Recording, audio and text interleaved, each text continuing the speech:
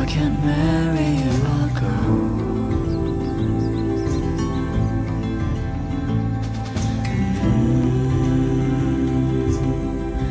On my chariot of gold.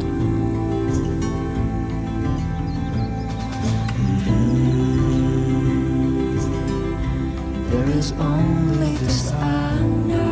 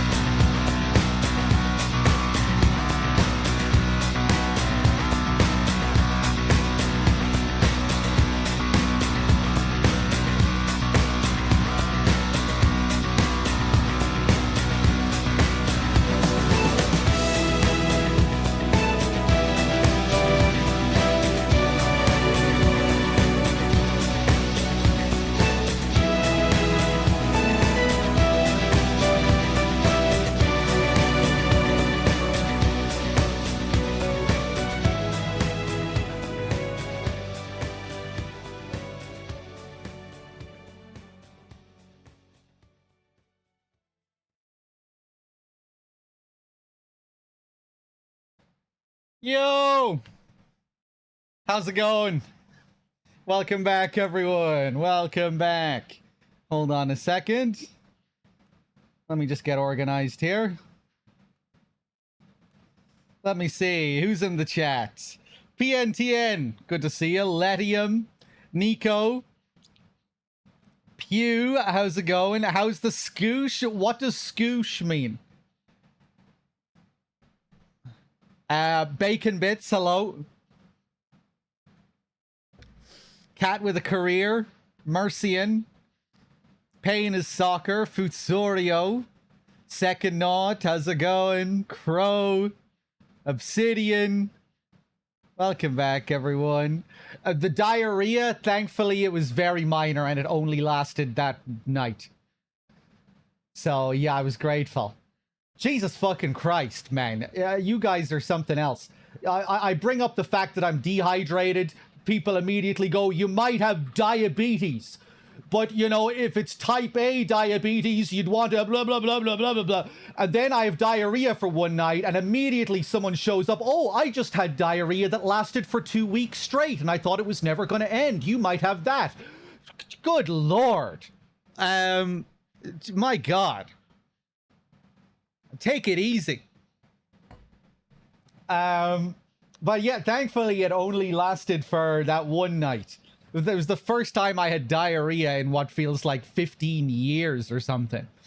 Though, I don't know, maybe I do have some other condition with like, I'm getting dehydrated 1 minute and then a few days later I have diarrhea. So maybe these are all symptoms of something greater. I hope not.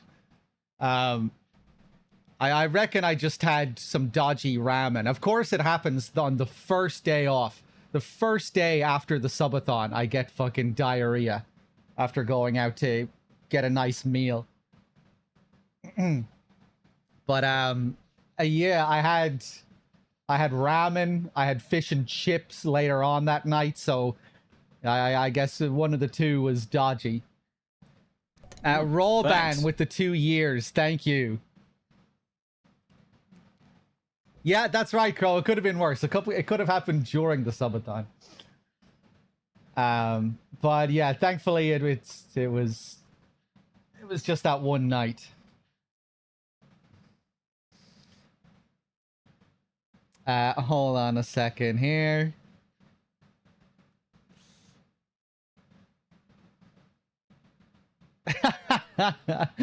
Yeah, maybe it was the Kojima event. Rubbing shoulders with all those sweaty nerds. The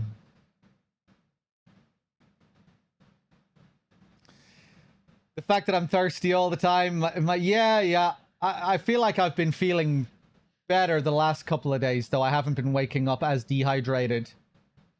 So maybe it was due to, like, stress as well. You know, the fact that I'm always also, in the latter half of the month, waking up more stressed, not being able to eat food as easily in the morning. So yeah, maybe just like underlying stress as well. If I'm not able to like sleep properly, if I'm not like breathing properly. Connor with the 49, thank you. Summer conditions, yeah. I've heard as well that having these air conditioners on non-stop can also be rough for your throat and things like that.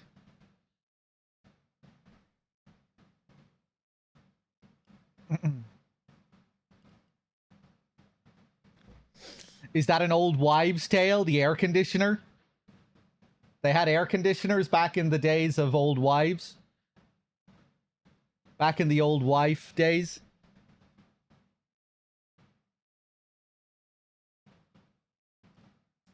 Just having your fan on all the time dries out your nose.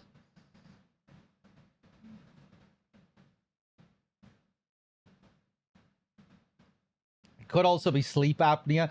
My nose has been more blocked recently as well. I was thinking about getting that seen too. Where like I wake up with a drier nose. or kind of like yeah, kind of a slight blockage in my nose. So yeah, I should probably go to my doctor and just ask him about all these fucking things. Tell him about all these minor problems I've been having, because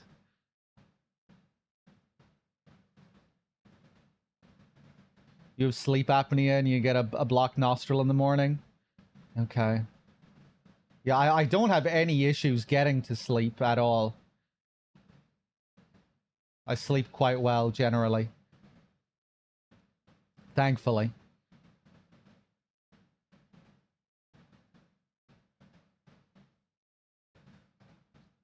Sleep with the... No, I sleep with the window closed and the air conditioner off.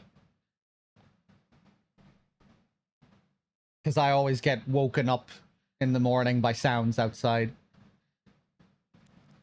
When I leave the window open. It's always loud noises outside.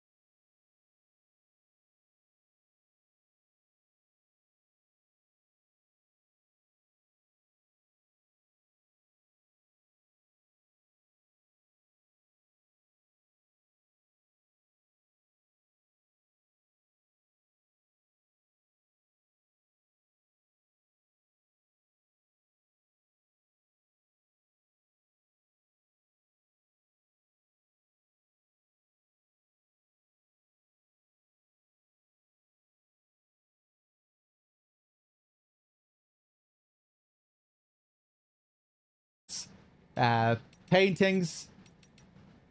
She's up to 5. Spent a lot of time just setting up a zipline network from La Madre over to this part of the map. Setting up zip lines in this camp, it was quite an ordeal. It's still not perfect either. La Madre has a timed order over to this place, and the zip lines aren't good enough to get under the time limit.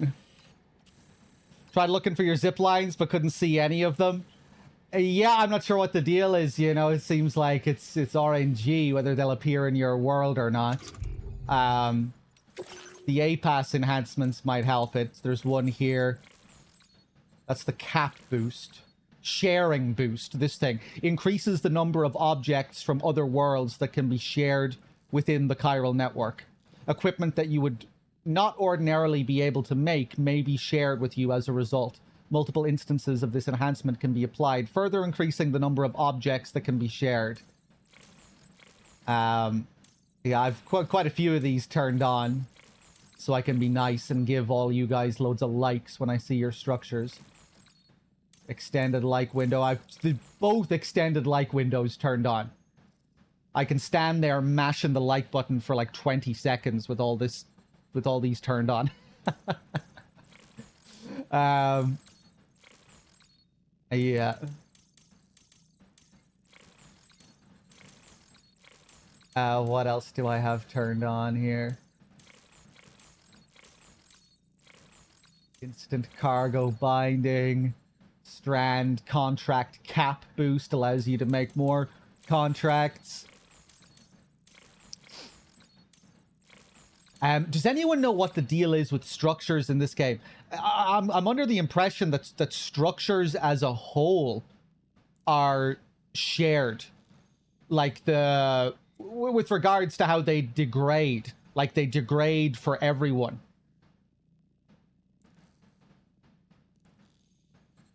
Like there's shared degradation. In DS1, that was not the case.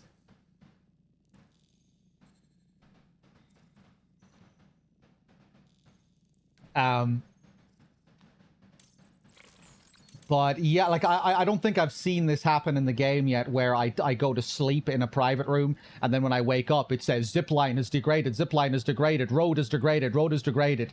It's not tied to the in-game clock anymore, I don't think. I think it's tied to the real life clock. And all the structures degrade for everyone on the server, or who you're in a strand contract with. Yeah, in DS1 you shared the structures, but they degraded separately.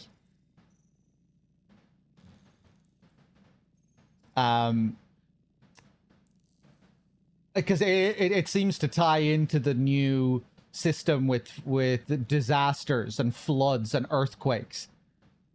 It's like if a flood fucks up a structure and you repair it, you're repairing it for everyone. I think. And when you repair a structure that's fucked up by a flood, it says you've contributed to disaster relief. You get like this unique thing. It's not just the same as repairing a structure. It's categorized differently.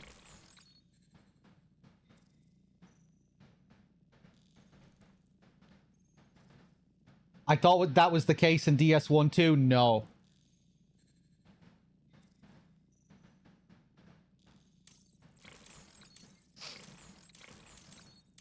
No, in DS1 it was... Yeah, no, in DS1 it wasn't shared like that.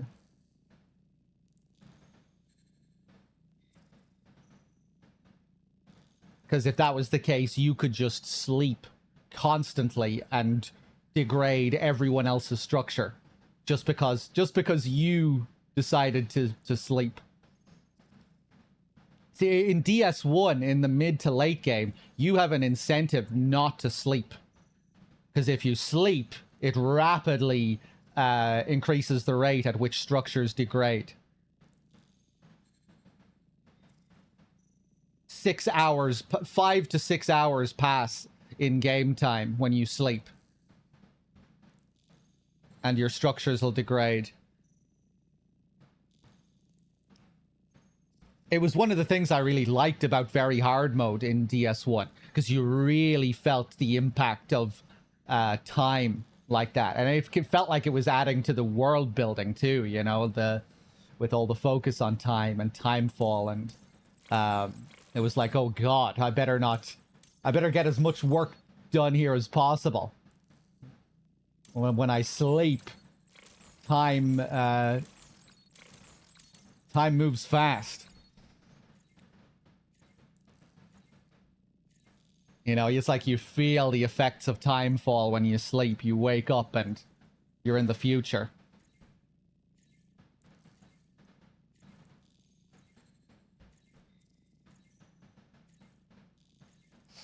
You sleep every chance you get in DS1 and never run into that issue. Ladders and stuff from the first zone are still there when you go back at the end of the story. I feel like you mainly feel it with regards to roads and zip lines.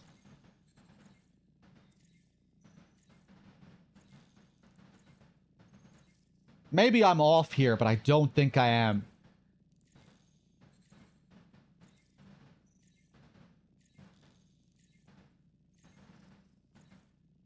I feel like I remember that happening a lot. Like I go to sleep and then when I wake up, oftentimes I would get these messages about, you know, zipline here started to degrade, zipline here started to degrade, and so on.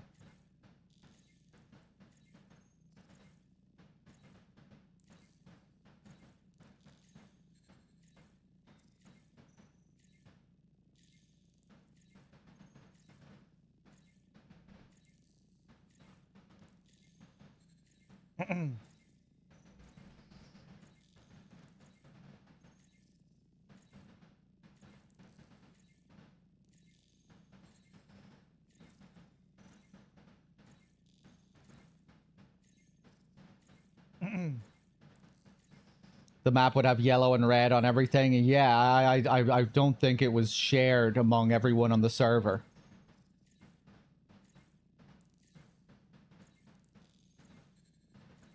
Everyone's stuff degraded separately.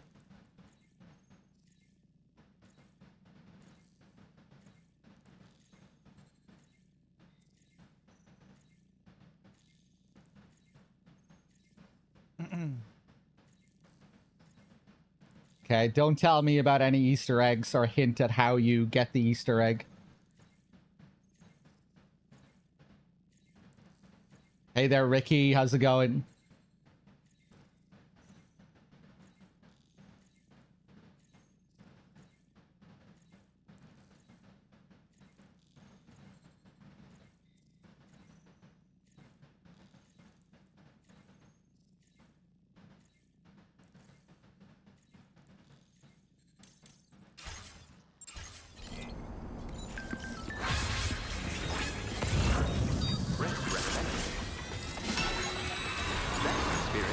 Okay, what am I gonna do?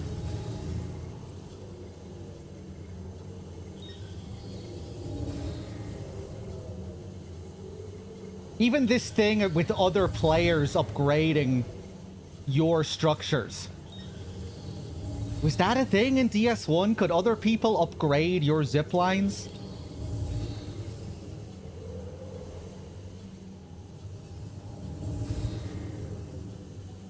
I think I think you could do that in DS1.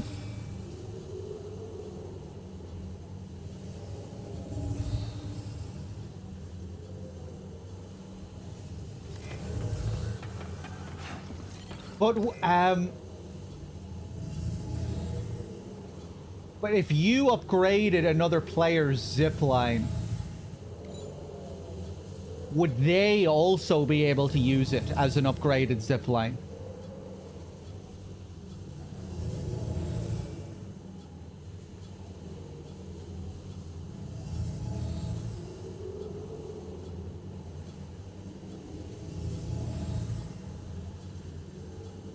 I think other players could use your upgraded zipline if it was your individual zipline that you upgraded.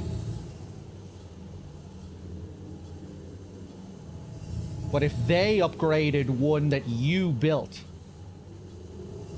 I'm not sure if you could use it.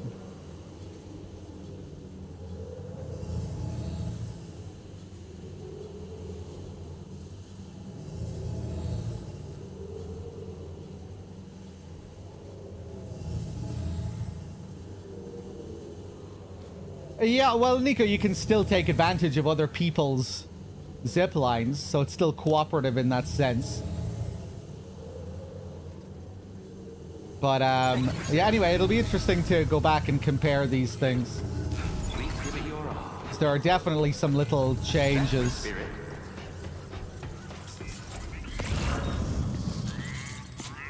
Yeah, I wasn't talking about... I didn't say roads there, did I? I was talking about zip lines, Dundarius. Also, hello, Dundarius. Did I finish the story? No.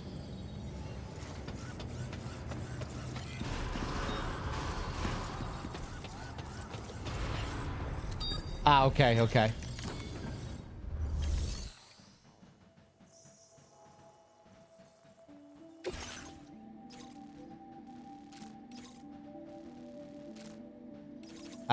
As usual, I have like a million orders on at once. Yeah, I can only take 3 more orders.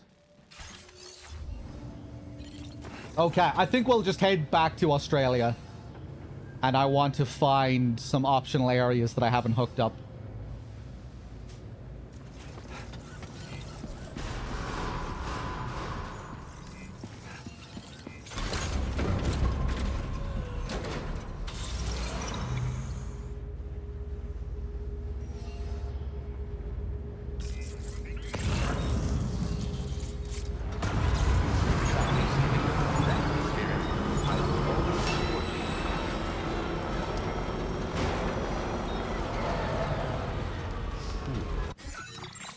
Nico, log into your DS1 and test what I'm talking about. Repeatedly go to sleep in the private room and see if you start getting loads of notifications when you wake up about your stuff degrading. I'm almost sure the degradation of structures isn't affecting the whole community in that game.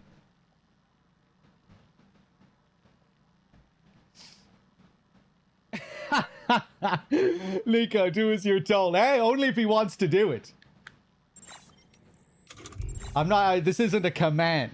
I just figured it might be the kind of thing he would want to do, that he would be interested in testing.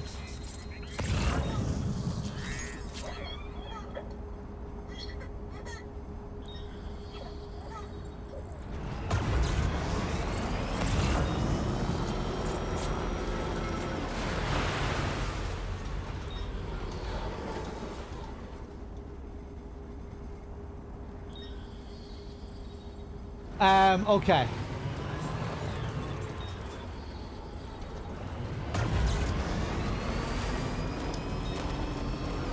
Am I ordering... Nico, I said you should go and test it in DS1 if you're interested. The thing with the structures degrading. Just rest repeatedly in the private room in DS1 and see if you start getting loads of notifications about your stuff degrading. Because I'm pretty sure it isn't a community thing in DS1 where everyone's structures degrade.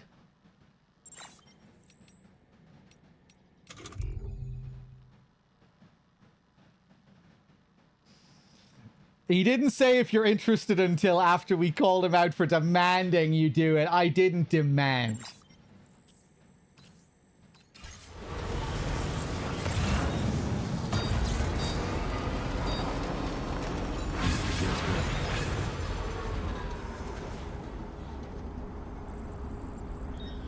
Everyone's due. I got tons of others players' stuff unusable and needing repairs. That isn't what I mean. You can see other players' structures degrade, but in their world, those structures are not degrading at the same rate in DS1. That's what I'm saying.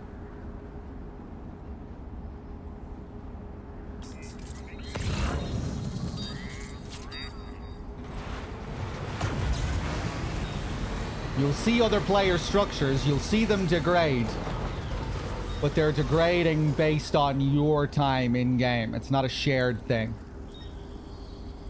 So I should check other players' structures or mine. You should just rest repeatedly in the private room. Just keep going to sleep in the private room and see if the game starts giving you notifications about structures degrading. That way you'll know if it's an individual thing or a shared community thing. Because there's no way the entire community on that server is suffering just because you are deciding to sleep repeatedly. And that's an order.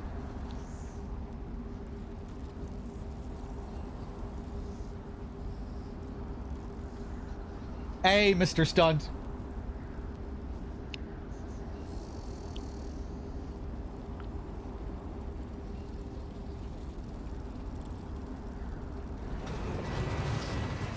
But yeah, I'm pretty sure that's the case. In DS1, I feel like I remember there's like a way to determine the amount of hours that are going by as well. It's like 5 to 6 hours. And on very hard, especially, you feel how fast time is moving.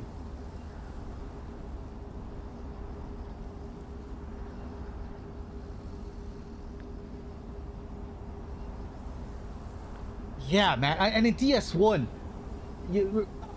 just thinking back, I don't think I can remember an instance of like a player getting a notification about a player repairing one of my structures. When your zip lines degrade in DS1, when a zip line network degrades in DS1, you have to do all of the repairing yourself.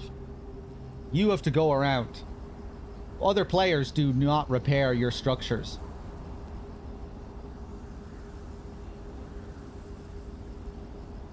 Yeah, and it changes depending on difficulty.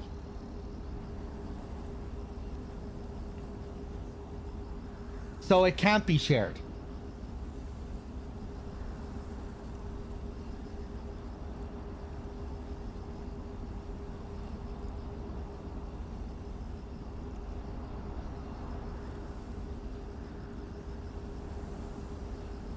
Do you get repair notifications? Yeah, you get repair notifications in 2. And it really seems to tie in with the disaster relief system. You know, where natural disasters really fuck up structures. From what I'm seeing, every 2 rests, I get a minus 1% durability on everything. Okay.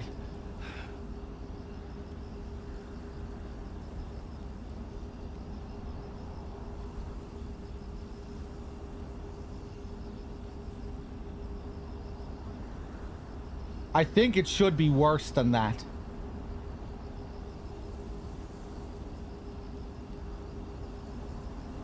That's on level 3 structures, I guess. But yeah, Nico, did you hear what we were just saying as well about the difficulty? Remember how in DS1 the difficulty also affected it. So it can't be a shared thing. If you're playing on very hard, all your stuff degrades so much faster.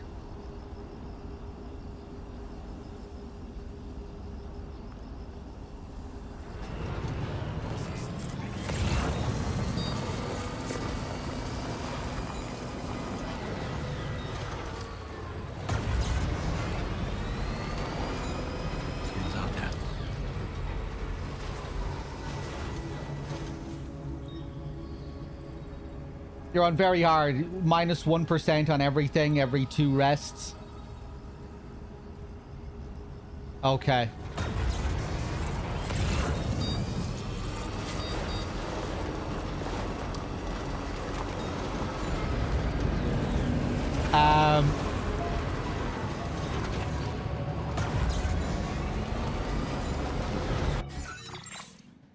Right, let's go up to the Magellan and get the hell out of Mexico.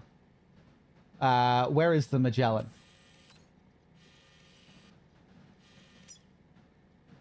Okay, up there.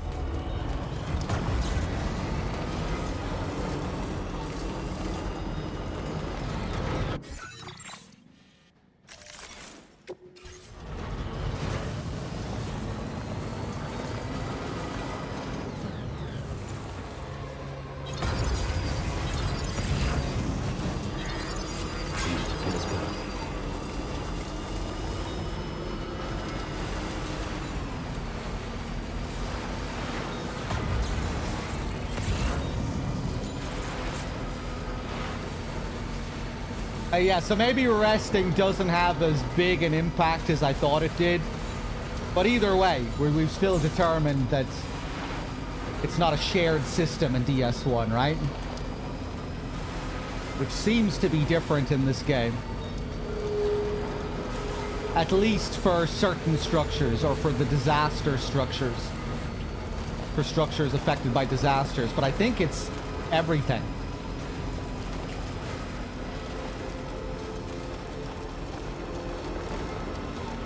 Yeah.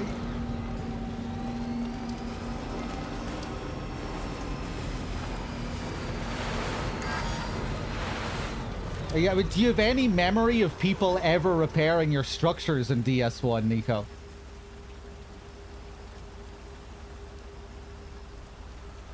You know, when you're doing your very hard Legend of Legends playthrough, you're going to be going around repairing all your zip lines and roads and stuff more than once. I don't have any memory of a player repairing any of my zip lines. Just a little bit more.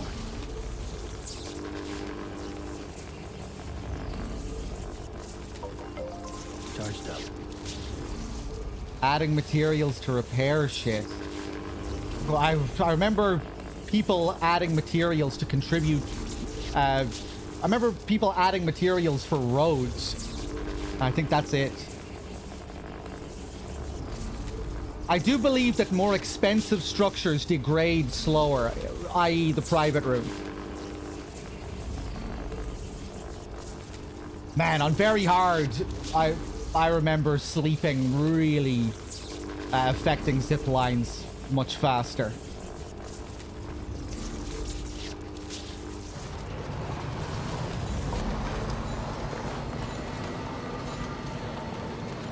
But maybe that was just very hard as a whole. On very hard, you really do feel the roads and the zip lines degrading much faster. But maybe that has less to do with sleeping and just in general.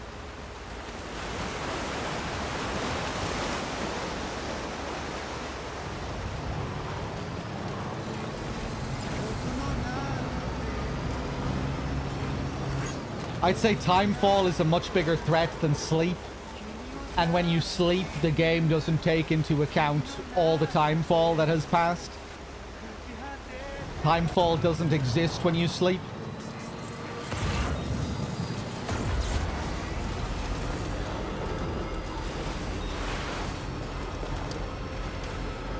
I think that's it, Dundarius.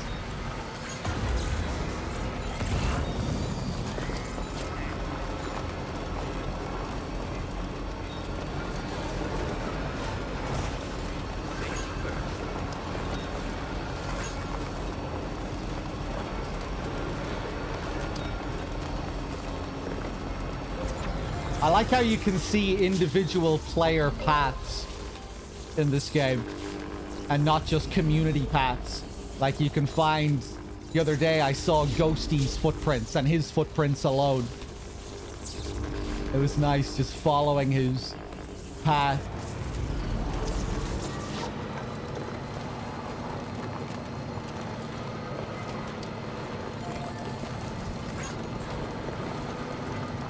Konino matane.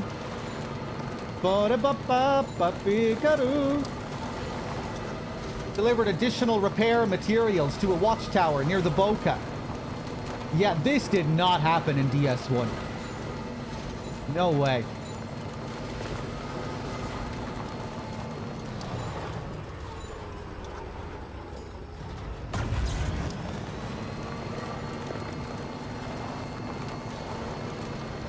But yeah, it was a nice feeling the other day repairing this bridge that got fucked up due to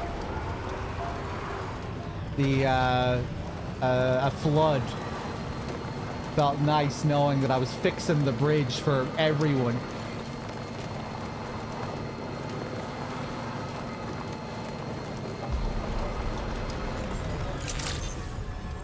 And not just myself. It really seems like much more of a shared world in this.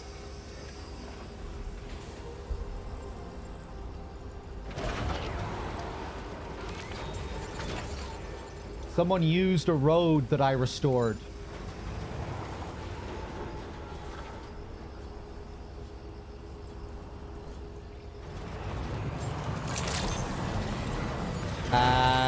I think this is my truck here.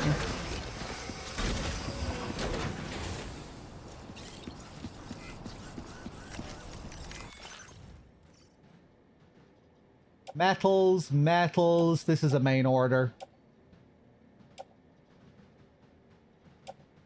So much stuff here. Let's bring this down to my locker. Hey, High Lord.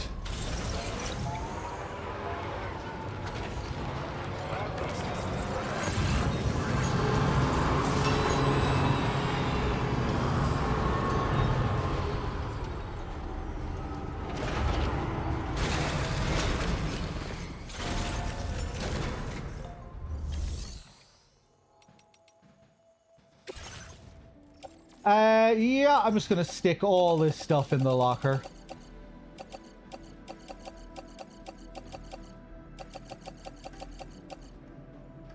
Oh yeah, what's the fucking deal? Near Villa Libre, near La Madre, there's this place where there's like 50 fucking ladders. Did you guys see that place in your game?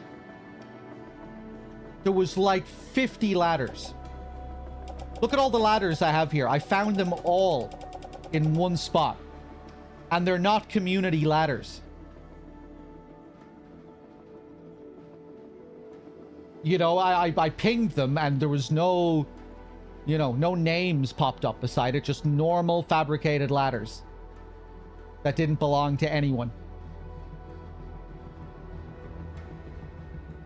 Yeah, just like a little crevice packed with ladders near where the chiral creatures are, next to La Madre. And I didn't pick up all the ladders. See all these ladders here. This is like maybe 3/4 of the total amount that was there. Maybe half of the amount. Yeah, I'm not sure what the deal is.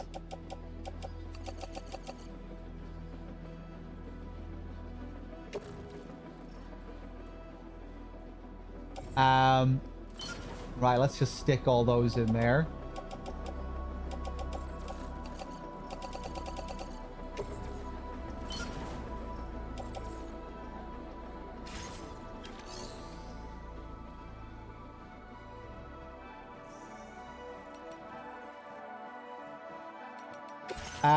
May as well share all this stuff.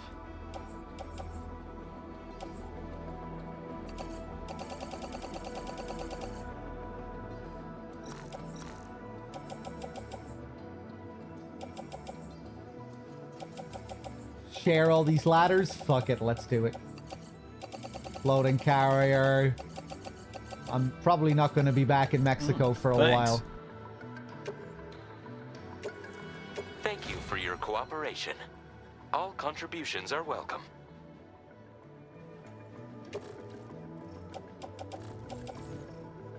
Okay.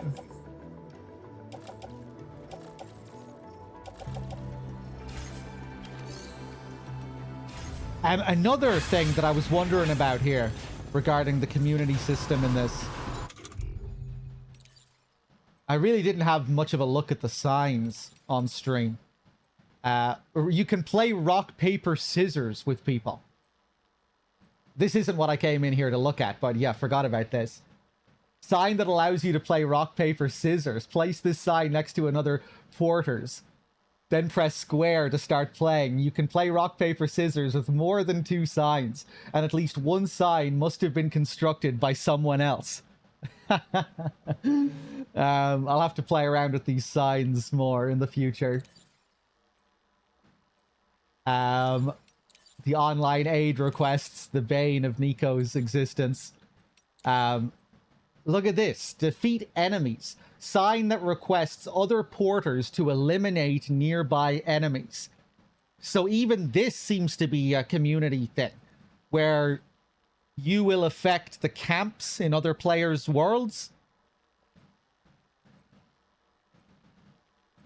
You can, like, if you put this down and accept, or if you see one of these aid requests and you accept the request you can go in, clear a camp, and then that will actually take out all the enemies in another player's world. I randomly got likes when clearing a camp. There must have been one of those signs nearby that I didn't even notice. Okay, so I guess it'll just affect his world automatically if he puts down a sign.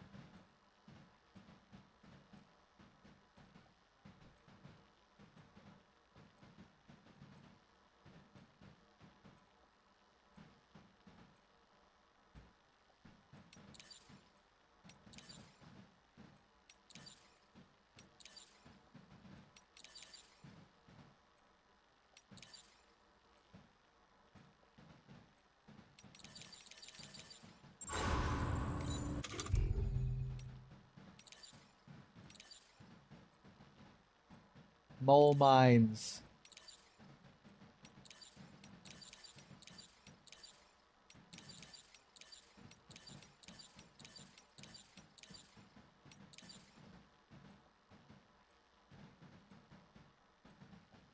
Does the keep on keeping on sign even say keep on keeping on anymore? This was another thing I was wondering about. I don't feel like I've heard the keep on keeping on line.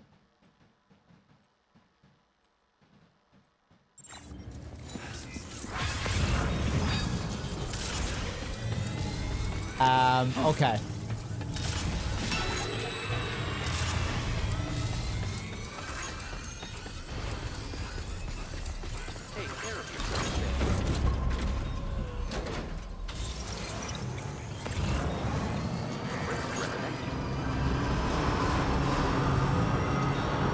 Okay.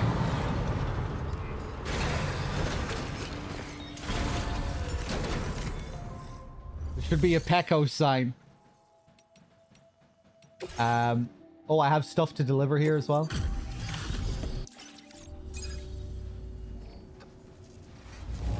I feel safe. Now displaying your current order grade. Order completed. Well done.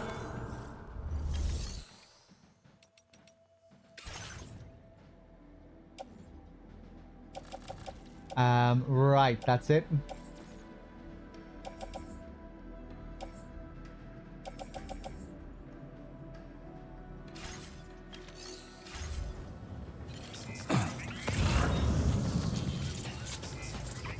Hey there, Sin.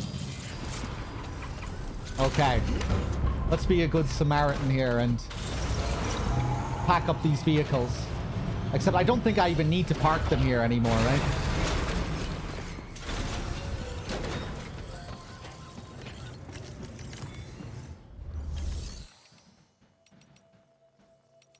Facility storage. No, no, no, no, no, no. Fabrication and management.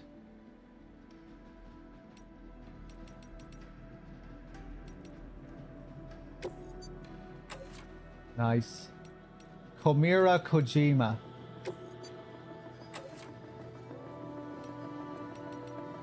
Hey AJ, I'm doing good.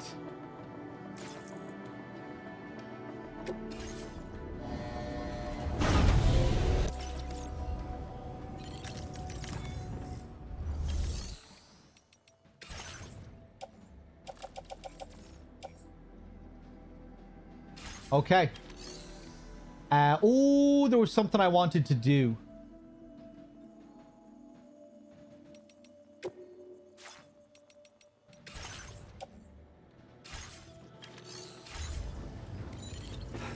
Yeah, after 5-starring these facilities, you know, I got a load of materials, so I was thinking of packing the private locker and the Magellan up with ceramics, bringing them over to Australia to pave some of those roads.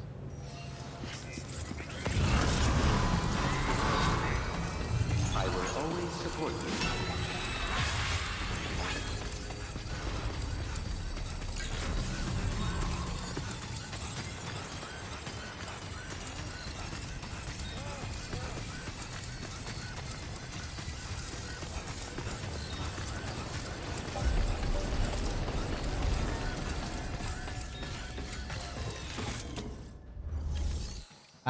Let me see. What do I have in here? Oh yeah, another thing that I learned off stream, I think off stream, was the anti-cheat Magellan delivery stuff. The anti-cheese Magellan stuff that they have built into the game. If you try and deliver while transporting stuff on the Magellan, you won't be able to get an S rank. So yeah, this order is fucked here. If I want to get an S, we're gonna have to redeploy.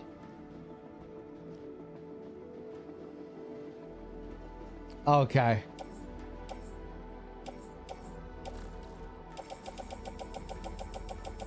Yeah, it looks like I did pack all this stuff up with ceramics. Is there any way to check from here how much cargo I'm allowed to pack in here?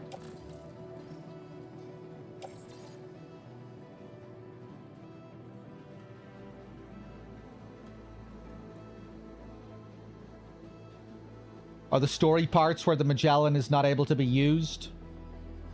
I know that just ties into the chiral network and how that generally functions. You know, not being able to build materials, build structures until you're hooked up to the network. The Magellan is the same. It can only travel inside the chiral network. Although, aside from that, there are a couple of moments as well where it won't be able to travel in the network. But yeah, there are a couple of orders like that too, where they talk about unstable tar currents, making it impossible to travel.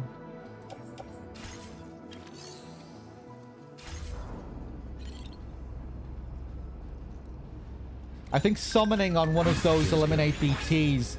Nico was talking about that recently on Discord.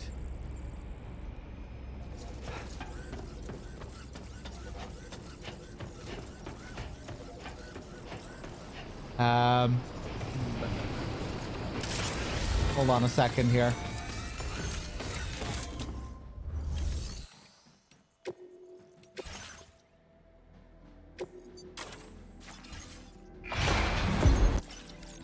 I can use a truck for extra cargo space as well, right?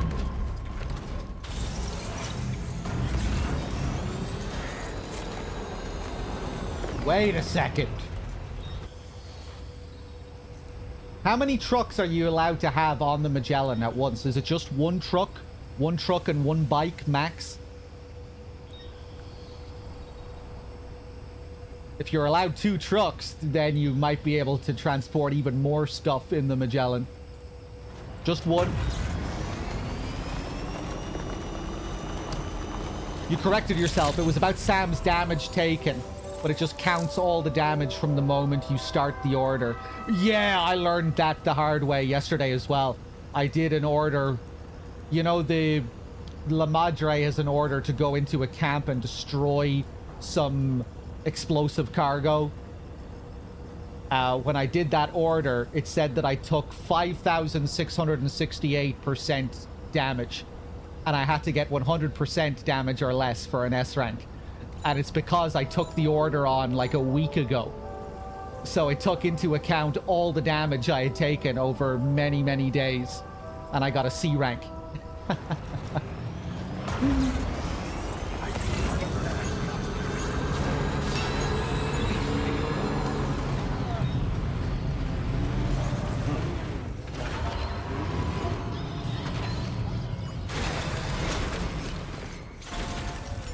Okay, let's pack this up with ceramics. Clay materials. Give me all the ceramics you have.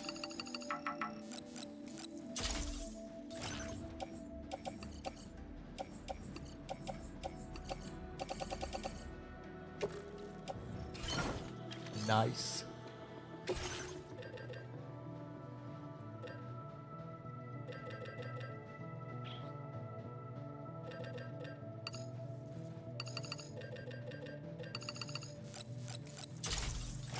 How much can I fit here?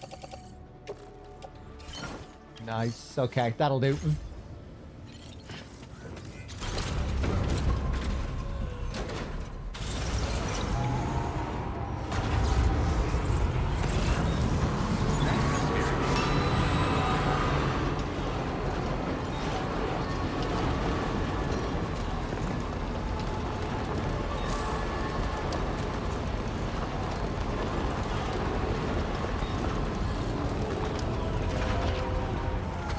right, get down here.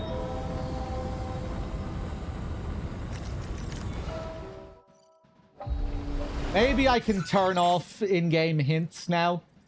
Feel like I've probably seen them all.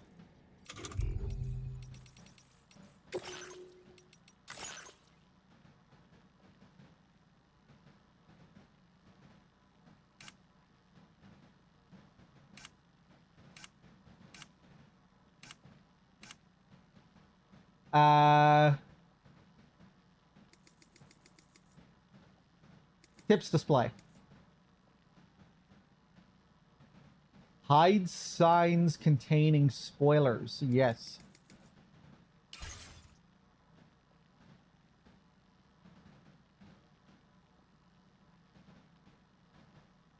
I feel like it's probably around the same, Nico.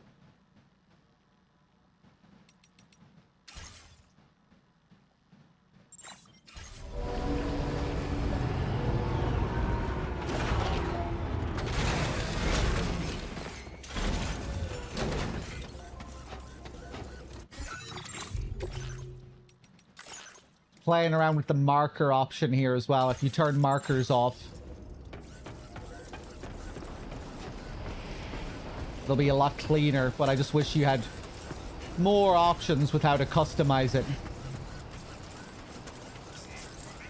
Because when you ping cargo and stuff, you won't even see the cargo appear. Or the text above the cargo. You will get a little flash.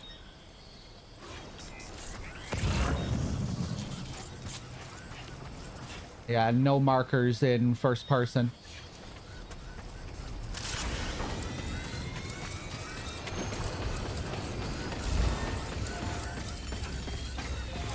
Okay, let's hit the road.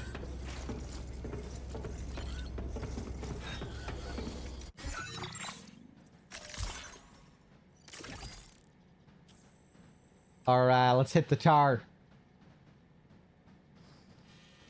Where am I gonna go?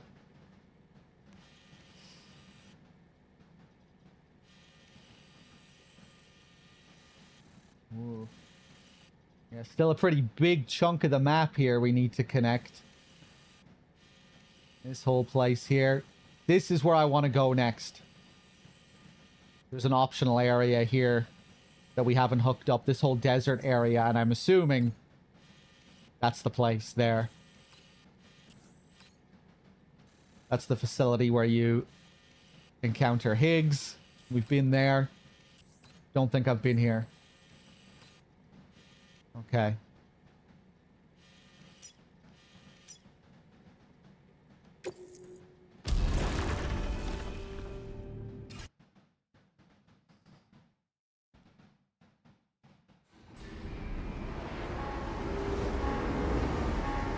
Open the drawbridge. Oh yeah, another thing that I discovered while I was fucking around offline. Aid requests. You get aid requests from NPCs in the game as well, with little messages. Like Pecora here. Don't ask me why, just try this, Pecco. Take a ladder and climb to the top of this tree, Pecco. And you get loads of stuff from all the other characters as well. I'm not sure if this is, like, will ever lead to anything significant. Get rid of the rodent-like chiral creatures. Complete a safe house next to the road.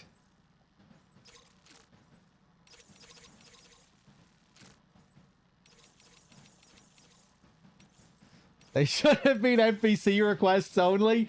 I kind of like the idea of the aid requests. But yeah, it would just be nice if you had more customization options for clearing up the clutter on screen.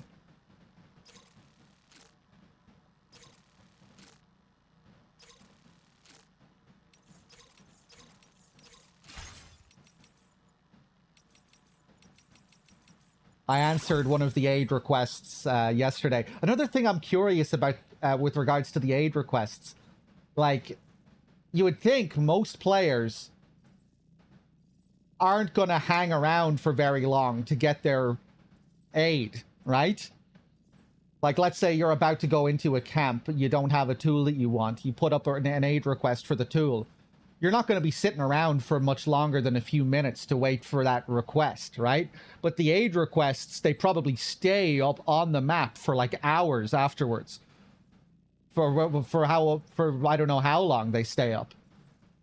I feel like it would make sense maybe if the aid requests disappeared if the player moved a certain number of steps away from the aid request. Maybe that is how it works.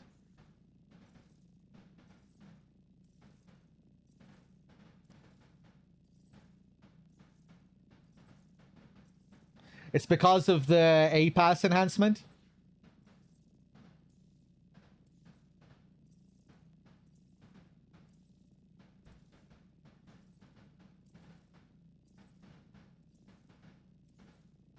I bet people just activate it without reading. Oh, yeah, with the automatic enhancement. Yeah, the automatic enhancement just seems really stupid. Right? Because it feels like a mechanic that you should be using deliberately, you know? You're leaving this auto aid request automatically and someone, you know, answers it. You're not going to even... You're not going to know where they're leaving the thing. You're going to be out of that area by the time someone answers that request. I don't know, maybe some people are paying attention to their auto aid requests. I don't know.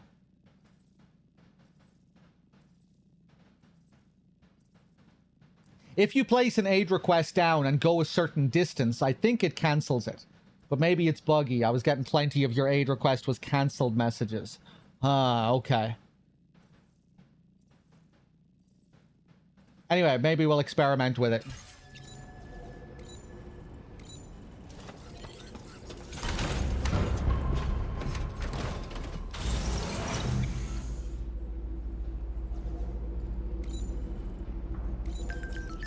Feels good.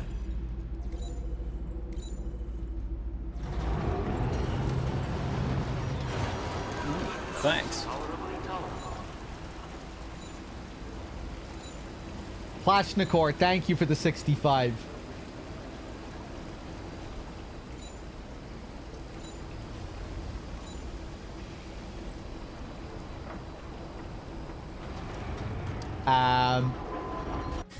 Okay, I wanted to check.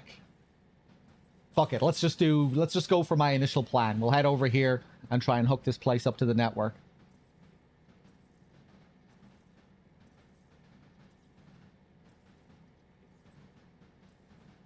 Right, Mavis. I think most of them are a bit more specific than that one. But yeah, the tools one is very broad. Very vague.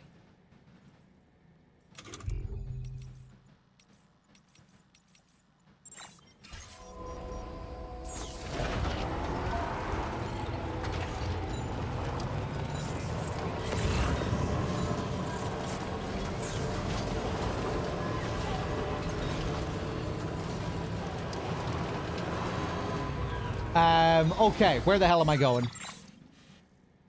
Right, over to the desert and we'll just have a drive around.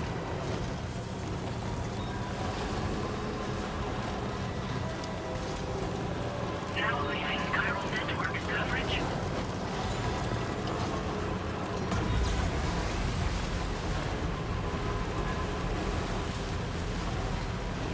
Bum bum bum bum bum bum bum bum bum bum ba-dum.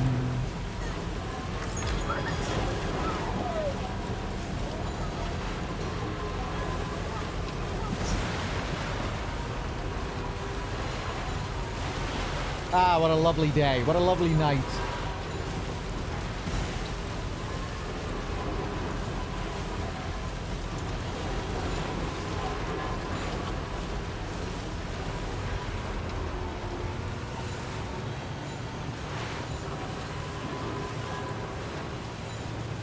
Oh my god, the endless updates at the moment.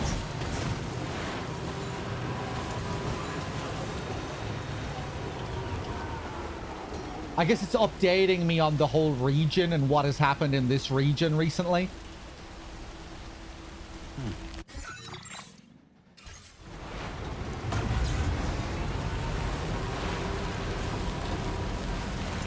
Thanks. Dwarven with the tier 2 and the 30 months. Thank you. Am I up to date on thanking everyone here? Raw Band, Black Chapters, Klashnikor, Dwarven, everyone. Cheers.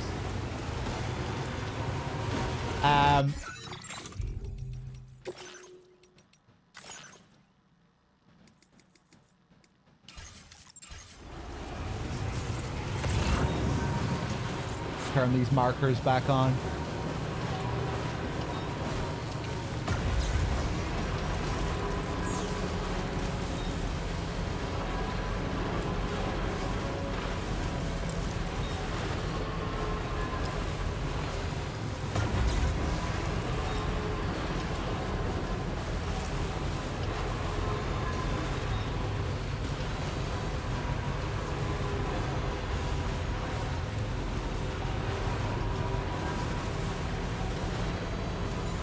Yeah, hopefully we get something like that, Nico. It'd be nice if we didn't have to wait until another version of the game, though.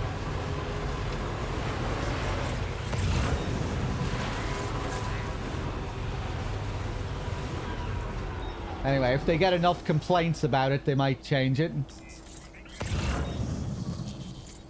And the game is so much more cluttered compared to the first, so... yeah, we'll see.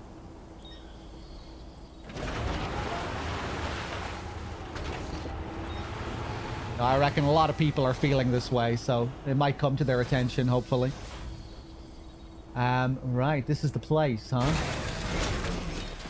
me just take a look. The Pioneer.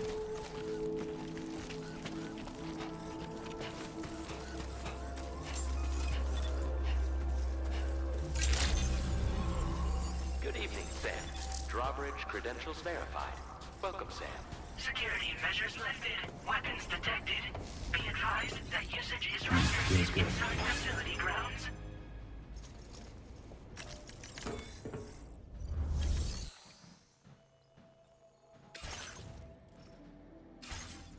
Okay, nothing in here.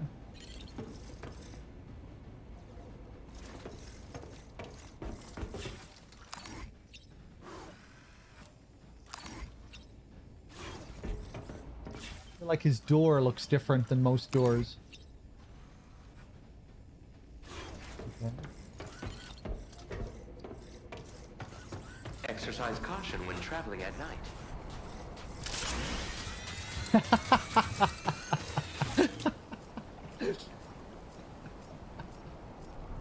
Oh, my icons. Oh, my God. Thanks. Nico, thank you for gifting a sub to Snake. I have an order active for every single character in the game.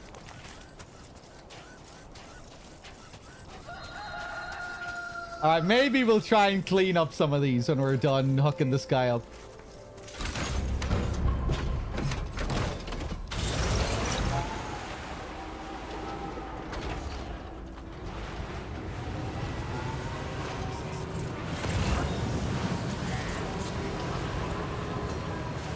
Okay.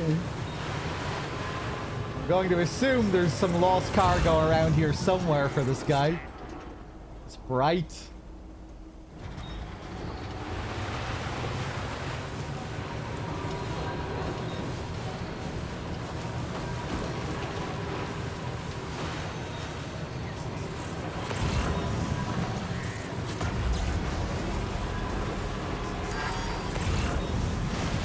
Oh, Christ. Oh, yeah, that's another thing I turned off.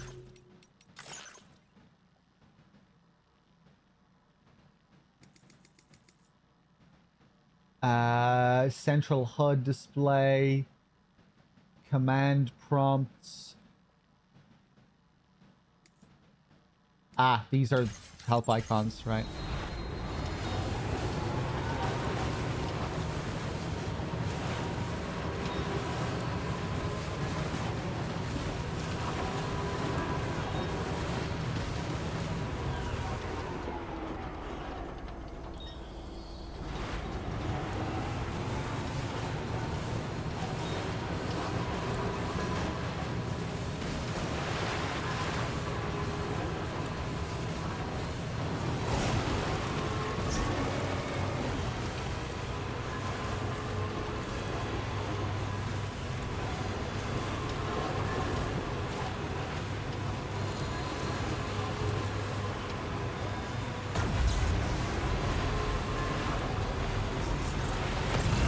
I should be pinging more here.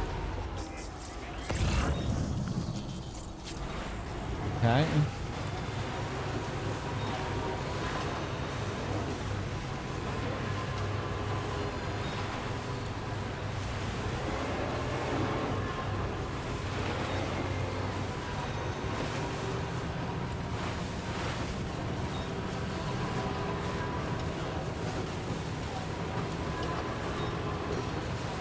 Yeah, it's a nice desert area here.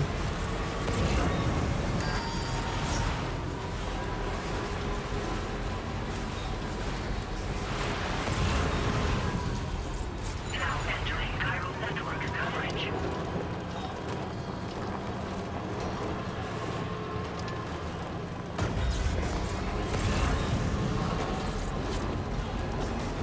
Okay, maybe we can find something for him over here.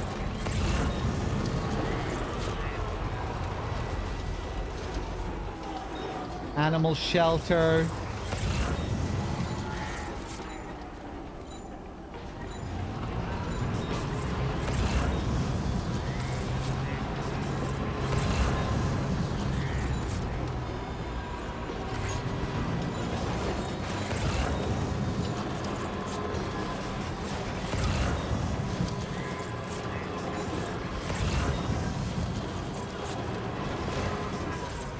Hey! I see two things for the Pioneer.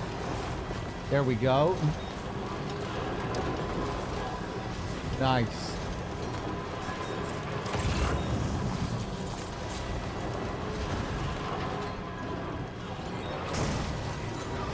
So get some more juice as well here.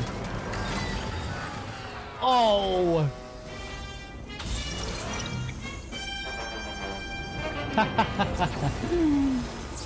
And the emergency battery to take me the extra step. Nice trail.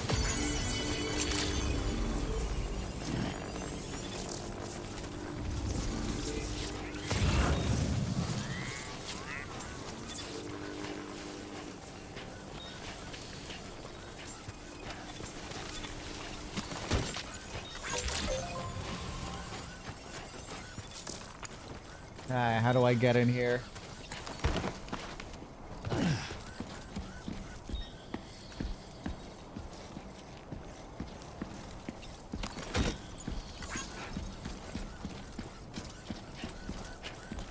Bum bum ba-dum bum. Go for a little rest in the bath, listen to a little song from Dahlman.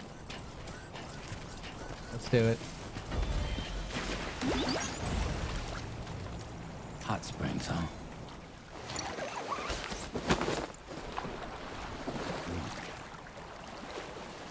Woo.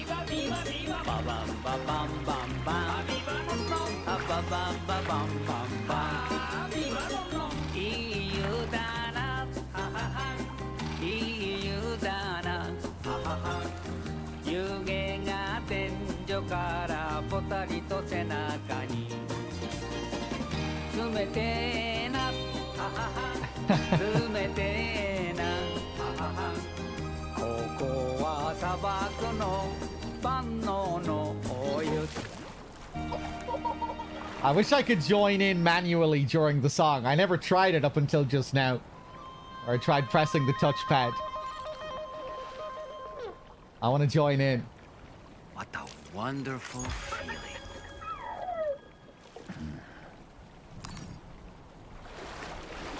Eudana. Eudana.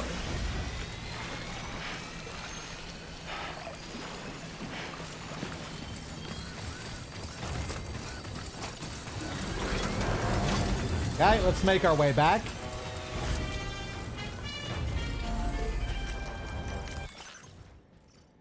What do I have here? Loads of... Oh, I'm still in the same truck as before. Okay.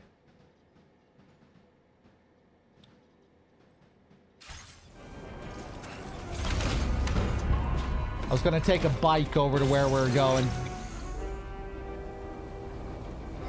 Fuck it, we'll stay in the truck.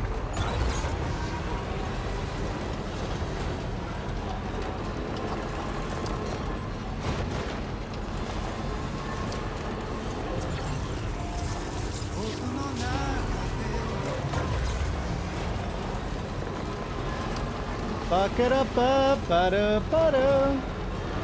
Ba-ba-do.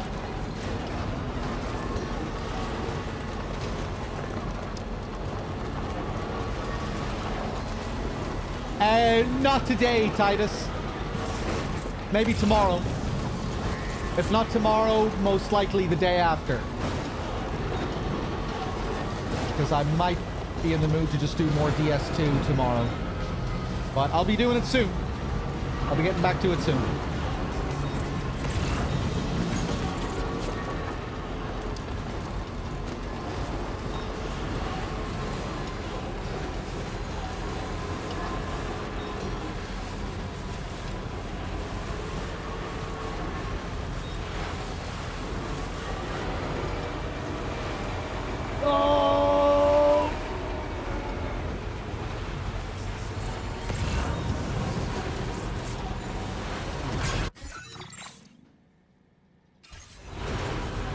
Now leaving chiral network coverage.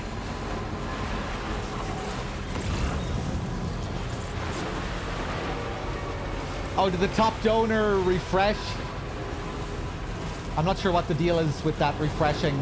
Probably refreshes at the start of each month.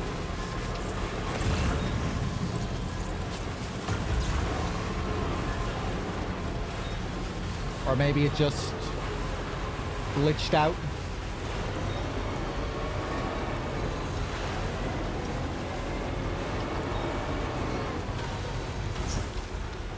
Hold on, let me just take a look at it on my end. Yeah, I'm not sure why that disappeared.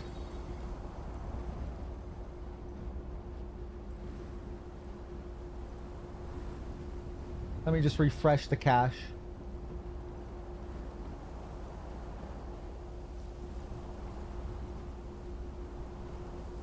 Yeah, I think it must just reset.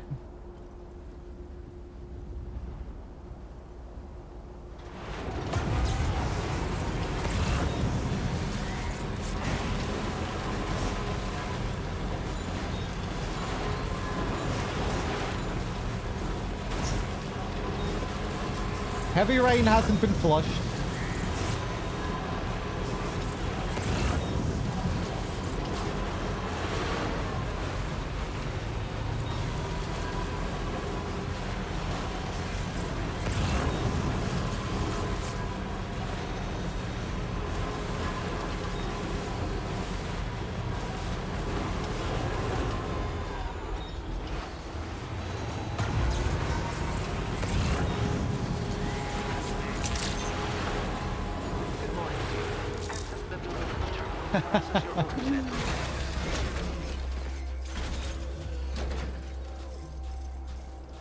Maybe I'll ask Mint if he wants to see me play any other game apart from Cyberpunk.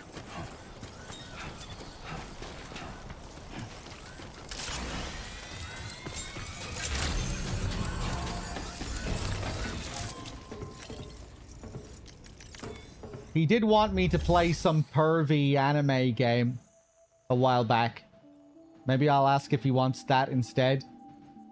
Hatful Boyfriend? I already played that willingly a few years ago. Many years ago.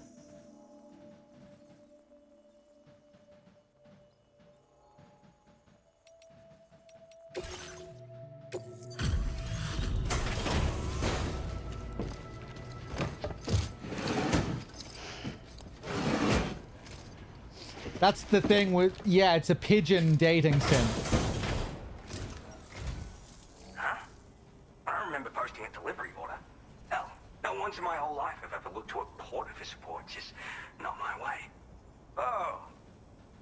that shit I lost the other day. Awesome. Yeah, hang on a tick while I check it out.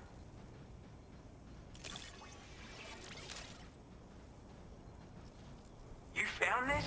You seriously found this shit? Oh, man. This is like the greatest day ever. Thanks. Hey, you're welcome.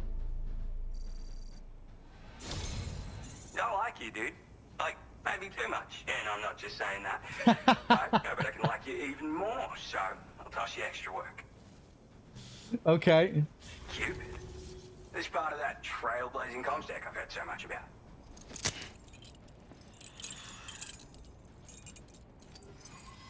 I'm a pioneer. I'm an explorer. I'm a trailblazer. I'm a throwback.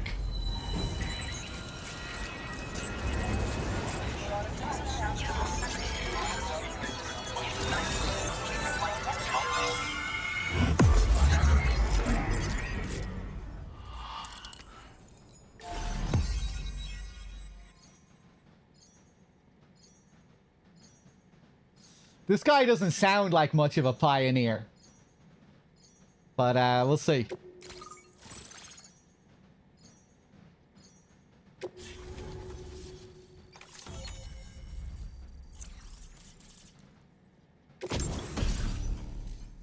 A deployable shield. An extendable shield capable of blocking frontal attacks. Although mainly used defensively, it can be wielded to attack enemies in front of you by pressing circle, inflicting non-lethal damage and potentially knocking them out. The shield can also be deployed and used as a barricade. Okay, cool.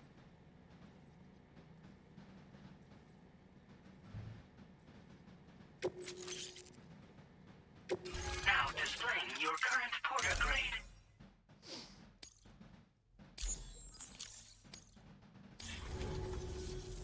So this is that chiral network folks are all raving about. I'm the pioneer, by the way. Not Yeah, I sure traveled about the that world with haircut. My father and his father and so on. Gotta say, I didn't think network stuff could hold a candle to roughing it in the real world.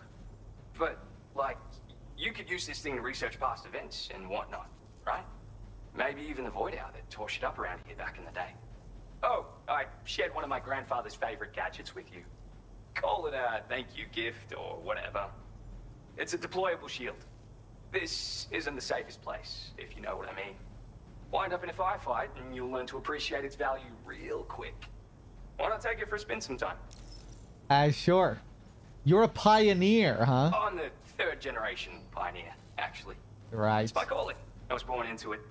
My family's been traveling the world since my grandfather's time. He was the real Searching pioneer. for stuff no one had ever seen before.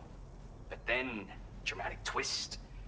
Cause of the Death Stranding, we had to dramatically reduce the scope of our epic journeys of discovery.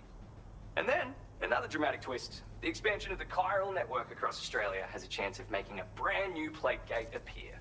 Or so I've heard. And if it does appear, we can travel to another continent.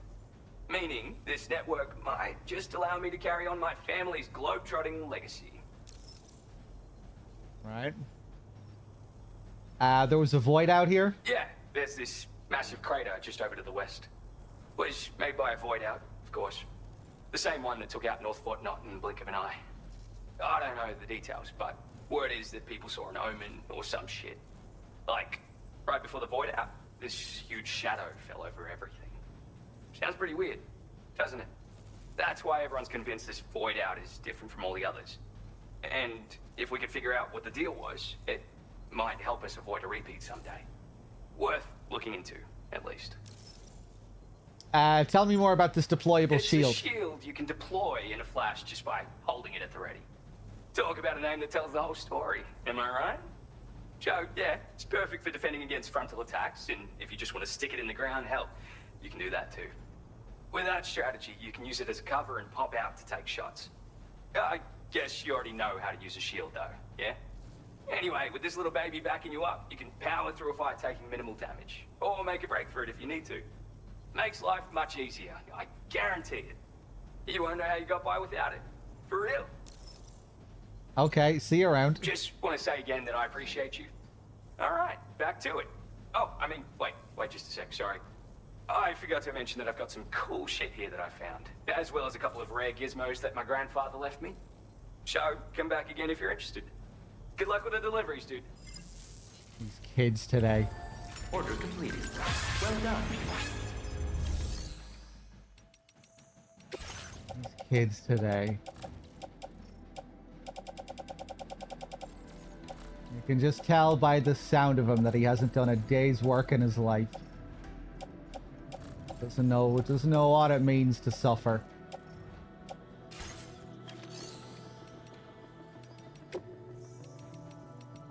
Riding his grandfather's coattails, his father's coattails. These kids today. Born with a silver spoon. These kids today. An extendable shield capable of blocking frontal attacks. Although mainly used defensively, it can be wielded to attack enemies in front of you by pressing circle, inflicting non-lethal damage, potentially knocking them out. The shield can also be deployed and used as a barricade.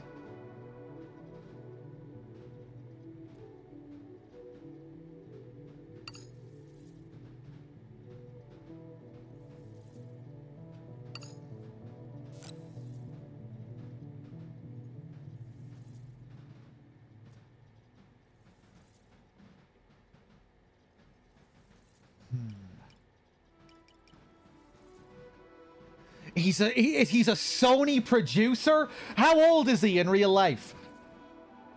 That's probably his story in real life. His father and grandfather were Sony, big-time Sony executives above him on the pyramid. He's inheriting their legacy. What? He's... 50, 60? No, I bet he's a youngster. I bet he's in his 20s. And that he got his job from his father and his grandfather before him.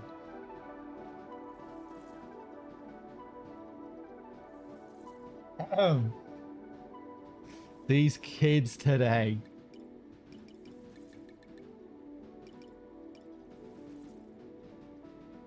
Right, let me take one of these shields.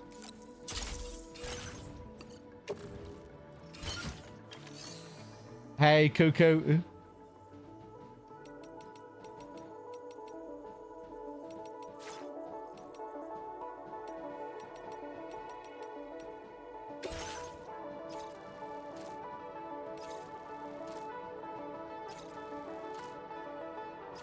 Okay.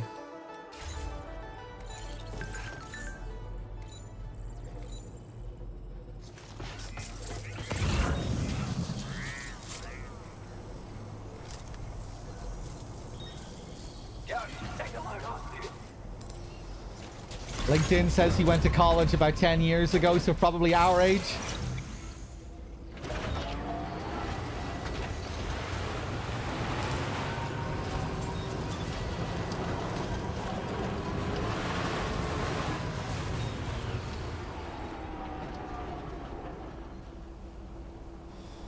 He's from the UK.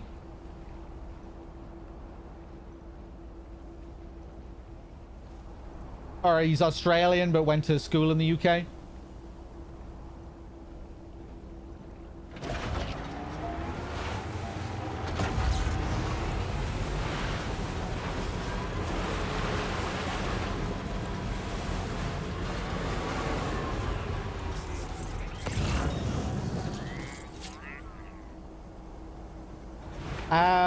Fuck, he didn't give me Buddy Bot. Right, we need to find a couple more orders for him. That's going to be my priority. Get this guy up to 3 stars, maybe.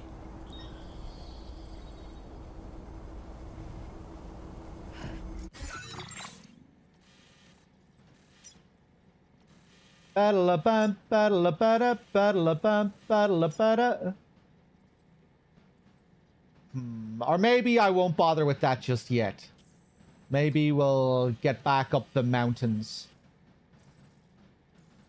No, I'm going to keep on doing main orders for a bit. And then maybe BuddyBot will Yeah, maybe we'll get BuddyBot as our first reward from one of these guys here. If I don't get BuddyBot from one of the next few guys, then maybe I'll think about delivering more stuff to this guy. Maybe some of the others. Ooh, I haven't brought much to Leon either. Maybe he has BuddyBot. Once again, do not say if BuddyBot is in the game. If you know where BuddyBot is, don't tell me. Right, okay.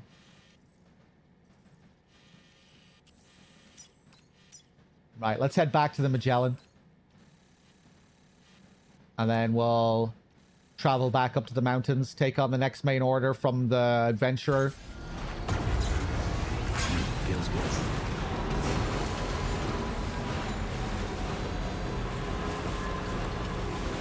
BuddyBot took our jobs back in the UCA.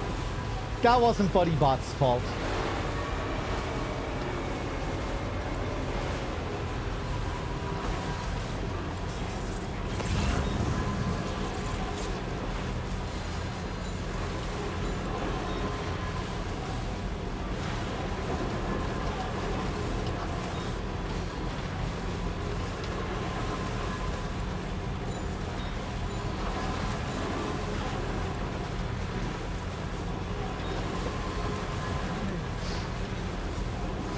BuddyBot apologist. It's the people responsible for utilizing BuddyBot. I don't utilize BuddyBot as an automated tool. I bring BuddyBot along with me, and we cooperate. We work together. I don't get BuddyBot to do all my work for me.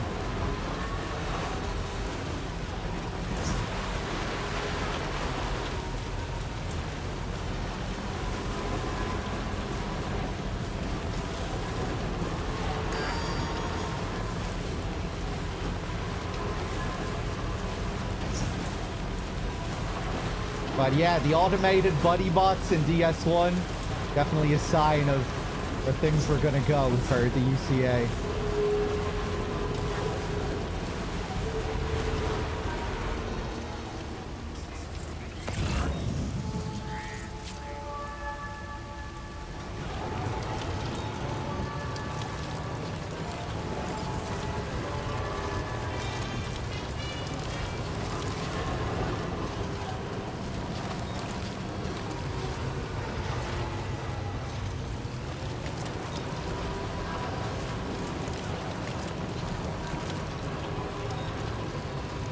Easy does it now.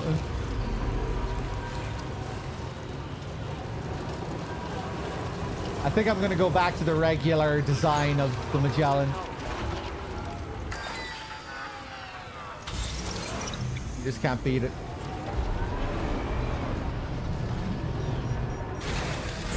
Okay.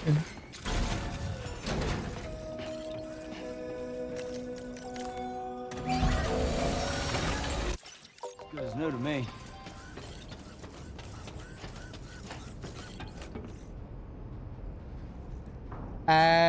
Oh, okay, Nico.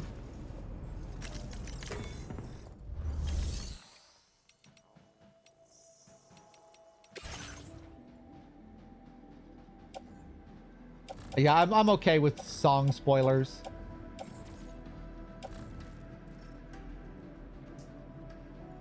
Right. What am I doing here? I'm just traveling, I think. BuddyBot. BuddyBot. Have mercy on me. Have mercy on my bot. Even when my bot runs cold. Have mercy on me.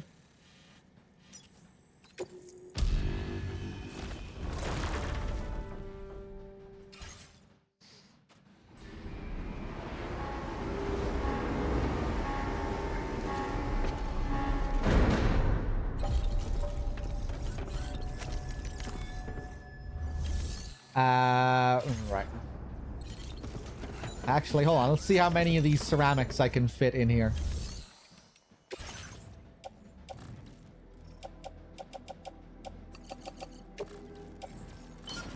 Nice.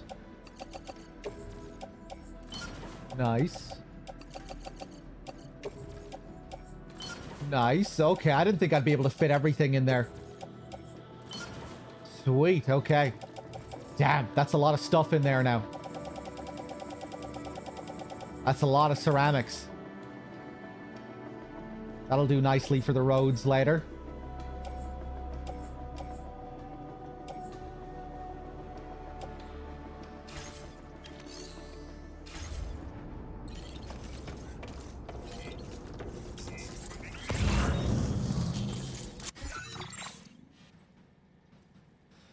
Does the private locker have a limit? It does, yeah.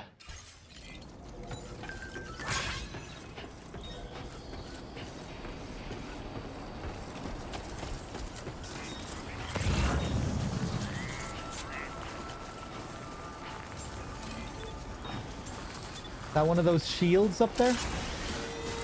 Just planted down here? Huh. Ah, cool. Okay. Yeah, so you can place them down like little barricades here.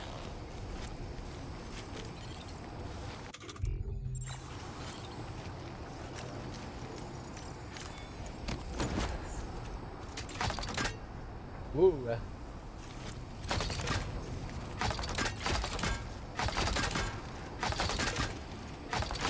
Pretty slick little animation.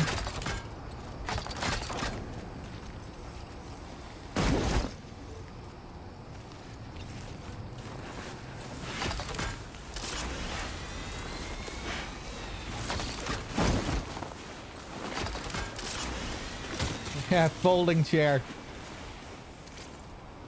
Hook it to the tool rack there.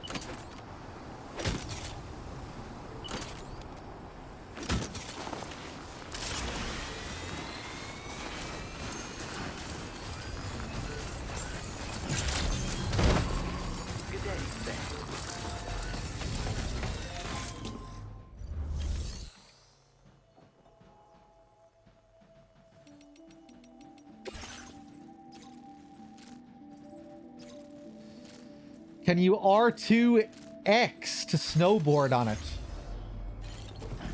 R2X?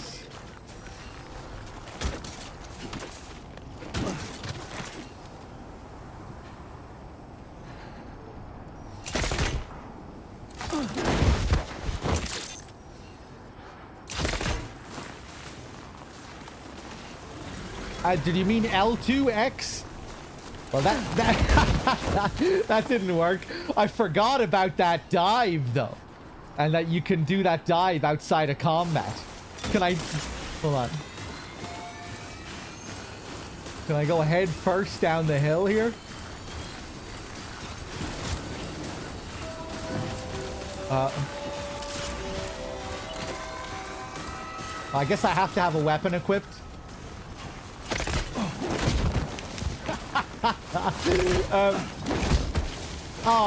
Damn.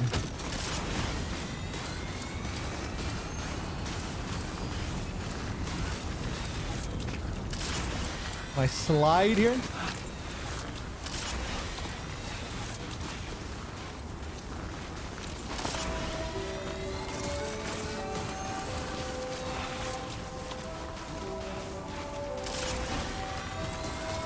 don't think I can slide.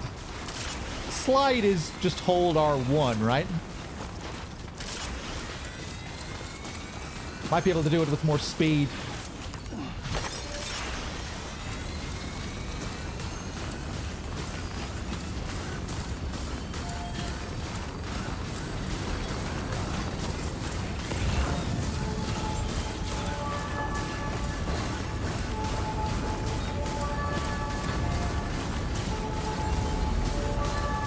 Belly flop is fun too by jumping then pressing the crouch button. It's the same as in the director's cut, I think, isn't it? The drop kick, the knee, the belly flop that they added.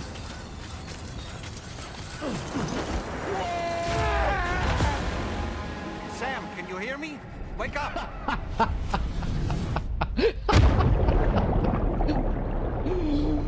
Okay, nice. Any other bodies around here? Anyone else kill themselves around here? Hey, there's a couple.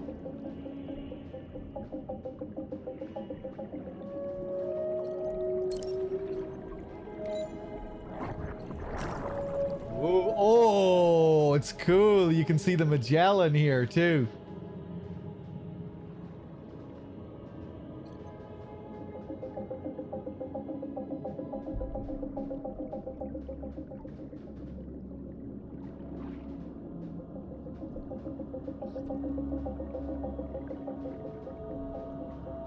Cool.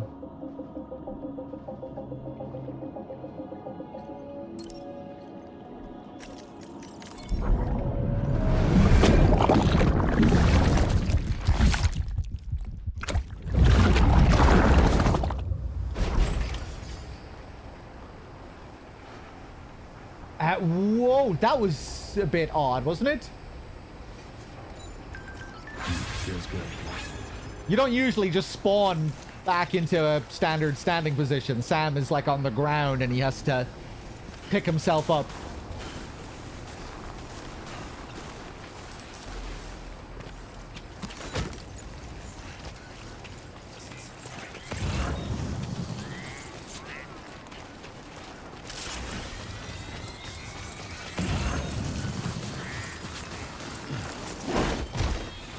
Yeah, you have the drop kick.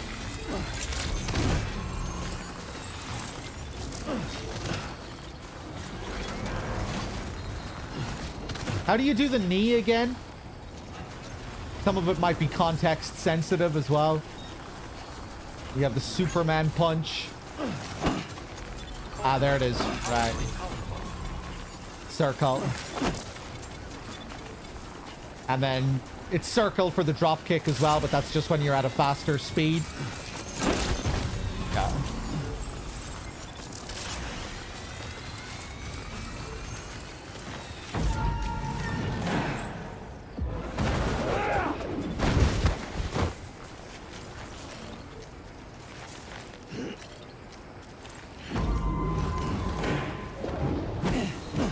Get some air!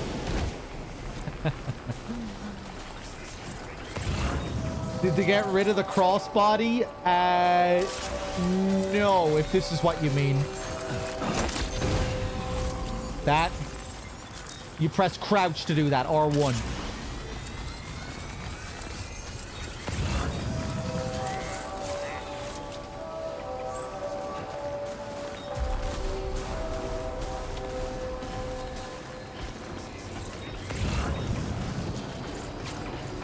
Yeah, I guess not, bad humans.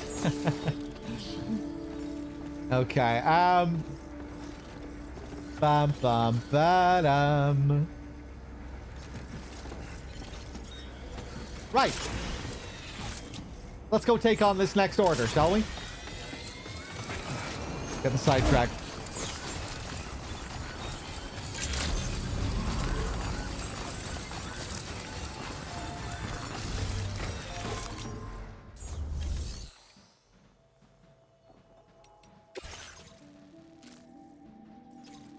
Your next destination is the Eastern Environmental Observatory. The facility's sole staff member has sent an SOS. Chiral contamination means he can't hold out much longer. Bring him some chiral decontaminators and sedatives. You'll be trekking hard routes at high altitudes. Take care.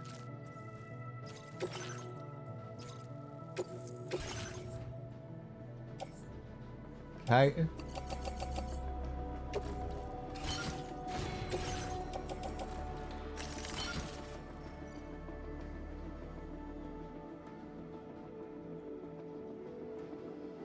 Decontamination device that encourages the body to discharge any chiralium accumulated within it. Chiral contamination is known to have serious and debilitating effects on humans, making this device an essential piece of equipment for anyone exposed to chiralium.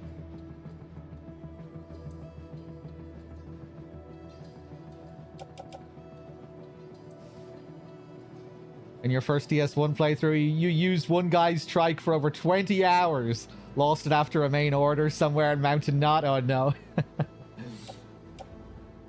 You were trying to use it for the whole game.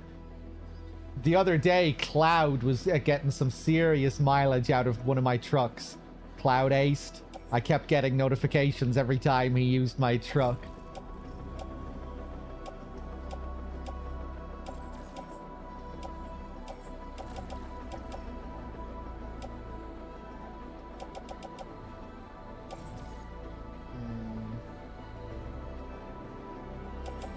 Well... this boost skeleton has seen better days. Fuck it, just recycle it. I'm wearing a boost skeleton.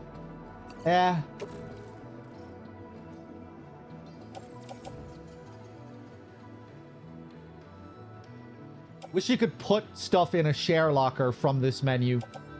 It's nice that they've made recycling a bit easier.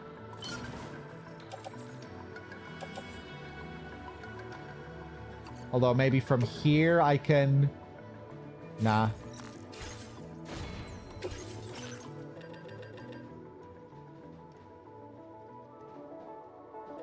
Guess I'll go for the bokeh.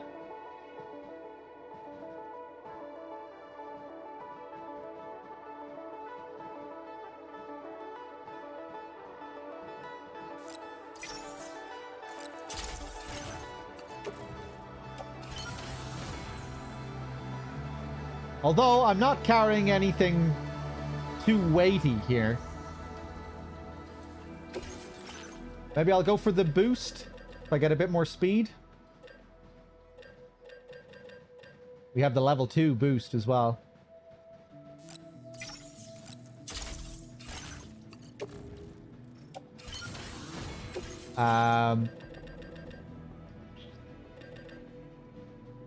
Gloves suited for mountaineering or deliveries.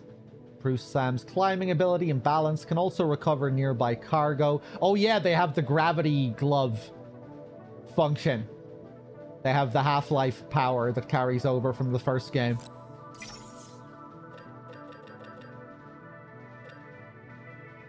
Oh yeah, I got this off stream. Our MGS1 SOCOM here, our Mark 23, which seems to be fucking insane in this because it also has you can make it fully automatic, which just looks absurd when you're using it.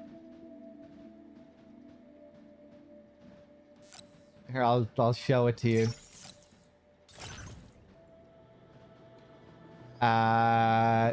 No. Hold on, I might go back to the Magellan.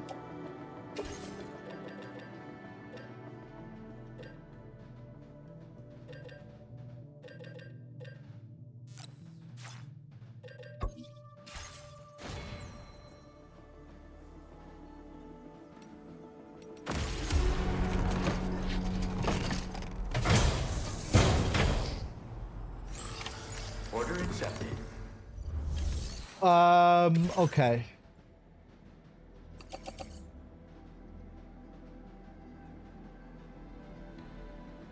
Oh, right. It was probably going to recycle this shit.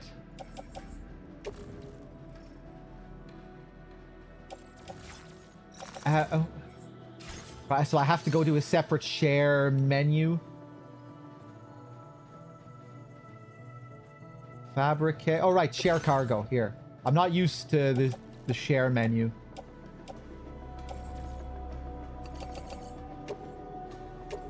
Thank you for your cooperation. There we go. All contributions are welcome.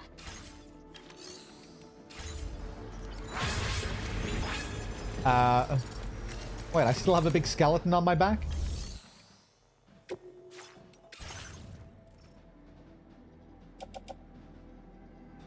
The bokeh.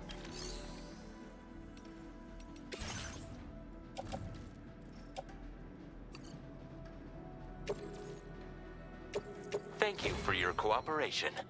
All contributions are welcome. Okay. Got my trekking boots.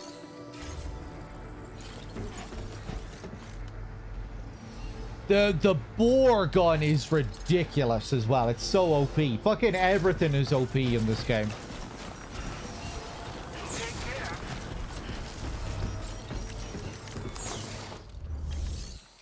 Um...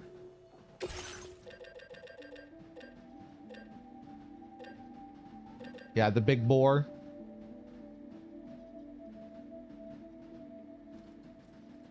Brutally effective at close range. Rounds are capable of penetrating helmets, destroying armor. Especially when shot in close proximity. Fires MP bullets, effective against any target. Comes fitted with a light and can be stored in the handgun holster.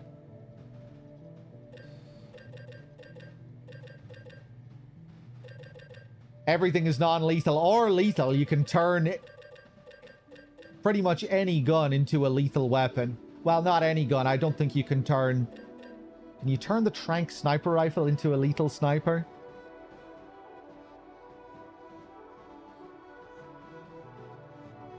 Looks like a weapon from Fallout.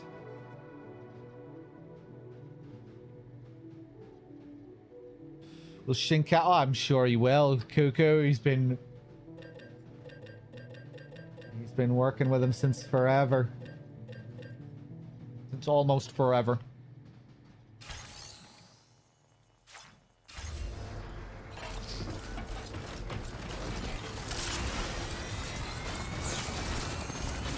Okay, let me go back up here. Yeah, it kind of reminds me of the gun from Blade Runner. It also made me think if it was from Ghost in the Shell. Because I think I saw it for the first time when we went into Higgs's facility and saw all the stuff. All the weapons packed up in the pizza boxes. And then I had that realization about Mamoru Oshii playing the pizza guy, working with Higgs. Ghost in the Shell director.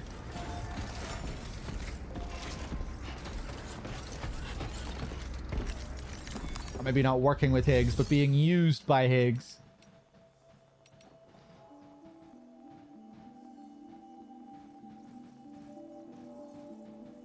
Okay.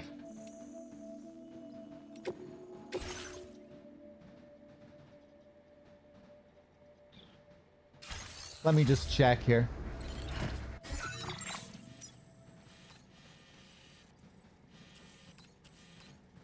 Eastern Environmental Observatory. So we're going to be climbing all the way. Okay.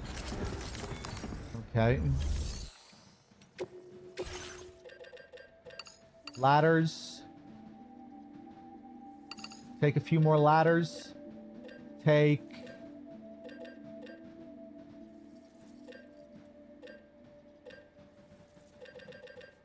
there was something else I wanted to bring.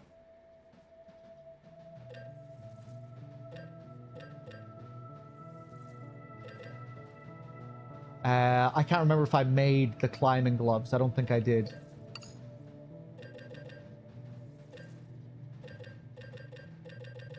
Did I make the pistol? I'm not sure if I did. Oh, crap. I think I recycled some stuff by mistake there.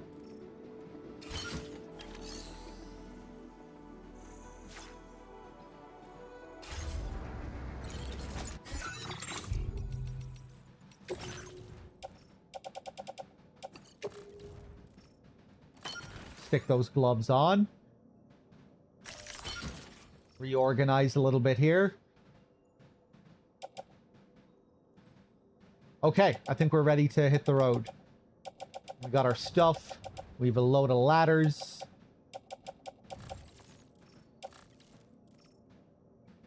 One climbing anchor.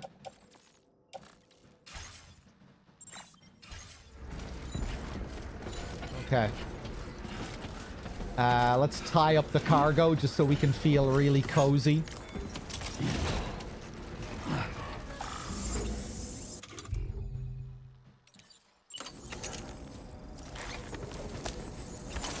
Nice.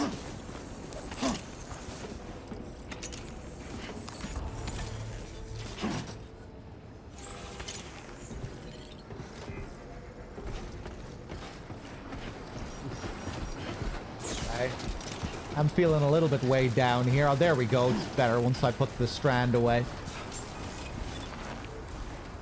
Ooh. Okay, hold on. Maybe we'll do a little bit of zip lining as well. Just... There's always one more thing to go back to the terminal for. Too close for comfort.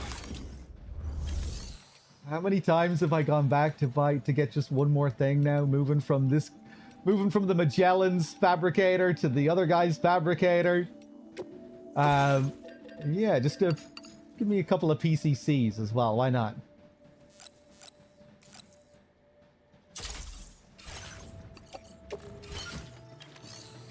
And next we'll come back to get some materials to level up one of these zip lines.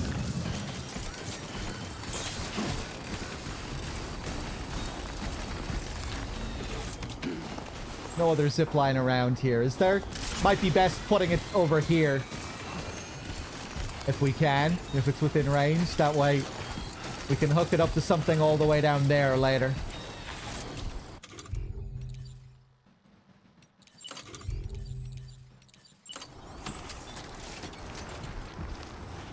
Oh, perfect. 347.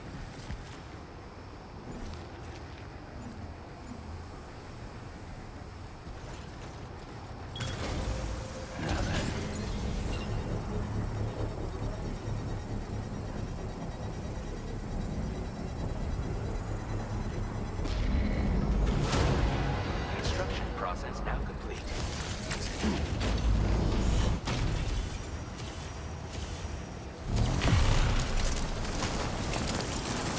Feel that speed! Okay.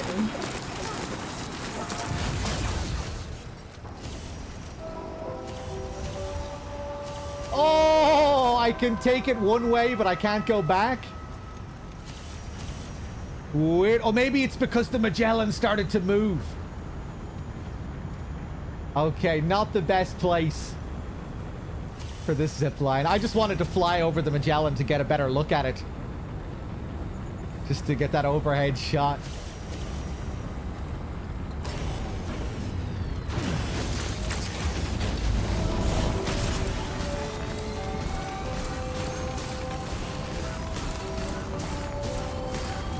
Yeah, it's nice being able to curve the zip lines now. I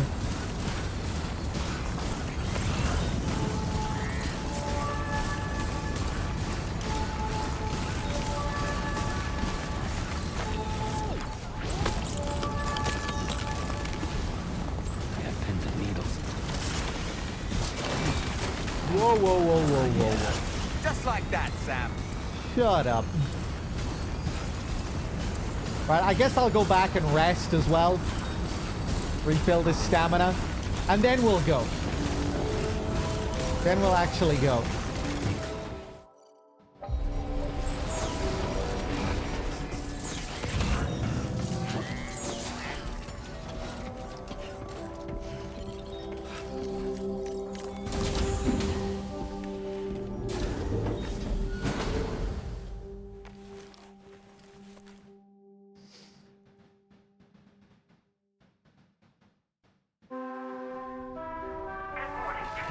Hey there, Twice.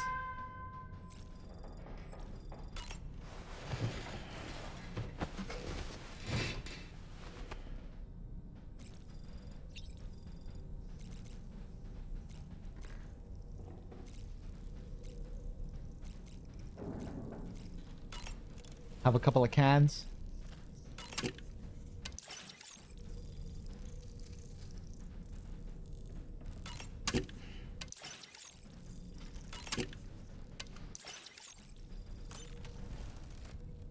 Good stuff. Have a shower.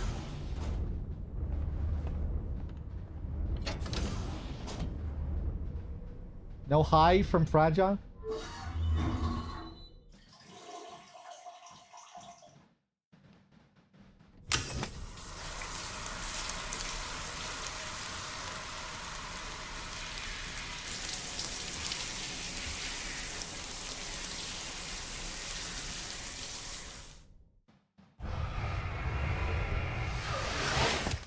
Still waiting for a Die Hardman jump scare in that hallway? Yeah, I wonder if there is one. Probably not. I would say they limit that to the photo mode. But you never know. Don't say.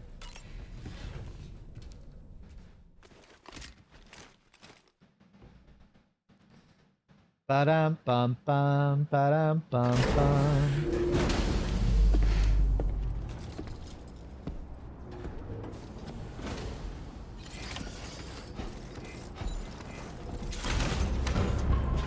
I couldn't believe it when I saw him walk past in the photo mode. Feels good. This whole thing with Die Hardman and Charlie has been a really fun little part of the story. The little secrets that are tied to it. Oh, fuck! Yeah, we need to look out for the room scene again. That was something that I meant to do before, or something that I was thinking about off stream. We need to just repeatedly sleep at some point to look for another option to go into that room. You know, maybe you need to see that option appear a certain amount of times before you're able to go in there. So that's something I want to do later. Just repeatedly go to the private room and see if that option appears again to go into that room.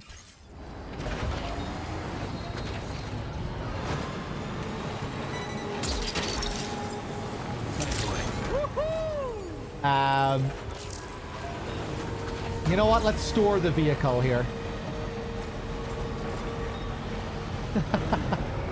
Back into the Magellan one more time. Back to the terminal one more time. Actually, the last time. Swear to God, this is the last time we're going to the terminal here. There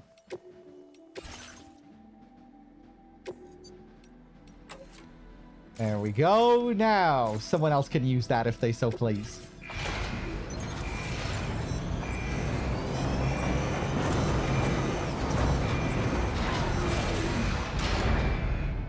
Maybe. I'm not sure how stuff shares with the Magellan, actually.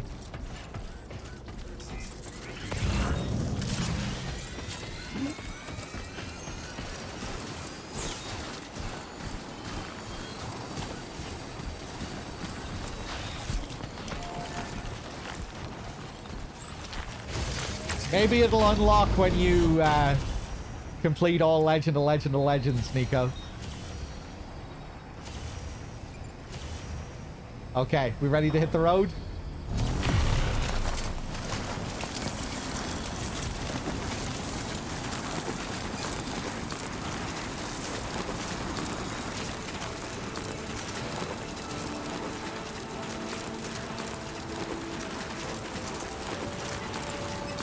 This is the southern section of the Central Highlands. Pockets of deep snow coupled with unpredictable weather means this can be a difficult area to traverse. If your aim is to scale the highest peak, it is recommended that you make your approach via the Austral Ridge. Oh, yeah? We're not going to have any invisible walls at the highest peak. The Mexico region is really bad for invisible walls. I wouldn't mind if they changed that for the director's cut as well, if they're releasing another version. It's kind of weird, like you have portions that are in the middle of the map that you can't reach. Certain mountains that you can't scale. And just kind of weird portions of the map that are out of bounds.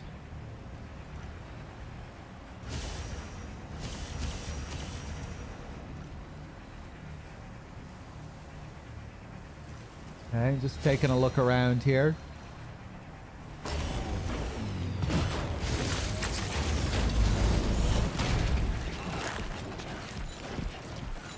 You know, like you'll see areas in Mexico where you'd want to plant a zip line, but you just won't be able to climb up.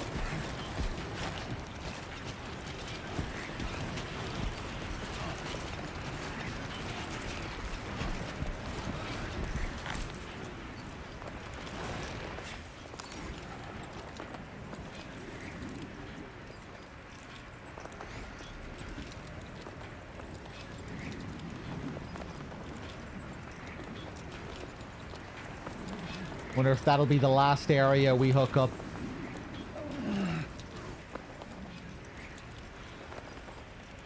Maybe not, actually. Maybe that's just a mine or something.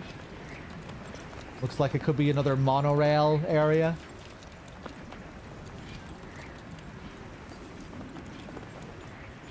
Okay.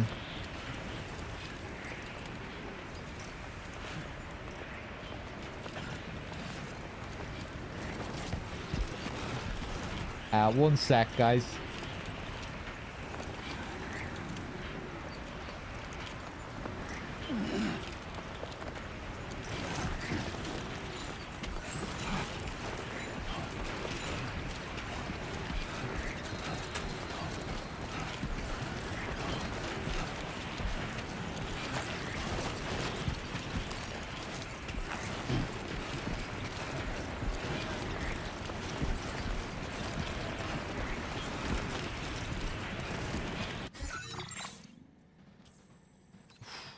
Christ.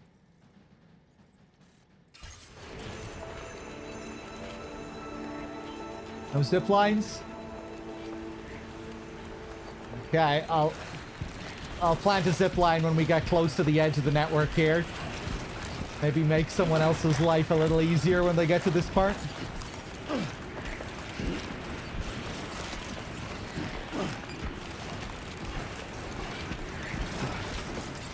Hey there, Night Tackle.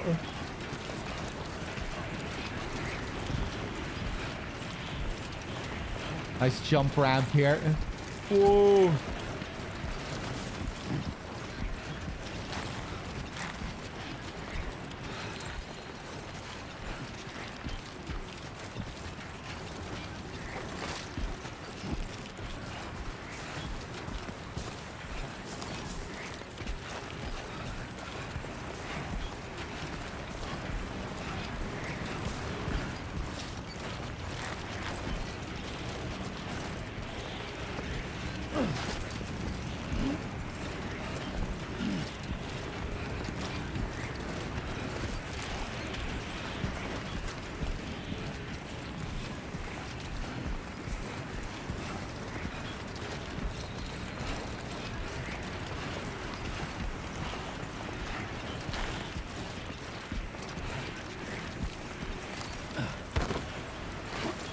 Up you go.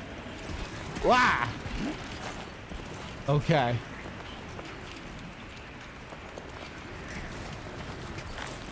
I want to get up to the top here to plant a zip line. Jesus Christ. Oh. Take it easy. Take it easy. We don't need a ladder for this. We can climb this.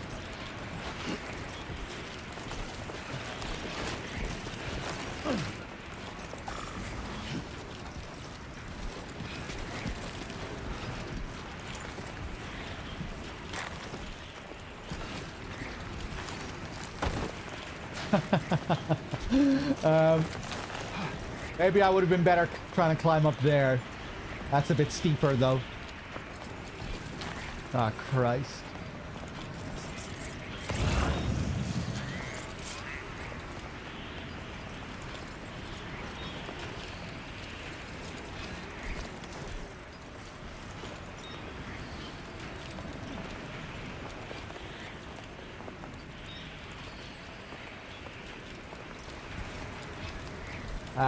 This might end in disaster. Nah, I can't even climb that. Okay, hold on.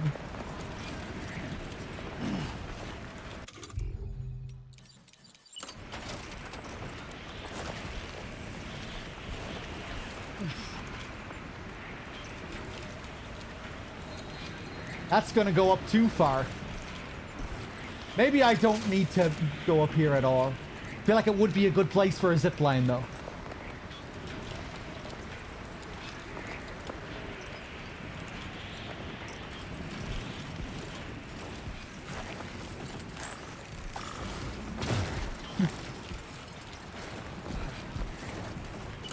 Let's say, what distance am I away from this zip line?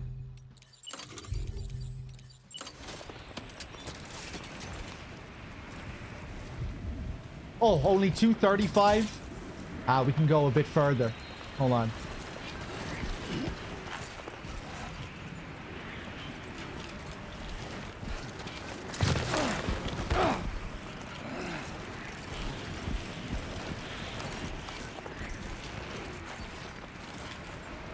Okay, hold on.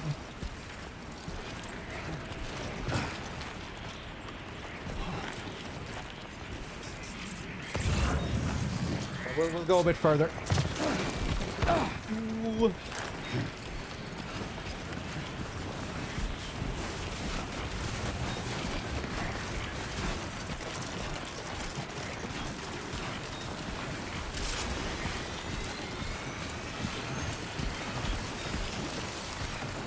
Maybe should have brought some spray.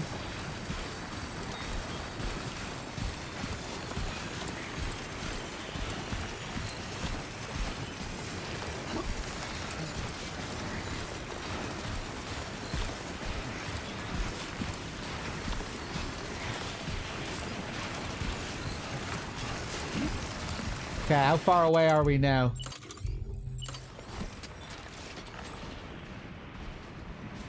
$280.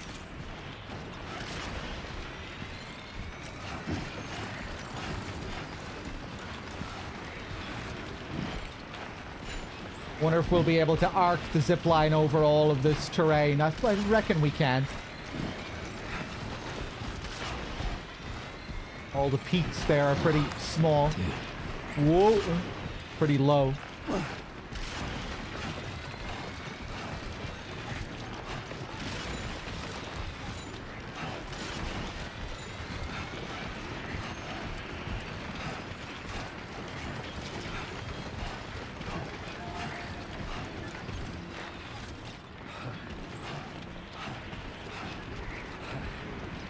Snow looks nice. Yeah, I bet it looks even nicer with HDR. Made a big difference in DS1 to the snow. Those deep whites.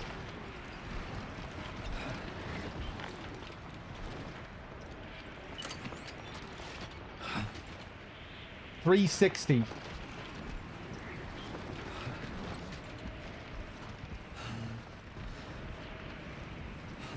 Yeah, we're not going to be able to upgrade this.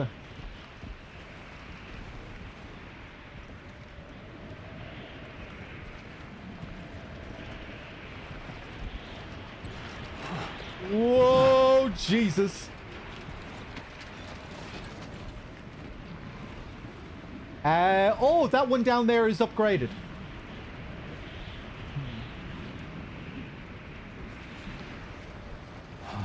Not the best spot here.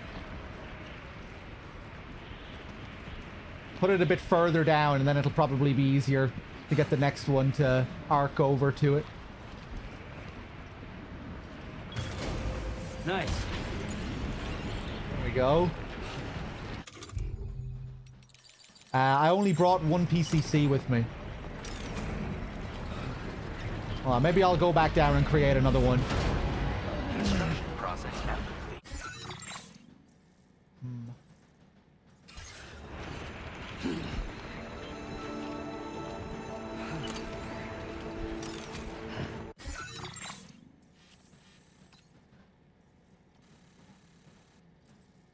Nah, we'll just head up here, and then when we have this guy hooked up to the network, I'll think about coming back and making another one.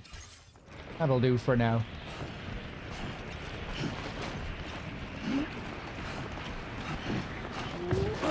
Jesus Christ.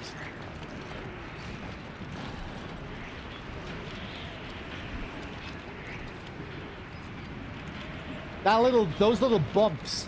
I wonder is the A-Pass enhancement and the tied up cargo making a difference there?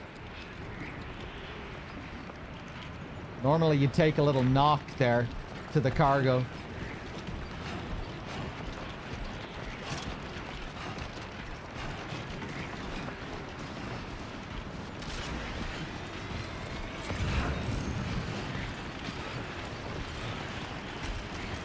God damn it. Let's put that behind us. Are you shaming me for my performance just now? We did fine. I didn't touch the cargo. It was looking a little bit dodgy. Whoa. What did that say? Enough already. One sec, guys.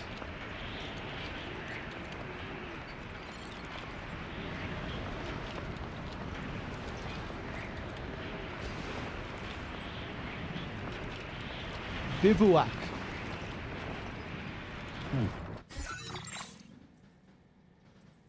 I'm not familiar with the term.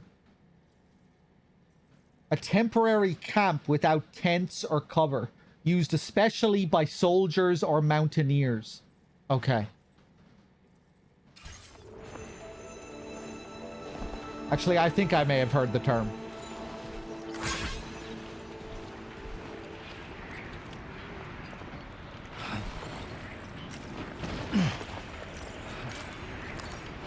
Use a quick breather. I second that. Oh, God. Oh!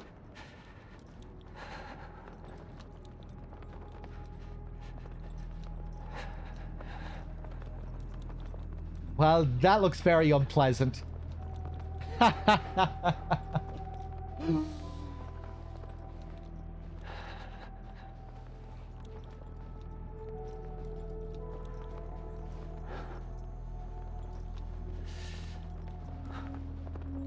Am I getting any stamina regen or anything here? Doesn't really look like it.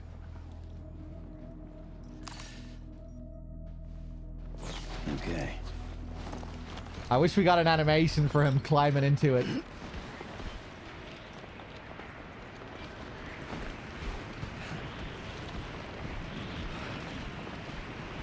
Is this a no stamina only option, I wonder? I have no idea.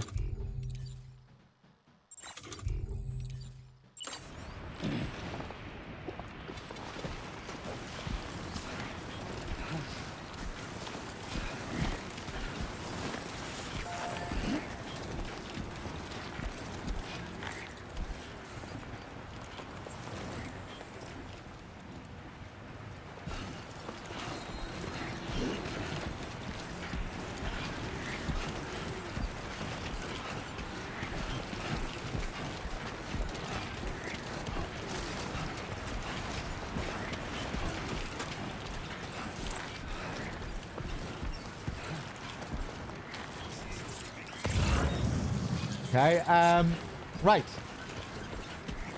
Where am I headed? Ooh. Man, I love the way the mountains look in this.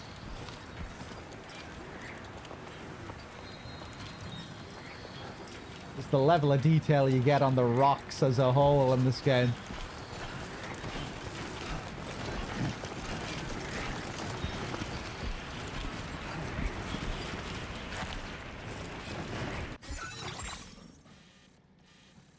Okay. Take a photo, maybe on my second playthrough.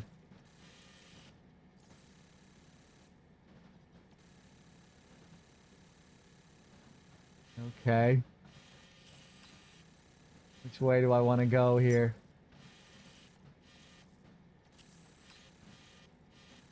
Pretty steep.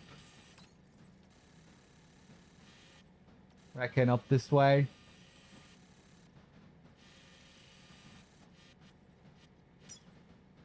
Commencing route creation. Delivery route final. Commencing route creation. Delivery route final. Commencing route creation. Delivery. That should do it.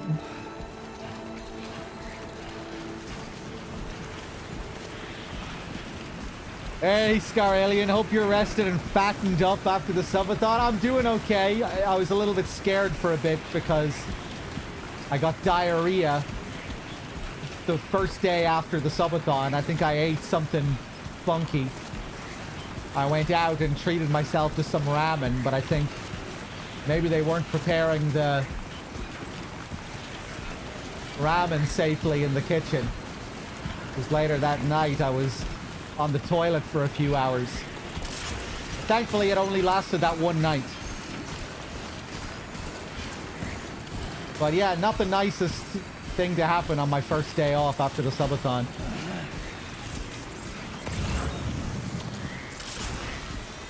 How quickly do you think you'll jump into your second playthrough, by the way? Ooh, I have no idea.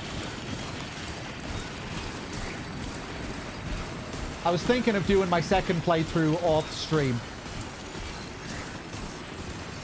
And just chilling with the game and by myself in my own time.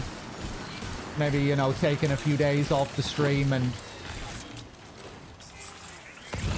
yeah, just chilling by myself.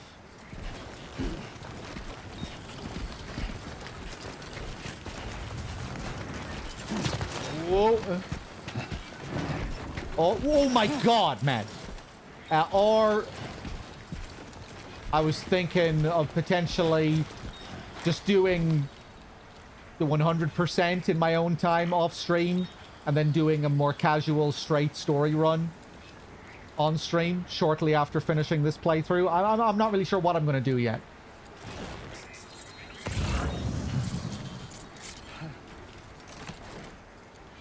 Okay there, Sam?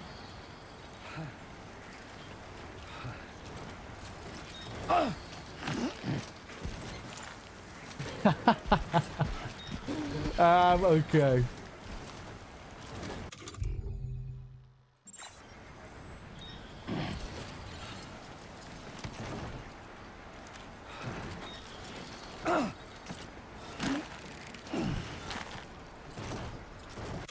Let's use a climbing anchor here. Don't really need to, but, you know, it might help someone else out. Oh, wait, no, we're outside the network now, aren't we?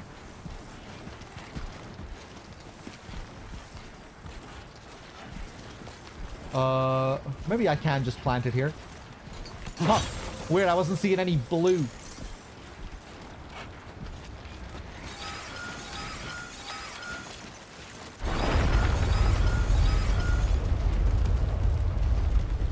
Sam, look out!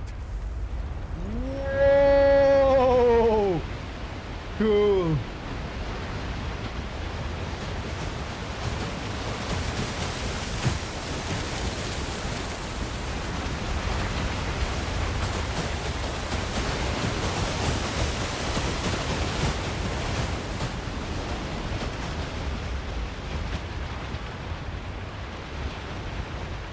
Alright, I'm just gonna chill here then.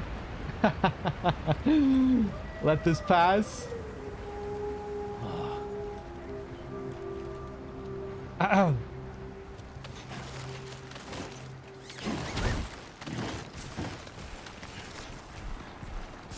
wonder what effect this will have on structures. Is that just going to completely wipe out a structure? There's still a structure down there that's alive.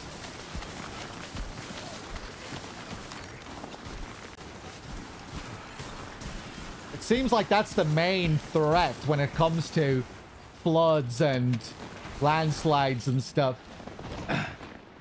Dealing with them yourself as an obstacle to get past isn't really much of a problem so far, at least.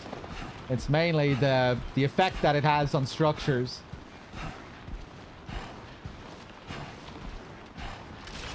Too close. Oh. Let's not make a habit of that, shall we? A habit of what?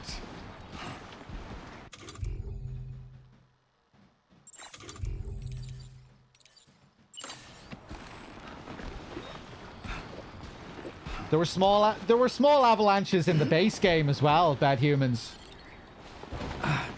I don't think the director's cut added anything in that regard. You know, like boulders falling down the mountains and stuff like that. That was in the base game. Whoa.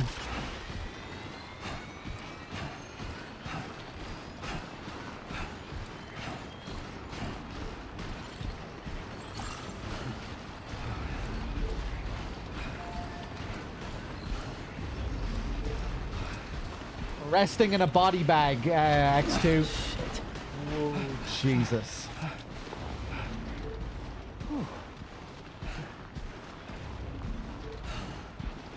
That stamina goes down fast here. But you're still pretty capable on low stamina. An empty stamina, although it might be worse here. I think it's mainly when you're climbing.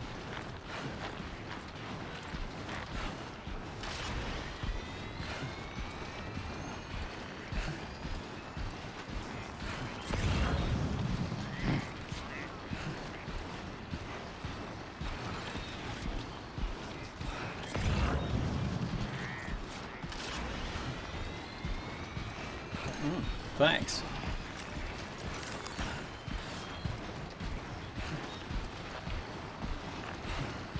Genesis, thank you for the 5. Dude. Oh, I meant to bring more boots. Oh, we're okay.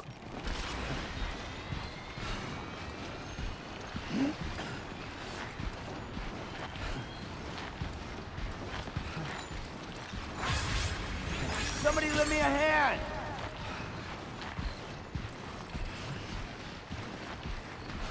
My name's Sam!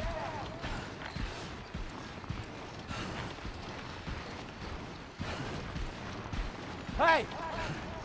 Anybody out there? Hey! Anybody out there?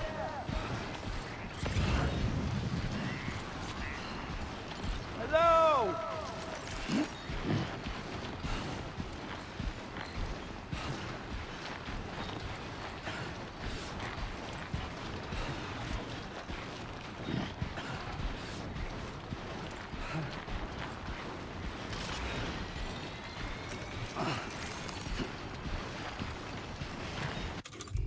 Take another one of these crypto buyouts.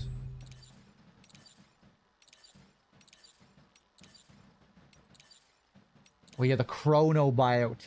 Temporarily slows one's perception of time when eaten.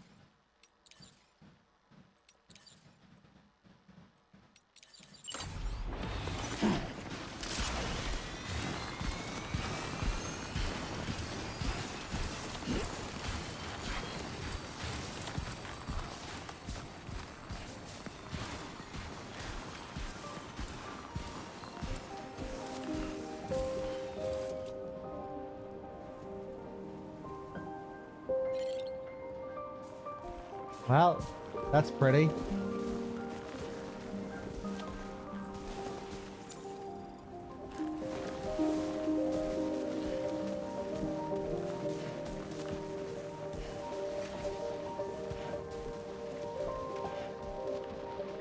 Oh my god, those boots. I decide to live along the road, my little forest home.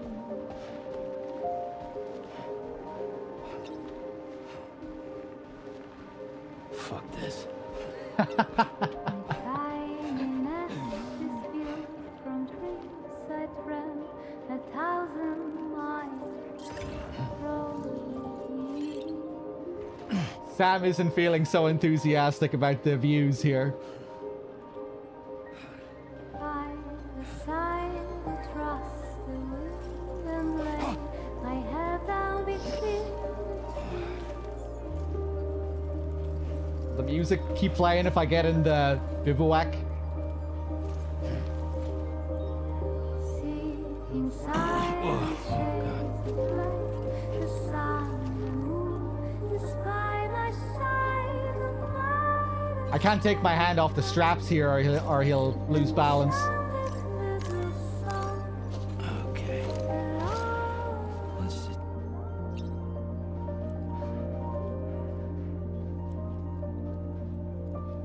I sing along, I sing along, I sing,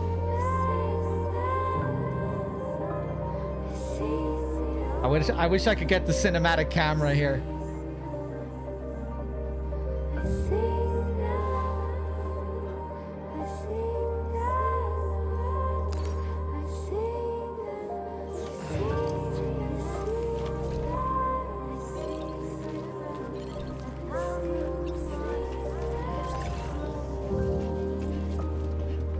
Ooh, wow. I sing along, I sing along, I sing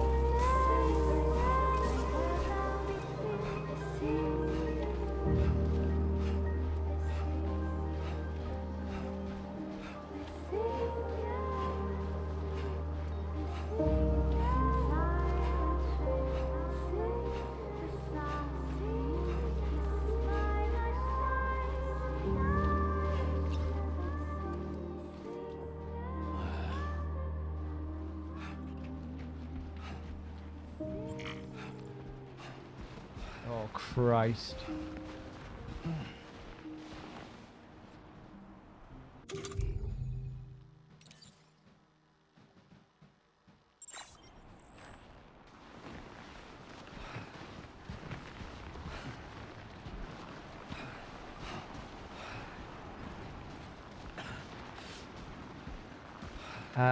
Any post boxes back here?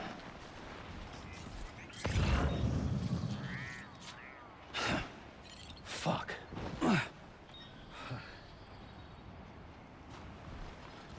Oh my god. Anytime I stop for a moment without my hands on the straps, he's collapsing. I have to stop him from falling. Which is probably the loss of my stamina here too. Oh Jesus. Okay, I guess we'll just try and force our way up the rest of the way with my broken footwear.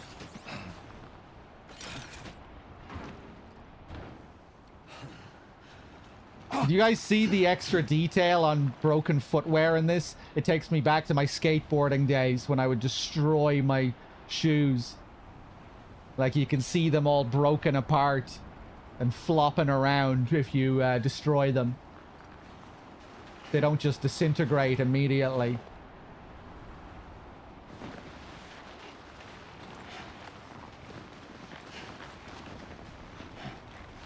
Okay.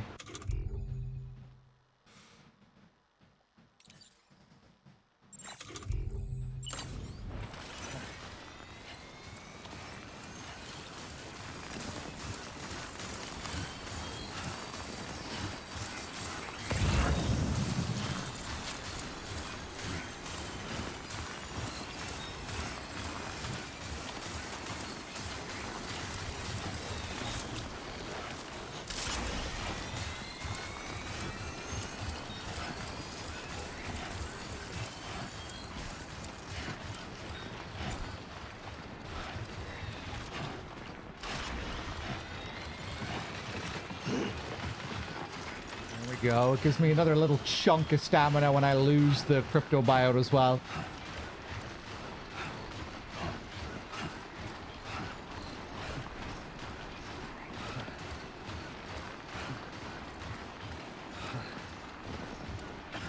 Your heels being bruised all the time, yeah. I don't remember having problems like that with my heels. But I do remember having to deal with a lot of bruises, taking a lot of falls, a lot of scraped legs and knees and elbows.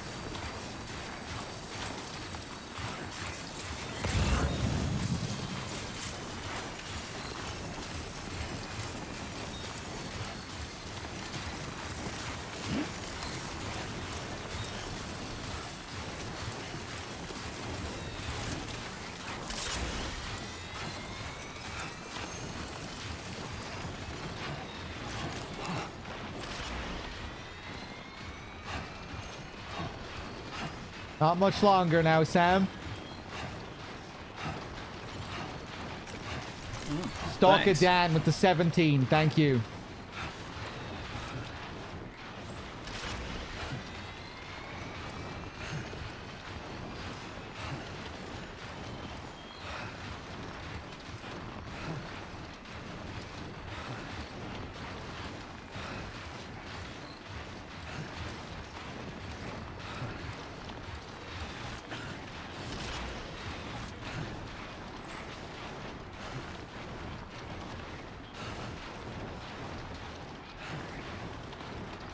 Hey, Stalker, long time no see. Hope all is doing well. Congrats on your recent subathon. Hey, thank you very much. Stalker, I feel like it hasn't been too long since I've seen you here. How long has it been?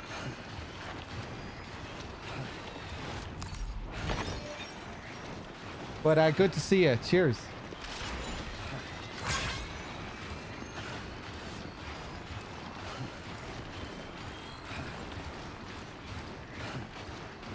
Mabus gave my Cairn 75 likes. I wonder, was that the Cairn that I just left?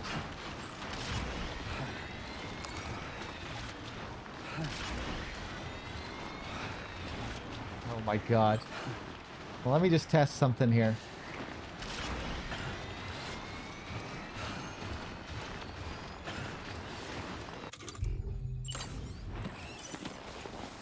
Bitter.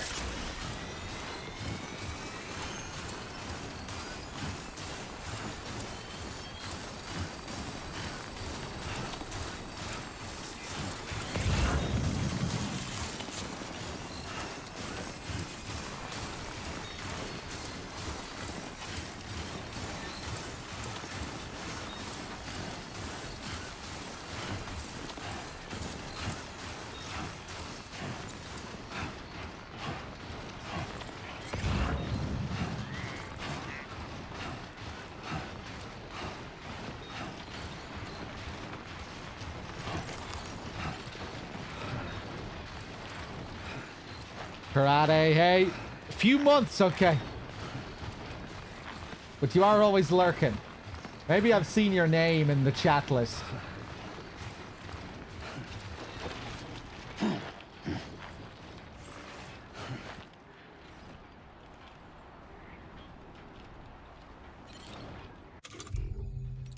Go for a double ladder. Oh, I have another anchor. Shit.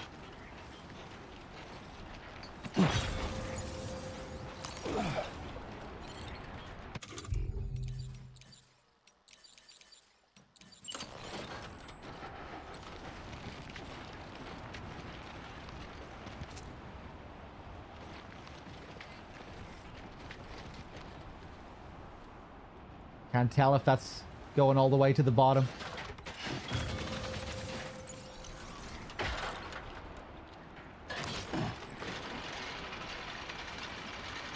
Oh god.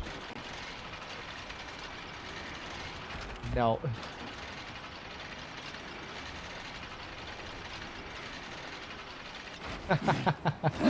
That might fuck with someone if I leave that there.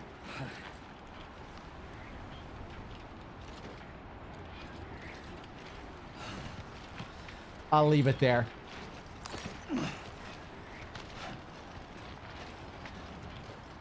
It's very rare that I open up the chat list.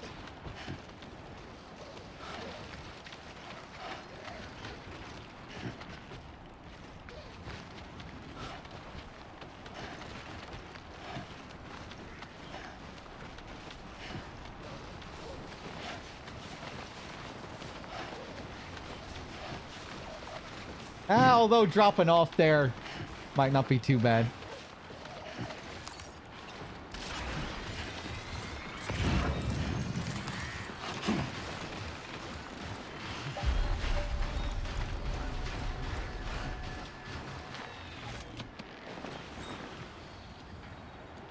What's going on there with my yellow health bar? It's like I'm slowly going unconscious. That usually appears when you're getting tranked, right? Low oxygen area.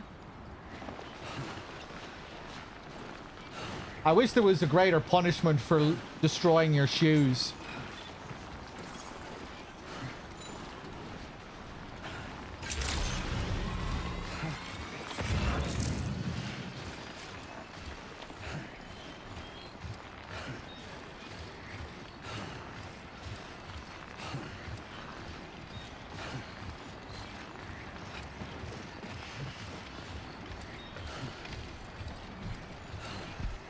You're still pretty capable. It'll just slow you down.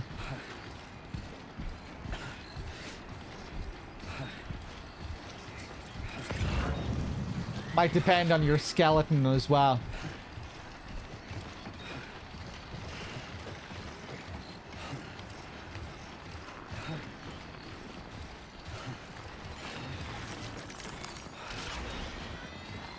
Yeah.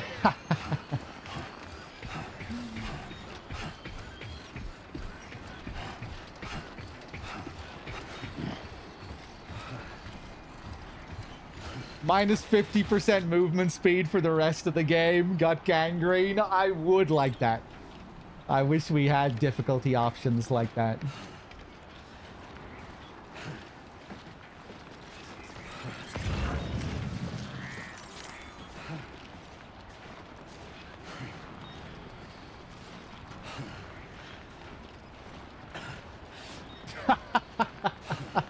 Oh, Sam, you poor thing.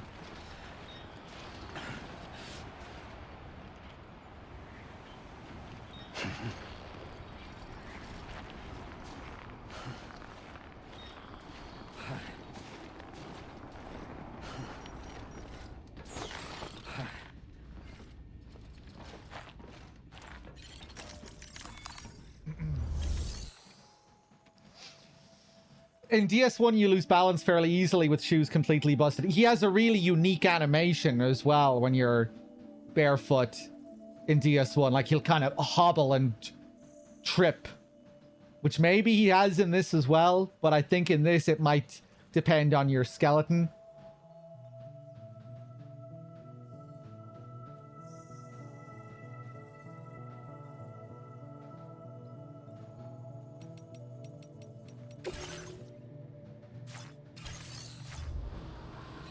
Hold on a second. Let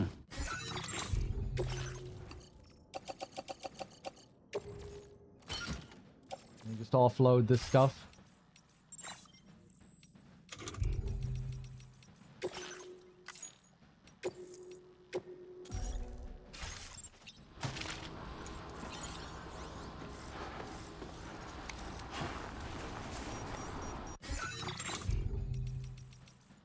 Although that might also depend on the surface you're walking on. You might only get the little trip thing on, like, rocky, stony terrain.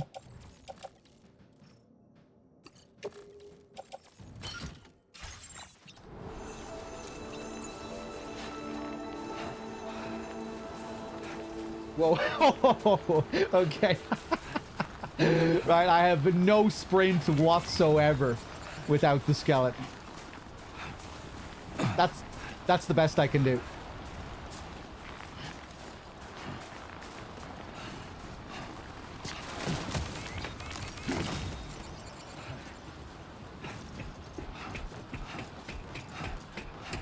Ooh, that's a weird looking animation.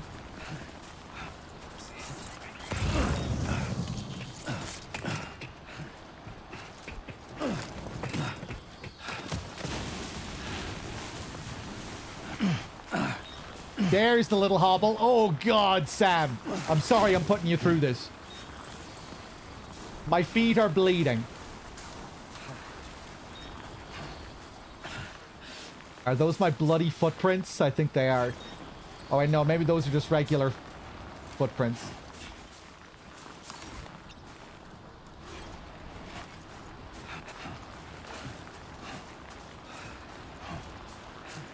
Restoring blood levels.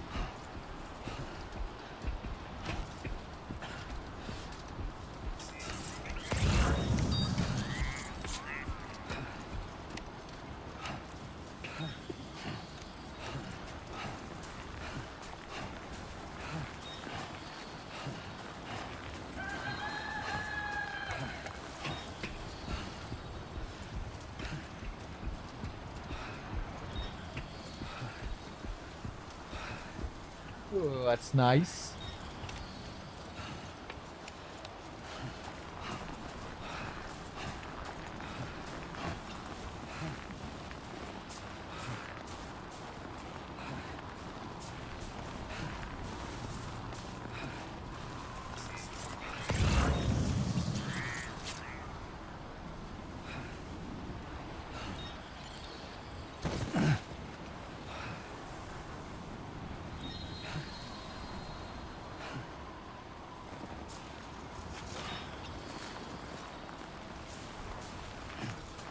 Okay, let's go complete this order.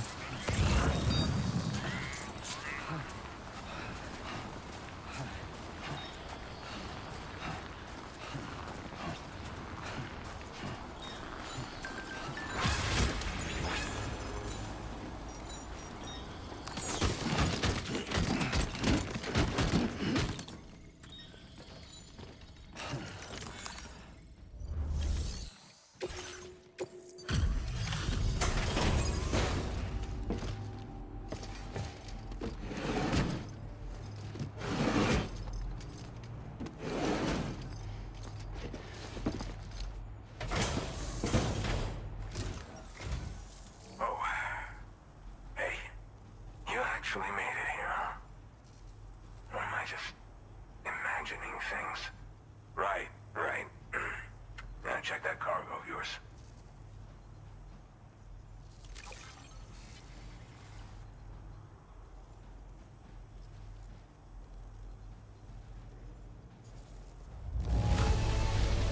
I have to say, very nice condition. You're pretty good at this porter stuff. You're pretty good. Truth be told, been waiting a long time for this moment. But I always knew you'd come my way. Ridge Frost. Go ahead and use your Cupid to get me online. Looks like we have another member of the BGC here.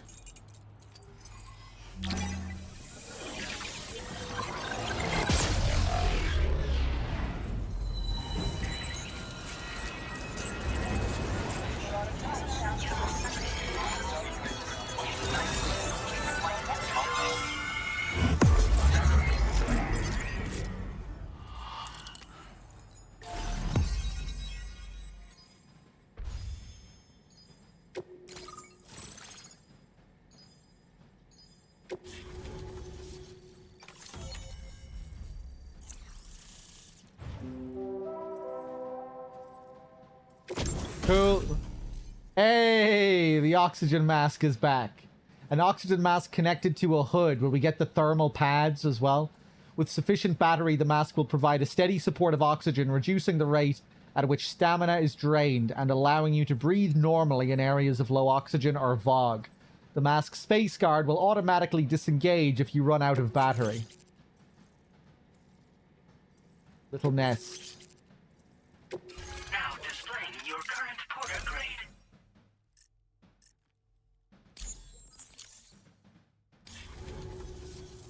All right. Connected to the network.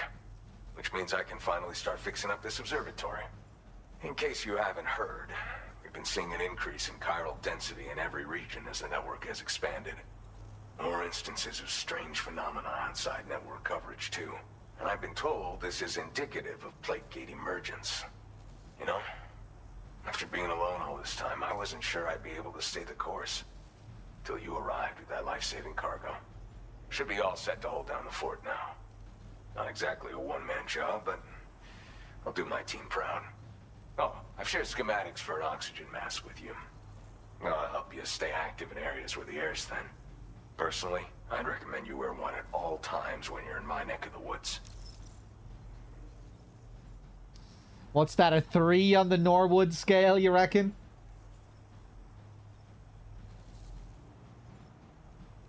What are you monitoring here? Tar current fluctuations and whatnot. Mostly in the eastern part of the continent and elevated regions. Going forward, I'll also be paying very close attention to signs of plate gate emergence. Unfortunately, the chiral cloud layer has been gradually descending ever since I got here. Everyone was suffering from exposure, and I'm the only one who stuck around. You're the first friendly face that I've seen in a minute. Area where the air's thin? High altitudes, on mountains, like this one, for example. And if you climb above the cloud layer, you've got even less oxygen to breathe. Saps your energy even if you're not doing anything strenuous. Over time, you'll cover less distance and be at increased risk of slipping and falling. It's a good idea to wear your oxygen mask to help you stay strong and sharp. Okay, I best head off. Mother Nature won't show you any mercy around these parts. The biting cold and steep slopes will slow you down, or stop your progress altogether. Now would be a good time to make sure that you're fully prepared for the journey ahead. By the way, the aeronautical engineer who lives northwest of here just posted a sub-order for you. Seems something at the Ghost Mech factory's got him all hot and bothered. Help him out and he might hook you up with some useful gear. Okay. In any case, The aeronautical engineer. I understand it's a lot to ask folks to make the trip on a regular basis. But that's why I'm hoping I can offer you stuff that'll be of use in hazardous conditions like these. Keep on keeping on, man. And thanks again for all your help. This is the President, Sam. Chiral network coverage has just passed the 75% milestone here in Australia. The next leg of your journey will take you to the southern part of the continent. Cool how that actually lines up with the analytics of my PlayStation here as well. Actually, it doesn't. Or maybe it'll change to 75 after this conversation. Really close, though. See, fucking the A-Pass system exists here, too, on your PlayStation. Categorizing and analyzing your every move. Hours played, percentage passed, trophy amount. Friends, percentage of current chapter completion. Once the remaining regions have been integrated into the network, the manifestation of a new plate gate is all but guaranteed. Marshal your strength to overcome the final hurdles and make this continent whole again. We're all counting on you. Sam, Rainy's not doing so great. It might be more of a mental than a physical issue, but I'm honestly not sure. Do you remember the doctor from the Motherhood? We think she should be able to help ease Rainy's anxieties. It was Tommen's idea. We already reached out, and she said we could come visit anytime. Since the Motherhood's within the Chiron network, we can use the Magellan to travel there. Once you've made it back to the ship, just head to your private room and settle in. You can use the trip to catch up on sleep. But if there's anything you need to take care of before we depart, now would be the time to do so. Okay. Sam. Whoa! I'm contacting you via a different protocol. This private mode affords me a direct connection to you alone. It seems Drawbridge has reason to suspect that APAC may have been involved in the production of ghost mechs. This possibility concerned me as well, so I conducted my own investigation and reaffirmed that APAC's underlying technologies are iterations of an older Bridges framework. What I'm getting at, Sam, is that the guilty party is not APAC, but Bridges. Which is to say, the UCA may also have some involvement with ghost mech production. This would perhaps explain why firearms and other weapons have become commonplace on the Australian continent. The UCA's precursor, the United States of America, had a prominent gun culture. Though Americans first took up arms to liberate themselves from British colonial rule, they retained the right to bear arms so that they might defend themselves against future government tyranny. APAC has no such designs, of course, but Higgs has used factories to obtain weapons in an attempt to subjugate the continent through violent action. And so, the people of Australia have, in response, been forced to take up arms in self-defense. A distinctly American philosophy, and one which would appear to have spread to this continent. The more we seek to unite the people with metaphorical ropes, the more essential sticks seem to become. This particular situation is one that I feared might come to pass, which is precisely why I determined that it must not be the UCA, but a civilian organization which takes the lead in expanding chiral infrastructure. But if the UCA is indeed somehow implicated in these events, it may dramatically alter the calculus. I realize it must be vexing not knowing what to believe, Sam. Should I learn more, I'll contact you at once. For my part, I have a favor to ask. I must insist you not disclose that we've been in direct contact. There's no telling who may be involved with what at this stage. Order completed. Well done. Okay. Well, I can't say I'm finding him to be a trustworthy source now all of a sudden.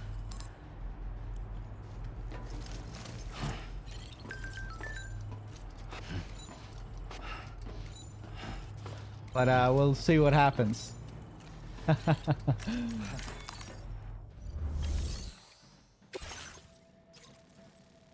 Deliver Ghost Mech factory cargo to the aeronautical engineer.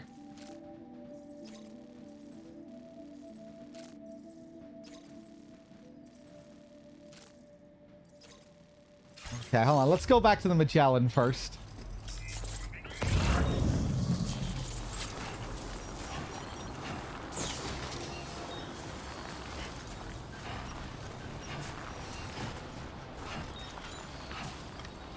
How about we get some shoes?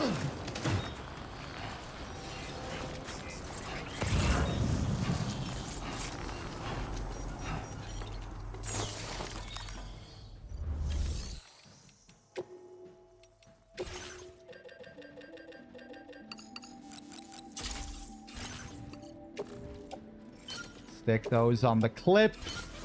Stick those on my feet. Get another one for the clip as well, I guess.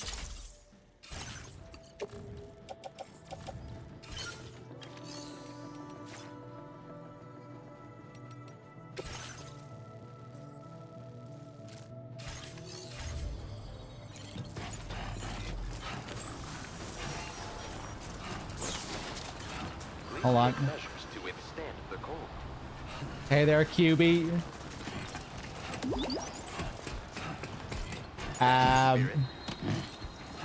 Oh, we can get the mask later. Okay, great. When I step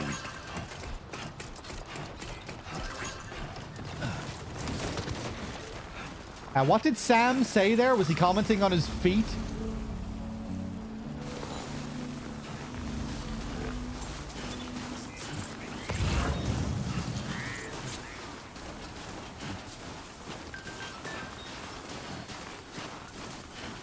It's you. I need a favor from you. A mask. It looks like the mask that Amelie and Higgs used in the first game. I was too out of it to realize who you were when you rescued me in the snowy mountains. But now I figured it out. You're the one who rescued me from the armed survivalist base and brought me to the Dowser's place, right? I can't believe you saved me twice. What a hero. Anyway. I need your help. There's some cargo addressed to me that I'd like you to fetch. I don't mind which cargo you bring me first. I'm going to need it all eventually. Bring it to me and I'll give you a super rare mask. I found it while exploring the snowy mountains, near where you found me, in fact. It looks like something completely out of this world. If you're interested, you know what you need to do. Okay.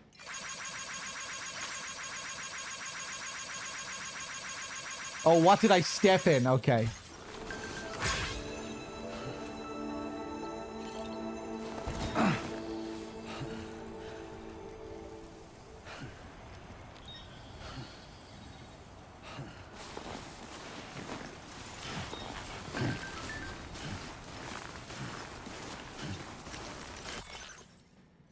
What's happening with the groundwater? I noticed that the groundwater on the other side of the ridge to the east is kind of warm. The tar currents are quite complex around there, so maybe that's causing the rise in temperature. I hope this isn't a bad omen. Does anyone have any idea what's going on here? And the chronobiologist chimes in here with a comment. There's a similar spot near my shelter. I think the tar currents are heating up the water. He's just telling me about another hot spring location here.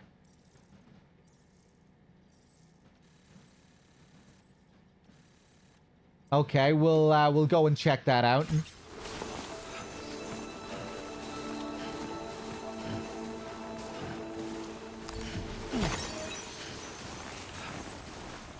Okay, so the supply of weapons are not coming from APAC directly. They're coming from the UCA. Apparently.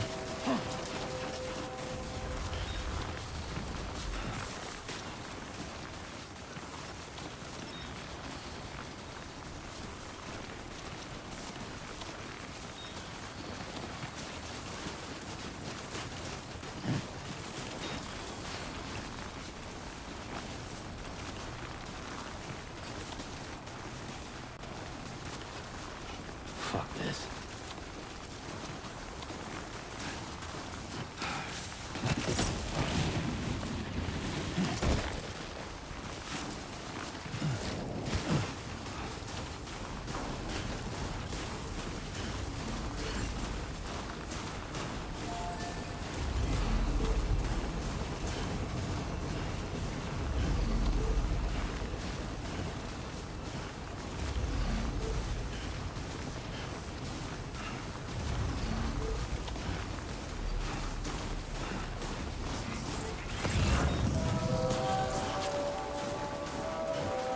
Does that snowy path stay, or does it cover up at some point? I would imagine it'll cover up when we rest. And probably when we go a certain distance away. But it'll probably be like DS1 in that if multiple players travel on the same path, it'll create a worn path for you to tread, where you'll be able to run faster. Nobody knows.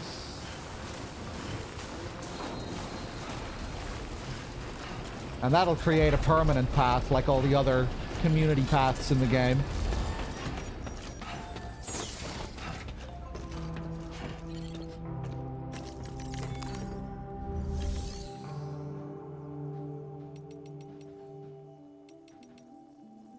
Okay, Christ, let's go rest.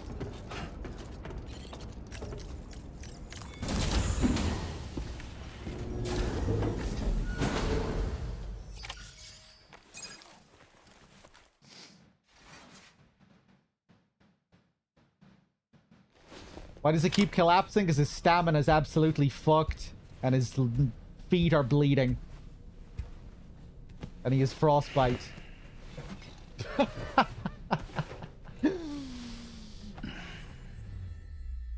Straight to bed. Oh.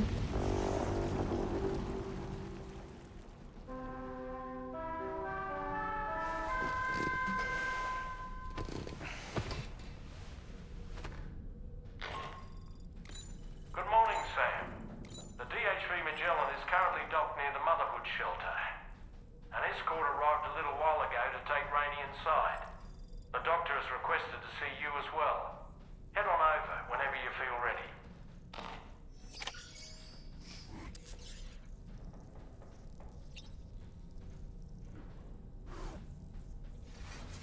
No nail scene in this game. I thought maybe with the bleeding feet I'd get a scene here.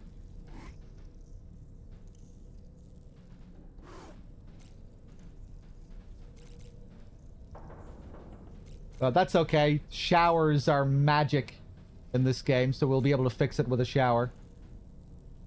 I think.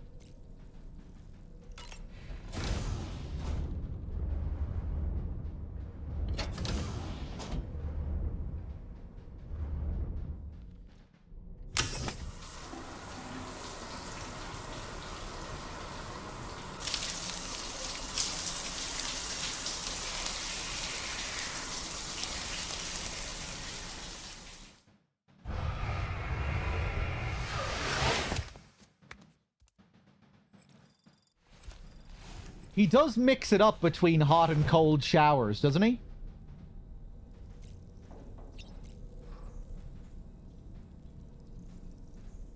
As good as new.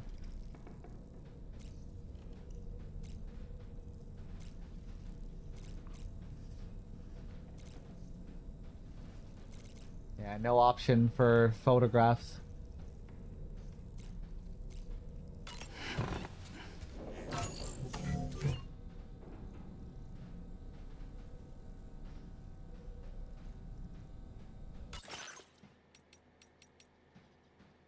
Dead man's glasses. They appeared in his room without Sam noticing.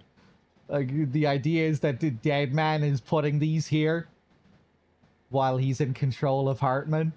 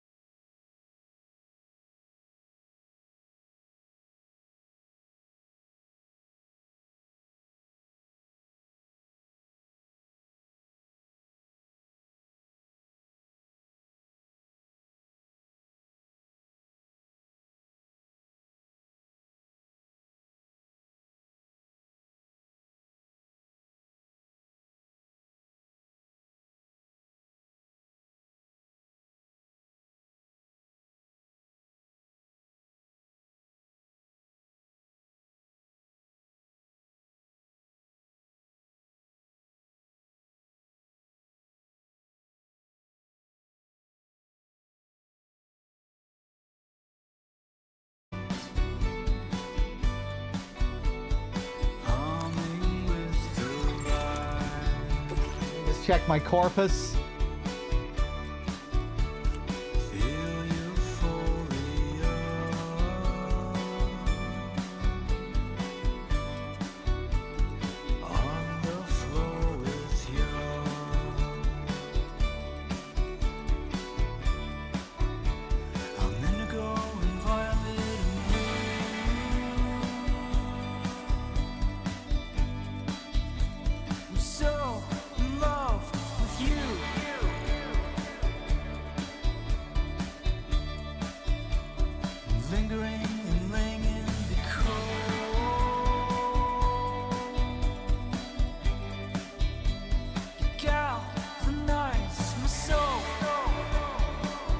Thinking about this whole thing with the still baby syndrome again. I was reading through some of these entries again off stream. Phenomenon in which fetuses stop growing at 7 months. No still baby removed by cesarean section has survived the procedure. And there's currently no treatment for the syndrome.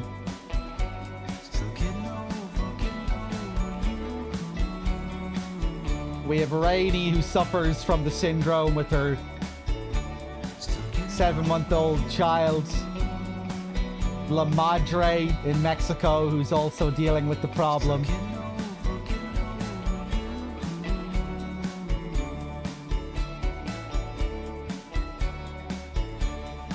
And I'm also thinking about how this is going to tie in with Lucy. 28 weeks would be the start of the 7th month, right? Lucy being killed 28 weeks pregnant.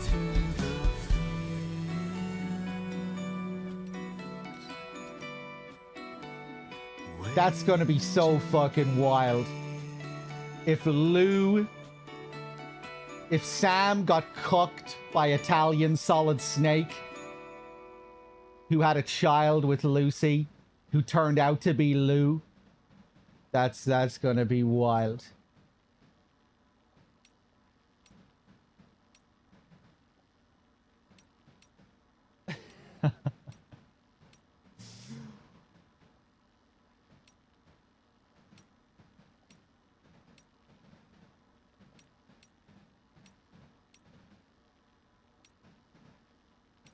But I reckon there's more to it.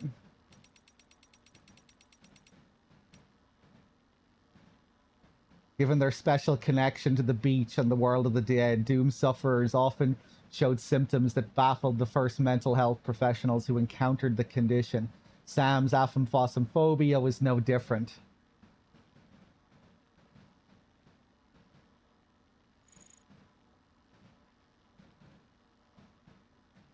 Lucy was a counselor who specialized in dooms and saw numerous sufferers of the condition in the course of her work, including Neil Vanna. Another patient, I guess that would mirror Sam in a way as well. Another patient, another doom sufferer, who she then got into a relationship with. But who knows what happened there with Neil and Lucy. We'll find out. After Sam and Lucy began seeing each other, his aphophosphobia was cured. And then it re-emerged after he lost Lucy and his child. It came back. They built a happy life together until a void out 11 years ago killed Lucy, who was 7 months old. Who was 7 months pregnant at the time.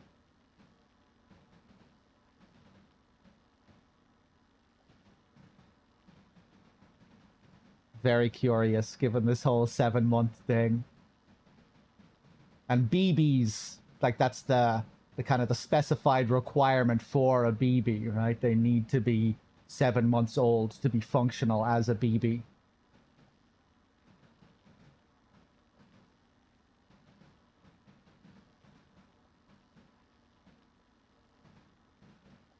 Upon Lucy's death, Sam's aphophosphobia symptoms re-emerged. He left Bridges and worked as a freelance porter for 10 years before Bridget asked him to return.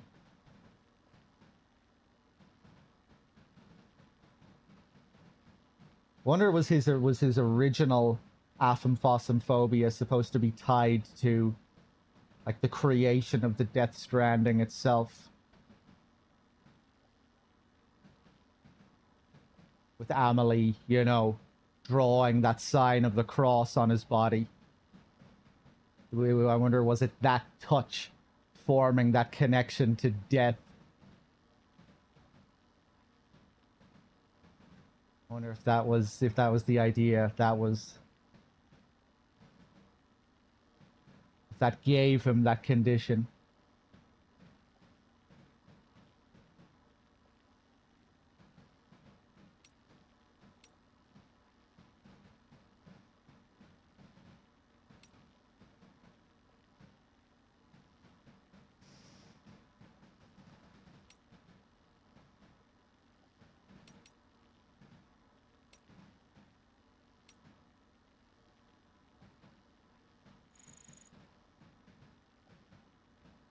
This thing as well is interesting. I didn't have the luxury of being able to consider the future. I could only think about surviving in the here and now, but that all changed when I became pregnant.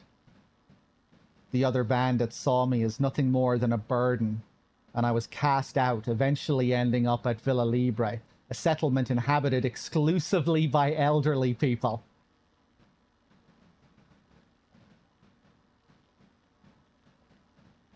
My new companion's wisdom and experience became the raw materials from which I could build our future. They taught me that today is connected to the past and forms a bridge to the future. And so I resolved to live for the sake of my child, but my baby still has not been born despite reaching term. Will our tomorrow ever come?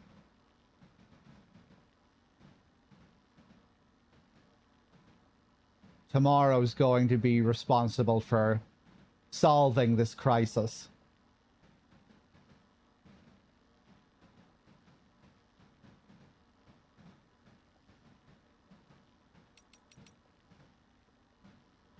She'll be the one to heal the still baby syndrome.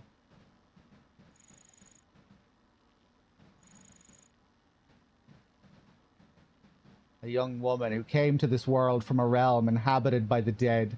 Sam found tomorrow encased in a chrysalis.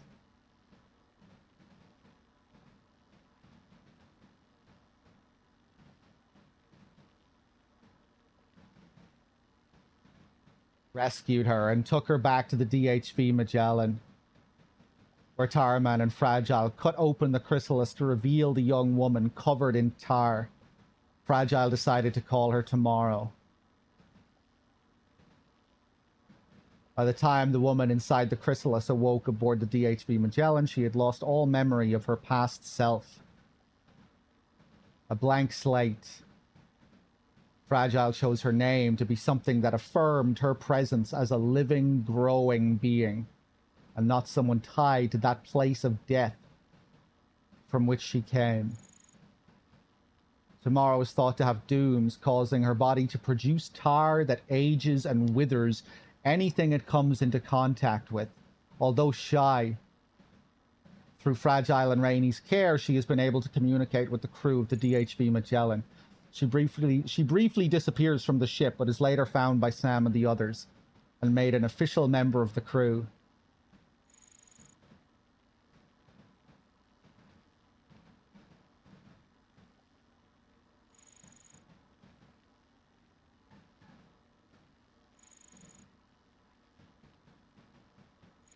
Tomorrow, who has the ability to rapidly age. Rainey, who has the power to do the opposite, reverse time. The whole thing about the tar itself aging what she touches, and her being kind of composed of the tar, her body being able to produce tar.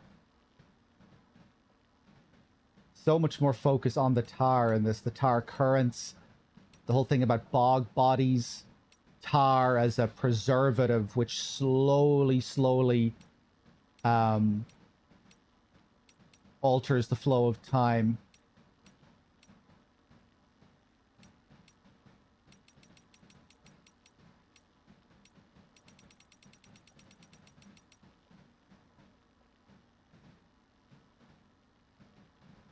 The tar falls as well that take us into this other world.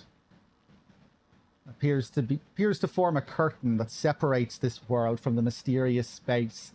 Sam must enter the tar to cross over a curtain. Makes me think of the Black Lodge in Twin Peaks. Serving as a border. You know, the red curtain serving as that border into the Black Lodge.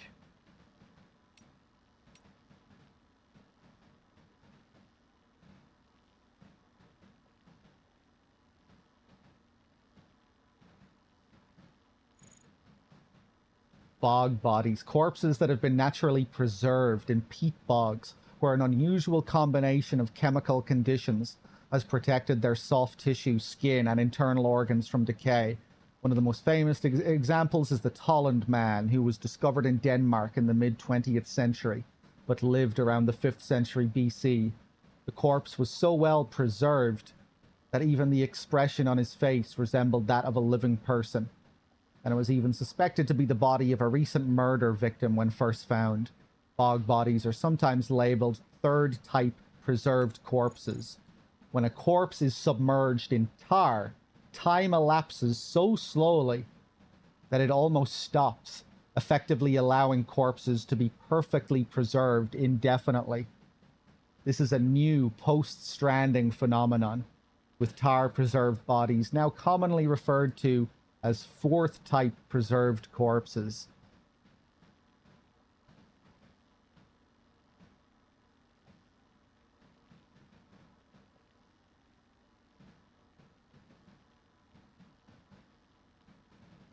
This tar, which kind of flows in from the world of the dead.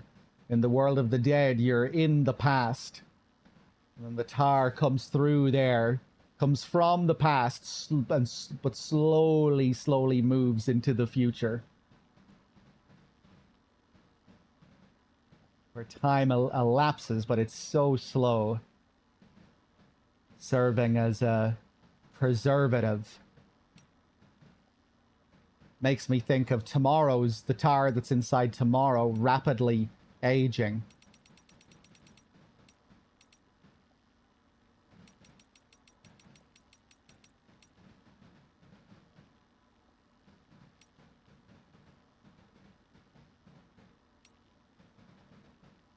So I guess there's something different about that tar. It's like the opposite. Have I ever gone peat digging? Oh, I think I might have. Like once when I was a kid. With my uncle or something. How about you?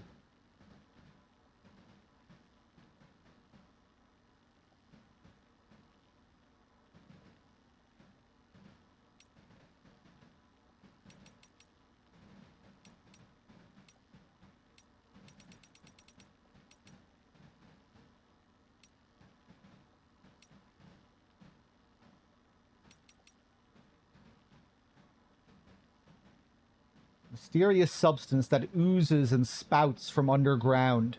It's known as tar because it is black and viscous, but it is not the same as the common tar of the pre-Stranding world. In the UCA, tar ate away and nearly submerged Mountain Knot City. Elsewhere, the crater lake near South Knot City is full of the substance, and an enormous tar-covered area known as the Tar Belt stretches out to the east of Edge Knot City. Tar often erupts from underground when BTs appear and has been known to bring buildings and landscapes from the past along with it. Yeah, so the tar allows the world of the dead to move through into our world.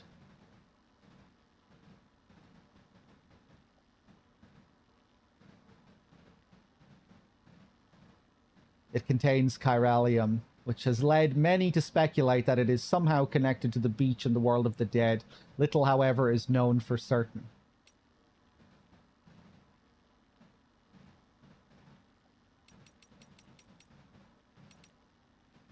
The tar currents as well. Let me just take a look at this as well. The ebbs and flows in the layer of tar between the Earth's crust and upper mantle. tar occasionally seeps into the crust itself and flows very close to the surface in some places. When the tar first appeared after the Death Stranding, it didn't flow at all. But as the dead became stranded in the world of the living, an imbalance formed between them. One theory posits that this led to the creation of a tidal force that caused the tar to flow. The fact tar first appeared when the Death Stranding struck, and that time appears to progress differently within it, suggests that tar comes from the beach. No one, however, has been able to confirm this. The DHV Magellan uses tar currents to quickly travel great distances without having to surface above ground. I love that scene where we first get introduced to the Magellan, and we're all colored in blue, like those scenes on the beach in the first game. Really looking like a crew of ghosts moving through the world of the dead. Slowly moving through the tar, where time is barely flowing.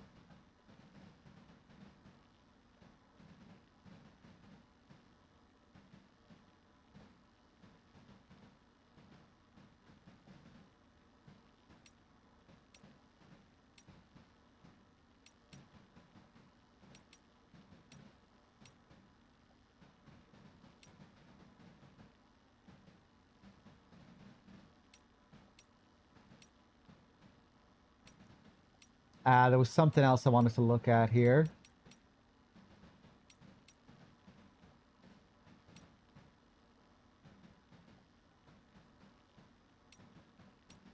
Hey, Toasty.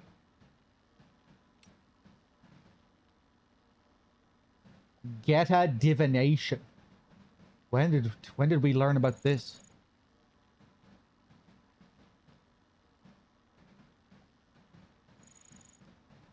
A form of fortune-telling that has been practiced in Japan since ancient times. While it traditionally involves kicking a geta sandal off one's foot and into the air, it can be performed using any type of footwear. Oh, it was the game that they were playing. Right, out in the corridor, I remember. If your footwear lands sole down, the day ahead will be sunny. If it lands sole up, it'll be rainy. If it lands on its side, expect clouds. In the pre-Stranding world, there were a number of interesting Japanese customs involving shoes. Travelers approaching a mountain pass or steep hill would throw their sandals into the branches of a nearby tree and replace them with a new pair, believing this would ensure their safe passage. The idea was that such places represented a boundary between the ordinary and the divine, and that new sandals were required to enter such consecrated ground. This practice was known as kutsukake, and the word survives in several place names to this day. Ashita tenki ni nare, let the sun shine tomorrow. The phrase uttered when divining the weather can be considered a kind of prayer, a plea for tomorrow to be a fine day, and for Drawbridge's mission to be a success. Is that the same phrase that they use in Boktai?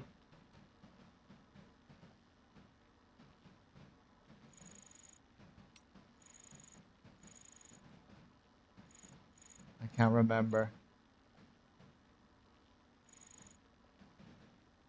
You know, there's that phrase in Boktai that comes back again and again. Let the sun shine or something. Let the sun shine brightly.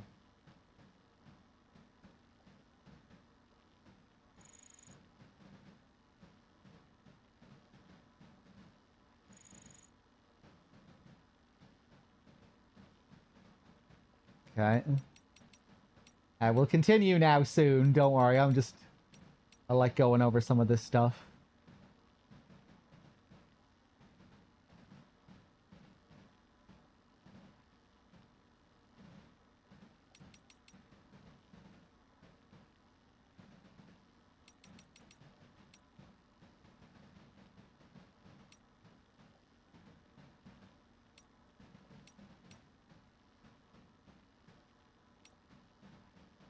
Bum, ba-dum, ba-dum, ba-da-da-da-da-da.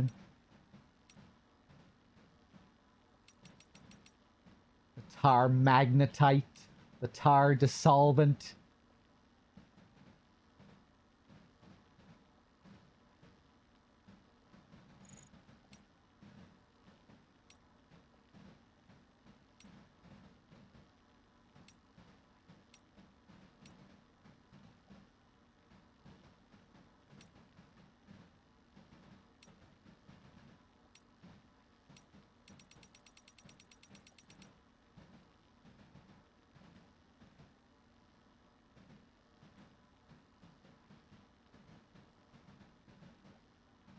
Oh yeah, I was watching some of those scenes with Neil again. I wasn't paying attention during that moment, during his first scene where he breaks out of the handcuffs. Very Solid Snake, MGS2. It's kind of a recurring thing in both scenes where he goes from being a prisoner to a commander. Where initially he's tied up, he breaks out of his chains, and then he assumes the role of a commander.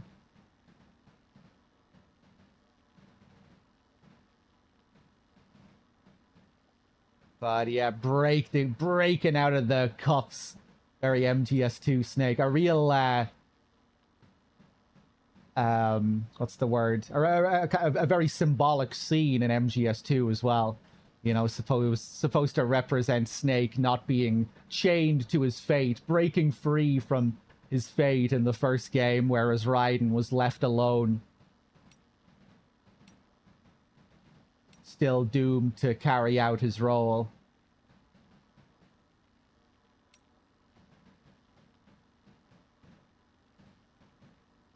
You know, it's supposed to sort of highlight that difference between Snake and Raiden.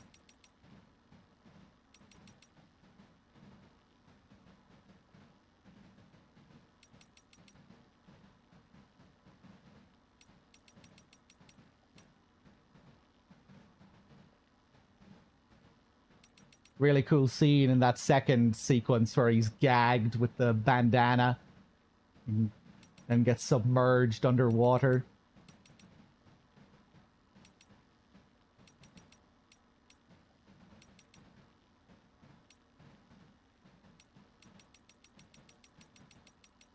Sacrificial BBs.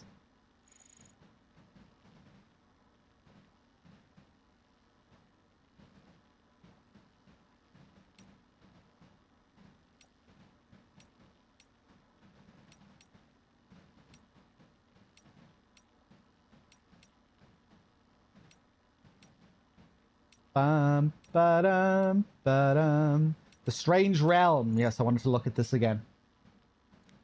On his mission to cross North America and establish the UCA, Sam repeatedly found himself transported to a mysterious space beyond the borders of this world. Time passes differently, moving hours for every... Time passed differently, moving hours for every moment in our world.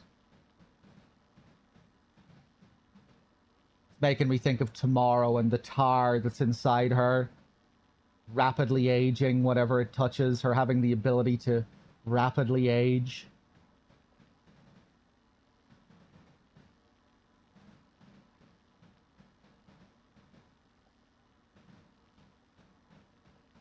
Being born again out here without any memory of her past, with this ability to age, to bring about the future, to bring about tomorrow. I guess that'll tie into the effect that she has on these still babies. I wonder if that's if they'll just be using the tar. Using her tar to assist with the birth. The mysterious space that Sam has encountered on his current mission is all too similar, and yet Dollman says it is not a battlefield. What this might mean in practice remains unclear. Nirvana is a Buddhist concept. It refers to the enlightened state of freedom and joy achieved by those who break free of the cycle of birth and rebirth, known as samsara. The space in which Sam has found himself, however, appears to be something very different.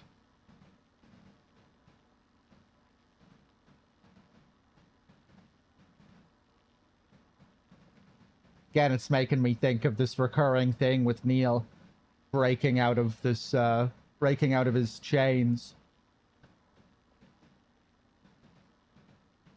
This duality of him as a prisoner and a leader.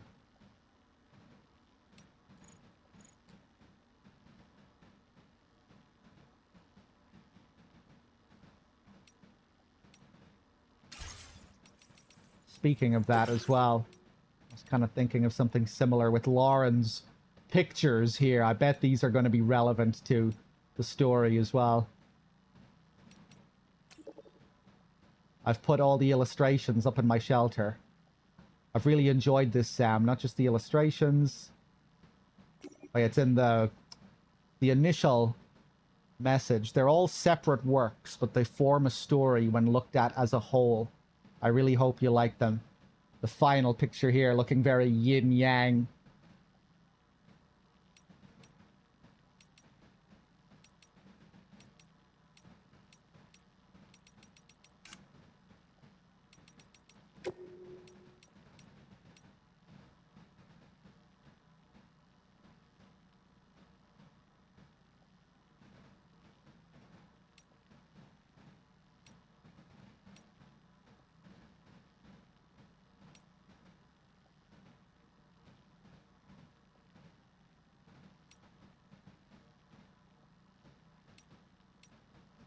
We're seeing two sides of the same girl here, two sides of the same woman.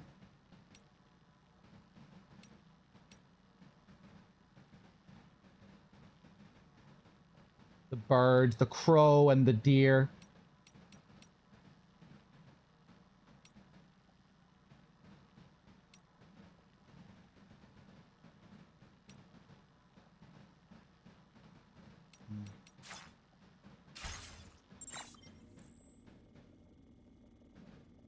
Okay, I think I'm satisfied with this for now. I think we can move on. Unless I can find something else I want to look at.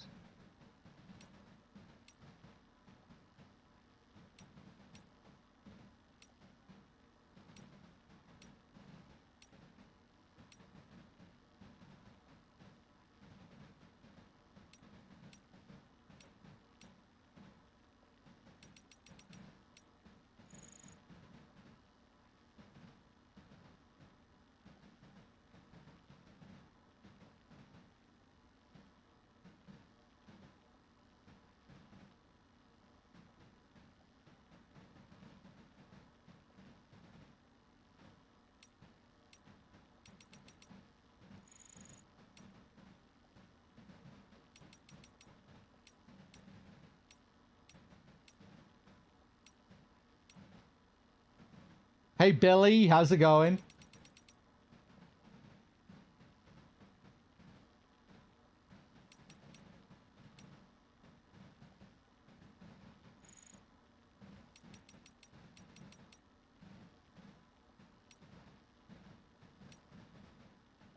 Okay. I think I'm ready.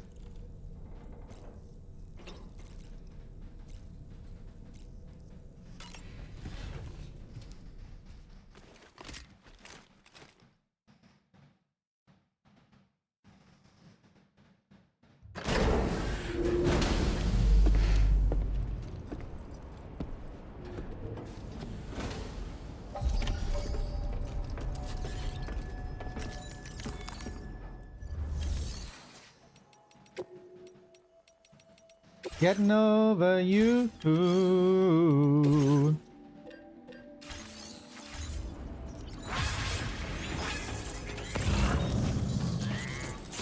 Snow. Huh. Huh. Okay.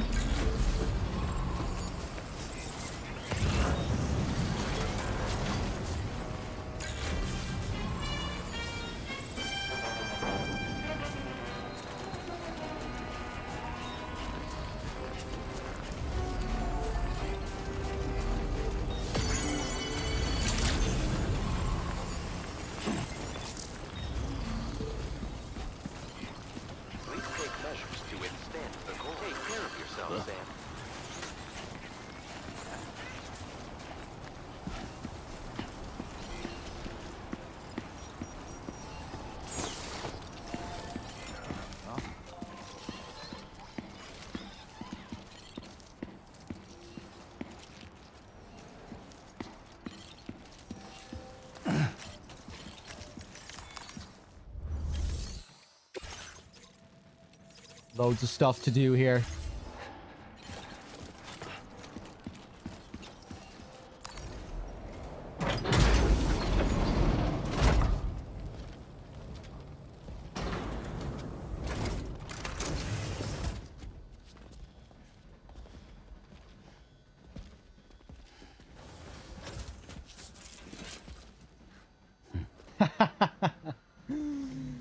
Close your eyes. Hey, you fucking invited me here. It's okay. You can trust me.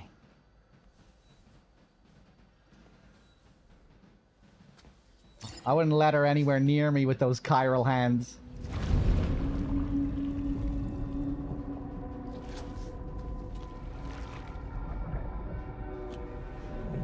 Inside a pod? It's a healthy baby girl.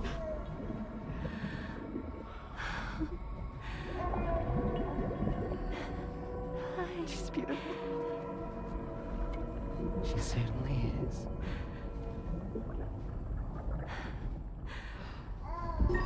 Maybe she just quickly put it in a pod. Someone needs to go home.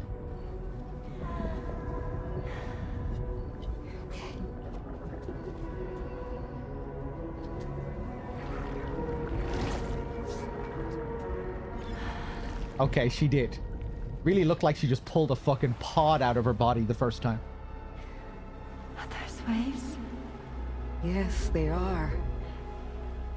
Your womb is connected to a beach. Now, open your eyes.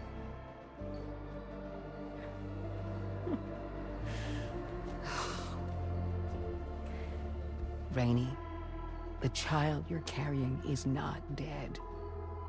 It's just that time has stopped in your womb. Your daughter and her mother are in perfect health. But there's still no treatment, is there?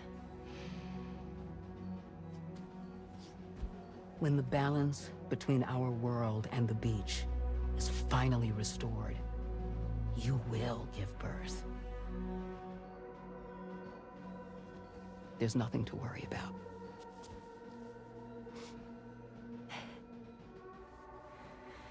The world is stagnating. The tar has upset the balance. The tar currents. All in due time. There's too much tar. Have faith that you and your child will be fine. Time slowly moves. Thank you. You're welcome. What about you? Someday I'll have a son, but until then I get to see him once a month. It'll all work out. Yeah. For all of us. Sorry, but would it be all right if I took another look at your pod? I guess that's the idea that the I'm not sure if they've said that, but I wonder, is the baby like slowly growing, but it's at such a slow rate that it's barely even noticeable, kind of like the tar itself. Give me 1 second. Okay, I'll head back first.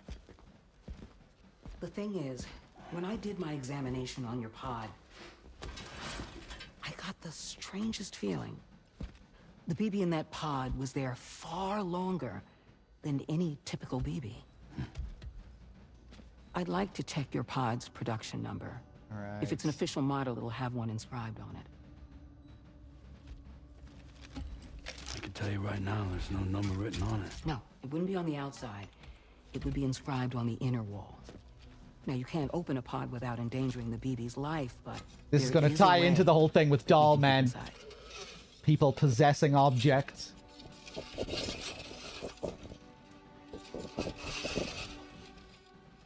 Dead man. Except that was a bit different. See? Right there. See, a pod's production number is a record of when the occupant was transferred from the still mother's womb. Sort of like a BB's date of birth. Impossible. 11 years ago. The very same day as the void happened. Ah, Jesus. Lou's date of birth was 11 years ago. And not just that. The serial number is BB00. which would make Lou one of the first test subjects. Yeah, that would appear to be the case, yes. If we scour the archives for any mention of BB-00, there's a chance we might learn more about Lou's past. You really should try and put this behind you. And digging up the past won't help. I think it's time we return to the DHV Magellan. Well, you're not helping me out much with that, Doctor. You're the one who called me in here to tell me about the pod. You're just going to make me even more curious. Giving me all this information, then tell me I should stop caring. You know, Sam... You really care about it too, it would seem like. As you've come so very far, you should take a moment to see to any unfinished business before you commit to new operations. Oh yeah? Point of no return, end of the story? We about to lock into the last few hours of the game?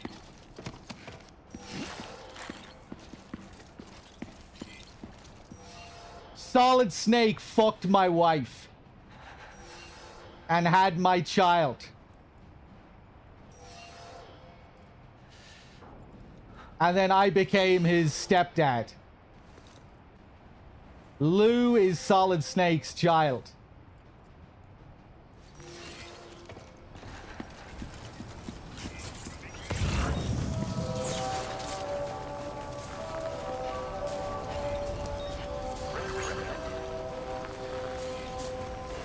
Hydration recommended.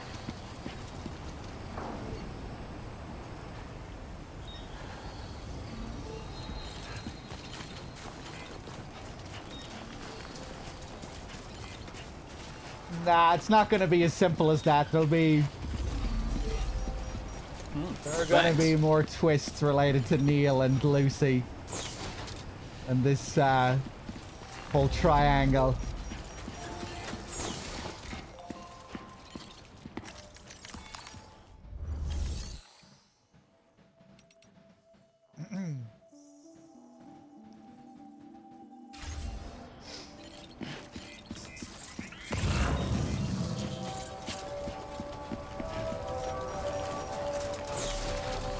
Take care of yourself, Saint. Cold levels tolerably tolerable. I'm not looking at chat at the moment, by the way, just in case I see people spoil shit.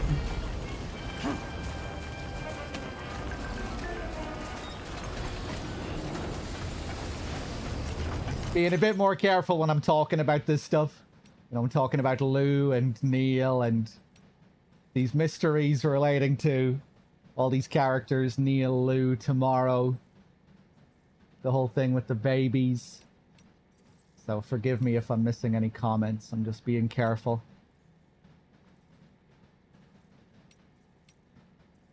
Oh, here we go. Someone called Charlie has logged a score in the VR Training's Porter Mastery Program.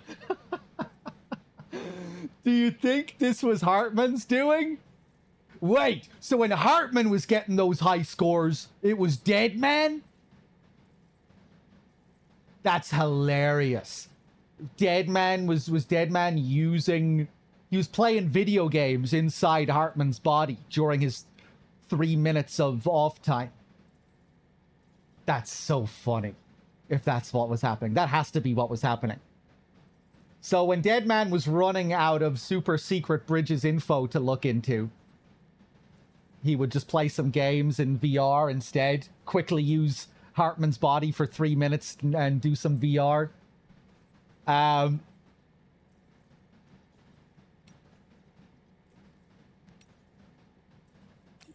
Apologies for causing concern. This is probably a bug in the system. I mean, it's not like Charlie's able to put on a headset and do some VR training.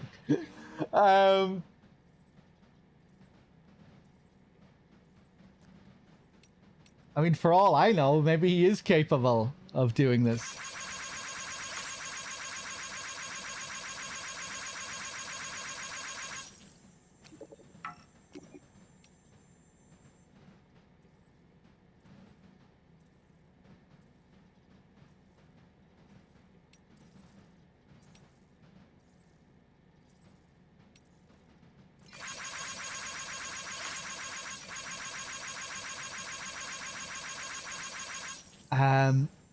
Right. So, really? You're telling me I better just go and wrap up what I want to do before pressing forward?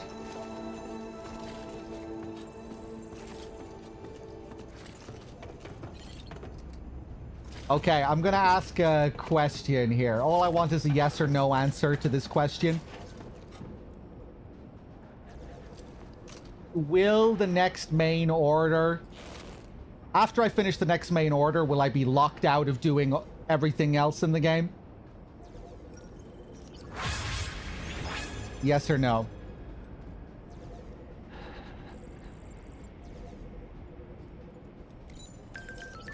Feels good. No?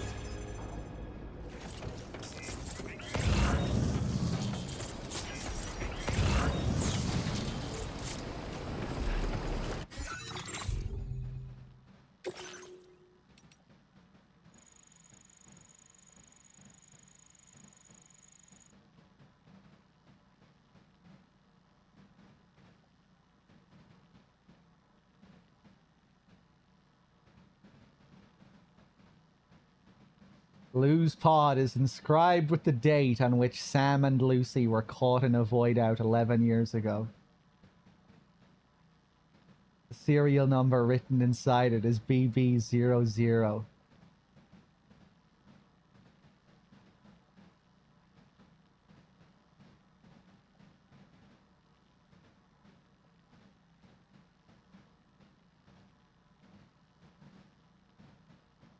Most of the documentation from the BB experiments was disposed of by Bridges researchers at the time, or is no longer possible to view. However, it seems reasonable to surmise that 00 would be the number given to one of the first subjects of the experiments.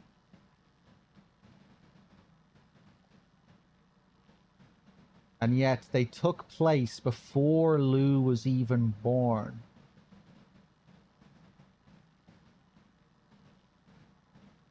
The number must mean something.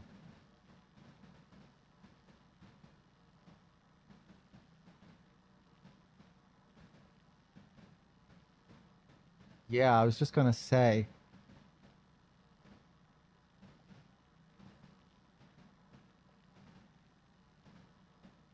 Those first experiments would have been way before.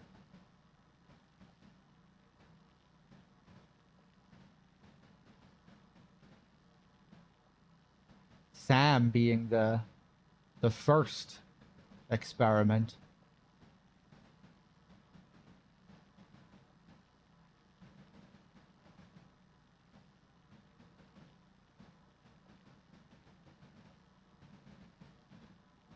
At least I think. Drawbridge will continue their investigations into the meaning of Lou's serial number and try to unravel the mystery of Sam's bridge baby.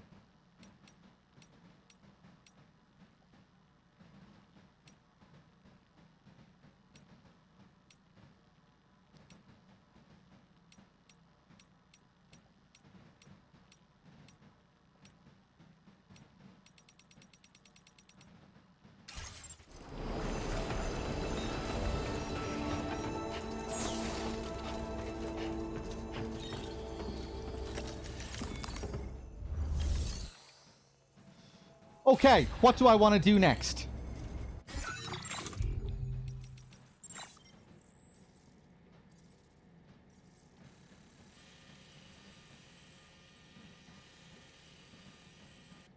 I think I want to get this fancy mask.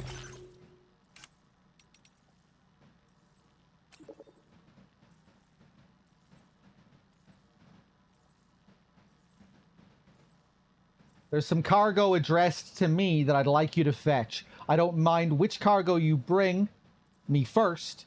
I'm going to need it all eventually. Bring it to me and I'll give you a super rare mask. Right. Is this cargo tied to an order that I accept from your terminal? I'm assuming it is just a regular order.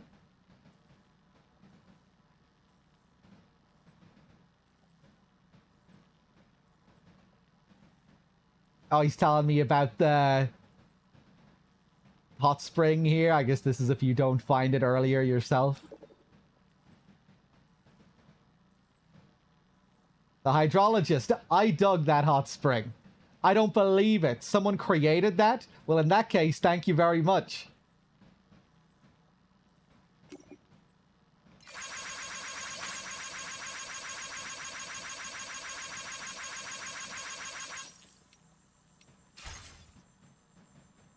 Okay. We're gonna...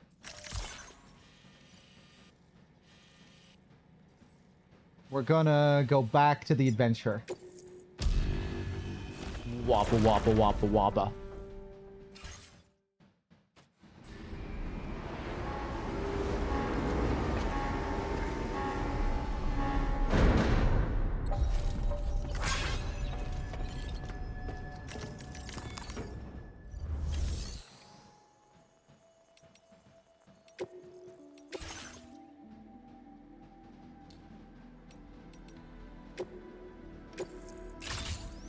Create another tri-cruiser.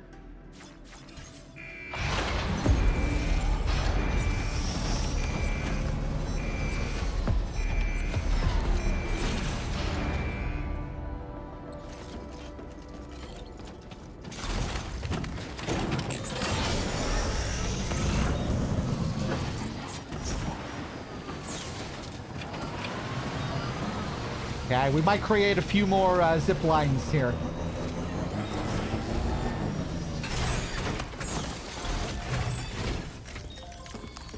Getting over.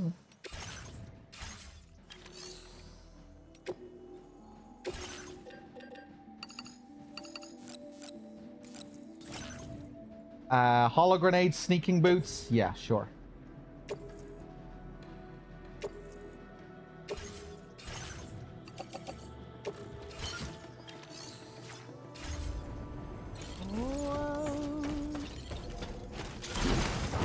Hey, Wexford.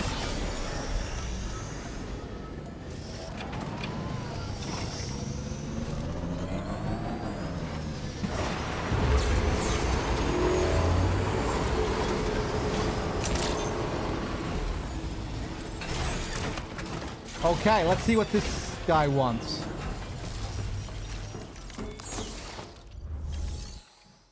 Oh, he doesn't have orders. Interesting. Are they aid requests, I wonder?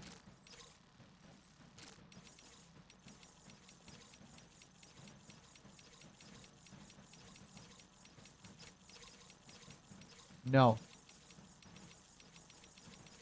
This guy's too cool for aid requests. Huh. Let me check out the SSS again.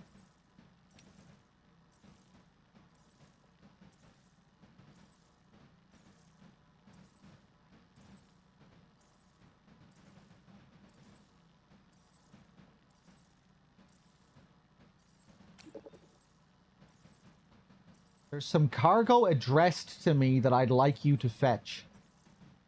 Don't mind what cargo you bring me first. I'm going to need it all eventually. So just lost cargo that I need to go around looking for?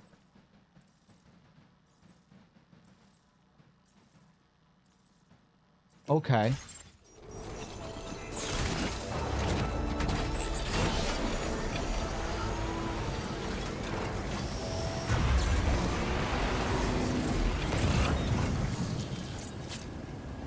Lone Commander. We'll go up and we'll create that hot spring. And on the way, we'll look for lost cargo and maybe plant some zip lines along the way as well.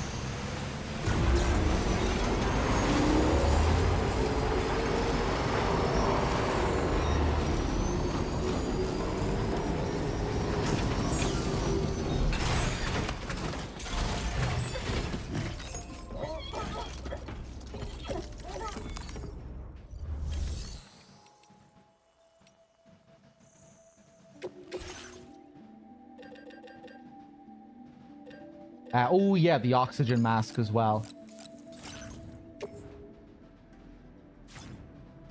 Have to sacrifice the boost skeleton. Oh, this is on my back. Okay. Cool.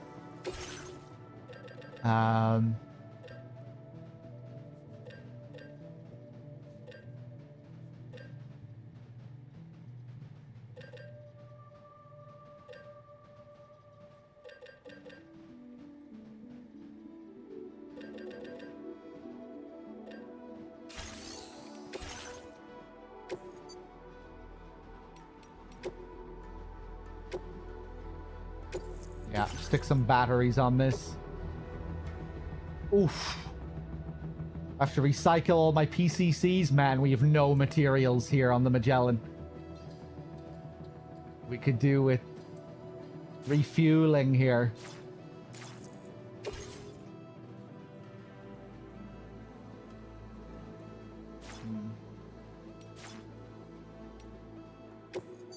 Fuck it. I'll go out in the truck again, even though it's slower.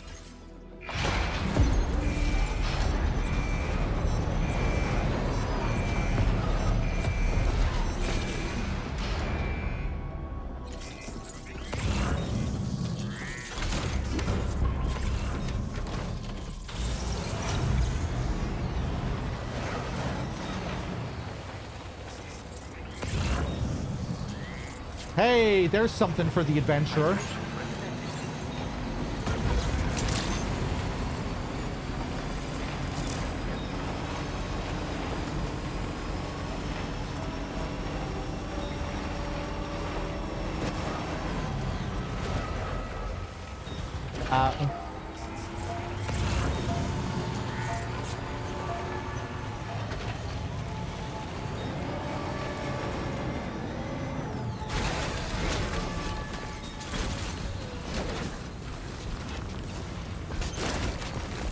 Jesus.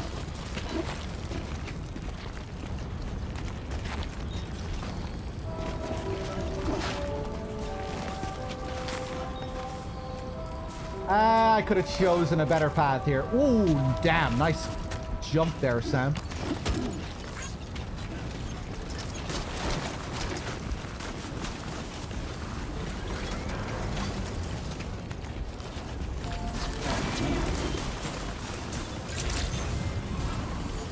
I've been waiting for you.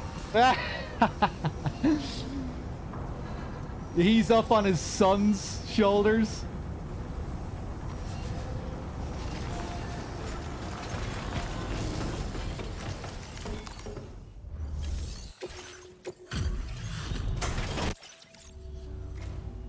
Dreadful weather.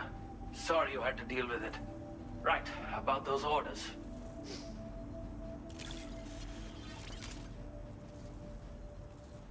Wherever did you find this?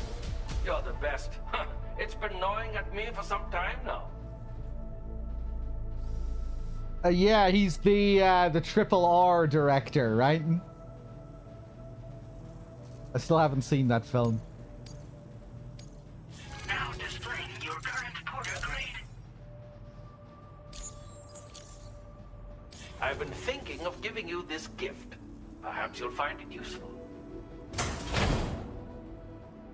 Oh, I am just gonna get it.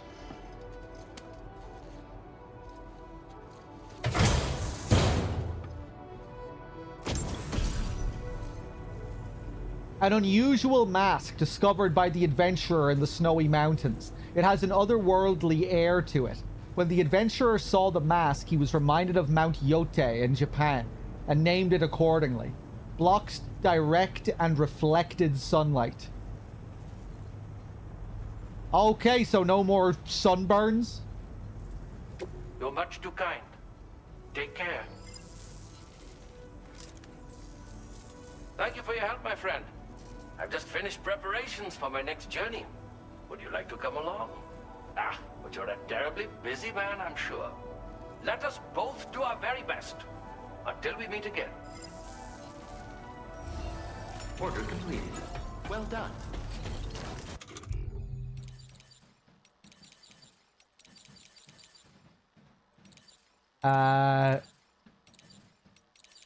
Oh, it's not. Is it? It's not a permanent thing.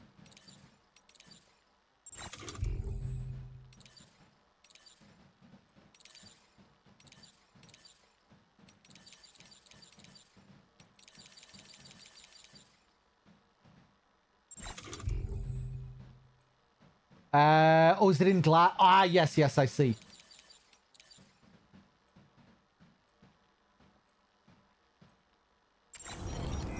I look forward to our next meeting.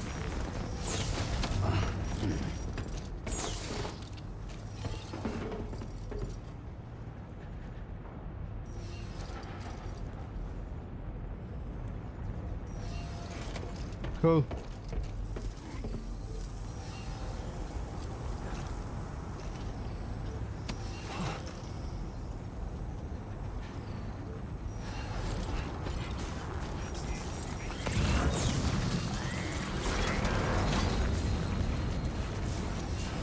This might look funny in cutscenes.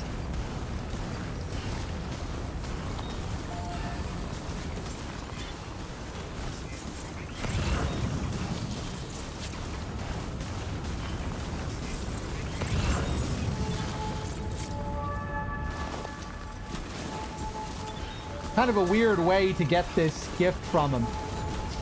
When we'll be getting more orders later, I would imagine. Go out, go and find some lost cargo for him.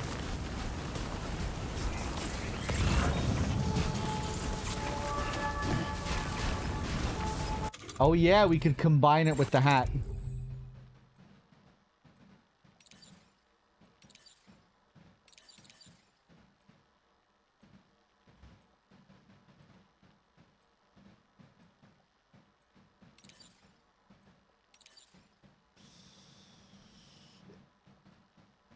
I guess so, Wexford, but we don't have any other masks to wear. It's the only mask we have.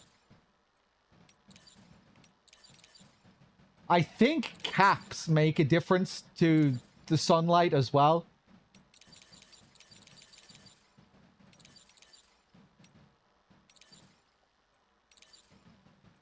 Though it doesn't say anything about that, I don't think.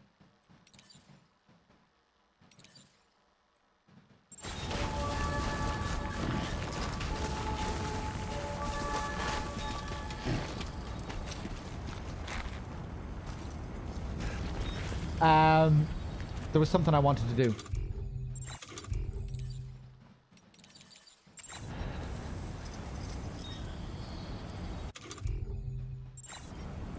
Yeah, we have to have the hood up at the moment.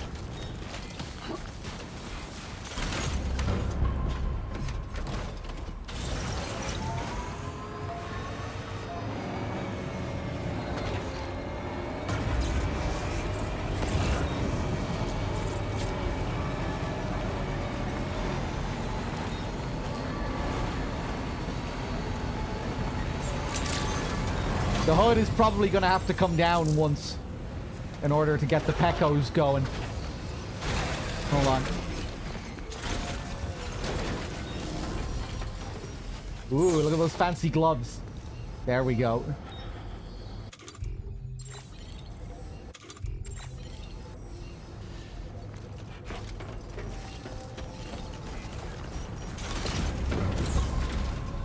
No, no pecos? Maybe it's because of the mask?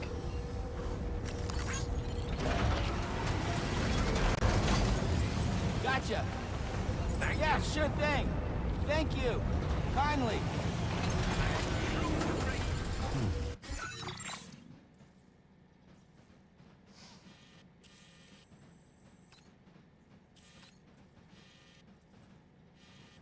Okay. Let's see where this hot spring is.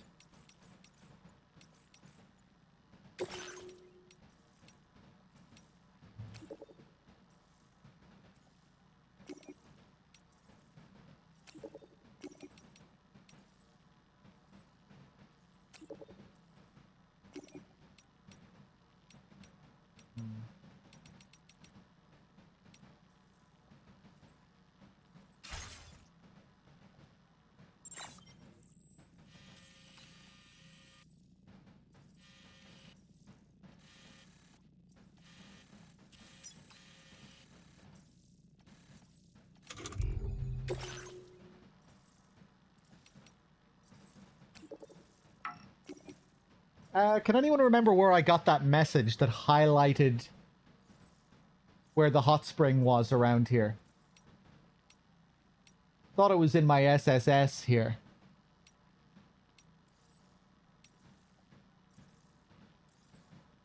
Oh, hey, here it is.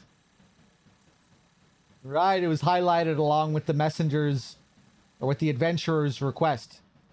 Oh, wait, no, it wasn't. Ah, there it is. Right, yeah, it came with this message. Okay. Let's get back in the Magellan and we'll warp up to this guy.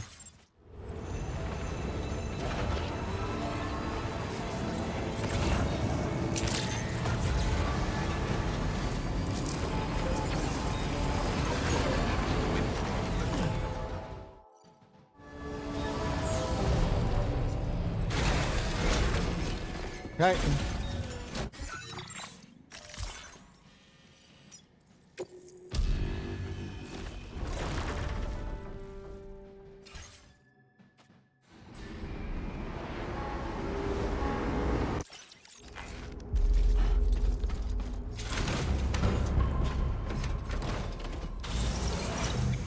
Okay, do I have any PCCs? Oh, it's bright. Oh my god.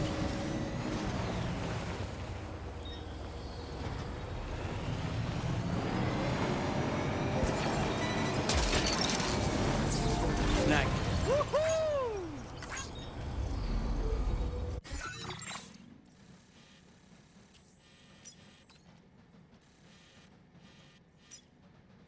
Commencing route creation.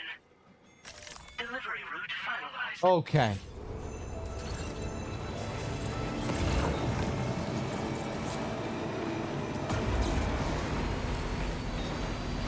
Nero, I'm enjoying it a lot, yeah. We're getting close enough to the end now, though we probably won't finish it today.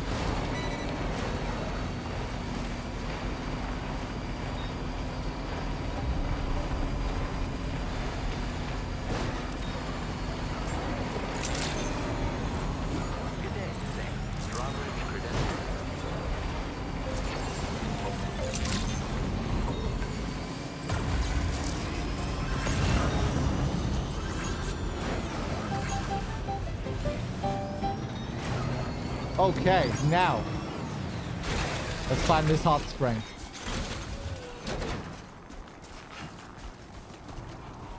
Oh yeah, the oxygen here. They mentioned going above the cloud layer later up here in the mountains. I'm looking forward to seeing that when we're above the clouds.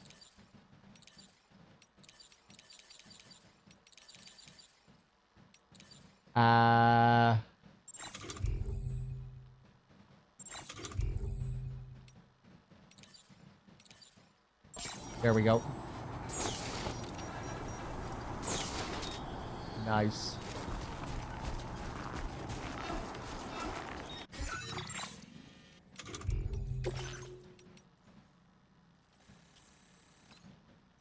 Oof.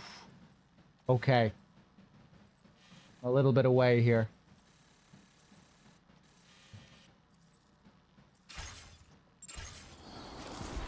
Let me see where this guy wants me to go next.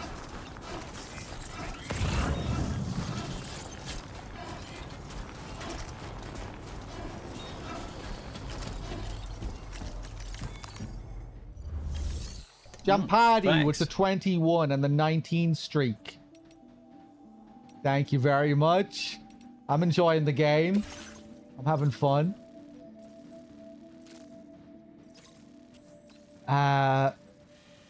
Ooh, we're going... Right, we're going down to another Ghost Mech factory. Is this the same as the factory from before? It is. This might be my favorite area in the game. Visually. The heavy Moby Dick vibes down on this beach here. Next to the fisherman. At night in the pissing rain. It just looks so good. The colors and the light.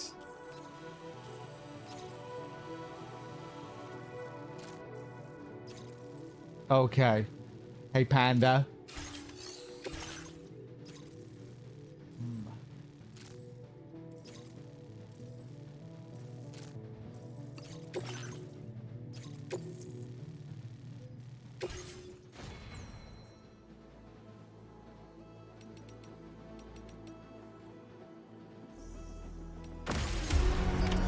Order accepted. Thank you. Okay, back down we go.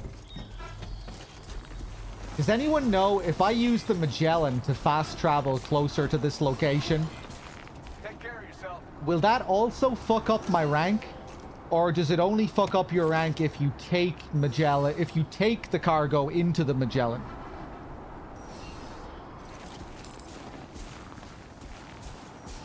I think I should be okay as long as I don't take cargo into the Magellan. I can fast travel. Cold levels tolerably tolerable. Okay.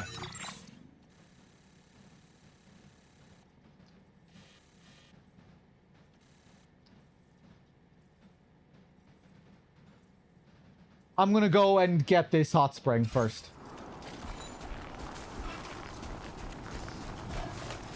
I'm just not sure what path I want to take.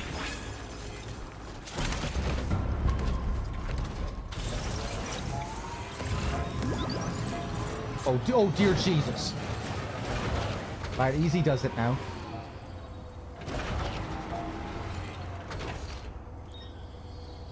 I don't think I'm gonna bother bringing a truck at all here.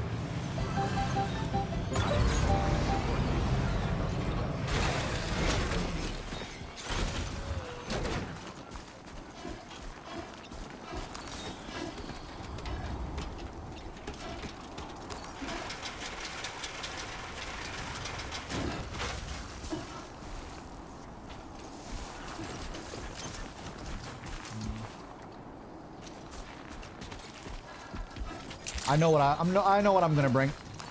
Back up we go.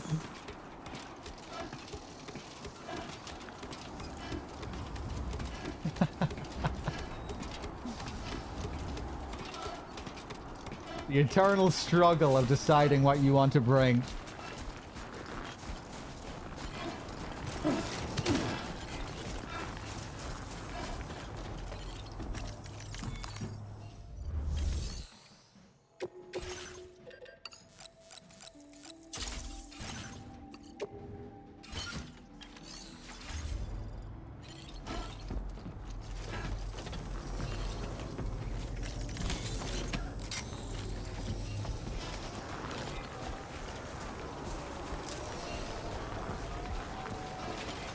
Yeah, that's what I'm doing.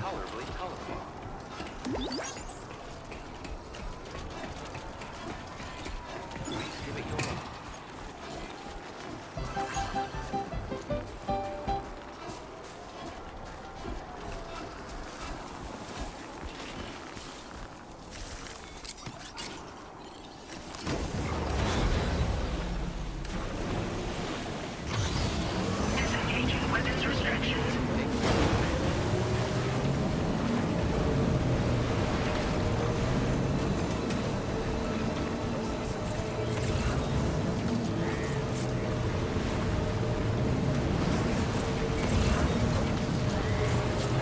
Whoa, damn, it goes up hills nicely too here.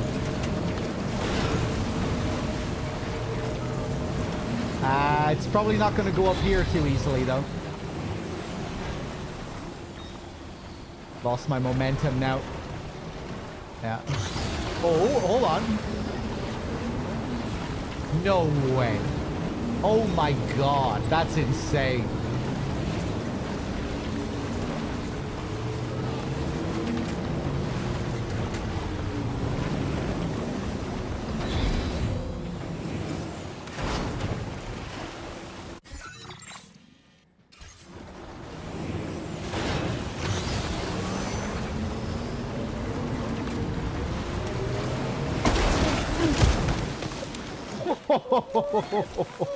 You okay, Sam? Okay, I mean, I had to test that, right?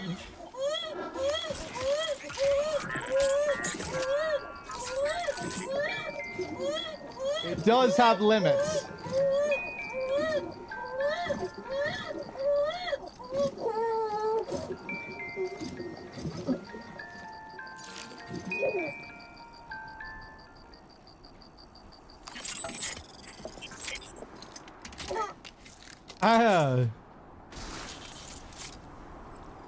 Okay, it does have some flaws, this board. We've figured out. And you can't take it outside the network.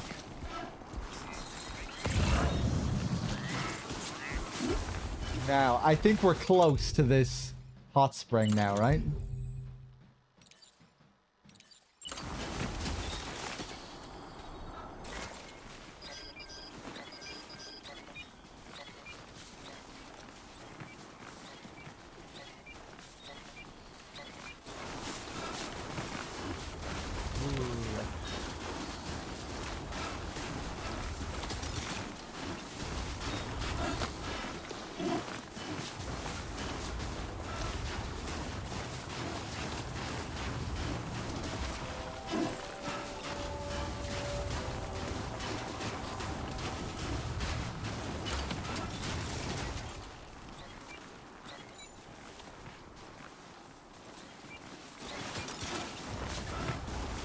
Okay, down a bit further, I guess.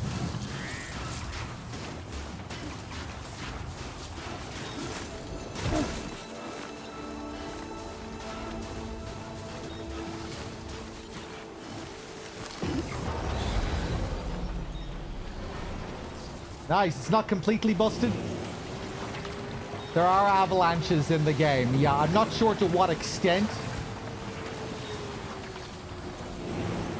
I haven't spent much time up in the mountains.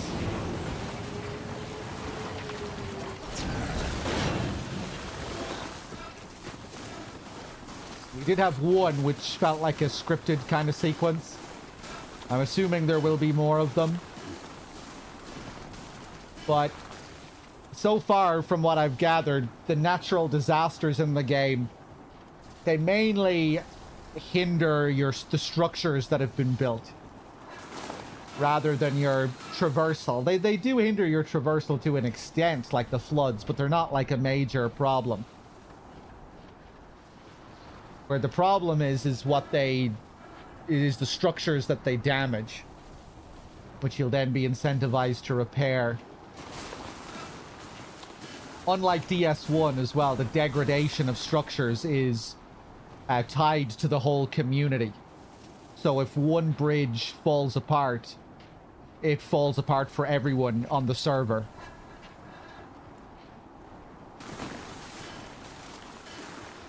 So it feels kind of good when you repair something that was affected by a flood or a disaster. Because you're not just helping yourself, you're helping everyone.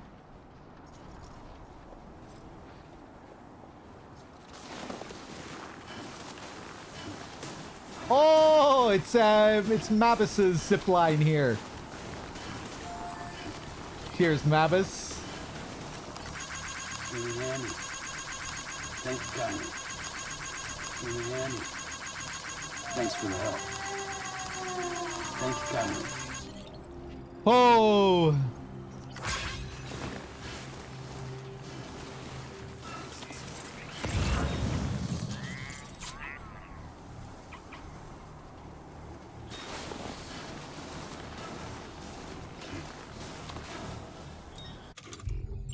Let me try this again here.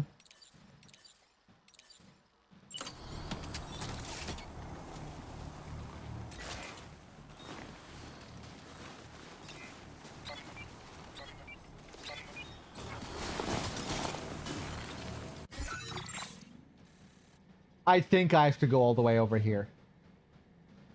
Yeah, hold on.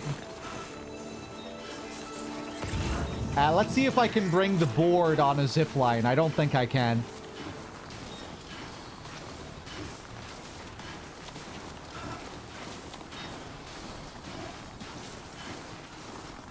This mask is coming in handy here.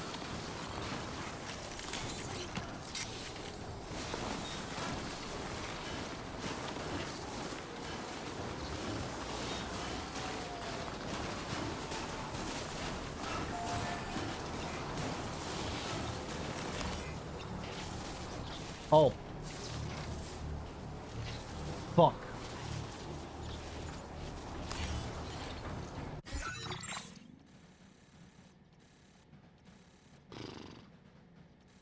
Okay.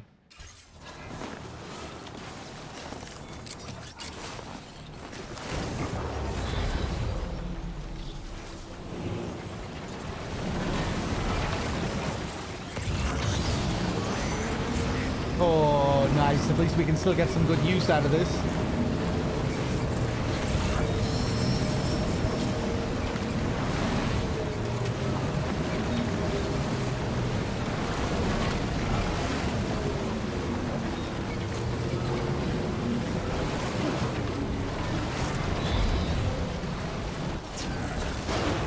No, no, no, no, no, no, no, no, no. Stick that rope on.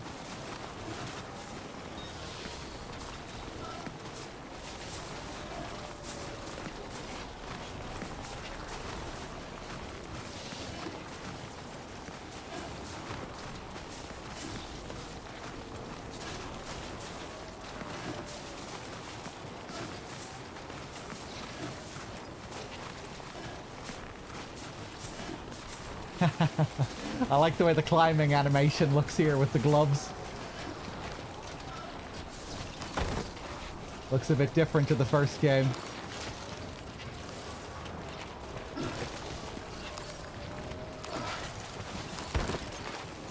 Ooh, we're above the cloud layer here.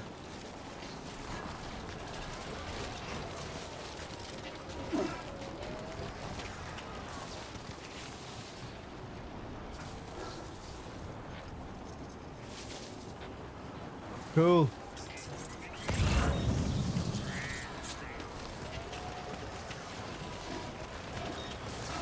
Ah, Jesus. I could have just went straight down from the fucking Magellan.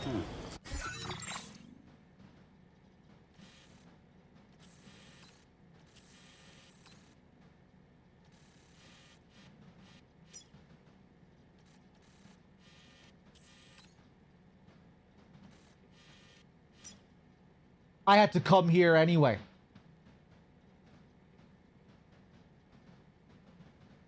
Or wait a second. No, we had to go down to the factory first. Okay.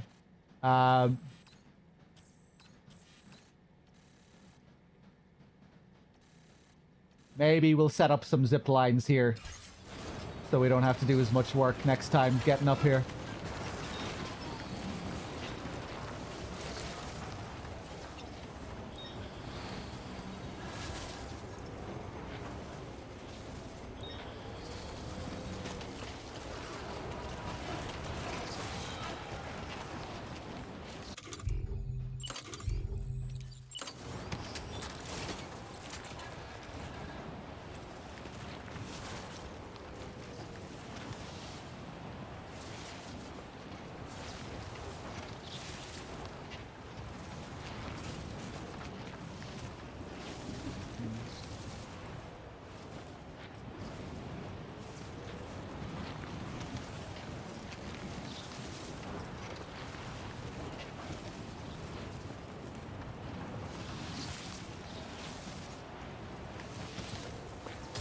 I won't bother with that.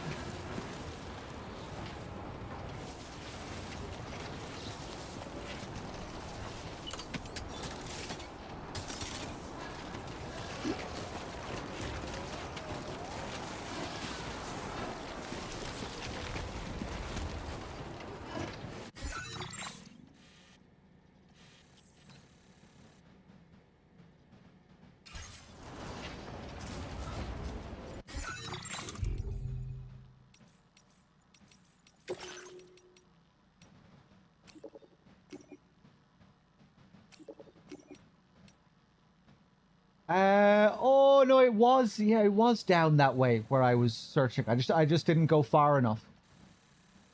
Christ. Okay, back down we go.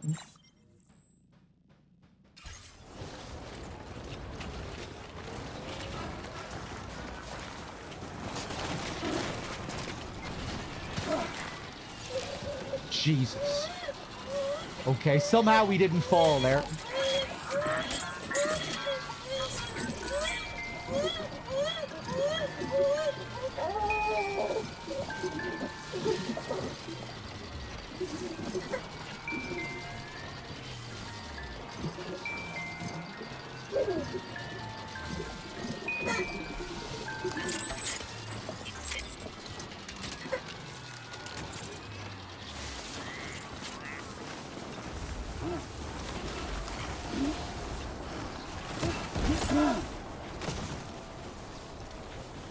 I have no idea, Carl.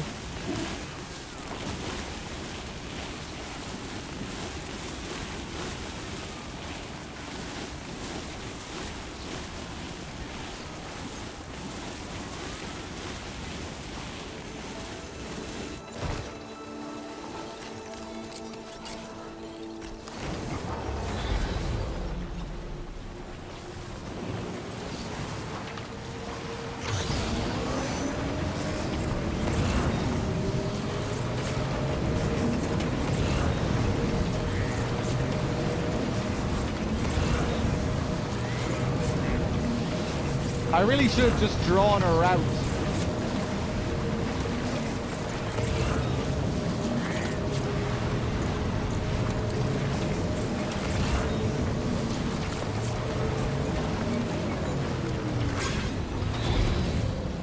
Okay.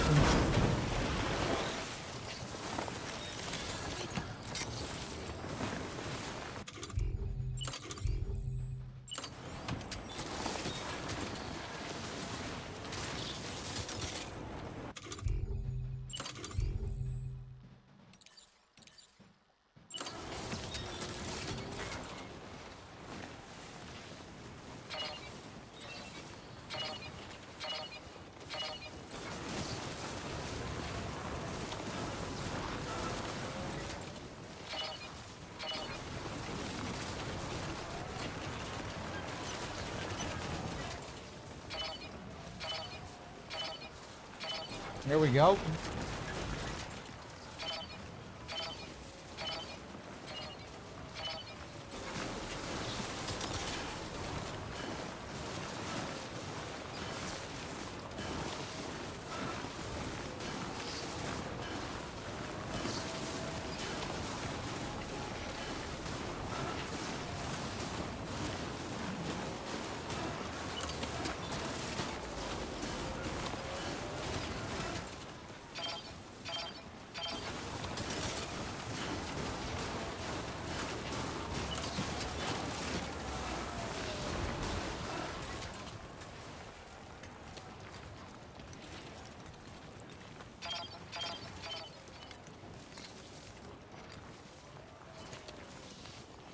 And there she is.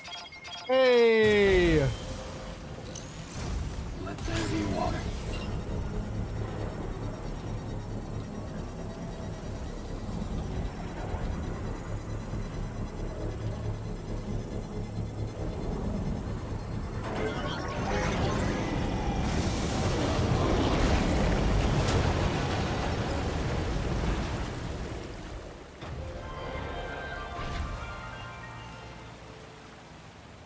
Finished, Sam.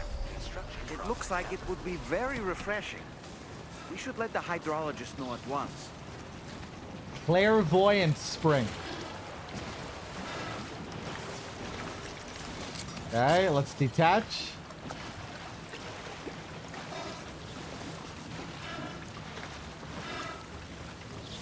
I'm gonna have to take off the mask.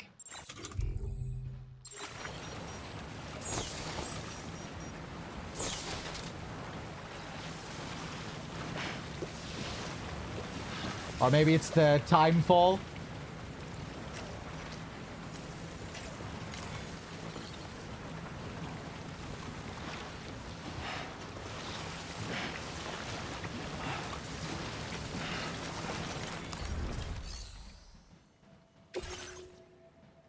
Oh yeah, we never fucked with the customization. Look at the little visual we get.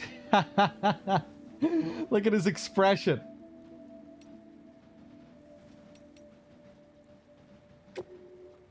Oh, adorable.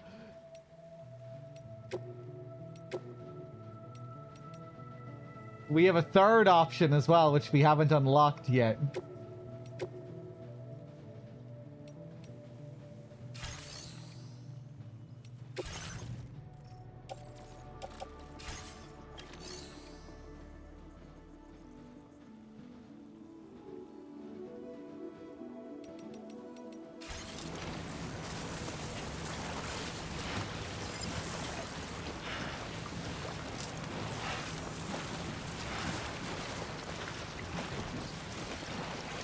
Maybe I need to take the coffin out.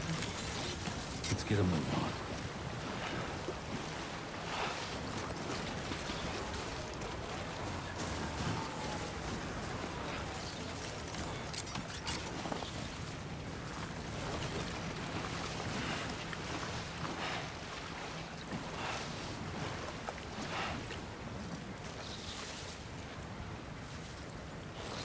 Huh.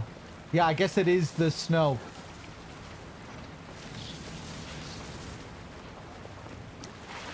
And that's why that shelter is there. So we can get the time to pass.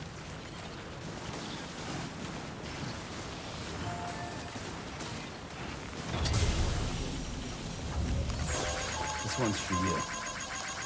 Thanks for the help. Thank you kindly. This one's for you. Thank you kindly.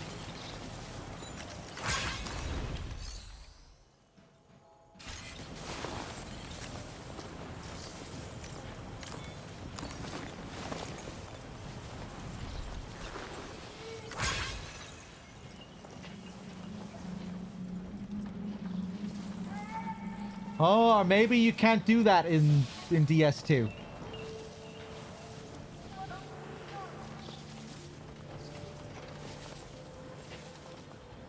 Creepy Lou.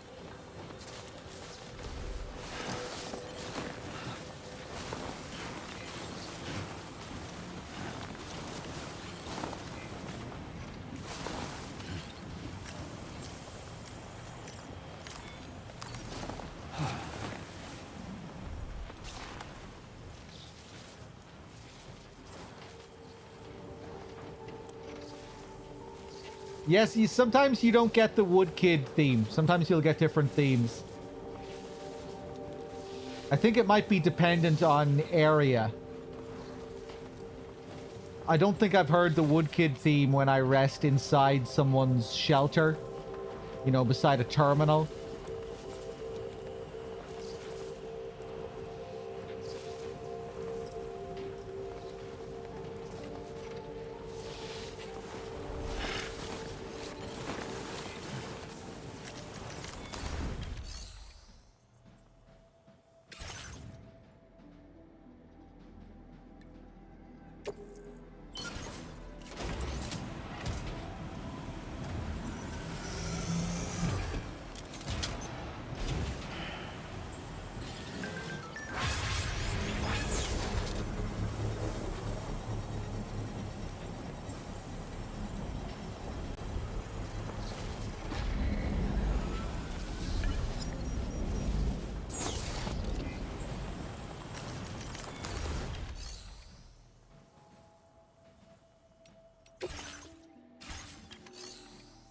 I'm trying to think of the hot spring in Earthbound. When do you visit hot springs in Earthbound?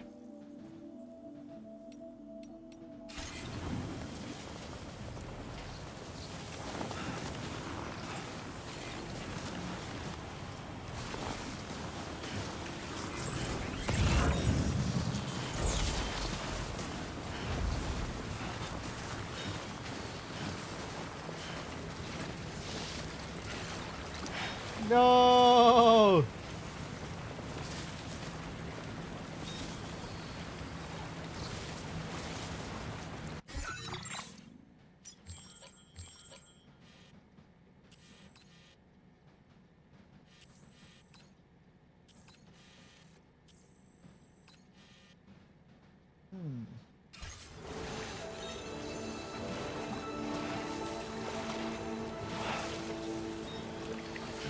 As far as I can remember, they're just dotted around and you can recover by sitting in them. I don't remember. But again, I've only played the game once and it's a while ago now.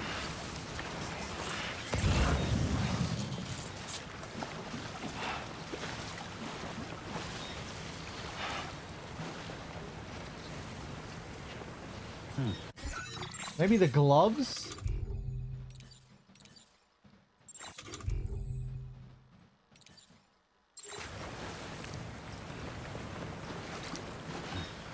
Huh.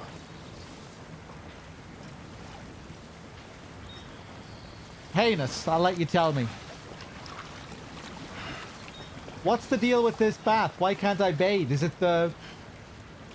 I guess it's the timefall snow?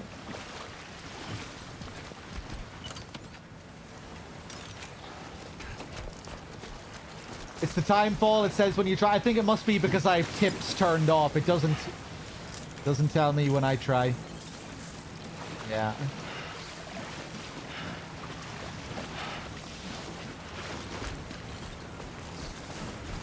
Hey there, lowercase j. Good to see you.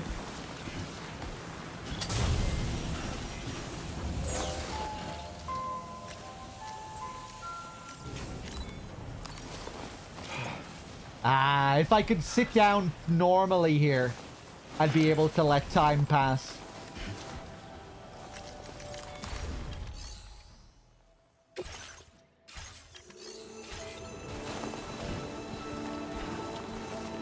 And if I wait, hold on. I know what I can do.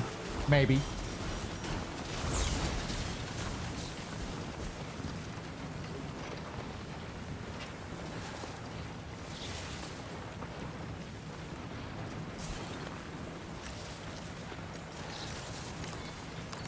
If you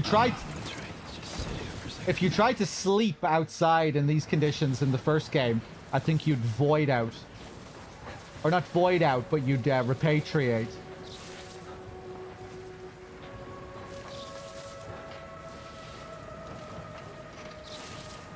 Yeah, and Sam probably won't sleep like this.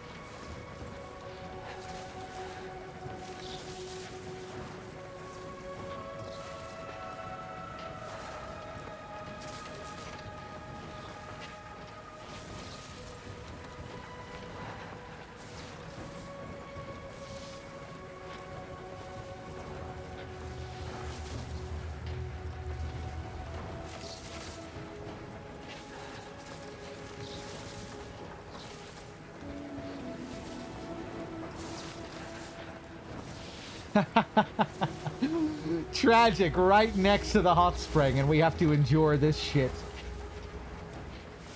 Goddamn timefall. Oh, I think it's cleared. Okay. Or maybe not. Fuck's sake.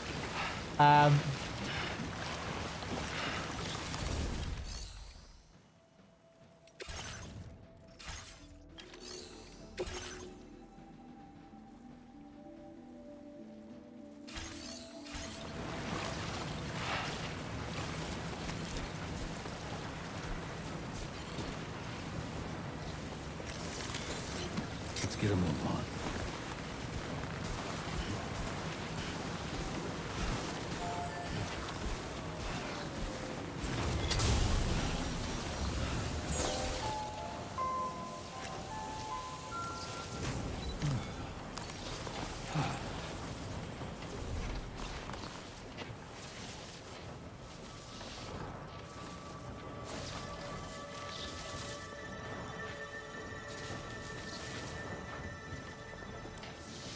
Damn. Okay, well, I guess we'll just leave then, and we'll come back later when there's no timefall.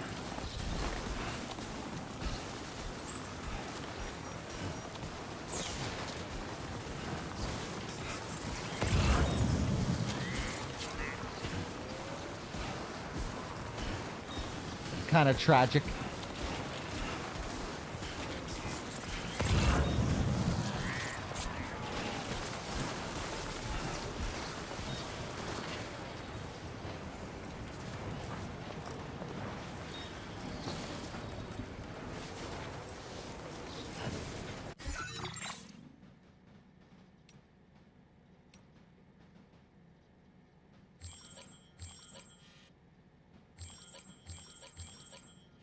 Right, yeah.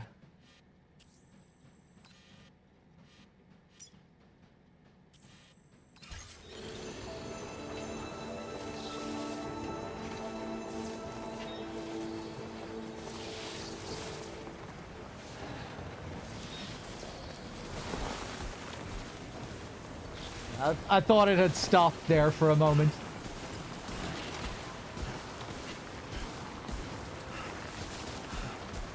Heinous, you can tell me, is there a way to make time go by with the shelter?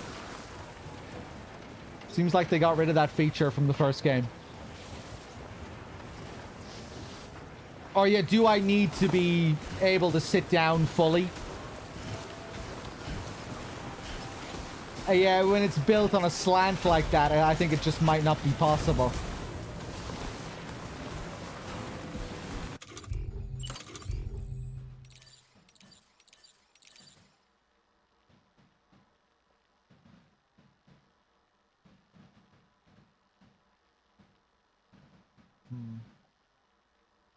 Contain a repair, a safe place to rest during periods of timefall. Hold on, let me try.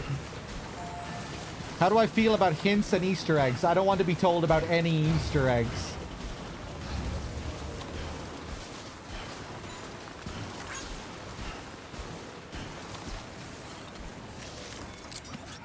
And no hints unless I specifically ask.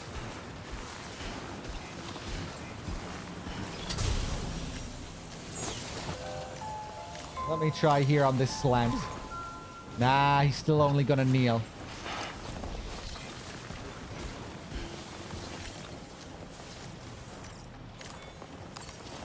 Still breathing. Ah, okay.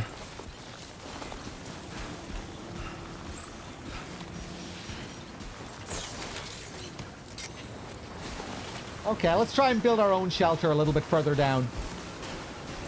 I wish I could take those likes back.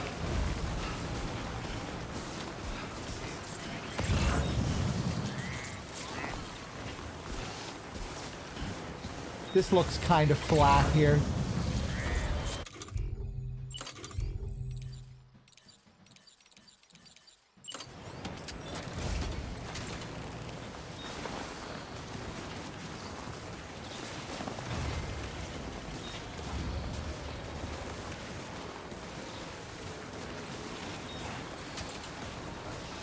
The other structure, I'm assuming, is the hot spring here.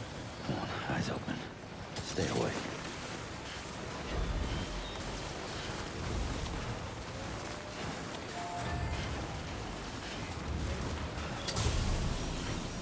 Sorry, Ryuko.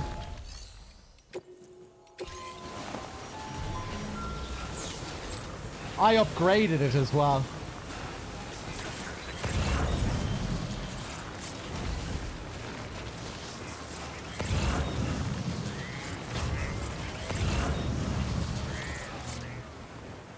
This looks better, doesn't it?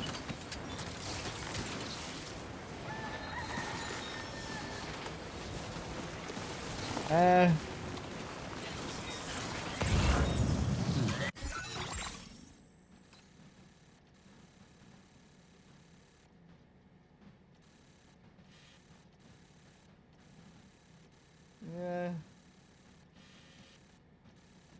Maybe down here.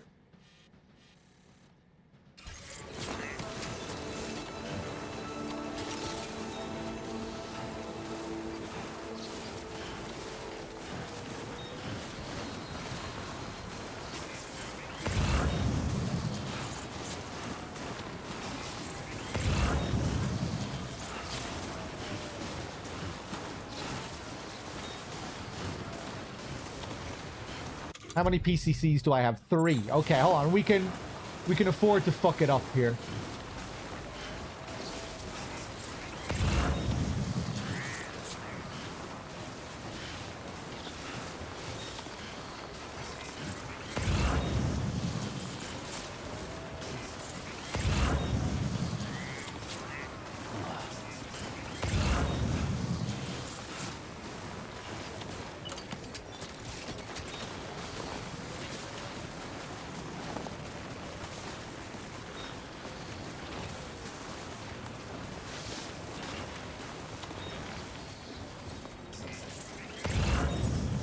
Yeah.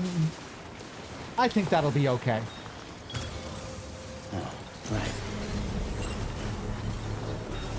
Yeah. Yeah, we can definitely rest here, right? Construction process now complete.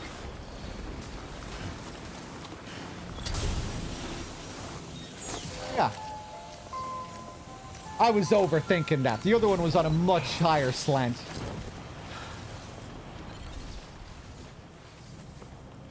But... am I allowed to sleep here?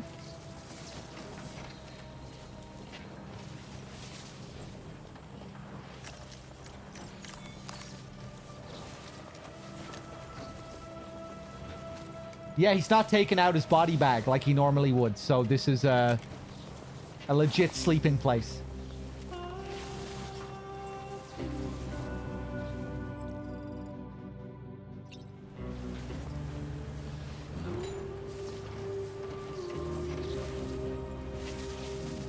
We still have time, Fall.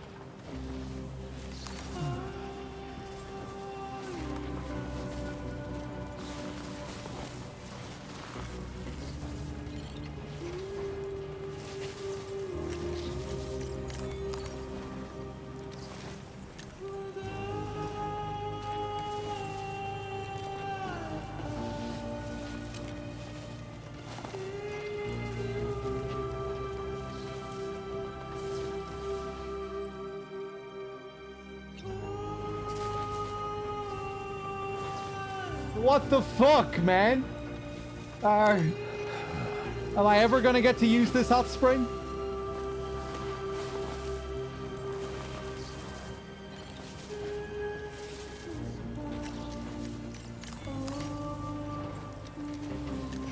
Overloo.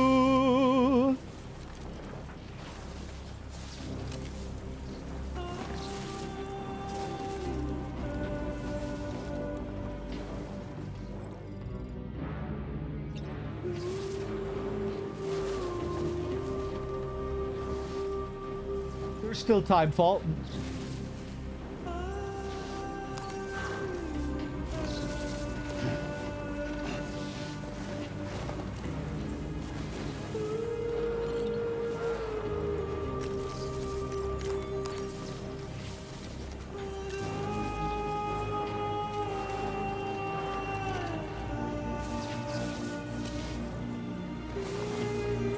I'm on the loo.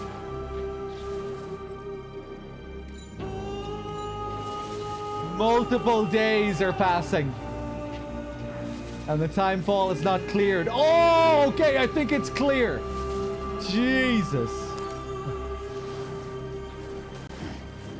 Nope. Nope.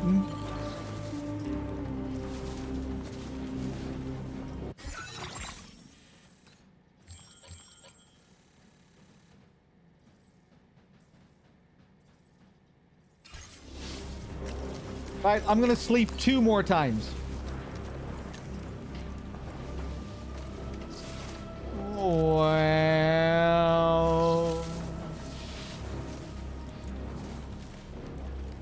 looks like it's passing. Does it really, though?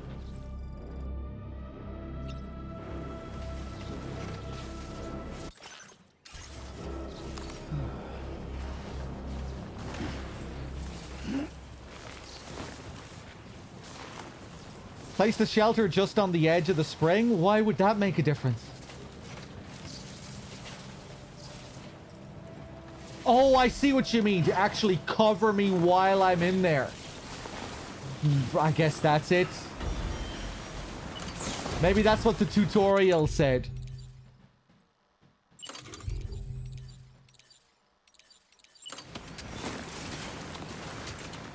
I didn't think I could.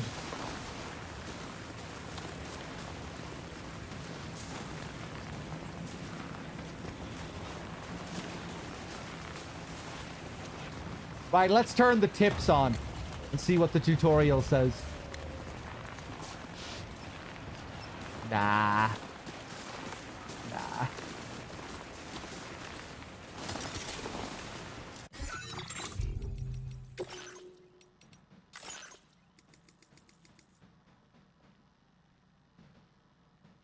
Okay.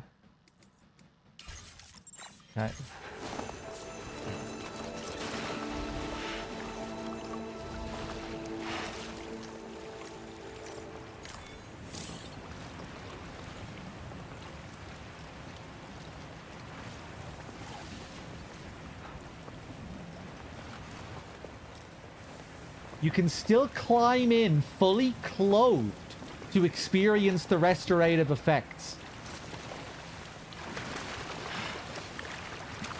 Oh, so I'm still getting some goodness from the bath here.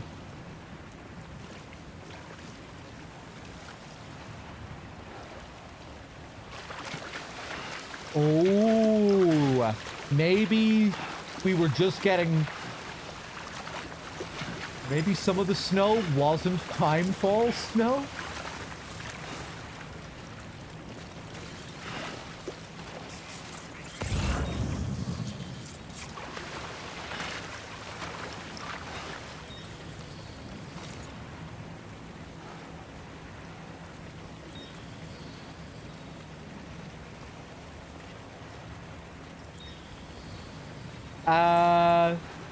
I haven't PNTN. But I doubt that's it. That would be kind of weird, you know, because they give you the option to teleport back to her once you're in the fucking thing, right? And we didn't have to do that for the other ones. That would be very strange.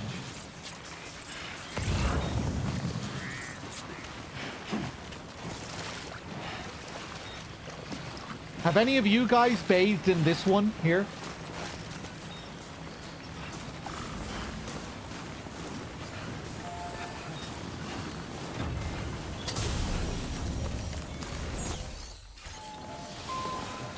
Yeah, did you have any of these issues?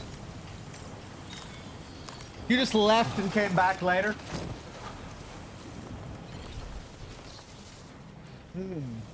Maybe there's something... Maybe it's something to do with this part of the game. You know how it was also snowing down by the Motherhood? Maybe it's just this part of the game. I'm gonna sleep one more time.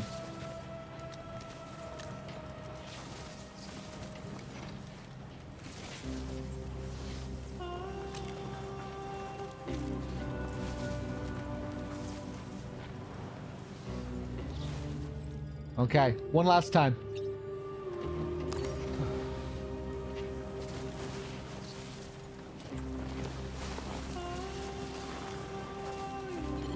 I think it might actually be clear. Okay.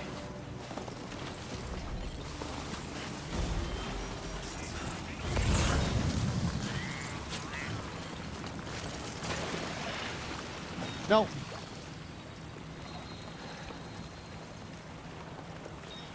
Okay. Right, I'll come back.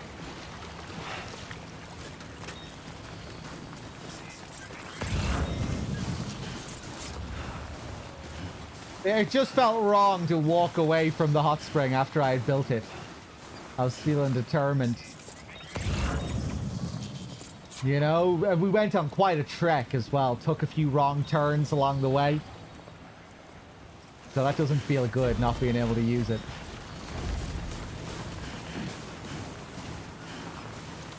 First time you tried, you were around the same part.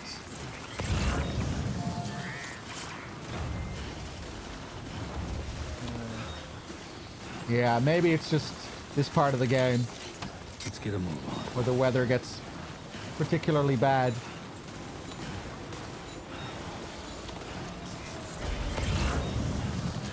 Okay.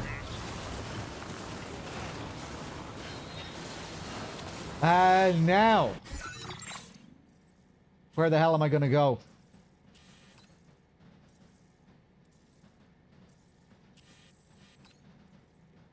Back up this way. Back down to the factory.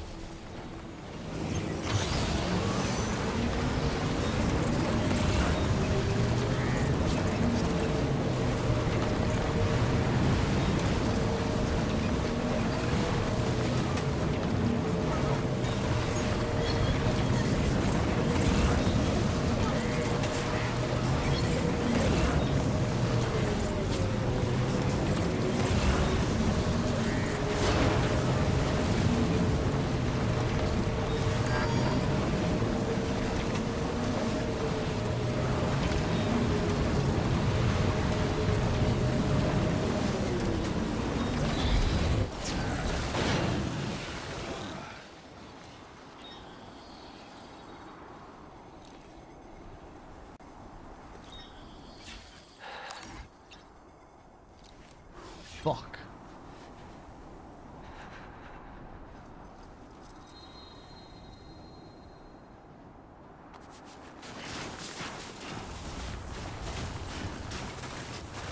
I'm going back down to get it.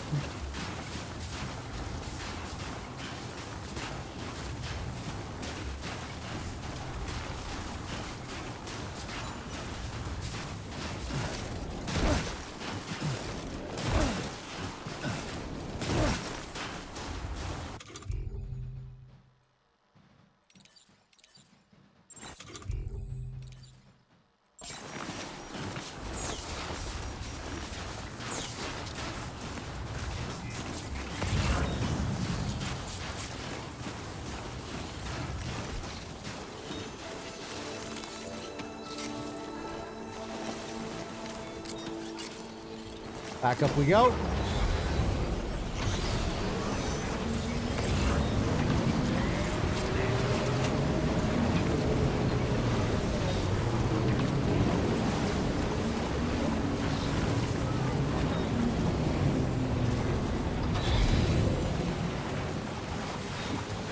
Oh my god.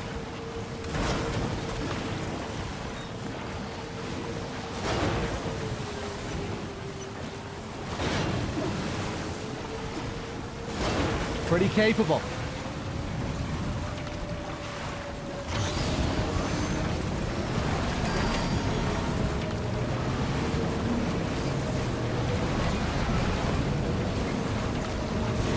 Oh, what an ollie. Nice.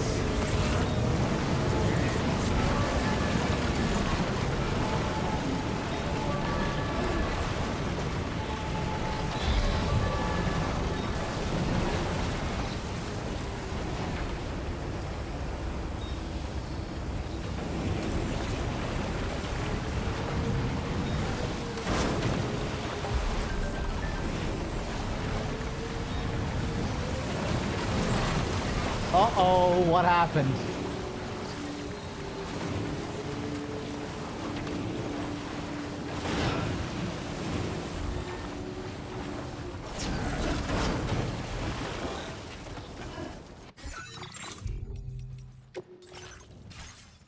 He went out again. It's about my father. I can't reach him at all. He must have had another accident. After last time, I told him to be careful, but he just wouldn't listen. I hate asking, but could you go look for him again? I've posted an order. Okay.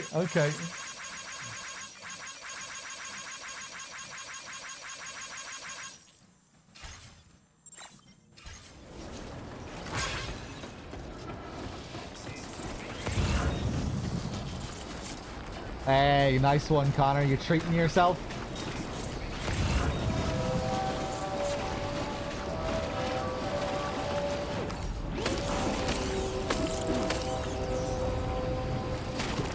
Chronobiotes.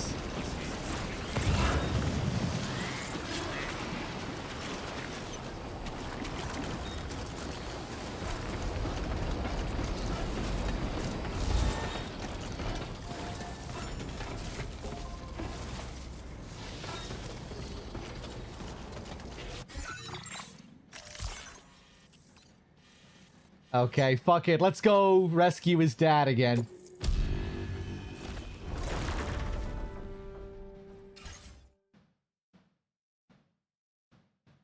I think I went to the wrong place.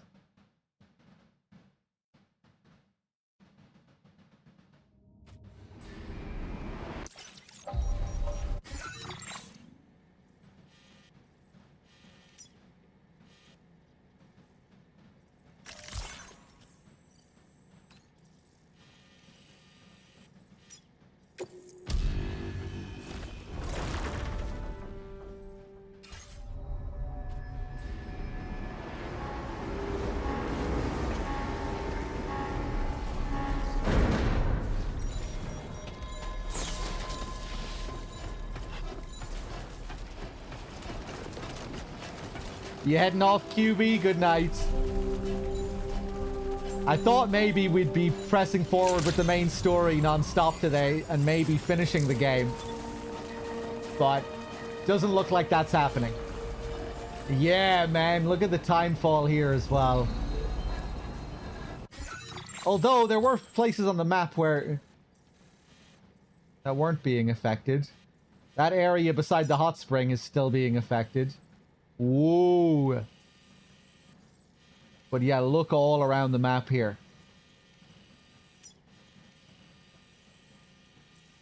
Yeah, I think this might be a story thing. That's a lot of time fall.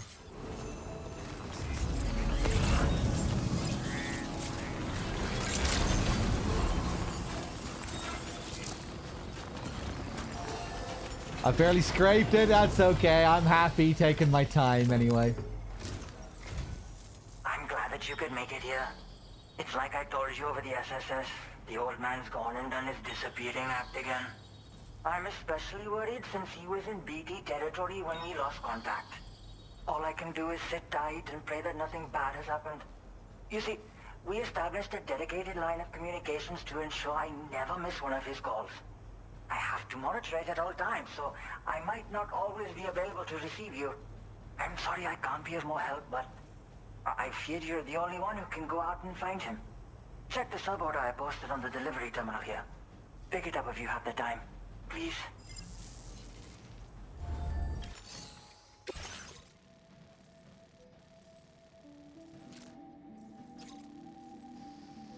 Rescue the adventurer from the BT area. Whoa, that's quite a ways away there. You've received an urgent request from the adventurer's son. His father has gone missing in a BT area in northeastern Australia. Something seems to have happened after he sent his last SSS post. Rescue the adventurer. This order cannot be cancelled once accepted. Fuck me. That's a bit of a trek.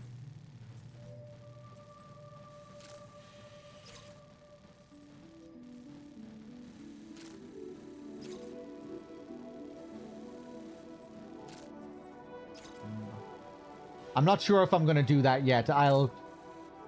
We'll set up a zipline network to bring him back, assuming I can take him on a zipline with me. I should be able to.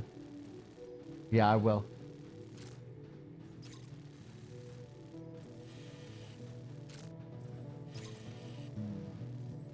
Okay, maybe we'll do our next main order then. Hook this next guy up onto the network. That should have a good chunk of the mountains unlocked, and then we can think about setting up our zip lines.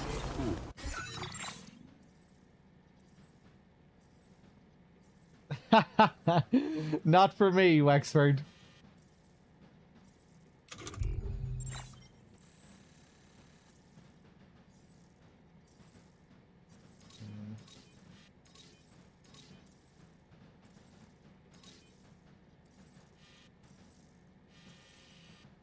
Okay.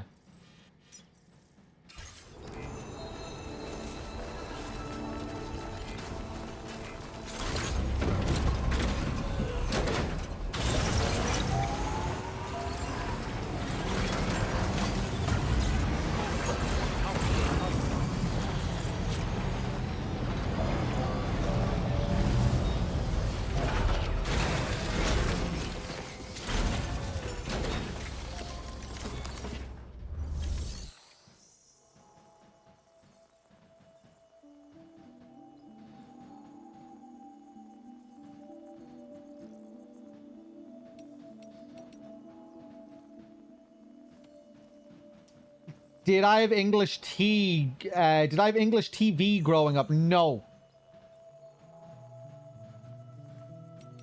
I had the Poverty 4, as we used to call it. RTE1, RTE2, TV3, and TG4. That's what I grew up with. Apart from when I went over to my cousin's house. He had, you know, the million channels and Sky and all that shit. But in my parents' house, we had the classic 4.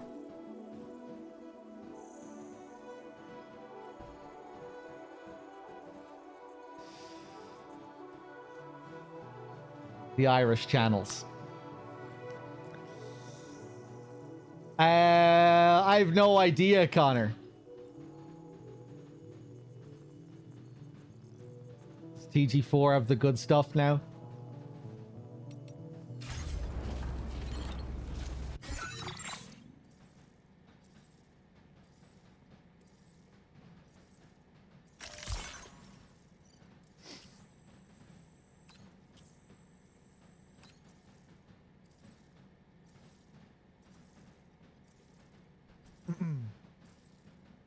Yeah, Port 6, I moved to London like 10 years ago.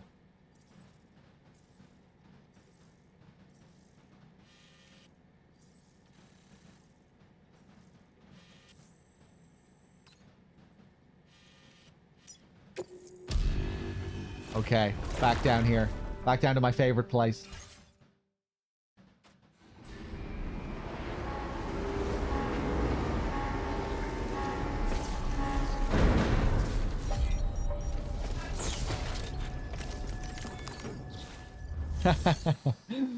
Podge and Raj.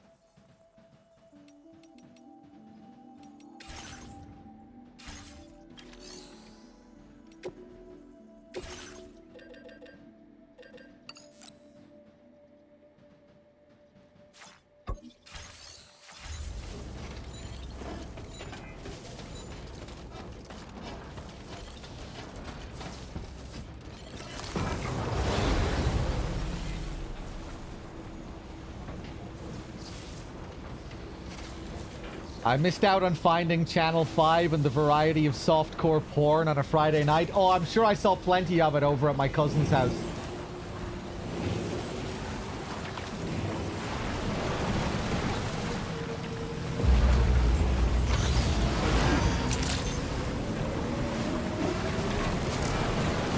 But I can't remember the names of the stations.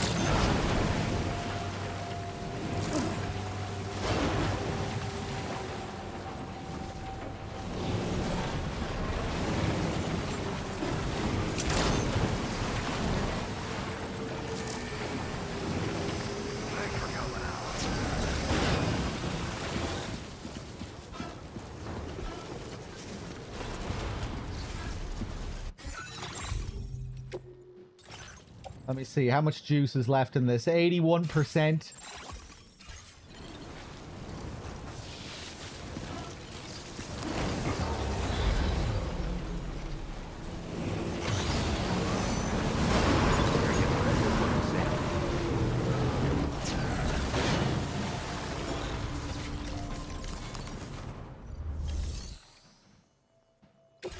I have a delivery for this guy. What? Stranded creature sample. Ancient fish.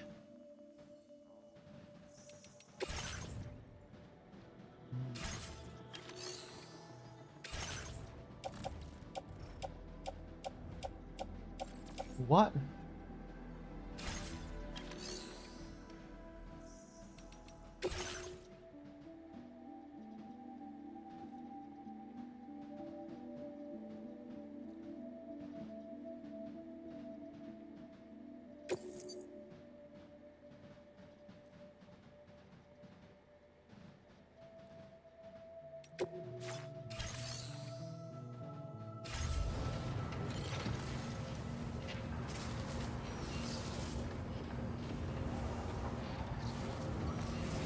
I'm confused. Where are these fish?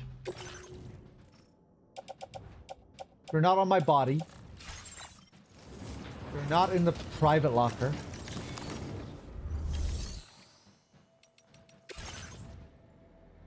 They're in the share locker?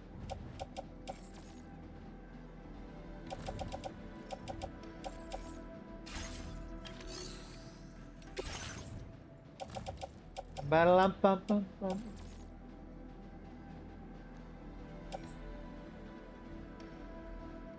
Very confused. The confusion never ends with this game and its menus.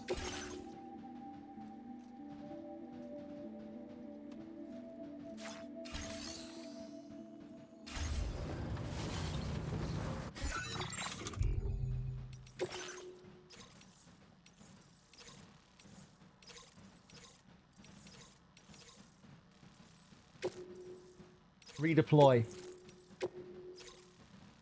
Yeah, it's from the fisherman's place as well. So now that I've redeployed, those fish should reappear back at the fisherman's place, right?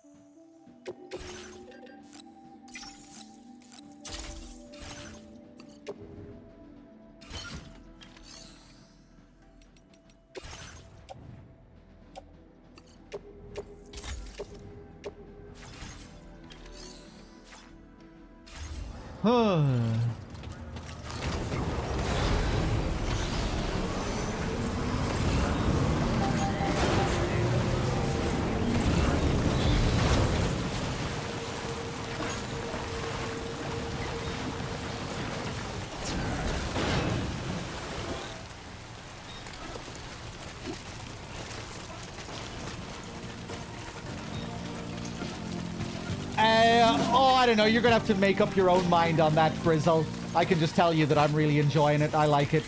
I have no idea what your fucking tastes are. And it's a polarizing game, so... I don't really have any interest in recommending it to people. You can, make up your own mind.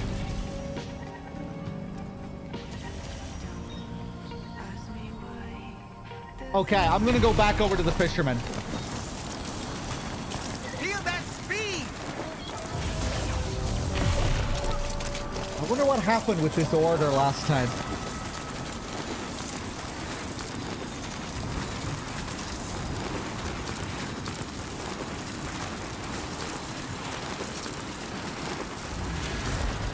The area to the south of the giant tar lake has comparatively high chiral density levels. Okay. There goes my zip line.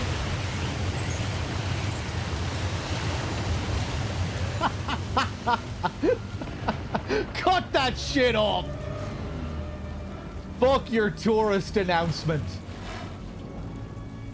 Oh, I hope I didn't lose my zip lines for good there.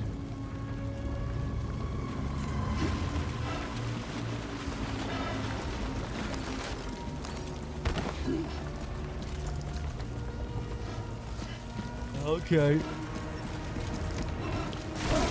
If you enjoyed the first game, there's a good chance you'll enjoy this, I would say.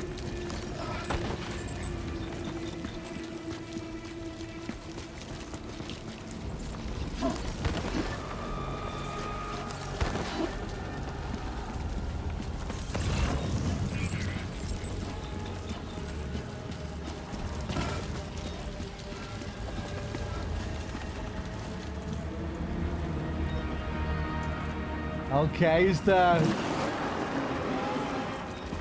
Lord of Tar going to appear? Is Moby Dick going to appear this time? Ooh.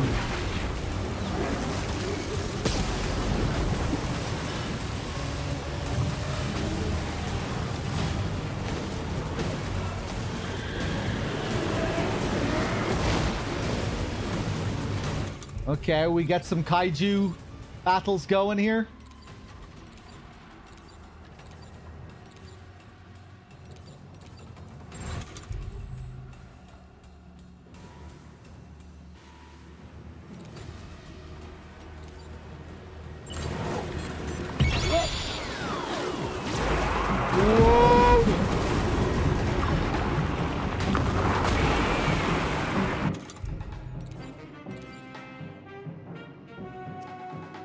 Yeah, we're not very well equipped here, but we'll see what we can do.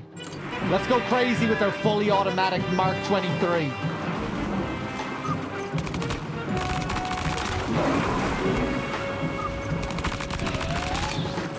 Wow.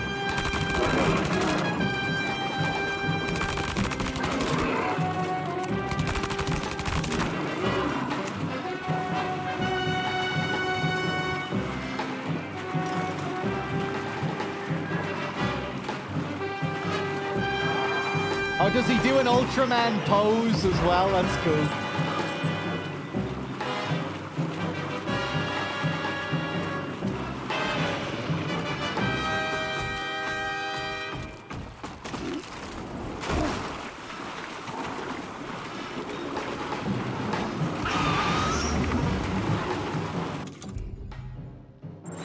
I should have grabbed weapons before summoning.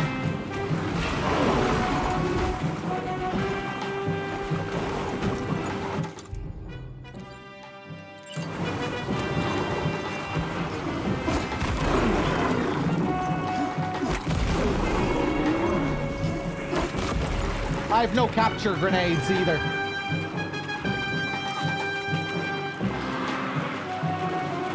I should always have capture grenades on me for this kind of thing.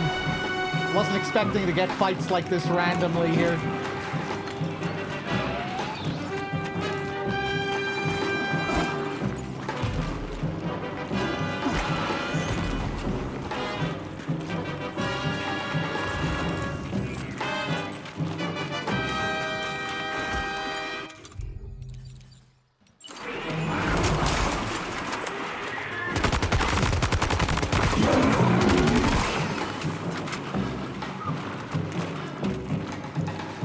Almost dead.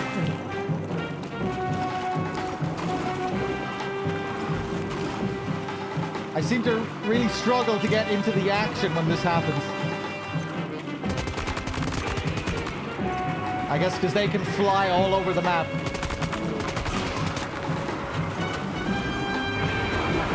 Oh!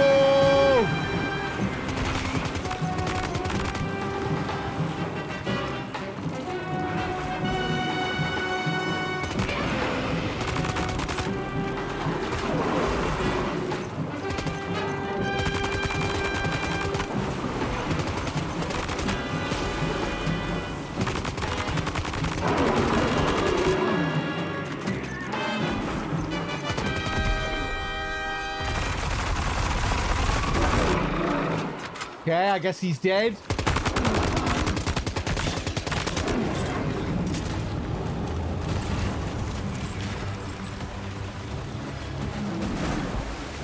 Let's see if we can find any capture grenades around here.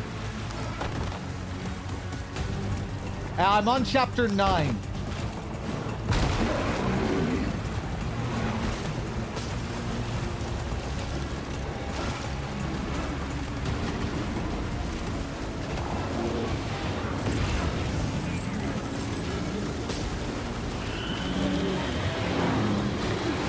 Whoop.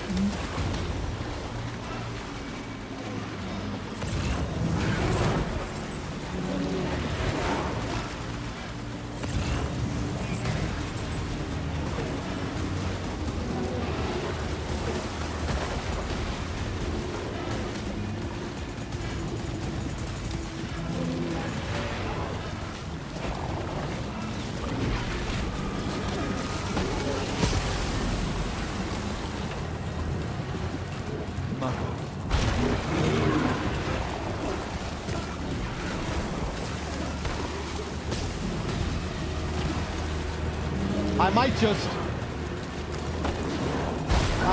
exit the arena here. If I can't capture them, you know, why even fight? Why would? I'm not sure why I would even want to fight them, you know, just to get chiral crystals.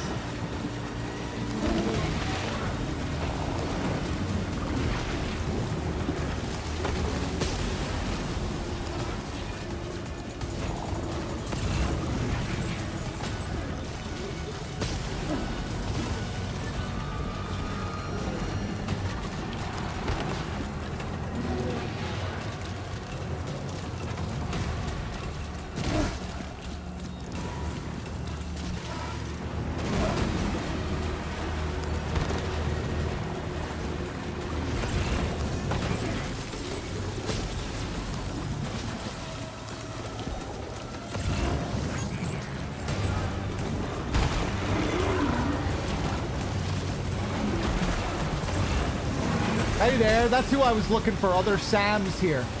Blood grenades. Any capture grenades?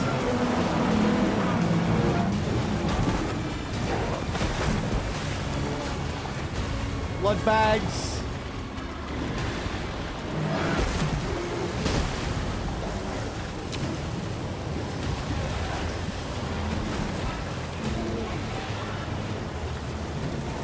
Fuck it, let's just get out of here if we can.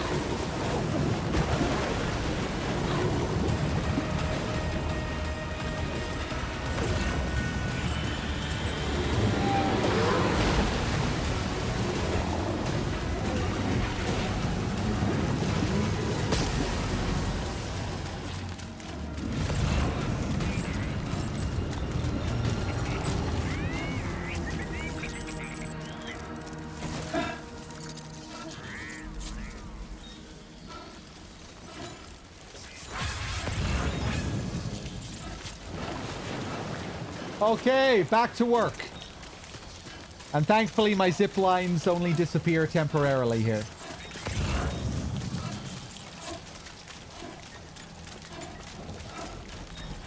Okay.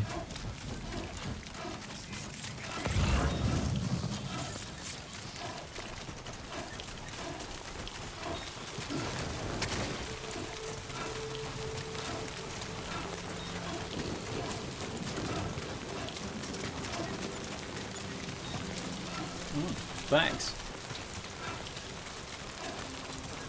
Just incredible with the 36 and the 25 in a row. Thank you.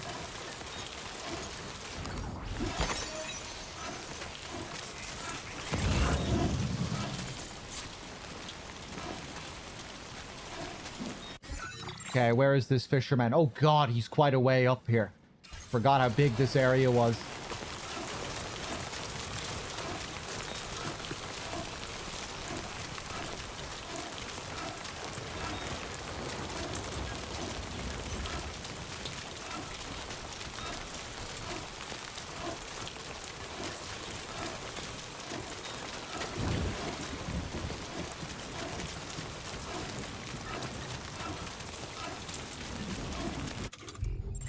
Let's have a drink.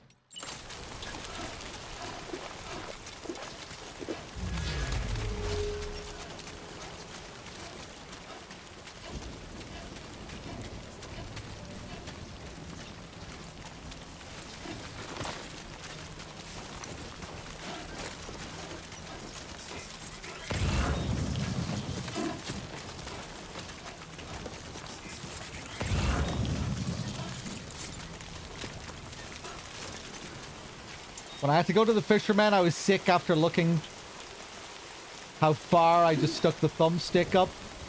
Wait, what am I reading here? When I had to go to the fisherman, I was sick after looking how far it was. I stuck the thumbstick up. I went through the tower without paying attention to the game.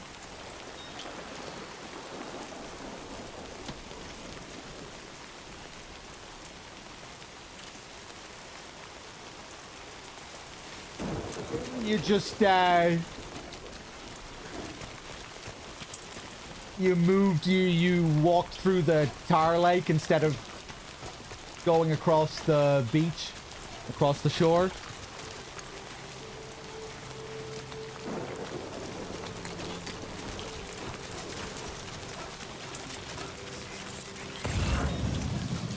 I can't remember what I did, because I remember you had to go out into the lake to pick up his shit, right? That was a bit arduous.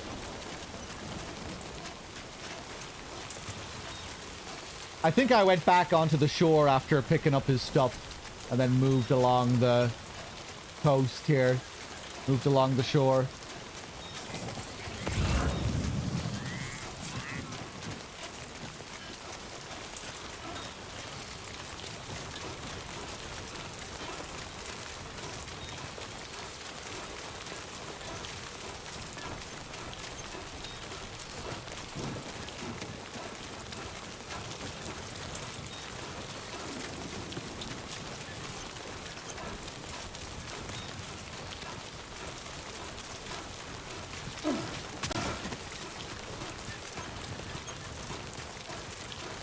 Okay, we're almost there. I thought I hooked up a whole zipline network here, but now I'm not so sure. Maybe one of them got destroyed. Oh, hey, there's one up there.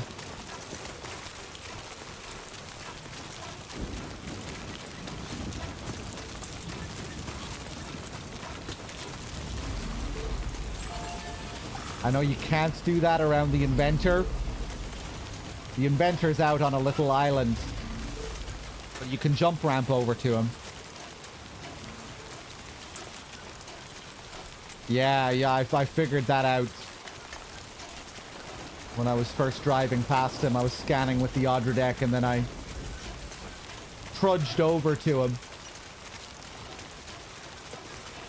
Then once I had the place on the network, I was able to use jump ramps to get over to him.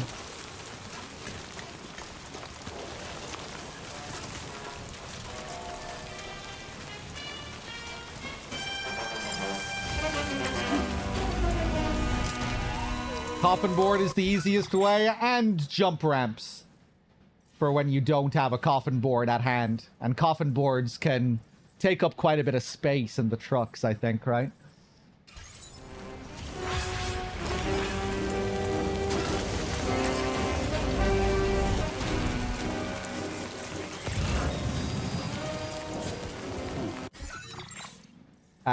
Jesus, we're still quite away from him here.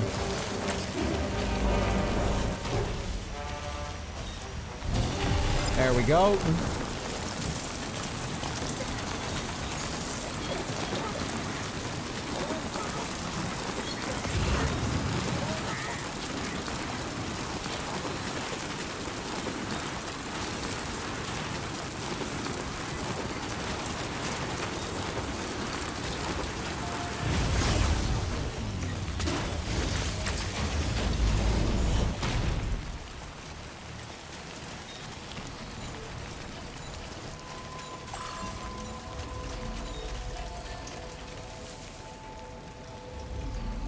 Did was notice that the monorail goes over his shelter and jump down.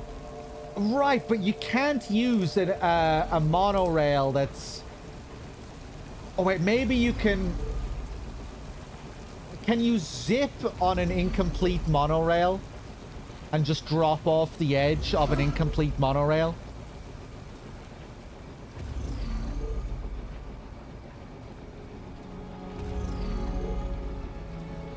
How can you get out? You can use another jump ramp on the other side.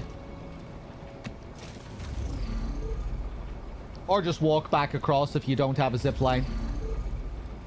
Because there's tar that you can walk through. You can walk over to the inventor. I'm just talking about the faster methods of getting over there.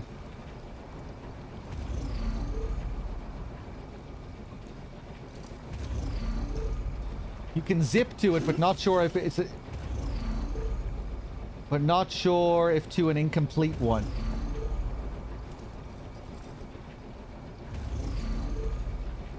To restore the monorail and then jump down. Oh, I see. Okay. When you're passing over his little island, do you get the drop down option while you're moving across on it? While you're zipping on the monorail?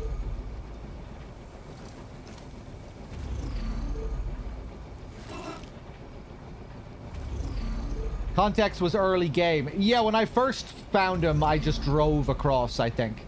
Or walked across.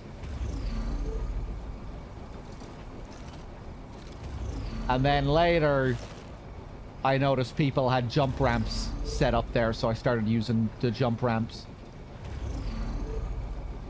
Well, yeah, first time I noticed the shallower depths, and I just drove across and walked across.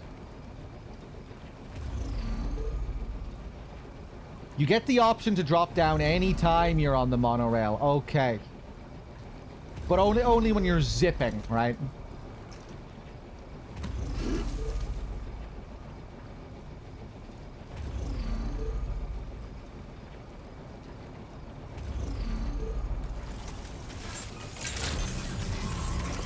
Weapons detected. Be advised that usage is restricted inside facility grounds.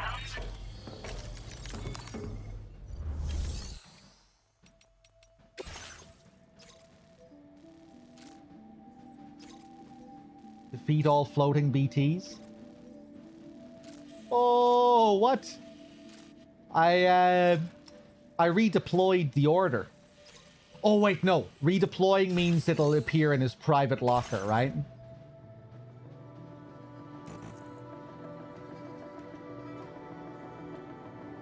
What?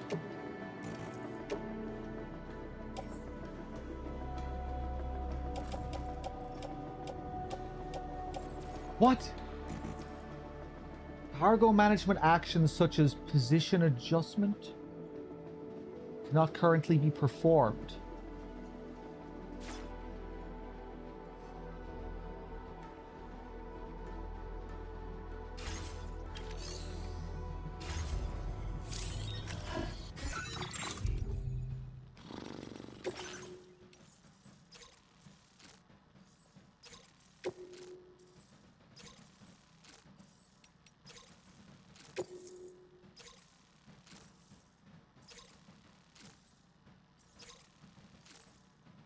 Redeploy the cargo for the selected orders. Cargo for orders you took on at a delivery. Cargo for orders you took on at a delivery terminal will be transferred to that facility's private locker. Yeah, but I did this. I already redeployed this. But let's redeploy again.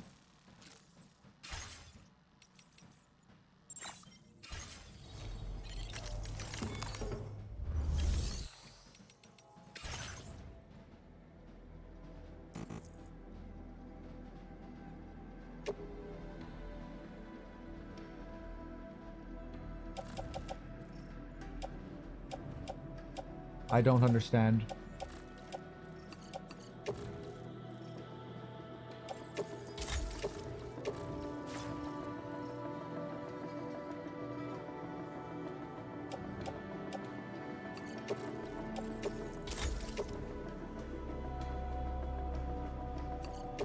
Might as well get rid of this, 99%.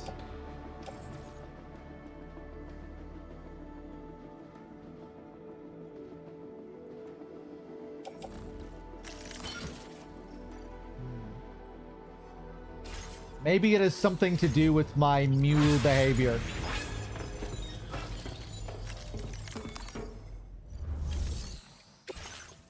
Although, no, I can take on more orders at the moment. Oh, I've already done this one as well. Legend of Legend of Legends.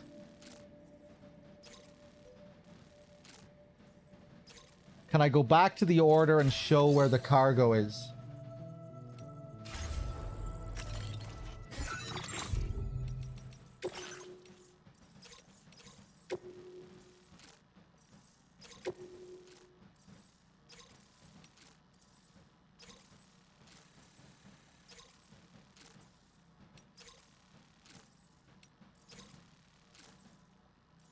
This stranded creature sample is missing. This one is out for delivery.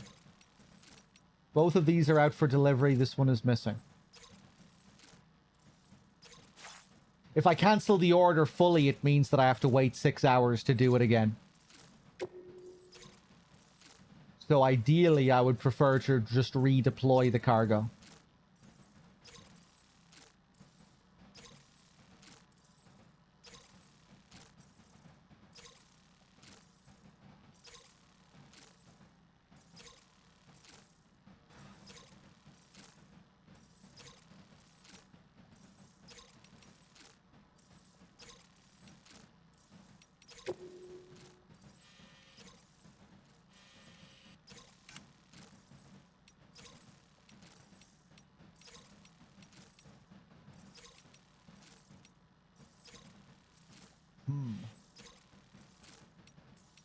Yeah, well, who knows where this missing cargo is?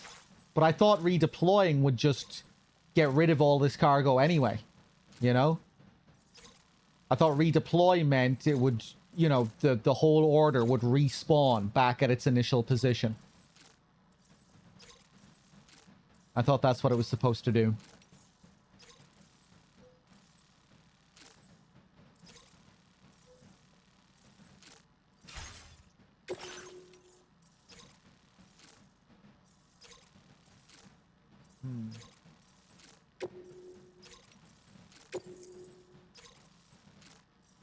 Cargo for orders you took on at a delivery terminal will be transferred to that facility's private locker.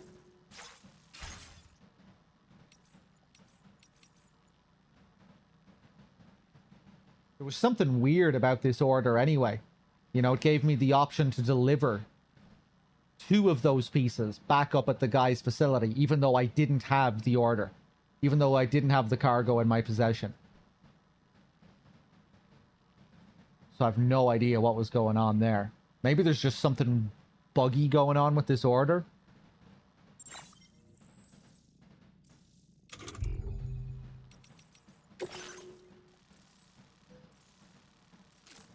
But it's probably just the system being cumbersome and hard to understand.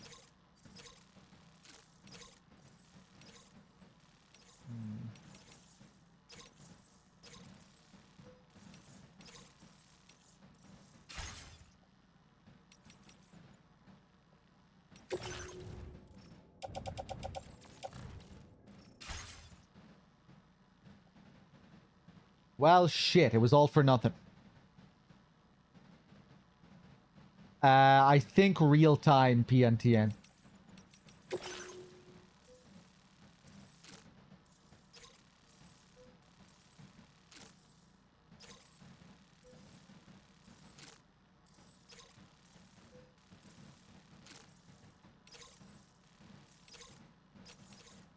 I'm not going to bother with that. I'll take the punishment.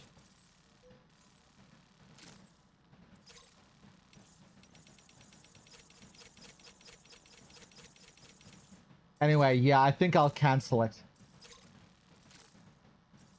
Maybe it's because I made a total fuck up of the order, like destroyed the other piece of cargo. I bet that's it. That's it. If you've lost the cargo, you probably can't redeploy it or something like that. It'll redeploy if the cargo's in your possession. Or the cargo that's in your possession will be redeployed. If you've lost a piece, you've lost a piece. And then maybe you'll have to cancel the order or find where that other piece is. I have a feeling that's probably it.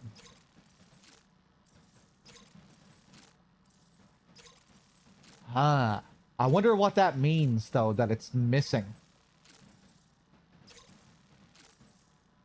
I wonder, has it wound up in another player's world? That's another thing I wonder with lost cargo in this game. You know how in DS1, lost cargo would teleport out of your world and into someone else's world? And then it would be up to them to deliver that lost cargo. I wonder, does that same thing happen in this game?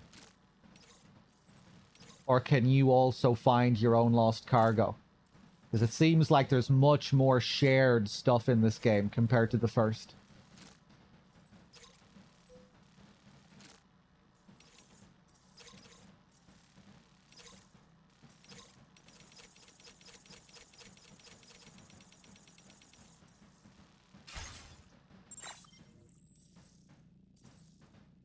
It should show on the compass where the missing piece is. Oh, Jesus. The compass?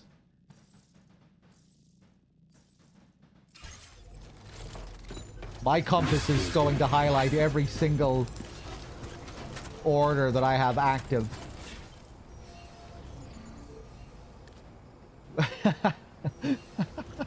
Where would you like me to go with this compass exactly?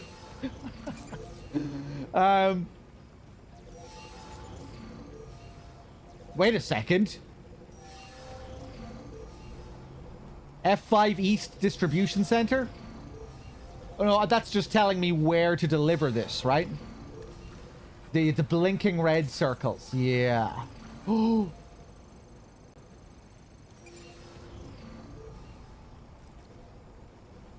That's virus sample.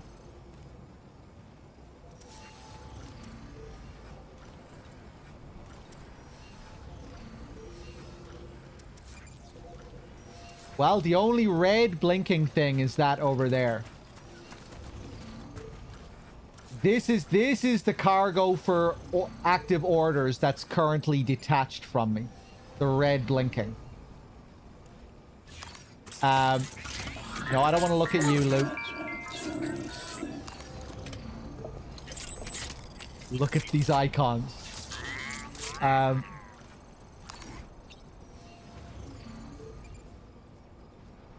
Is that the only thing that's there? Virus 2 out of 4? Right, so maybe my fish is just in some other player's world.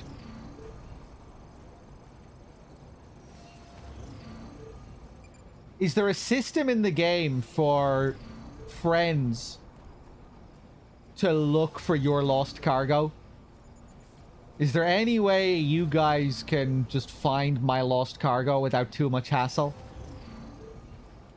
Can you, like, click on my name in the social strand system and see what cargo I'm missing? That would be kind of cool. If one of you guys could save my order and prevent me from canceling it.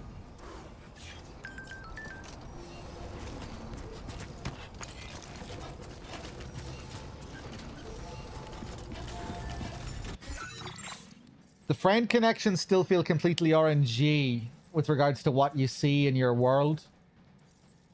I figured the connection system would tie into that. You know, the fact that you can 5-star your friends. You'd think the higher the star, the more stuff from them you'll see in your world. But no. You also have the A-Pass enhancement thing. You have this sharing boost. Increases the number of objects from other worlds that can be shared within the chiral network. Equipment that you would not normally be able to make may be shared with you as a result. Multiple instances of this enhancement can be applied, further increasing the number of objects that can be shared. But that's just, you know, that's probably just random with regards to everyone in your server and not relating specifically to your friend list. I guess it'll increase with stars. Yeah, I mean, I guess it takes a good while to level up your stars.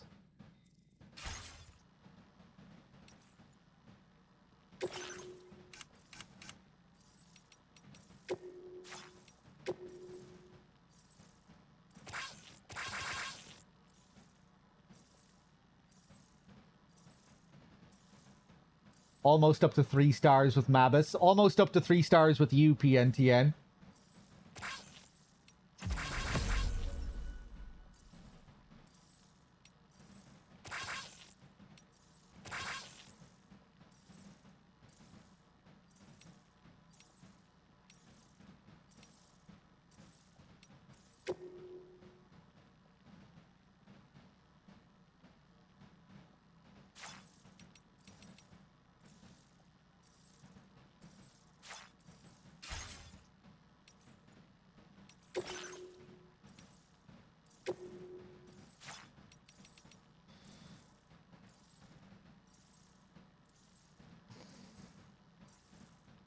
Yeah, Turk, it seems like sometimes you just get bad luck.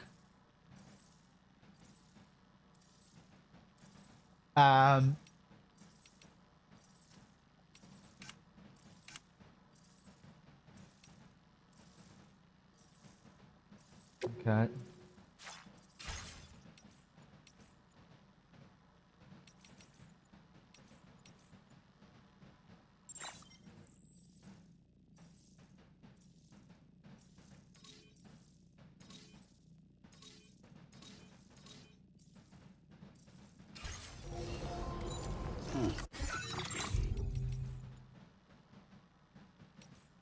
Wonder, is there a way to see... Like, is there a way for me to see all of PNTN's structures?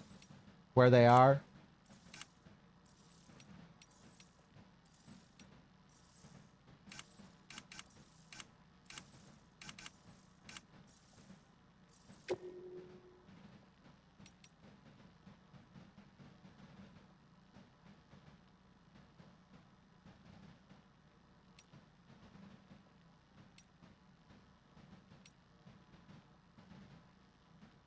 Here are my structure records.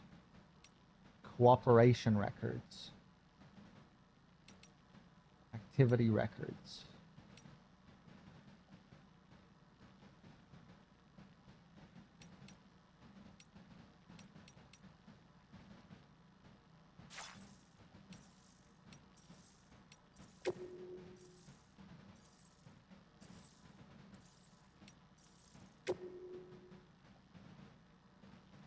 Okay.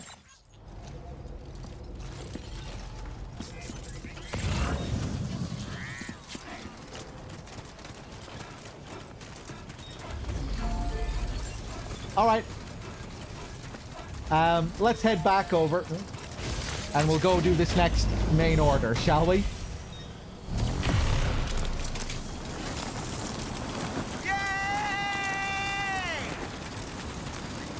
You can filter to online structures only on the map, but I think it's still all of them.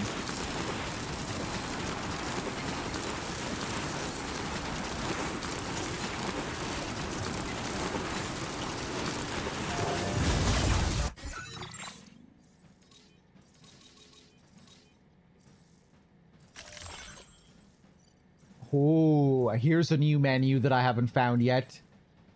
I haven't looked at this customized thing. So here I get to choose what icons I see. Standard order destinations. Lost cargo destinations.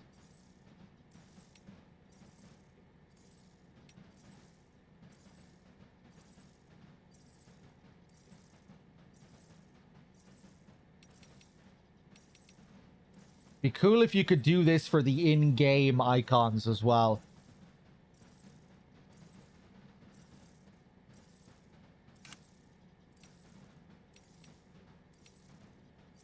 Postbox online.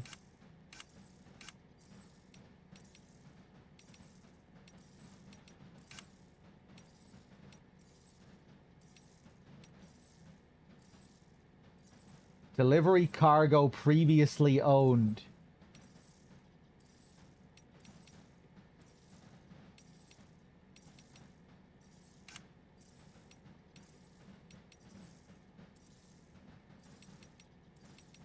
So much shit.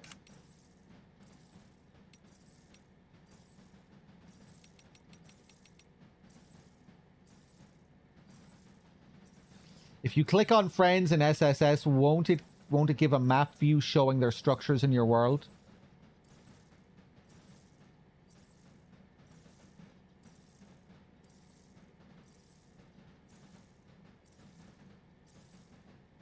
I don't think so.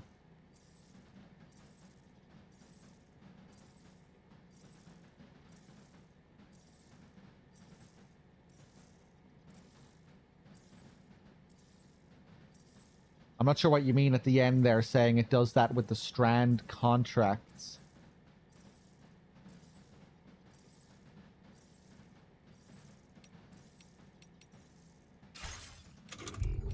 I mean, here. Like, is this affecting, is this changing stuff that I'm seeing on the map as well? Oh! Look! Look at this icon! Look at the PNTN icons over there on the map.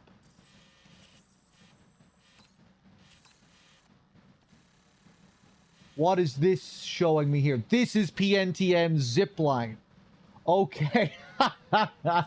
No, but it's not showing me all of his stuff. It's just showing me the stuff that I've interacted with.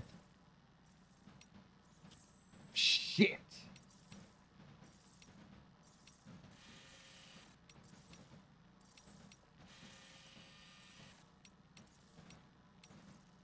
Yeah, and there's Mabus's thing here. Right, well, that's something at least. That's one new discovery.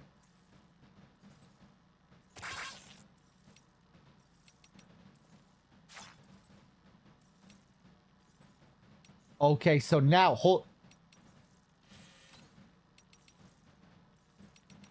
what is this?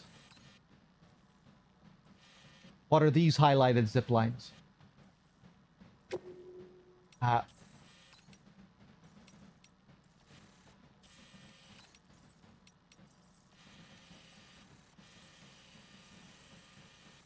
Yeah, I'm still just seeing the one thing from PNTM that I liked.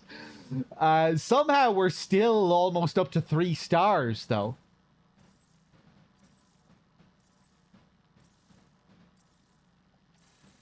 Wait, hold on a second.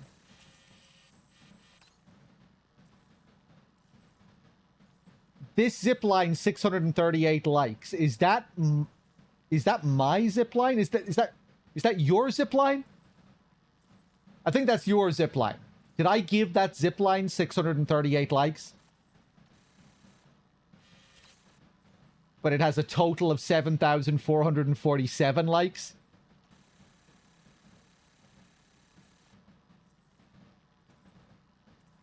They were hitting the bong hard when they were designing this UI.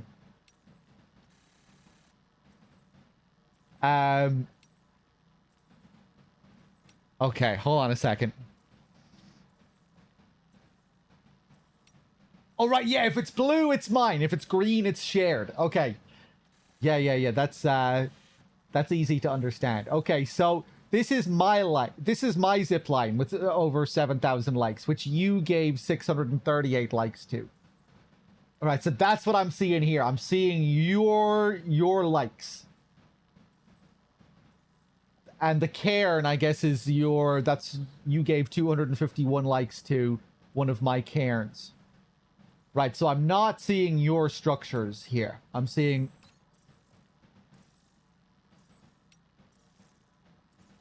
Wait a second. No, are we sure about this? Because look, everything there is green. But look at Mabus Gaming's thing here. Most of it is in green, but the zipline is blue. So I guess that's my zipline that he's given 500 and whatever amount of likes to.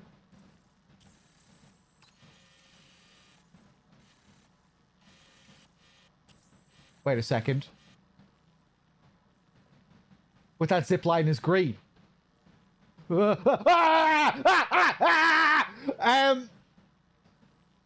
Okay, so the blue in the menu on the left, that's me. That means that I gave those likes. But the zipline itself is his zipline, which he placed, because it's a green zipline on the map. Is that what this means? Yeah, I remember this zipline anyway. This is definitely Mabus's zipline. Yeah, and it's green on the map, and we know that means it's not yours. So when something appears as blue on this menu here,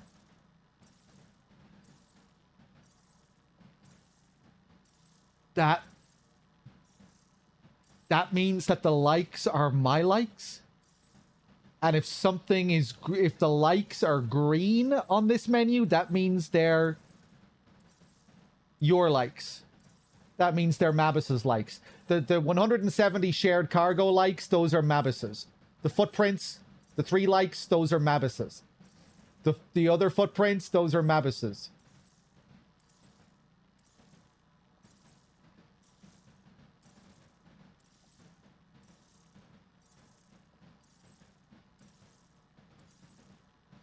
And on top of all this liking, I can like all of this.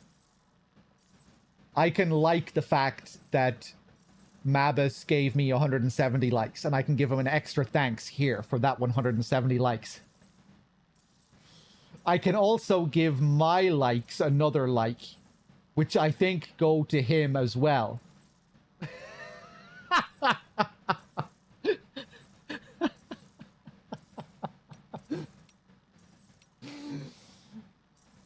I genuinely do like the fact that we can add extra likes in this menu. There's just something absurd about it.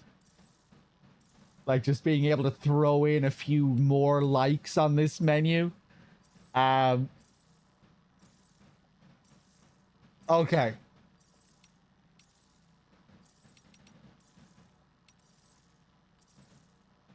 Still haven't seen anything from Gooch.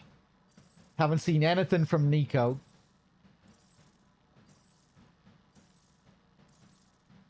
Yeah, we can like the menu. The world will drown in the coming flood of information. Okay, right, let's keep going.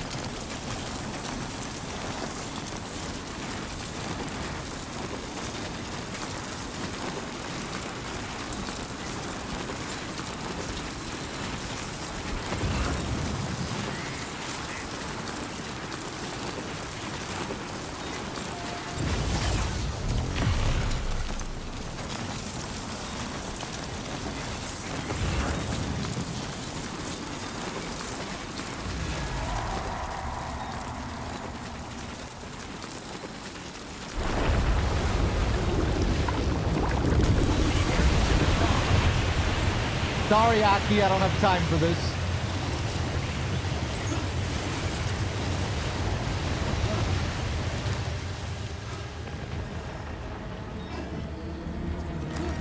Sam!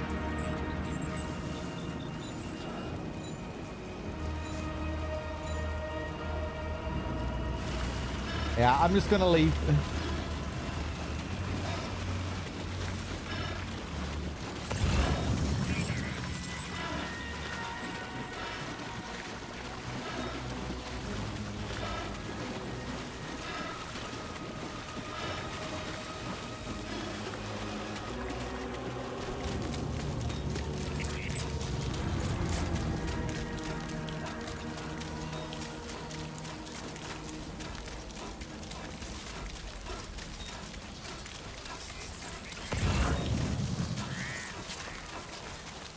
I kind of want to go back out onto the lake.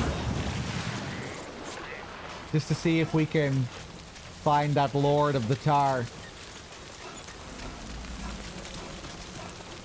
How long is the liking cooldown on things? I have no idea.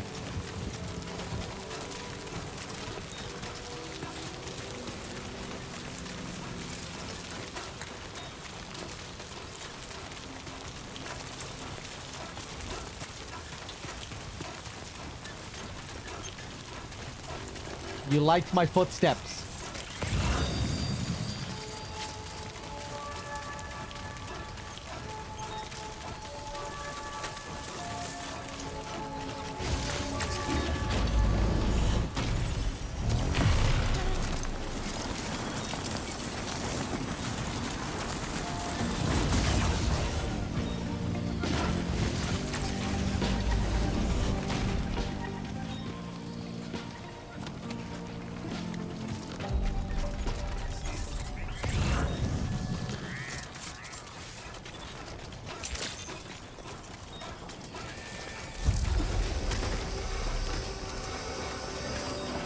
Okay, okay. Let me think for a second. Thank you, Sam. Take care of yourself, Sam.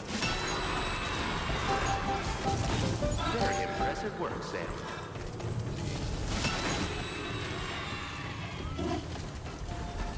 Main order time? Maybe. Let's...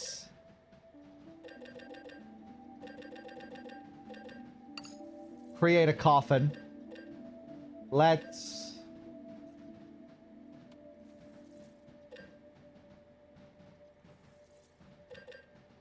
These climbing power gloves also have the combat abilities, don't they? Punch power is increased and they're also effective against mechs.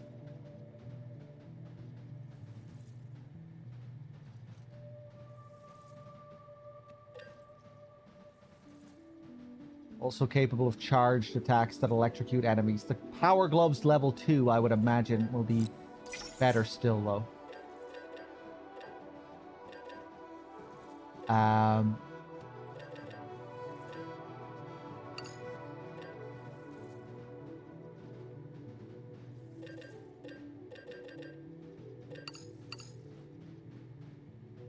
Let's bring these again.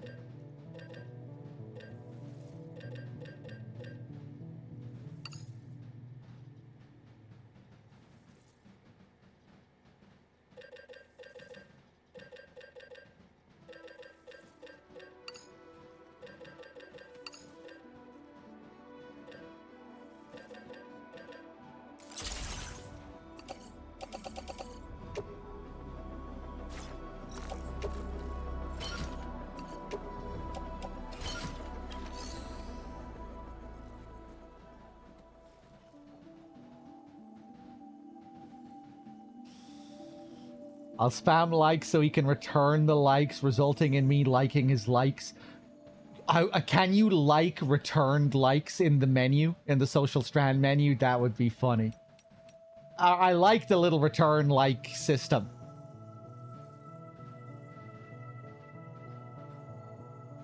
Getting the option to return some likes the moment someone likes some of your stuff.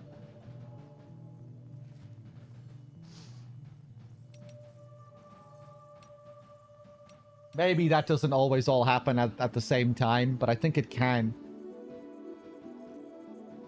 Seem to get more, like, on the fly in real-time updates in this. Like the other day when the game was regularly informing me that Cloud Ace was using my truck. I'm assuming in that very moment he was using the truck, getting on the truck. Okay.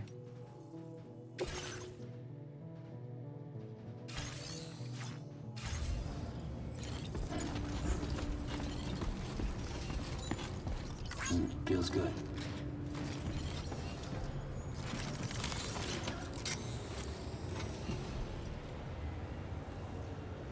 Okay, is that gonna do? Will we hit the road? I kind of want to go back out onto the sea here to see if we can find this Lord of the Tar. Remember to rest.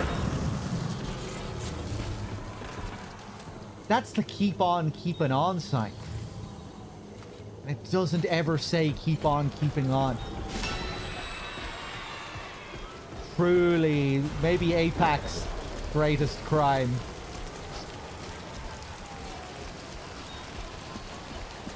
That really shows that there's something very wrong with this APAC company.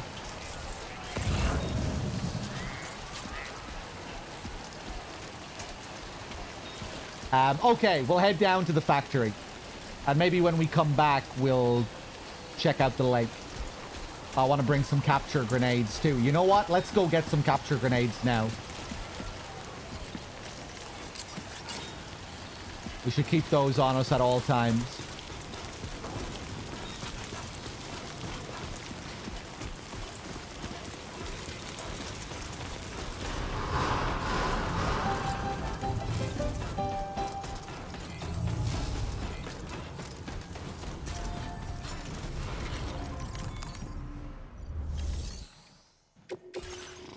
Okay. EX capture grenade. Fuck it, bring some blood grenades too.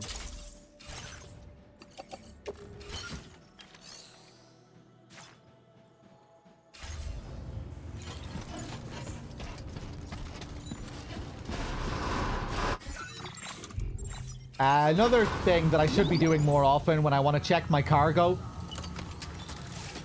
At least I think. Wait, hold on. Wrong button. You can do that here too, right? Slightly faster. Slightly faster menuing.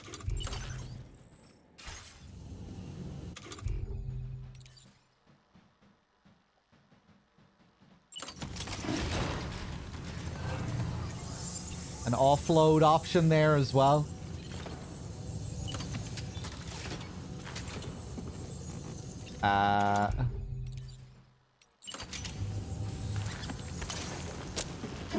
Ooh, what did that say about the Audra deck there? Oh, right, put on, I thought it said Audra deck.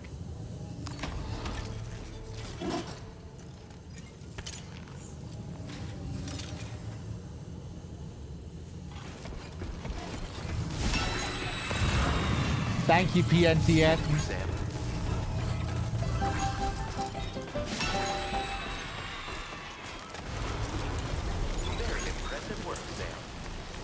The fucking kids, yay! What triggered that one? Perhaps you should take a break?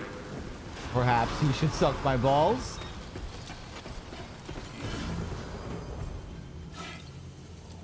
I don't think that was the Yamato sign, was it? I think it might have been this one.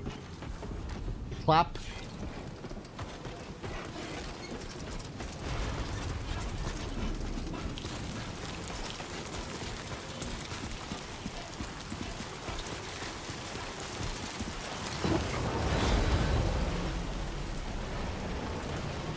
Okay, let's wait for these icons to disappear.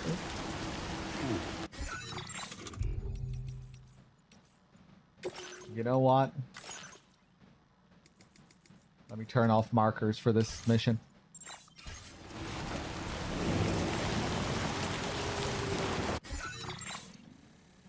We are going back down to the factory, yes? Oh dear Jesus. Did I not take on the order? Deliver ghost mech, factory cargo. Right, okay. Yeah, we did. We took it on. Did we take it on, though? We took it on.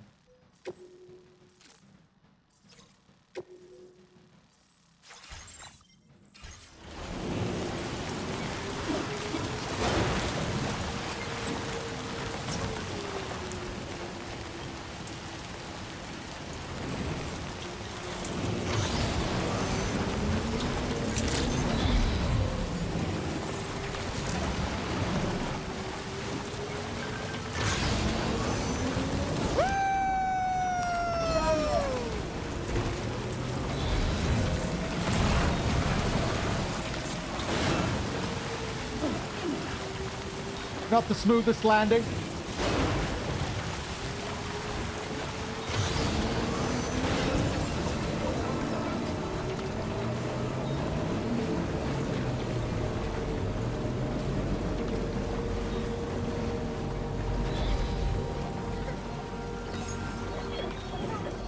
Still don't have this place hooked up.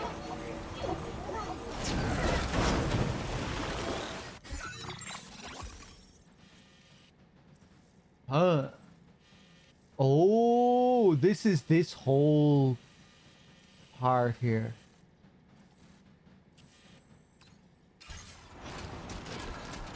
Now leaving chiral network coverage.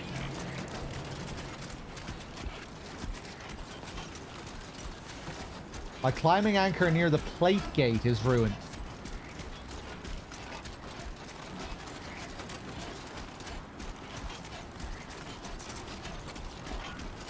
Hit R3 in the map.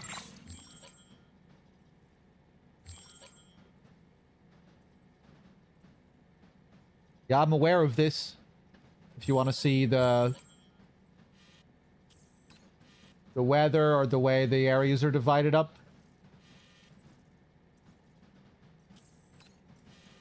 Oh, I see what you mean. Right. Right, you see how big this individual area is as well. That's cool. Yeah, I forgot about that. Nice one. Cheers. Right, okay. I wonder if we can... Maybe we'll be able to find one of the preppers here.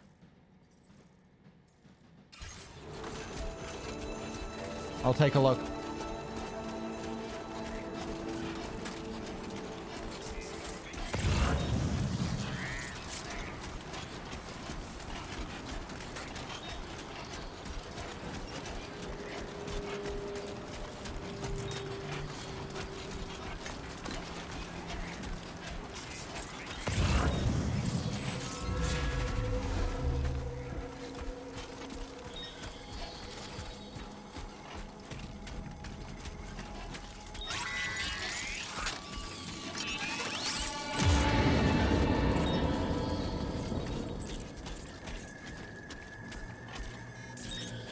Okay.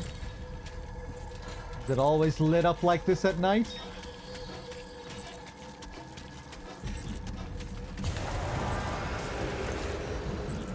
Just gazers?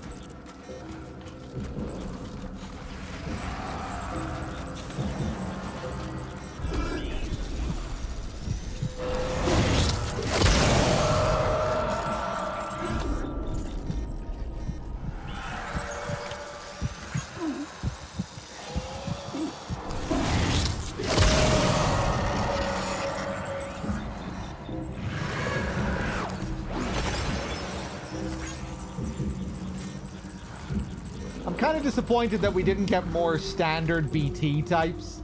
Like, so far it's just been Watchers and Gazers. It was really cool when they introduced Watchers at first, but I was hoping we'd get a couple more normal BTs too.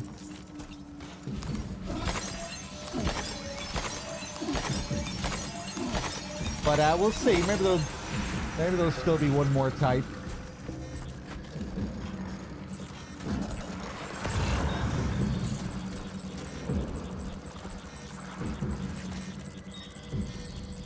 Having these golden boys that fly around is another nice little addition.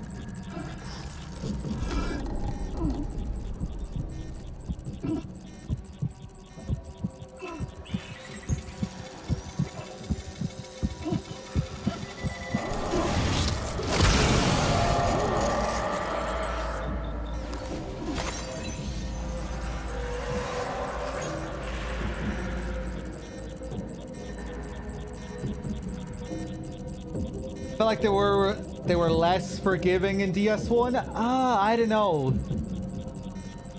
I would say as a whole, overall, taking the BTs as a whole, they're a bit more punishing in this. You know, with some of the larger BTs being much more capable of voiding you out. In DS1, I was never ever in danger of triggering a void out, even on my first playthrough. But I've triggered a couple of them in this run already. It seems like it's easier for you to get stun locked against the bigger ones, where they can grab you without no chance of, you know, with no chance of escape.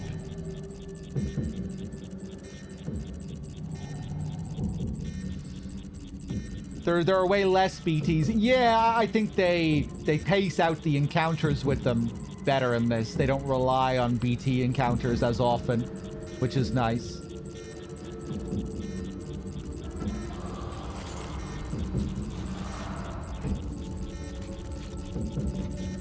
But dealing with the Gazers is, you know, is about as easy as it is in the first game. Some new little twists. At the start of the game, it was nice, you know, being able to stumble while you were in crouch, which never happened in the first game. But once you get the skeletons, that doesn't really seem to happen.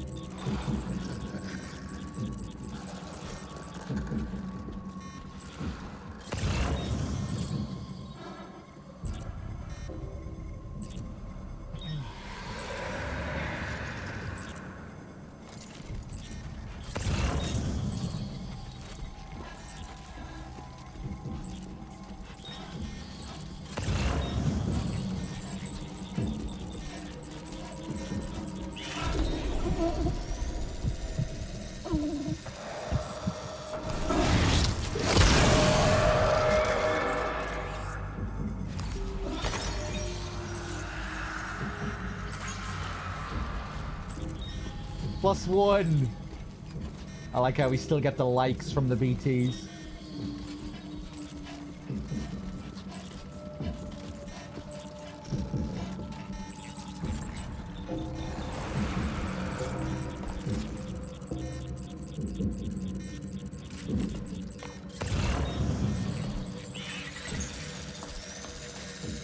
Yeah, they're not on the travel routes as often anyway. Sometimes they will be, but not nearly as much.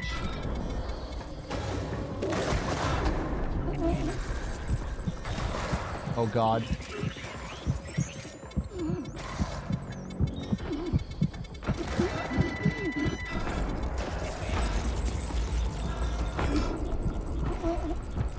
Didn't mean to get up there.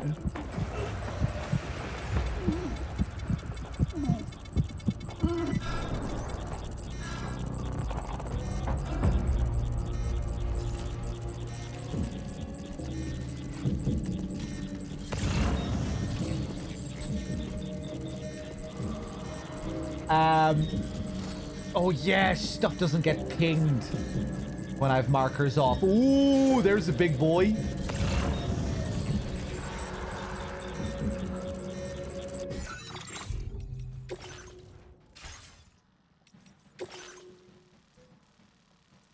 Deliver Ghost Mech Factory cargo.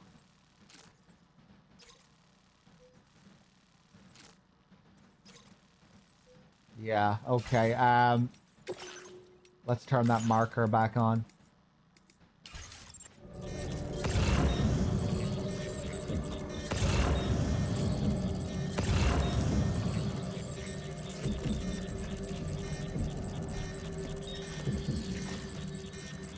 I'm not going to be able to cut his cord, I don't think. Is that supposed to be a severed cord hanging from his leg?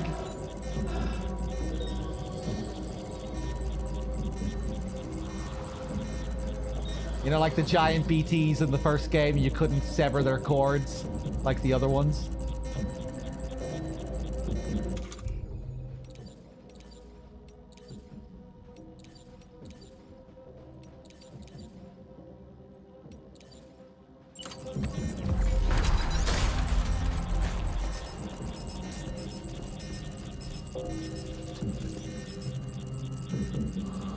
Fuck it.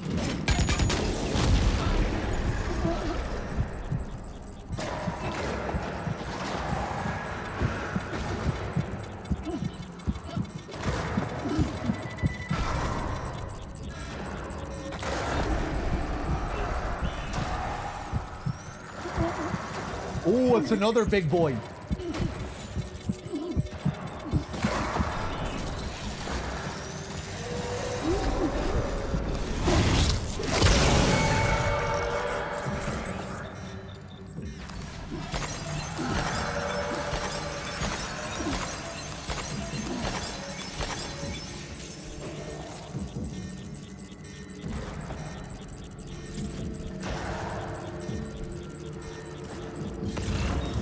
That was a bit scary seeing him coming for me.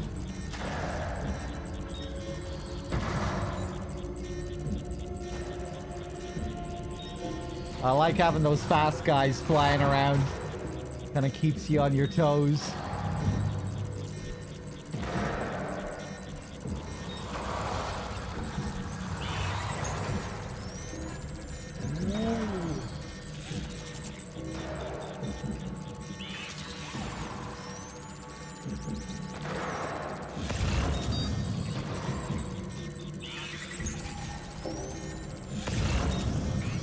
Okay, it's just that one package I need to get.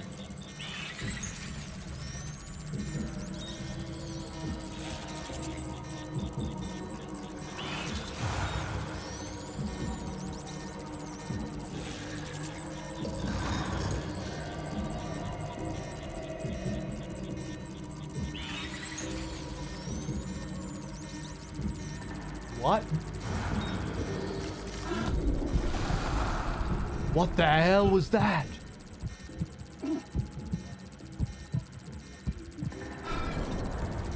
Is that just a light?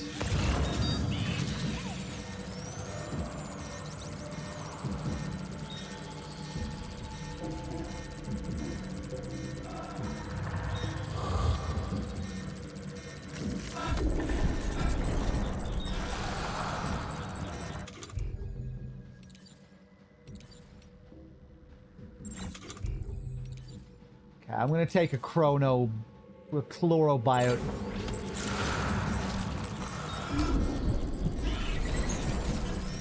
Ah, it doesn't give me any more breath.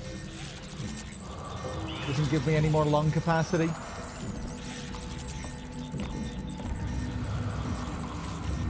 try out one of these cryptobiotes that slows down time.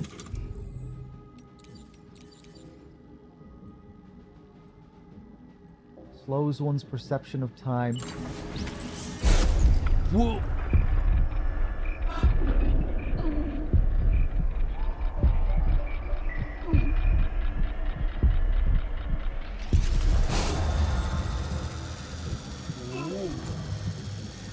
Oh wait, no, it did affect my lung capacity.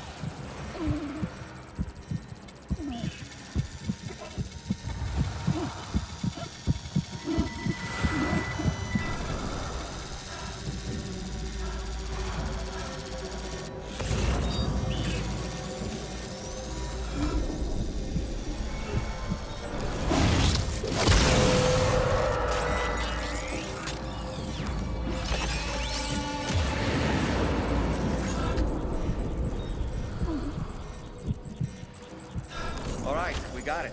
Let's deliver the cargo to the aeronautical engineer.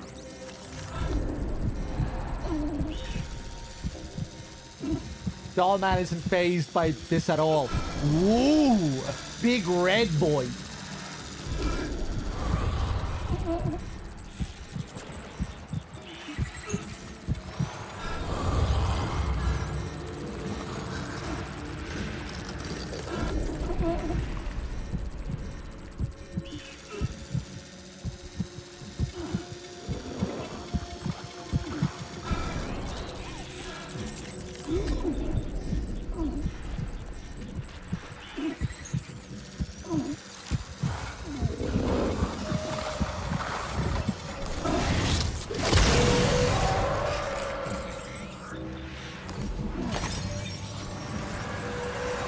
Okay.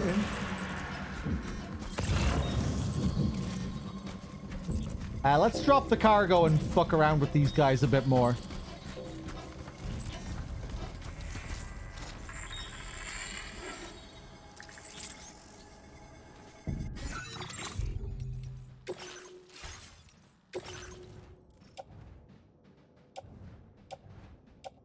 I'll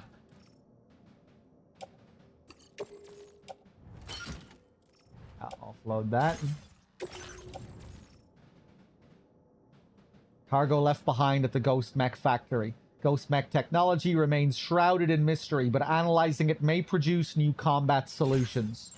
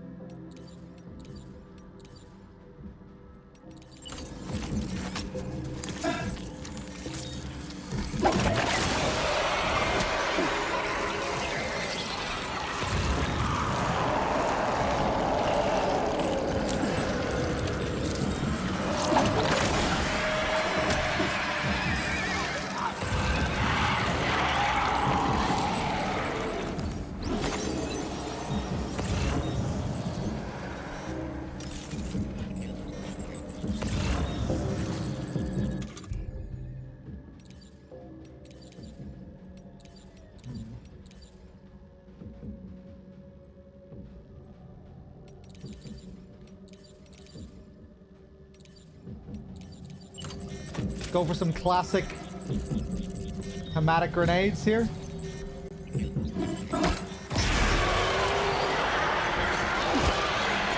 Oh!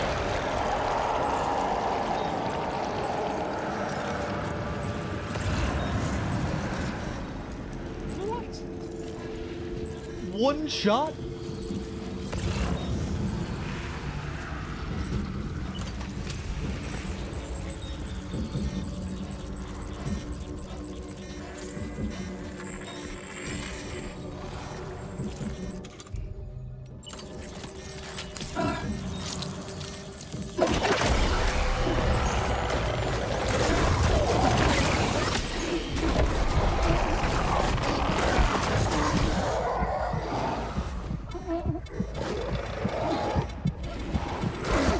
Wow.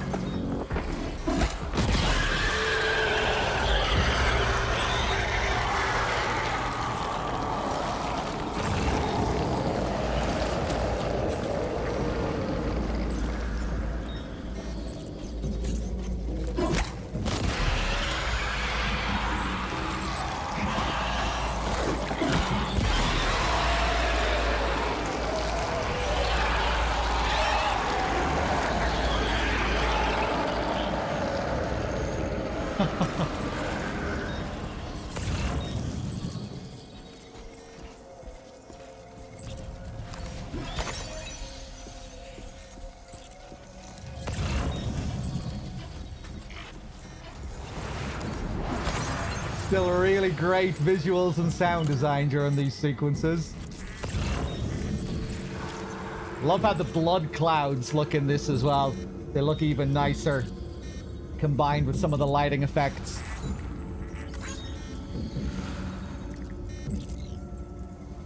Those are level 2 blood grenades, yeah. Let's see if I can also one-shot this big boy. Assuming he's still here. There he is. Damn, it's hard to even see him there.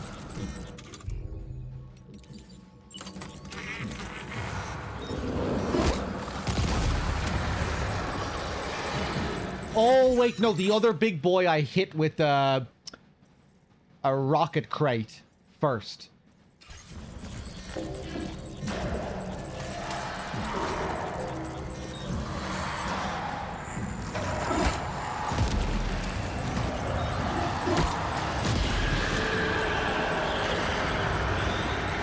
Still pretty wild, though. 2 grenades.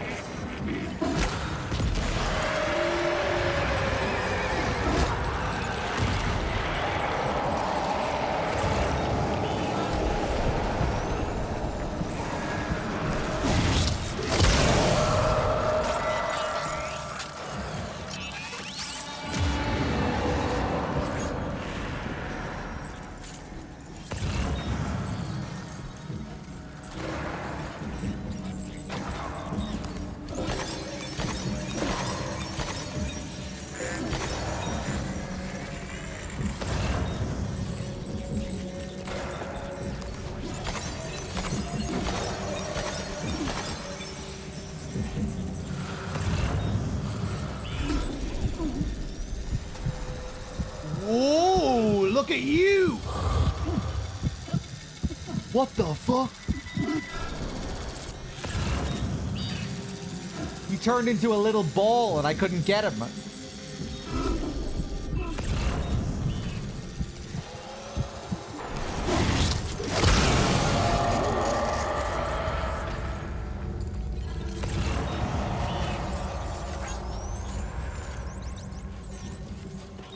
Okay, that's another cool little move they have.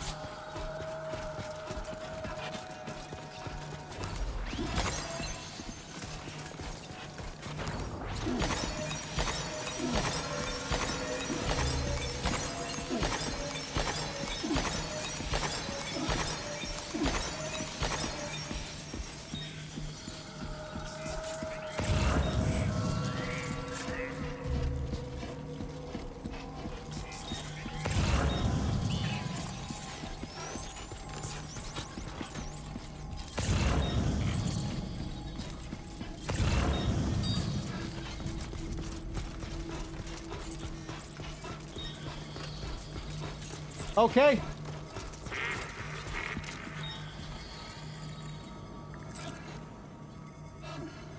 Oh, was that the sound of the Odradek? Looked like a withering flower there for a second. Yeah. Oh, that's cool.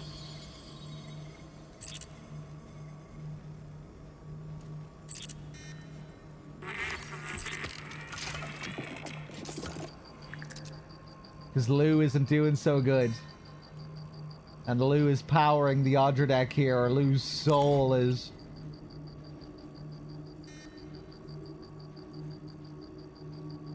Or whatever the fuck is actually in this pod.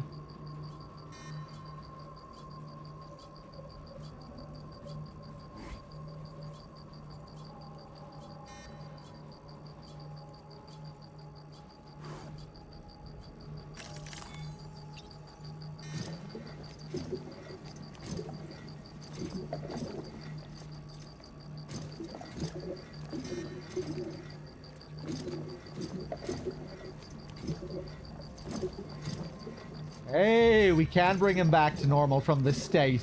I wasn't sure if that was going to be possible.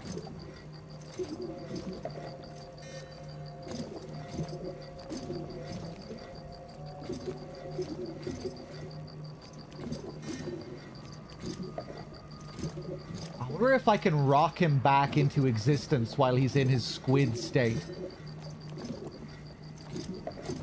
We need to see him in his squid state again. Or her.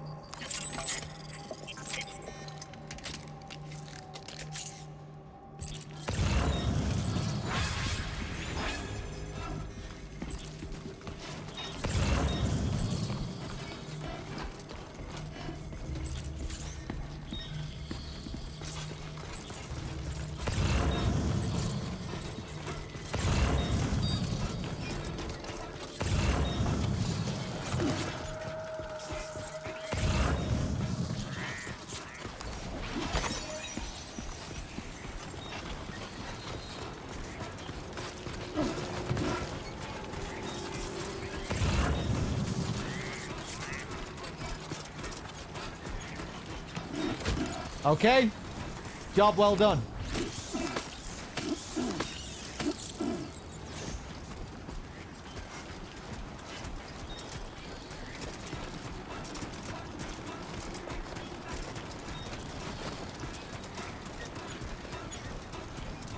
While we're down here, maybe we'll go and see if we can hook anyone up to the network here.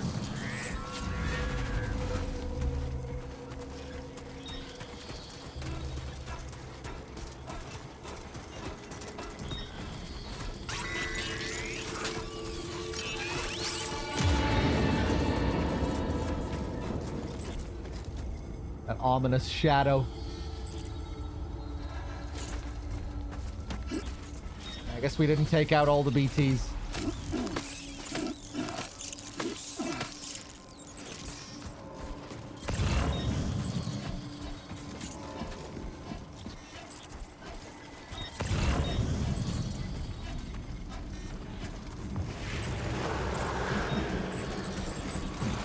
Hello. Come here. Come here.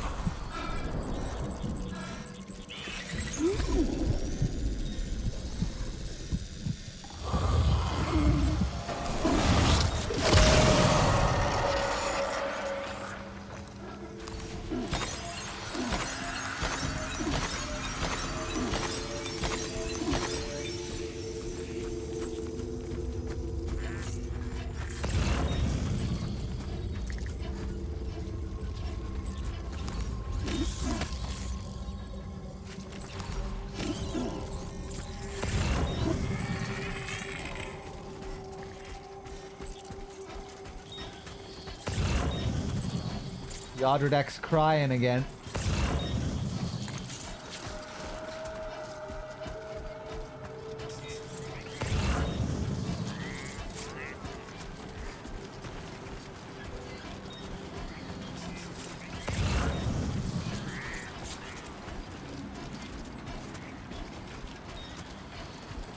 Another gate quake.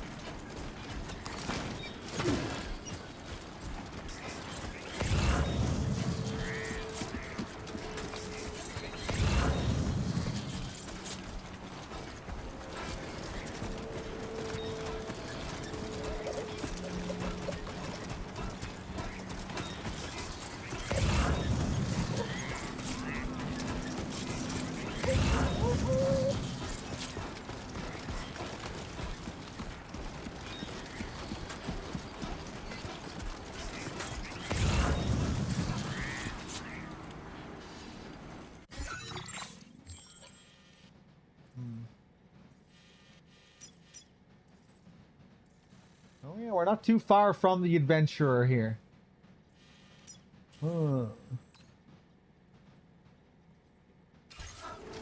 Okay, I'm just gonna jog across here for a little bit longer.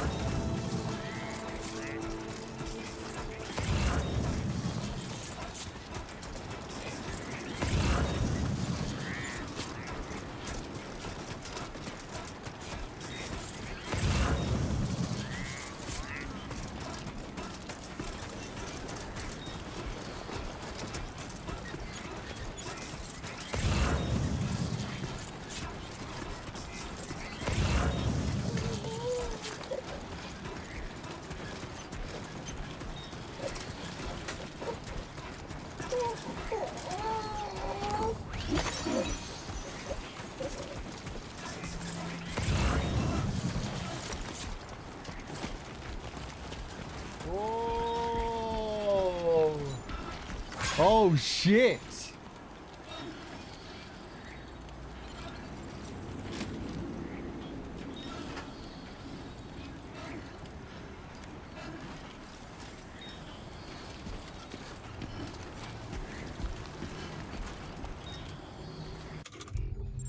Hold on a second.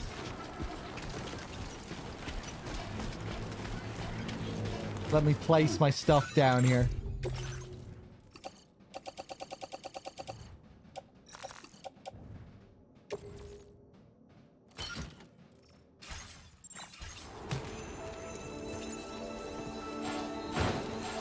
Oh! Was that my cargo? The one thing that I didn't want to take a knock, I think just took a knock. It's okay, it's just it's a main story order.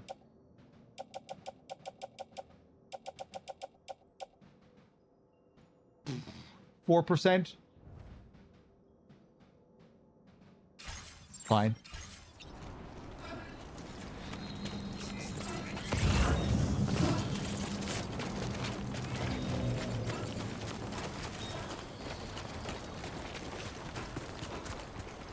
Hold on one sec, guys.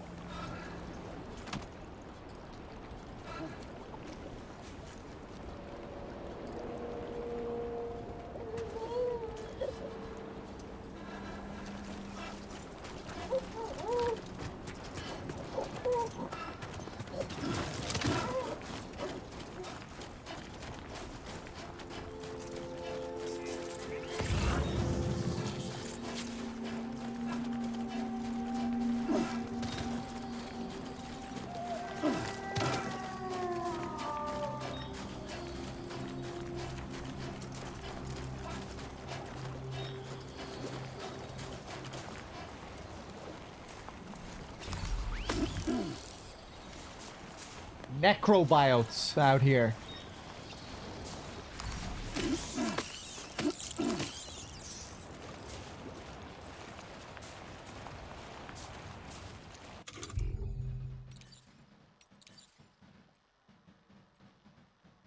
Temporarily prevents detection by BTs when eaten. Right, I forgot I had these as well, and I forgot that was the function. An extremely poisonous cryptobiote.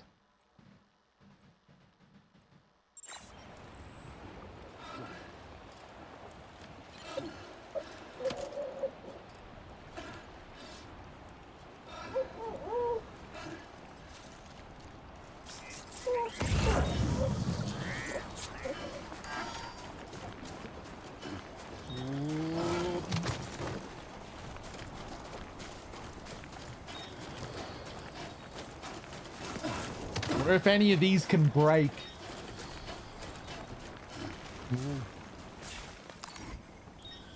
Not looking the most stable there.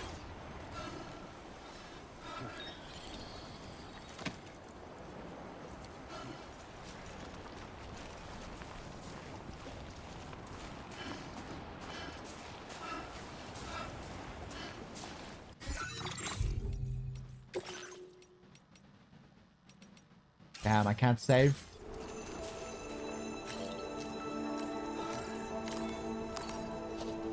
Huh.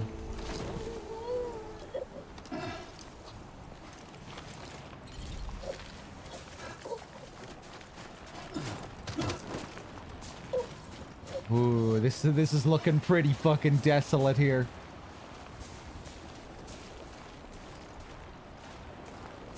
Cool.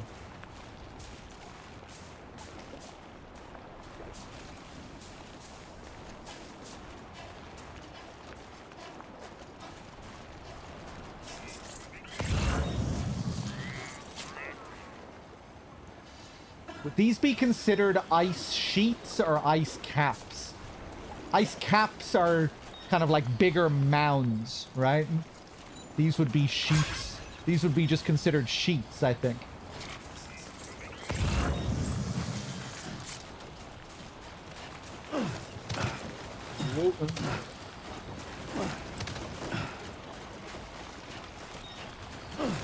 Flows? So would these be ice flows?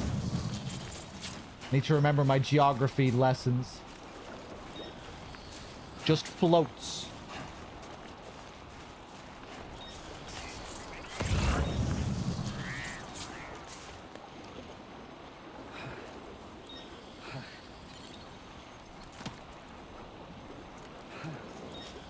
Ice caps are large or dome-shaped formations, right? I figured ice caps were kind of larger mounds. I didn't think these would be categorized in the same way. Stalactites and stalagmites. Stalactites are on the... They come down and get you. Stalagmites, they come from the bottom up. Stalagmites are on the ground. Stalactites are on the ceiling. I remember that.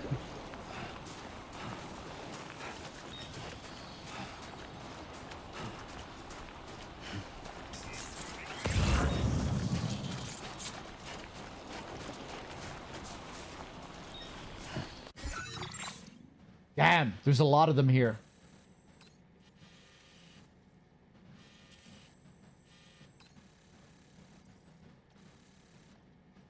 Okay.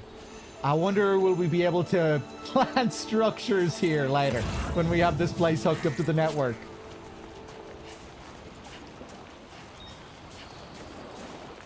We get some zipline networks going out here.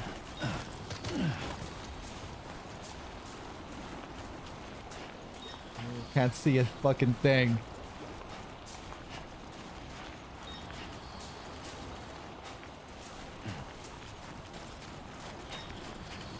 Oh, Jesus Christ! I was reading the chat while I was moving there. An ice flow is just a sheet of floating ice.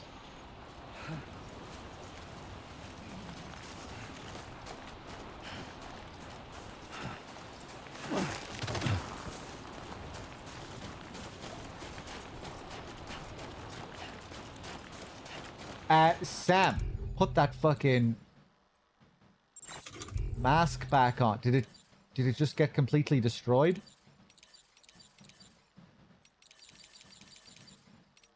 Oh, I guess I dropped it.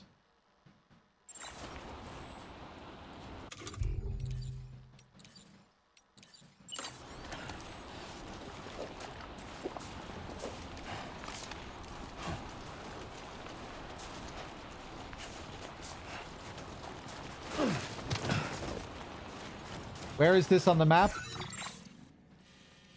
Here, down by the mech factory.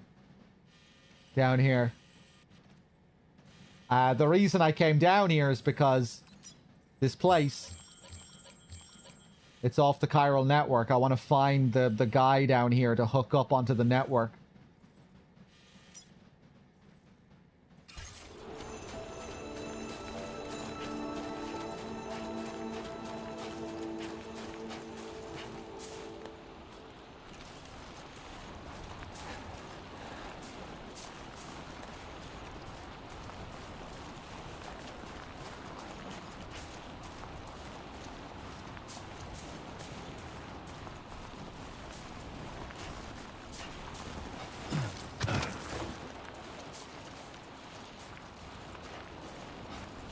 Anyway, worth it just to come down and experience the vibes here.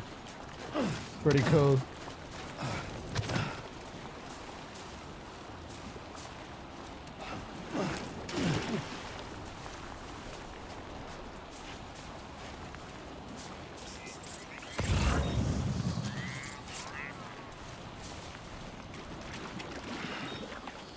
Is tar as well here?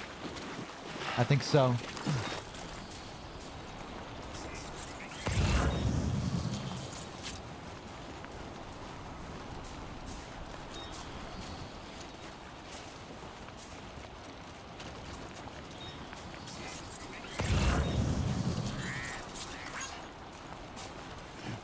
Okay, let's go back and get my stuff.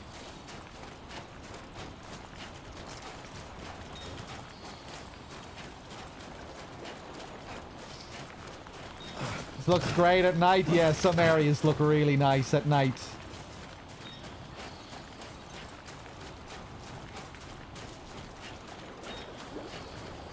My favorite area is still being the fisherman's place.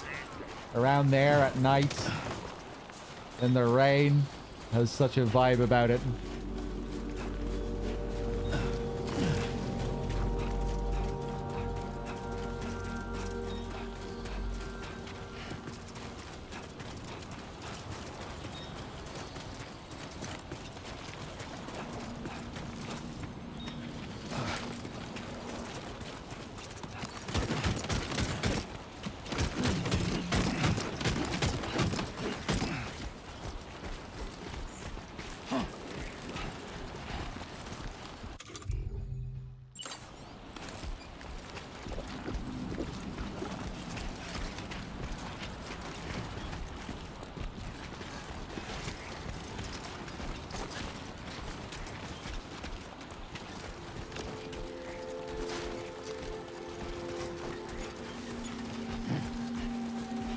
I think it's 50-50, Yurt. It's felt pretty 50-50 to me. Maybe you just chose to wake up more at night when you have those options every morning in the private room. You know, you can get Sam to sleep for a bit longer. You get to choose what time of day you wake up at.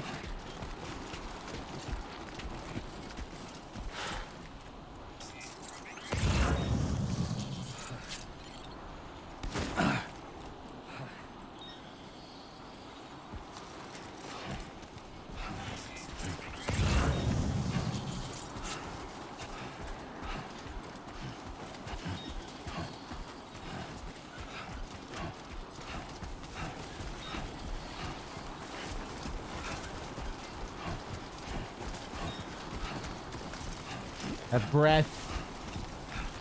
Getting tired now. Okay, where are we in the network? I bet the person is up here somewhere. Up right beside the lake on the opposite end of this guy.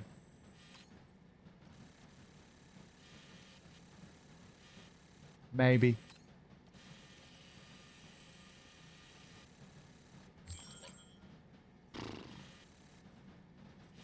That's a pretty big stretch here as well.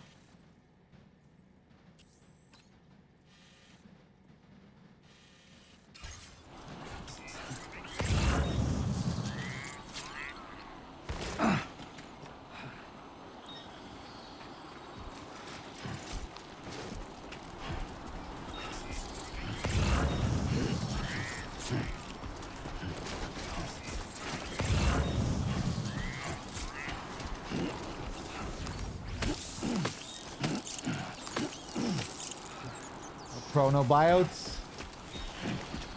Okay, I'm gonna go for a little bit longer here, and then we'll turn back.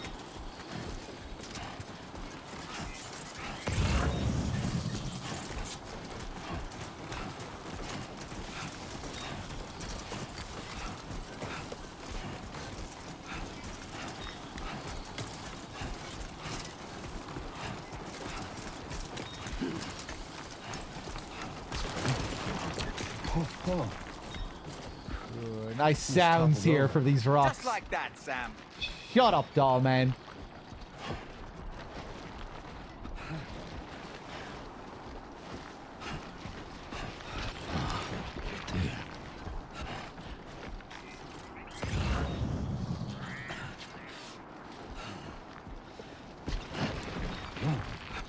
Whoa. Look at the skin on my teeth. At low stamina, he's tumbling a bit more now, tripping a bit more.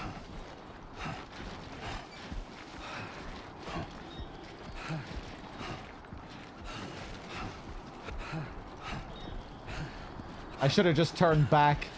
This is gonna be a nightmare walking back.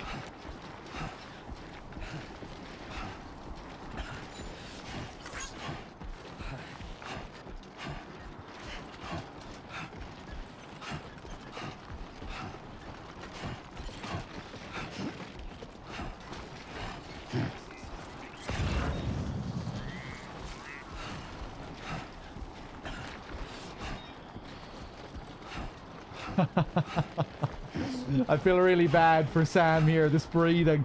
The occasional little cough as well.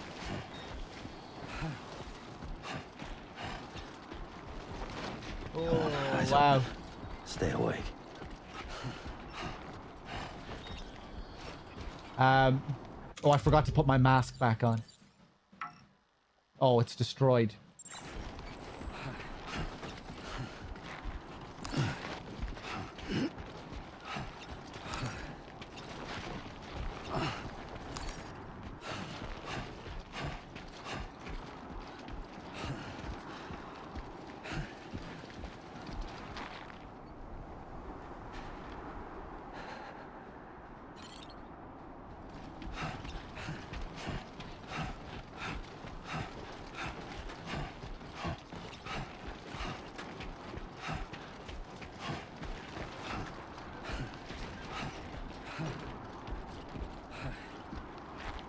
Probably not able to rest normally here. Still freezing. Don't look down. Oh, I can. I don't have to sit in a body bag.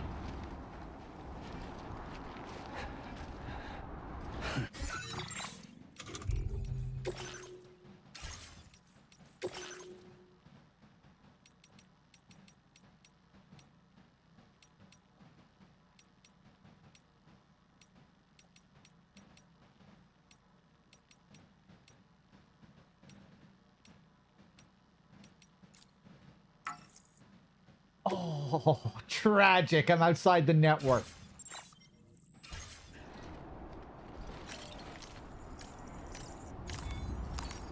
Let's take 5. Sure.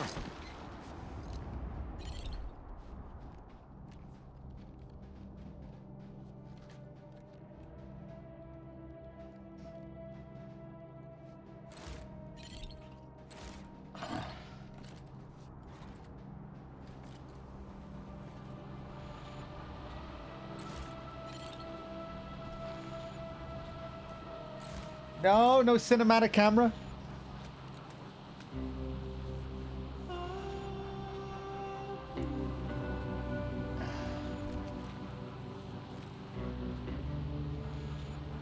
Massage those shoulders a bit.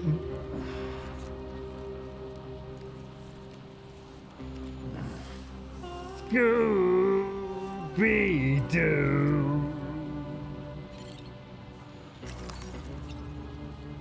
I love you, my Scooby-Doo.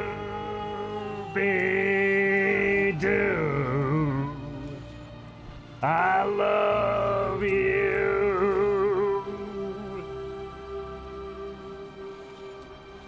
Struggling to stay in time there. I couldn't hear it properly in the background.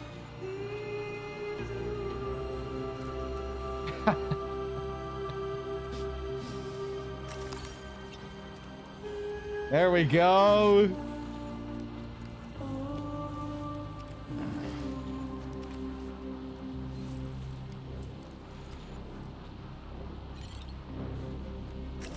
Stretch those legs one more time.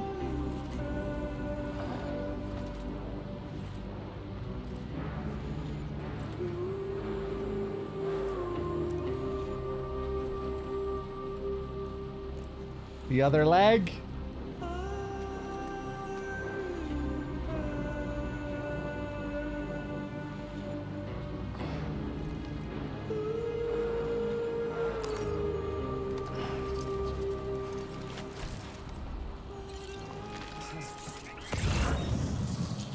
Nice cairn here.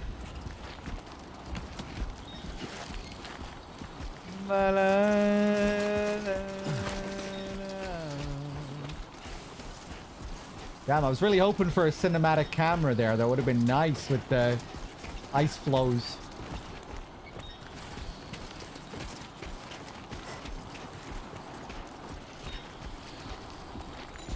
Oh, and I have to try and get another one.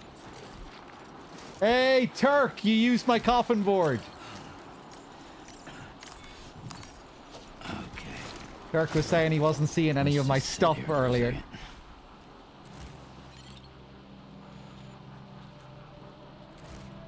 Ooh, nice.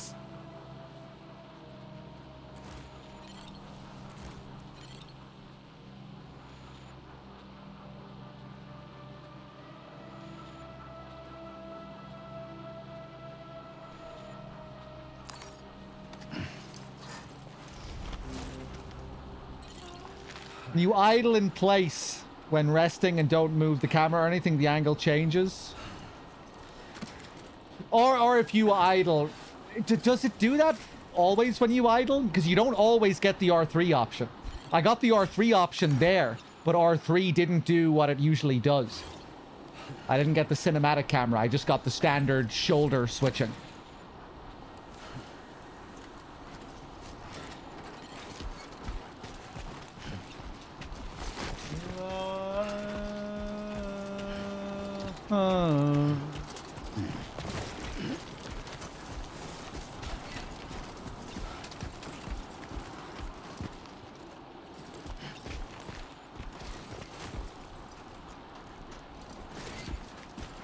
I wish you had the option to go cinematic whenever you wanted. Like, RDR2 style.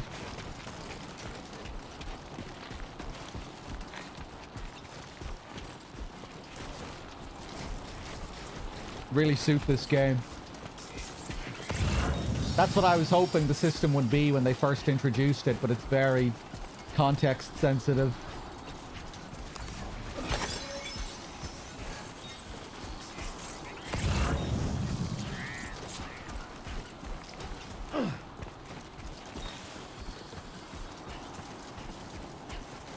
Okay, we're gonna have to turn back at some point here.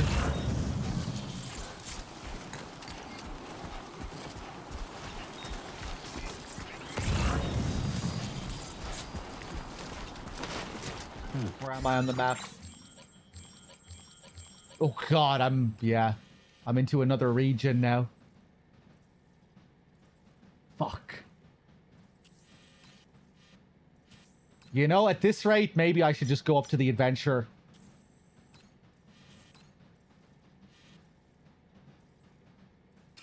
May as well.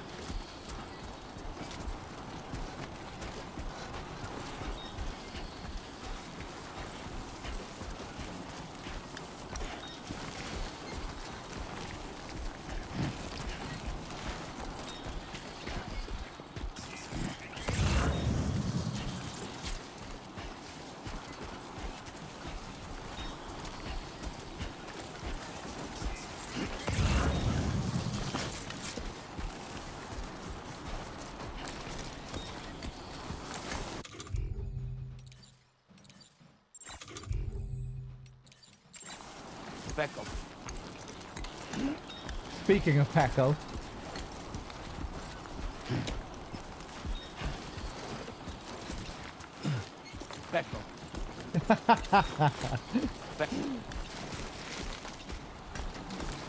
Seems like Sam has missed the Pecco too.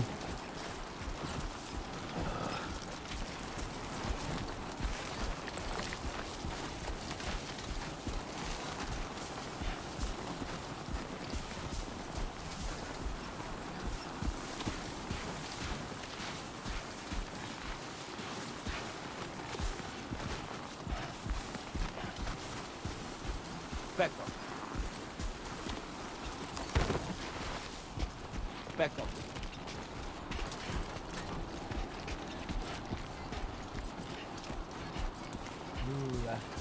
You know, it's some of these moments that I enjoy the most playing this.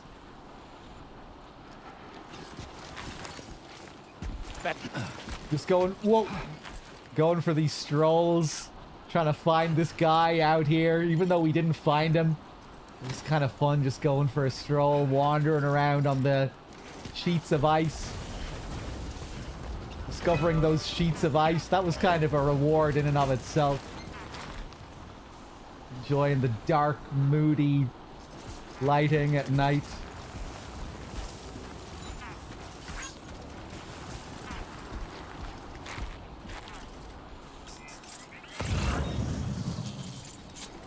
Okay, I wonder where this prepper is.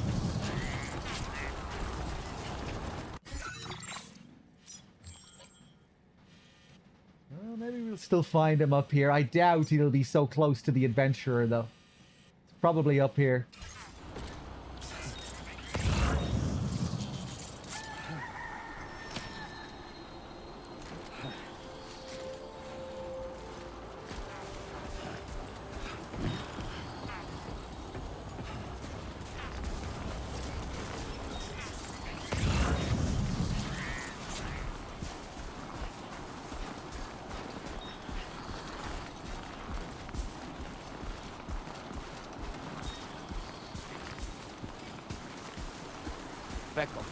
Speckle.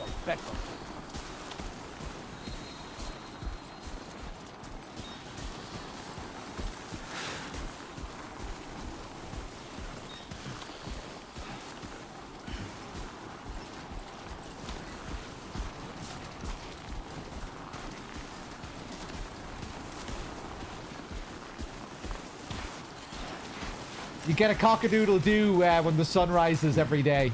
Speckle.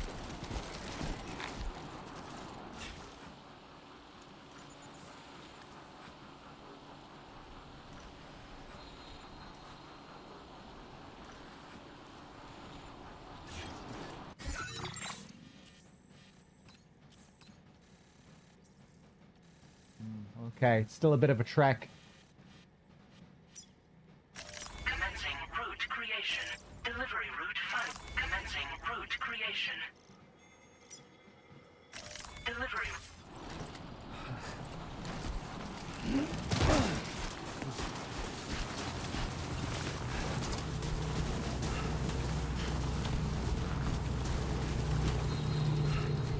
Oh my god!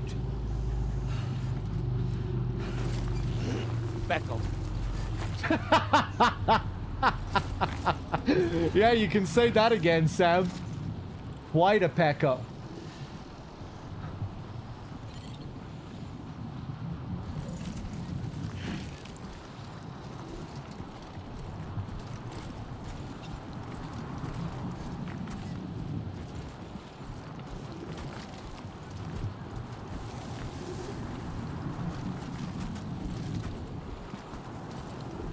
The kernel inside that thing?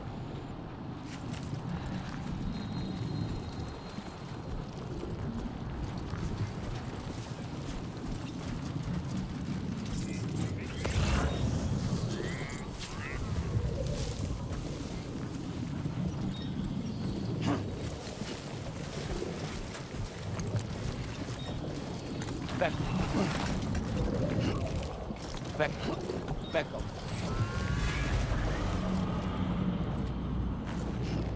Speckle.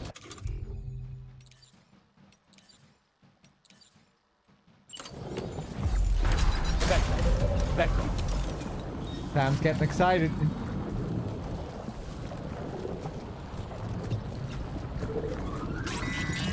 Ah!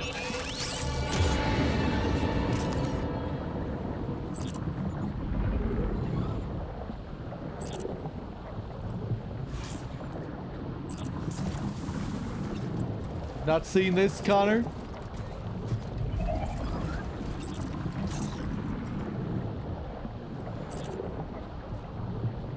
That's quite a shot.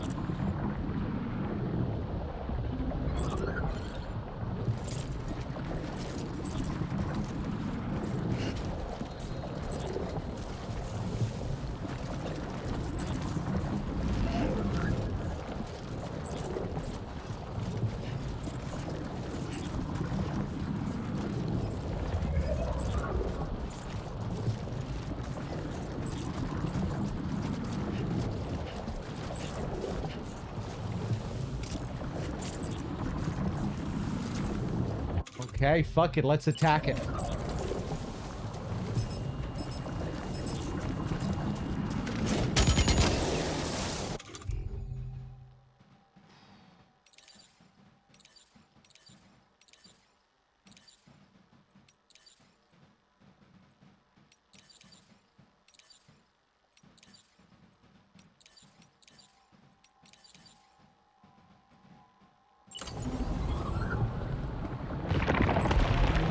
Whoa!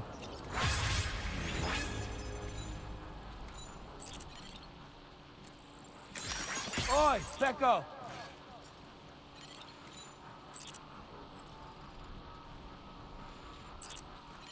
Huh!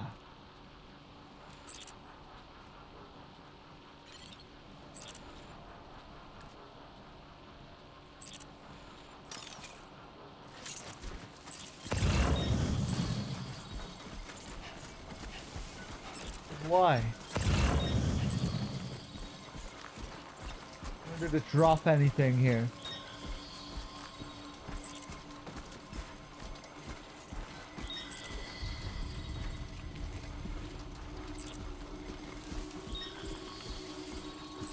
Gorgeous area here.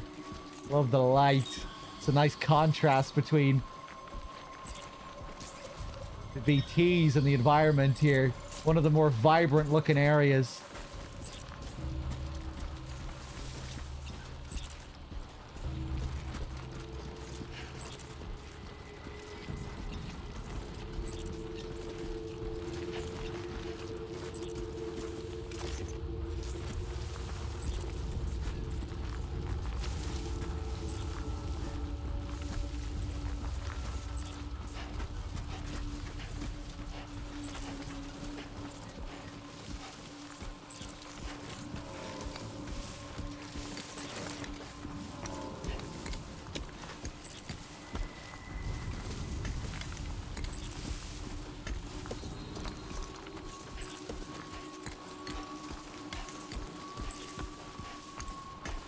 Sounds. Pecco.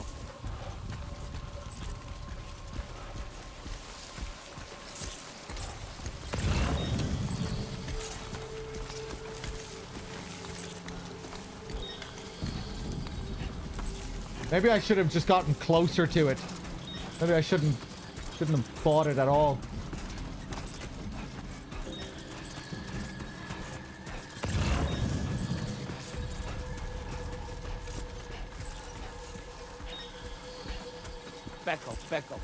Pecco. Okay.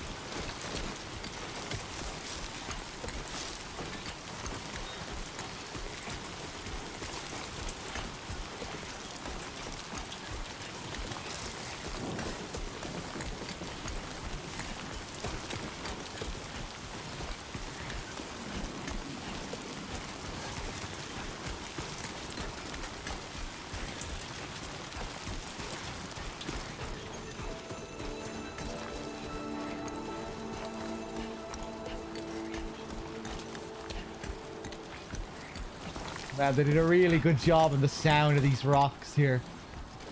The way it feels with the slight touches on the haptics as well.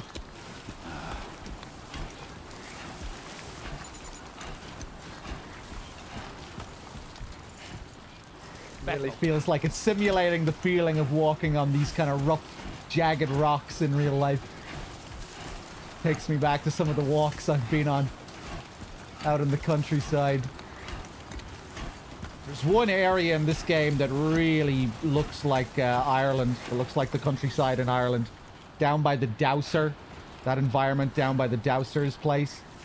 Feels like it's really modeled on parts of the Irish countryside.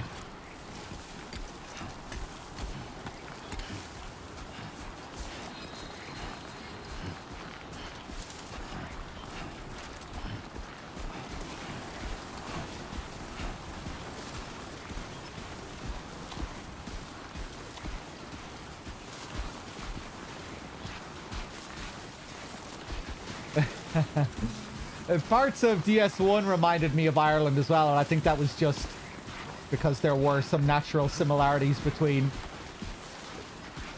the Iceland-inspired stuff, and just how certain parts of Iceland can look similar to Ireland, parts of Ireland.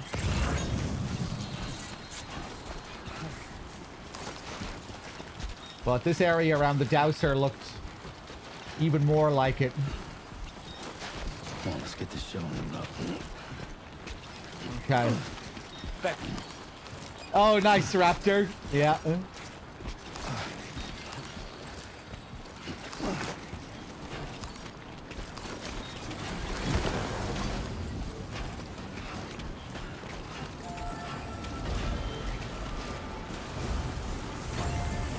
Hey, Jesus. Now that was a fucking trek. Back. That was fun. I enjoyed that walk. Okay, let's drop this stuff in the private locker.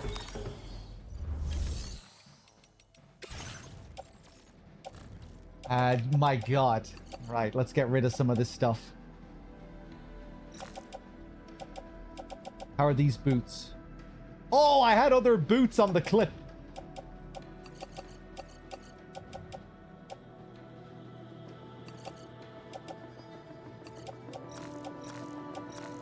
Destroyed ladder, destroyed PCCs.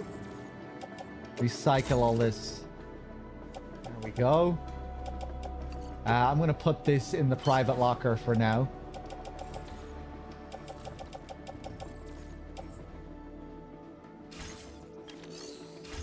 We'll take a trip over there now. Becco, Becco, Becco.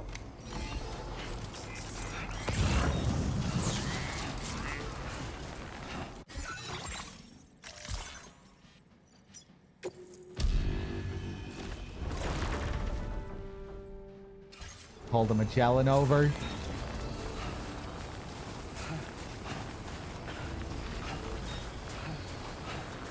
Crazy how fast some of the loading is in this. Bang, there's the Magellan, ready to go. 1 second.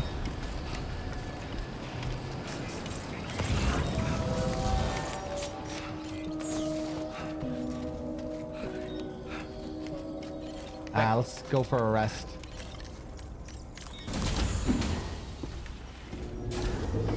Oh, I should have taken the cap off. We're going to be thrown into a scene here.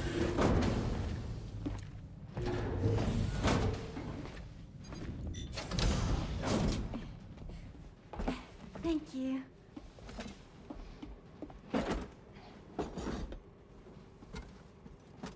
In the place where I came from, no one gave birth to babies. They just stayed inside their mother's bellies.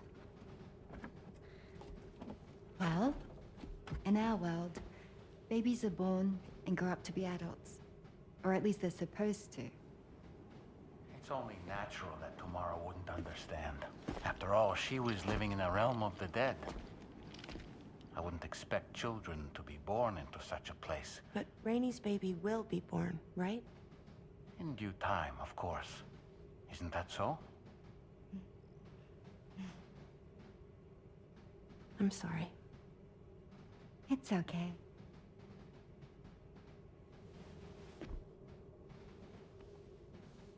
Raindrops are falling on my head.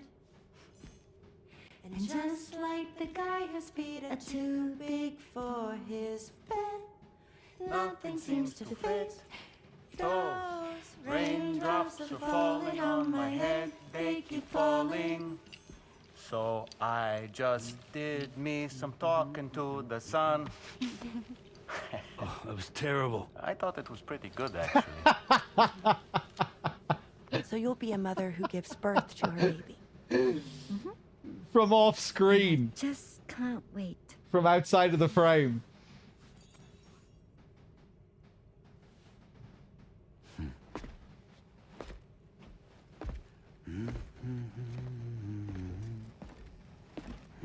Talk about terrible, Sam. I've heard dogs with better tones. There, he was doing okay.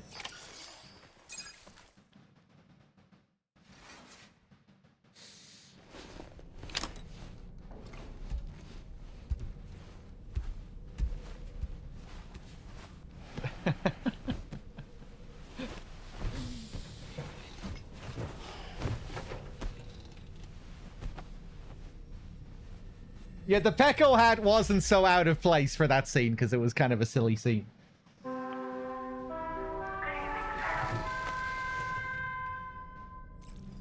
Alright, you know, more lighthearted.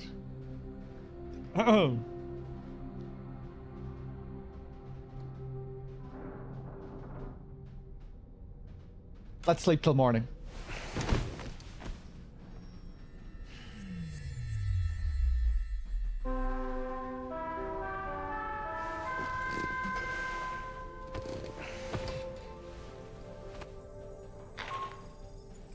Hi, Sam. Tarman here. I'm pleased Rainey's feeling better. And now that that's settled, we're all set to continue linking up the continent. Your next main order requires you to retrieve some intriguing cargo. And for convenience's sake, we've decided to transport you to the mission area in the Magellan. Ah, Jesus. Speaking of the Magellan, I think it's high time this old girl's weaponry got a bit of an upgrade. Oh. I've gotten in touch with a researcher based in South Fort Knott for this very purpose.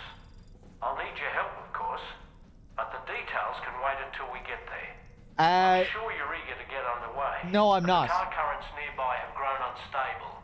It's going to be a bumpy Ah, ride. Jesus. As a safety precaution, I'd like everyone to assemble on the bridge before departure. Come and join us as soon as you're ready. The fucking tar currents, so I'm not able to go anywhere. Ah, fuck. I thought I was doing the next main order.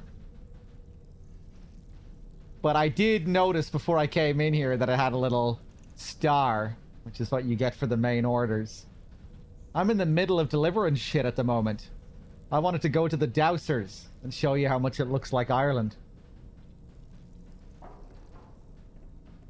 Alright, let's go have a shower.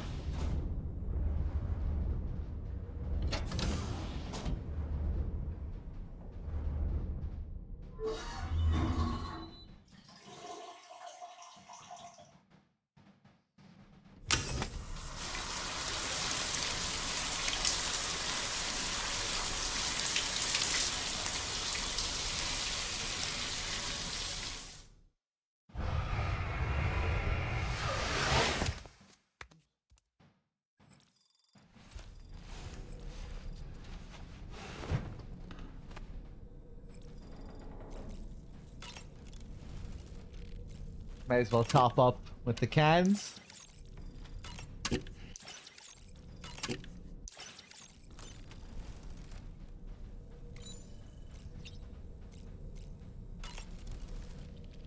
So, operations at the Eastern Environmental Observatory are managed by just one man, all alone in the mountains.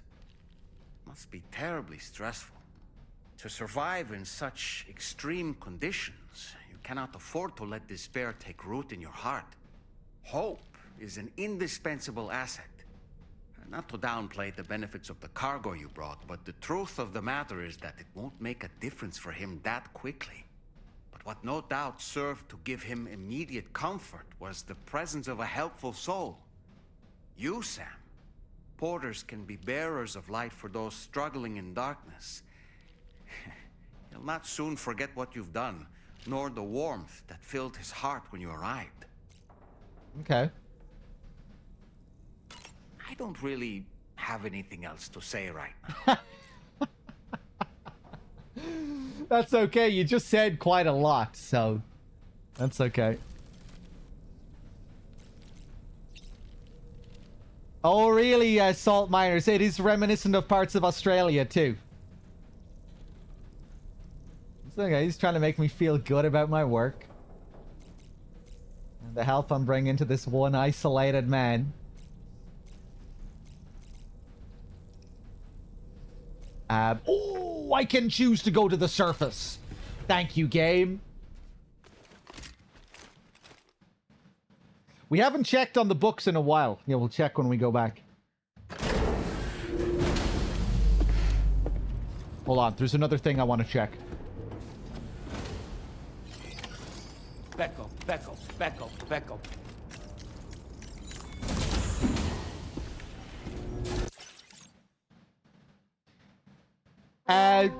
There aren't stars for the pants. I'm not sure if there's anything that replaces the stars. Is that what the markings? I'm not sure if the markings show what's been completed. I think they do represent the people that you've hooked up. But I don't think they represent the people you've maxed out.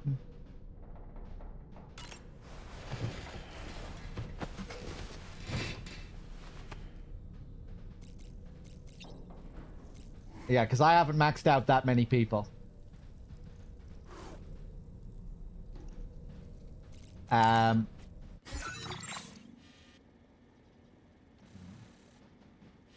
I just wanted to check the storage room. And I want to check the storage room a few times. You know, because it's kind of... It's been random.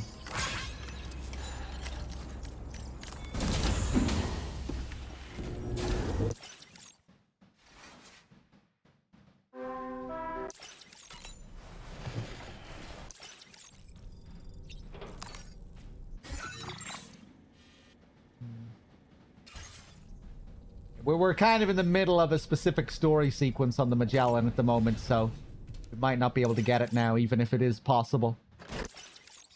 Even if there are more interactions to trigger.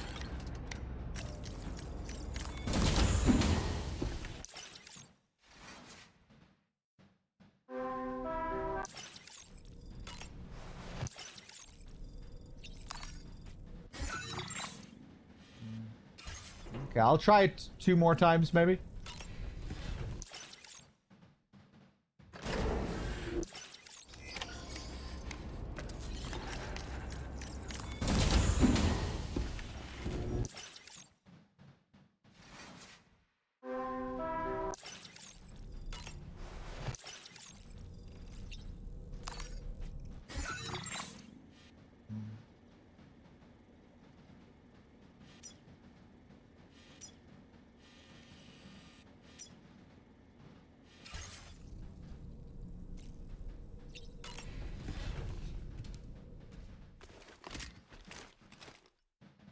Those are all the people I've connected, I think. Yeah, I was gonna say they look kind of like coffins. Tying in with the fact that we use the Cupid also looks like a coffin design in this, and that's what we use to hook them up. But I'm not sure if that is supposed to be a coffin. Do they look like coffins?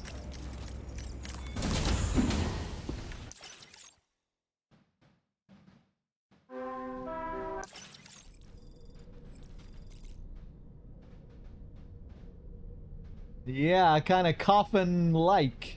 Coffin-esque. Kind of ghostly looking.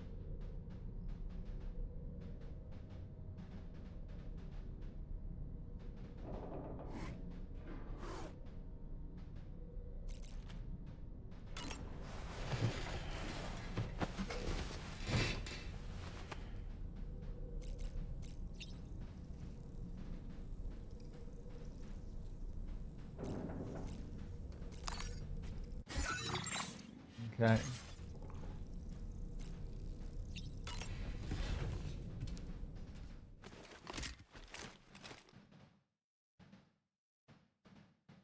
Yeah, I was gonna say our sarcophagi.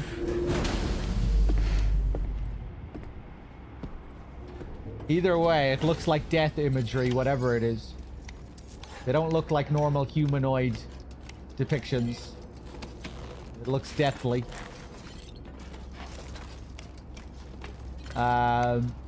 Okay. Let me put on some shoes. Now that's a damn fine fit.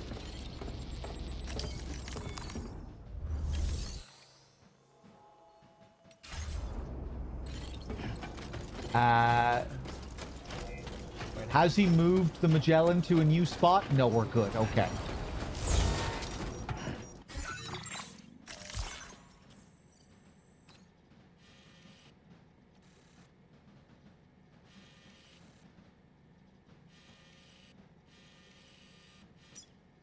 Yeah, let's head over to the Dowser's place.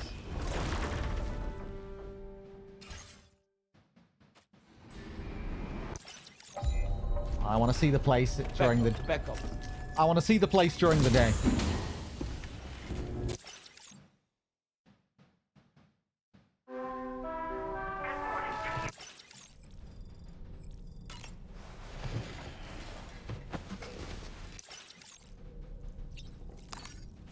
Alright, we'll check this one more time.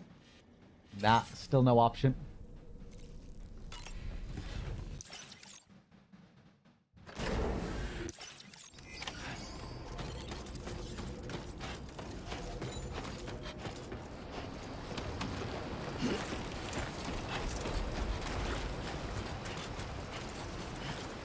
Yeah, this place around here.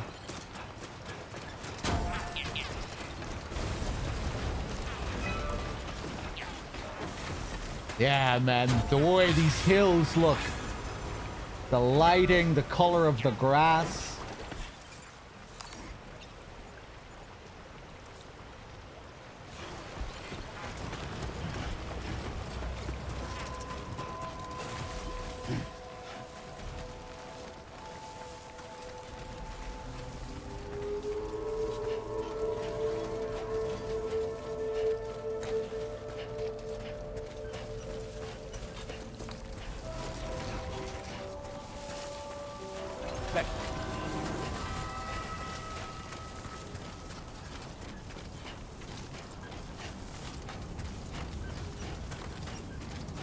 Especially when the place was flooded the other day when I was here. Even the floods reminded me of back home in the west of Ireland. When you get those floods mixing in with the soil under the ground and it's all orange colored. Back up.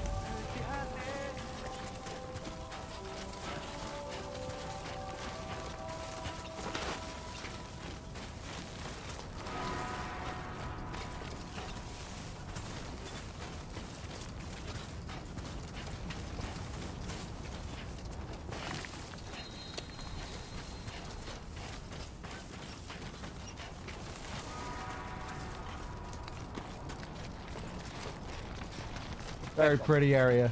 Back up. Hey, we have the whole monorail connected to that area now.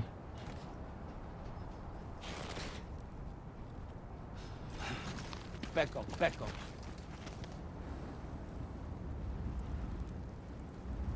Back up. Back up. Back up.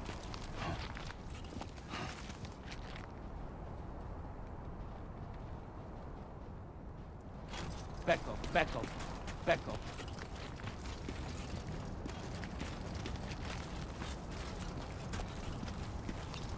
Back up. Back up.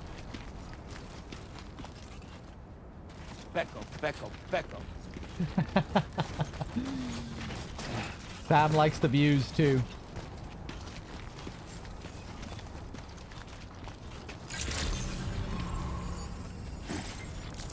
Back up.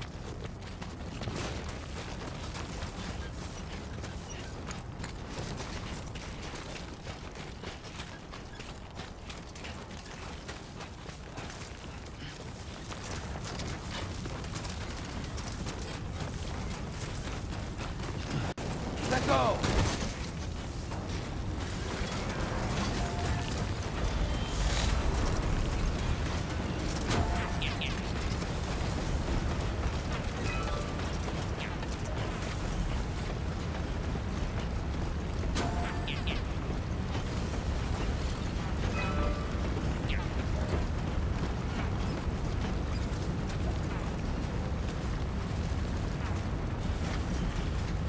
Back up, back up, back up, back up.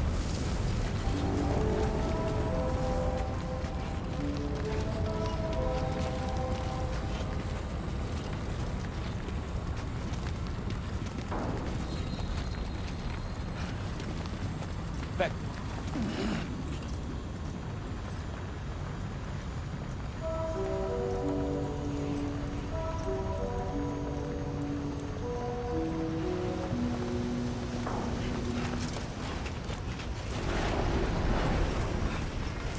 Back up.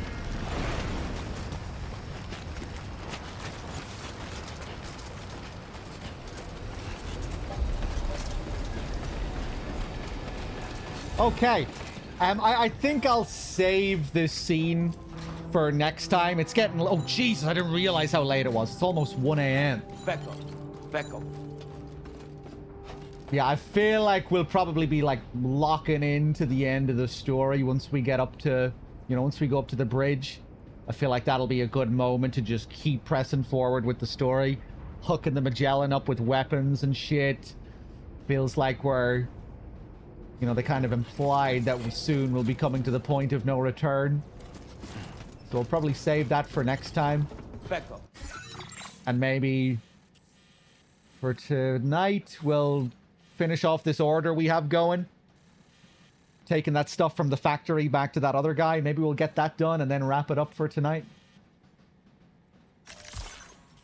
And then tomorrow, maybe finish up the story for real, for real.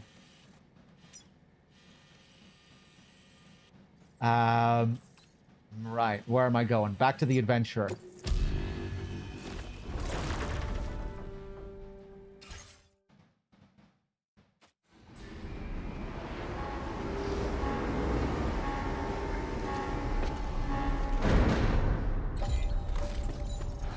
Pecco, Pecco, Pecco, Pecco, Pecco. Becco. Tolerably tolerable.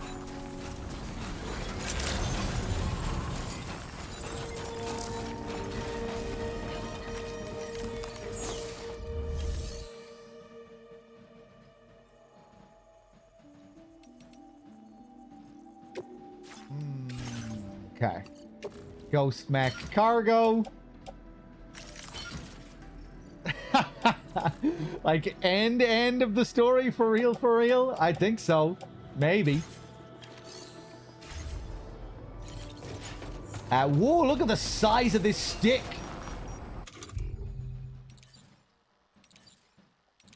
There should be a walking stick mechanic.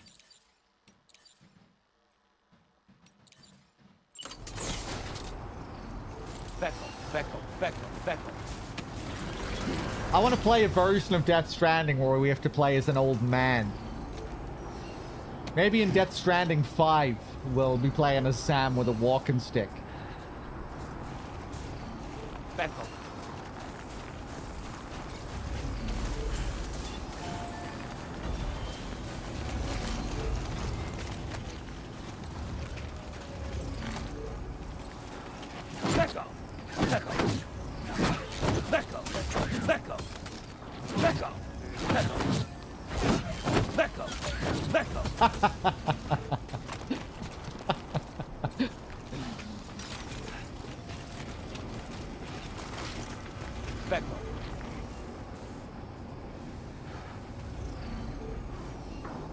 Pretty cool looking rod.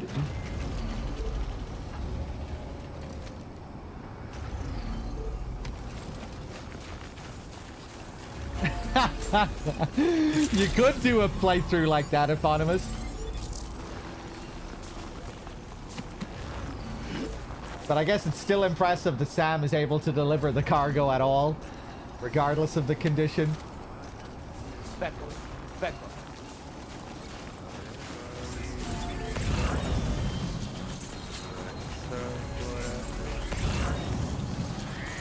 Right. Do I have... I own $1 million worth of stock.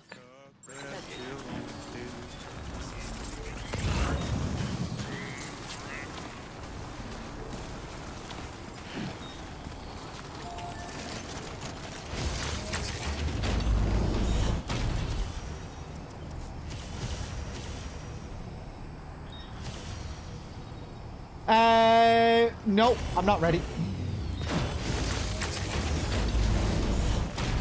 DCCs. Let's go.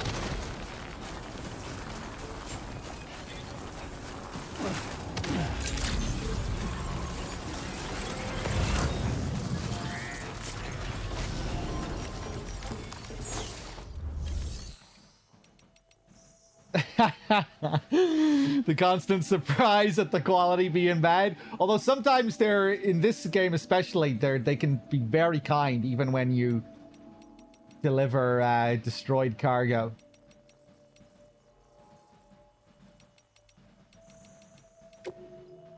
Right, what do I want here? PCCs.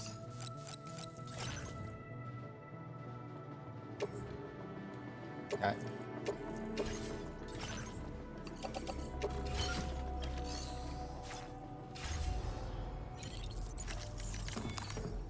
Maybe I'll take on an order as well. Rescue... Oh, right, yeah, we still need to do that.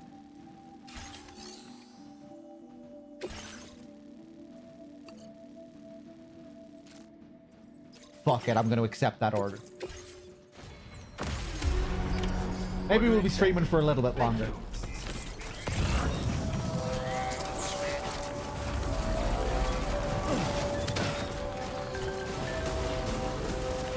That was some smooth menuing. It could have been much smoother if I didn't fiddle around at the start. Yeah. Battle.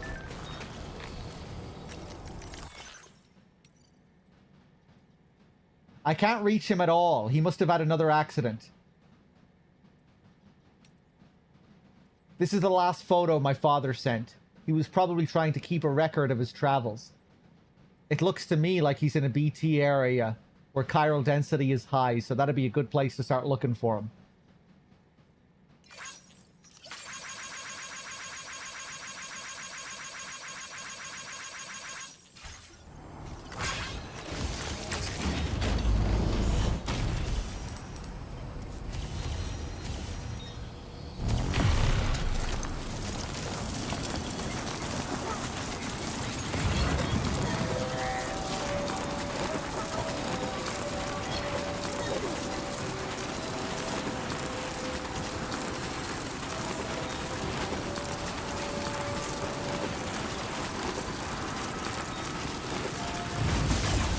Oh, nice.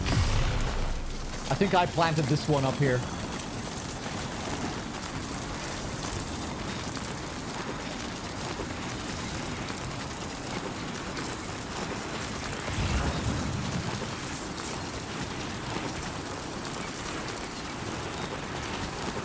This particular section of the range is called the Austral Ridge. The weather in this area can change without warning, and total whiteouts are not unheard of. Yeah, I can see that. The ridge allows climbers to reach the peak without getting lost, making it a preferred mountain trail.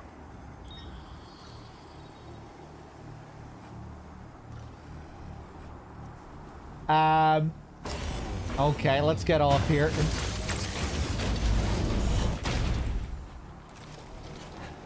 I should have created another oxygen mask. Fuck.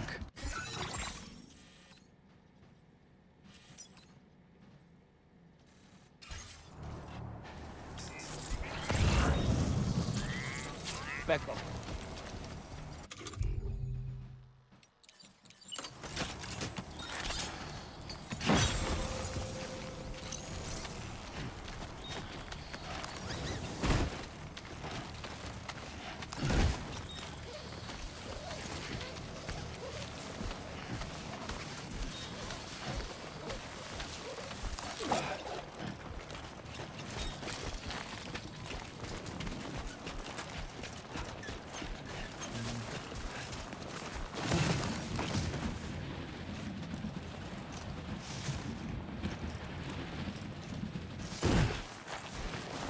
Back up.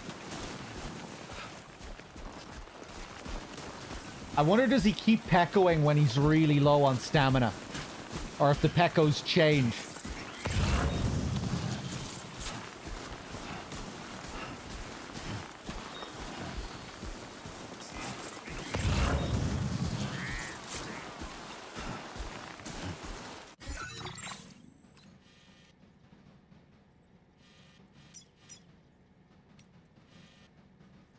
Okay.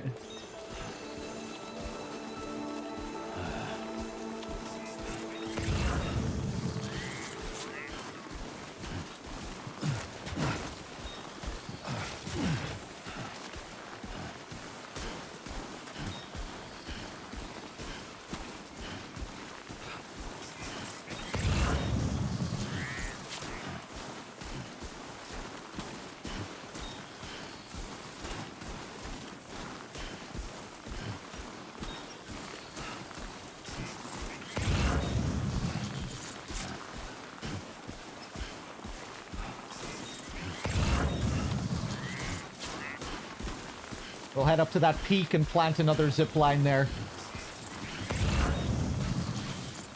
Which will hopefully connect me to another one that's closer to my destination.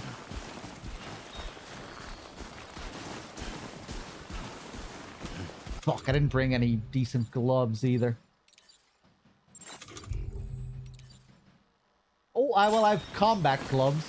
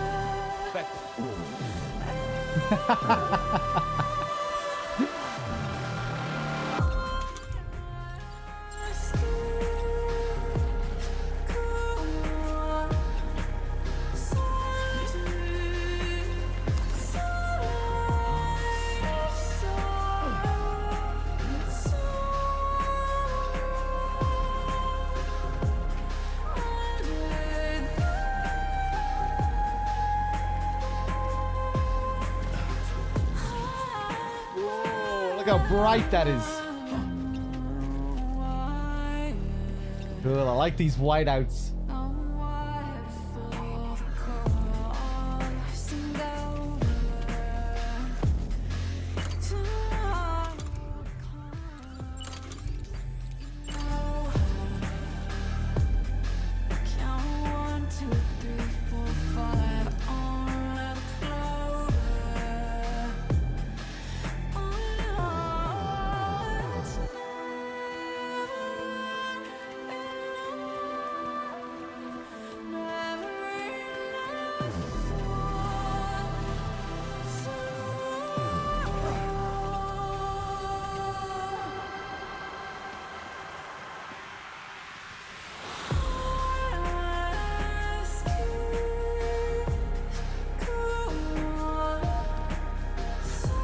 May as well go for the 350 and just upgrade it.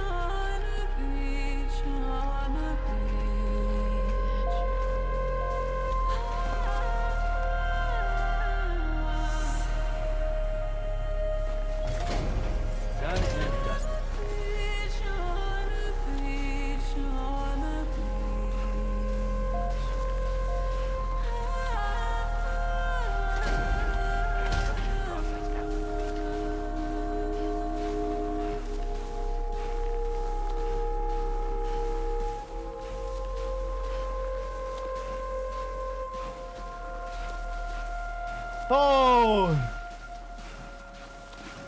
Yeah, I love this track.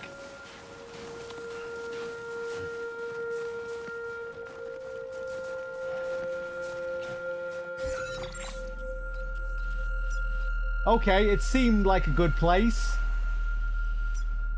Up along these peaks here to the observatory. Nice one.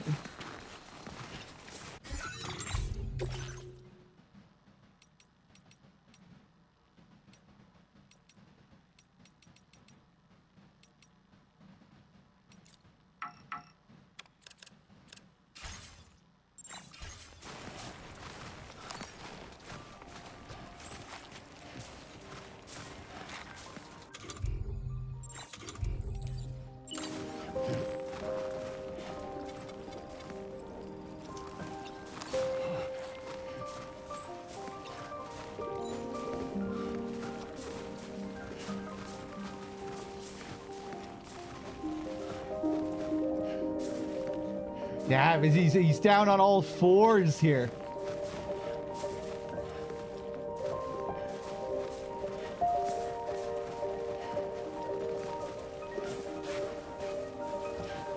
No wonder, it is pretty fucking steep. The animation just looks different how it does in the first game. Where he's like all the way down. Crawling.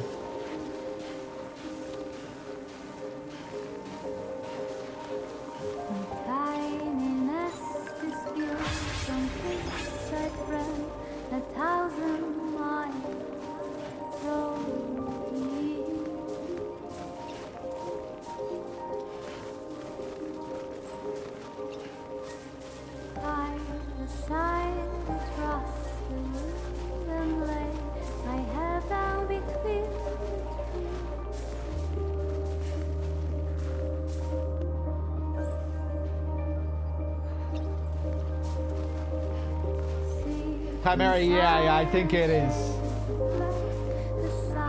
Oh, shit!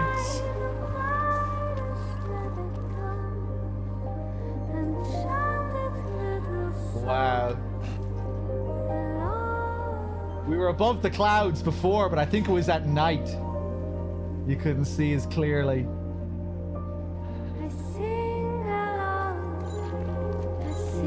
Above the cloud layer. We really need the oxygen mask here. But it isn't depleting too rapidly. Wow. Oh, will we be able to go through the clouds on the zip line?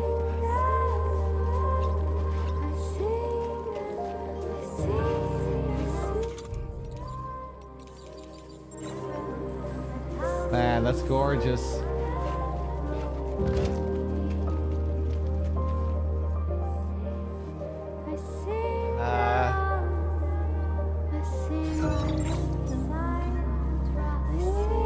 Man, you can get up high here.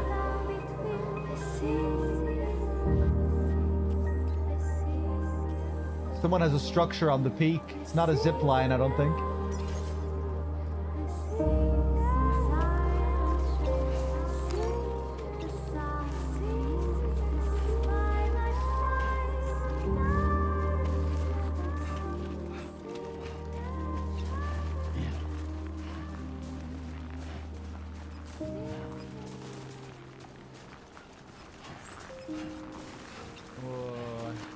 That's something.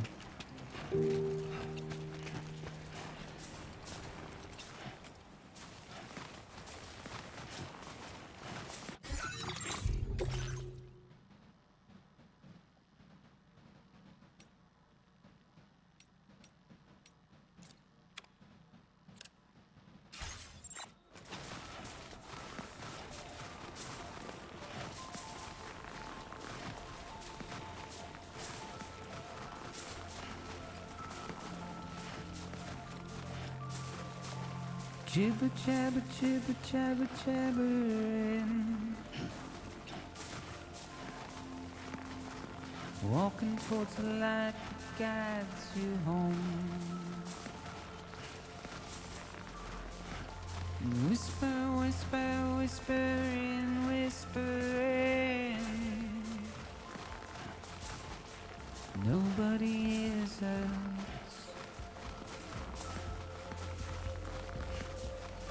Nobody knows. Nobody knows. If they bothered to see from the cage to bay, nobody cares. Nobody knows. But it's just how it goes.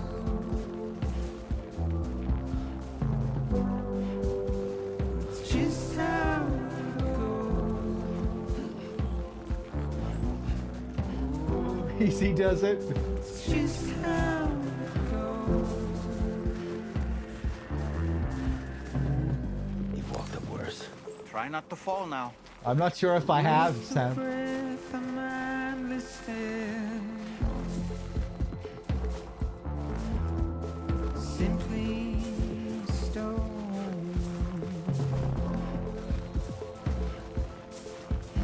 To carry your weight into the oblivion. Deep into the unknown. We had no choice to where we're thrown. To get out, Wonder is this the highest peak? it's the desire. My name's Sam. Just to wind up alone. Woo! But it's just how it goes.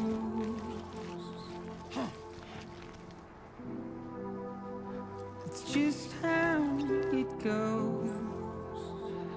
I was hoping I could get to the top before the sunset. It's just how it goes.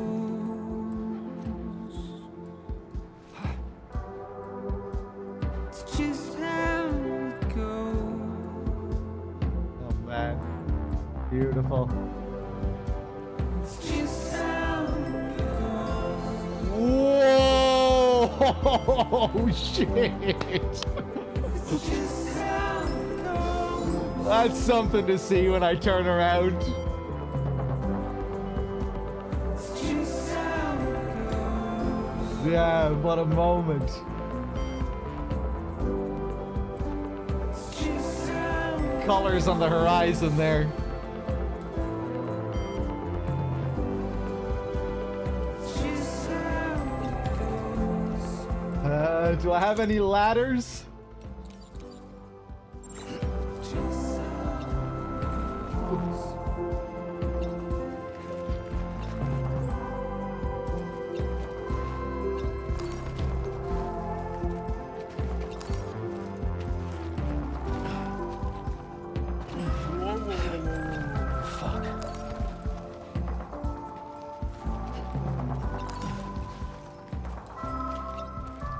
Oh my god. What is this? Come on, let's get this show on the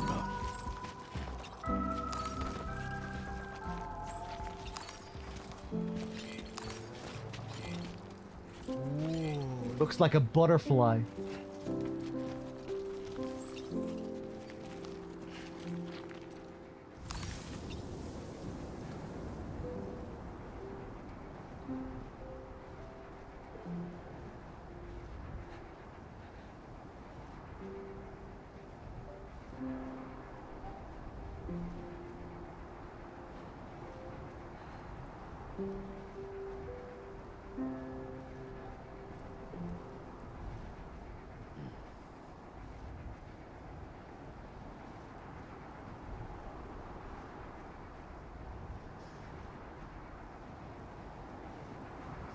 That isn't the normal moon. There's a normal moon in the game too, and that moon also appears.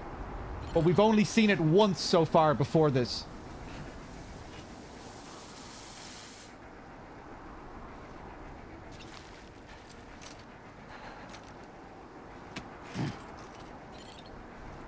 Wow.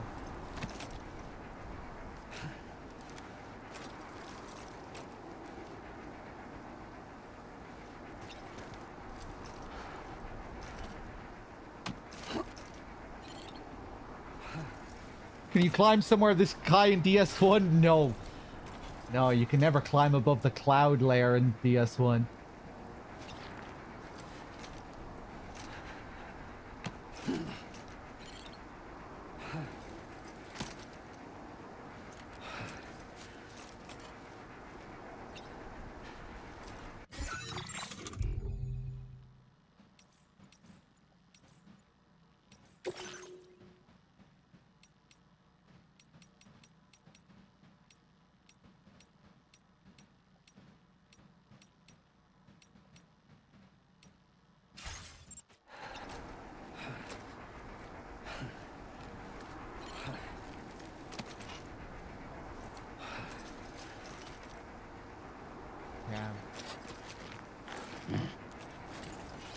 Time for a piss?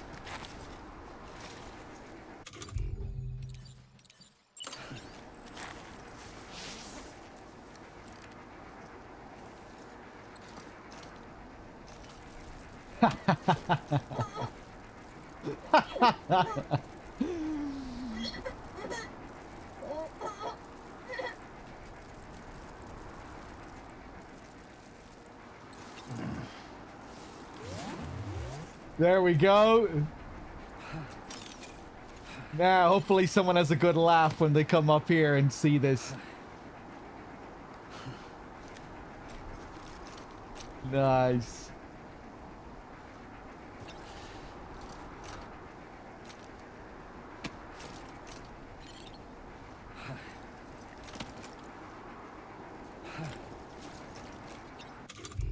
Sam is fucked here.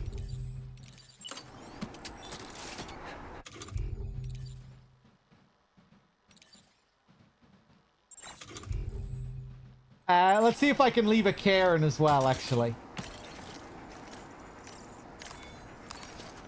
Use a quick breather. I second that. Will a regular Neil here still leave a Karen? I don't think it will, right?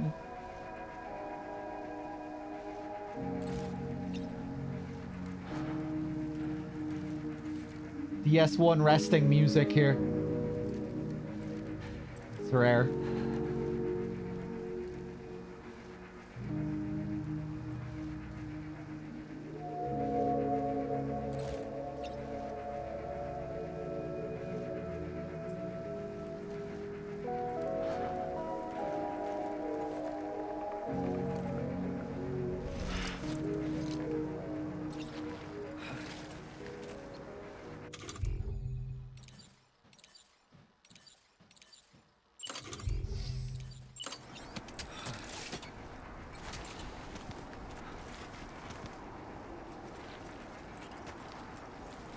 Okay, I'm not even...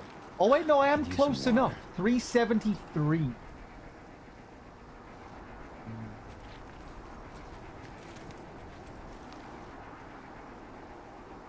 Maybe I'll just alter the positions of both of those zip lines down there. 373.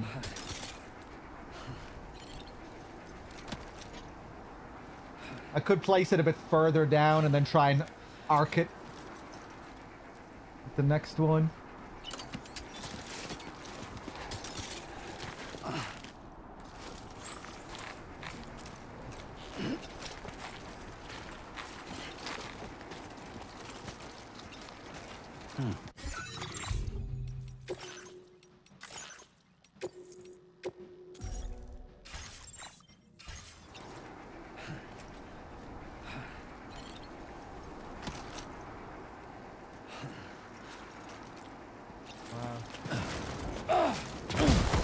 Wow. Get it together, man. I wanted to try and jump over to that other chunk there. Are you injured, Sam? Shut up. I'm okay. I can take care of myself.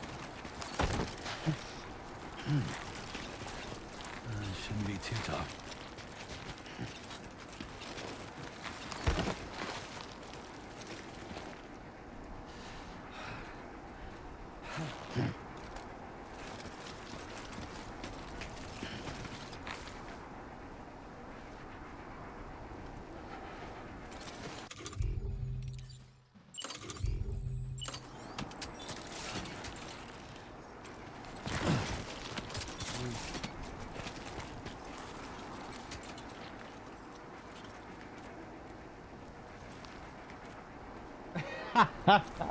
A cargo cannon up here? That'd be pretty funny. I don't think you have the space for it. You need more flat land for a cannon.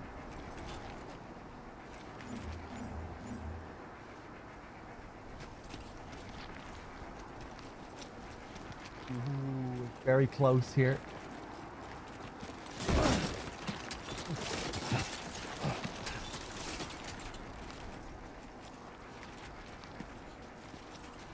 Now, if we can just find a spot here. There we go. Nice.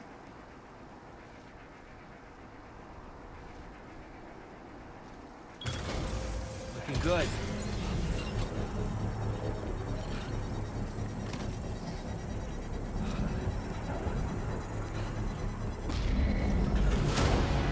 Construction process now complete.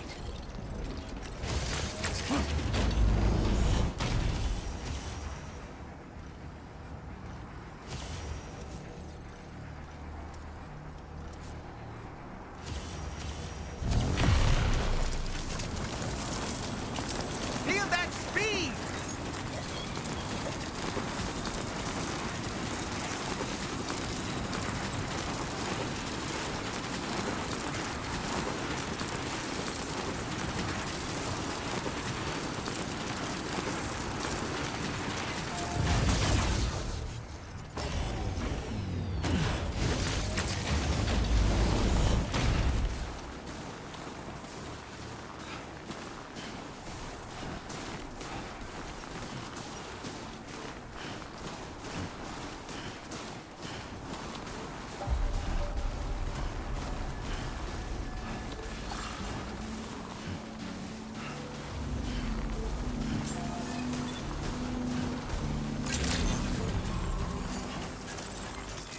Okay, let's get an oxygen mask here before we pass out.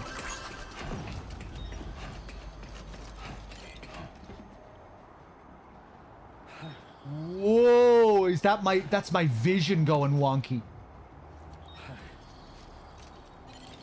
Because of the... Yeah, because of my meter there. Because of the high altitude. Losing consciousness.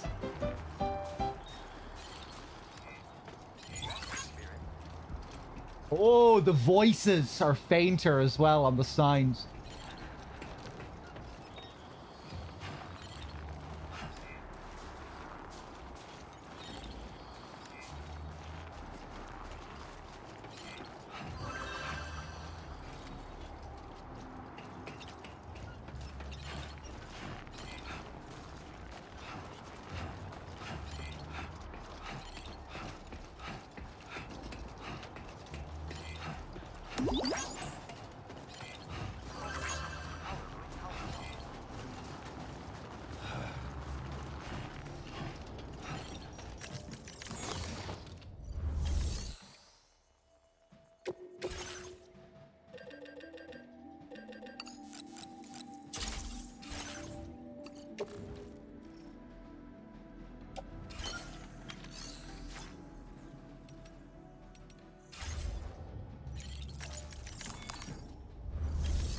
Nice. Oh, you saw it restore there, I think.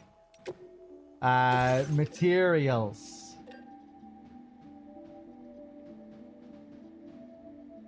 Fuck.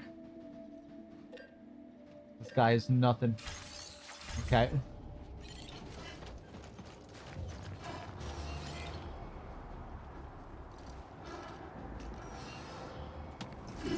Oh, my meter isn't regenerating. Oh, no, it is. It is. The 937, I guess, is something else. That's my total blood levels.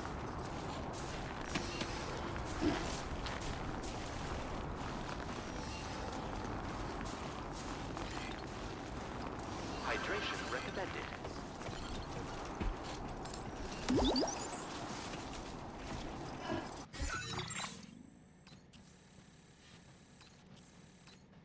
Okay, now where am I supposed to deliver this thing?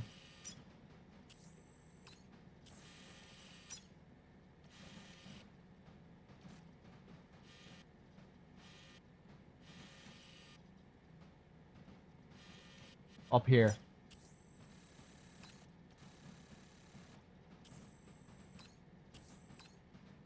Commencing route creation.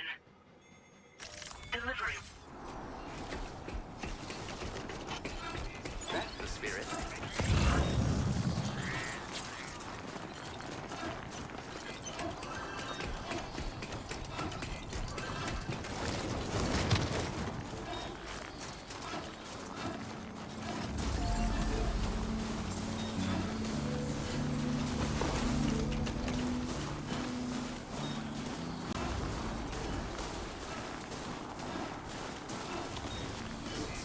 Oh, maybe I'll save this until tomorrow.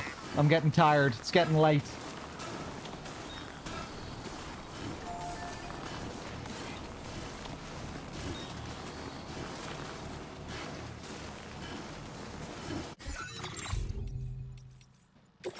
What skeleton am I wearing here? Combat gloves, oxygen mask. I'm not wearing any skeleton. I thought I was moving a bit slow.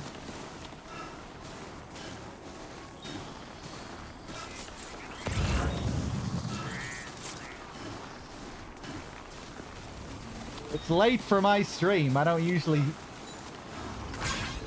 stream at this time.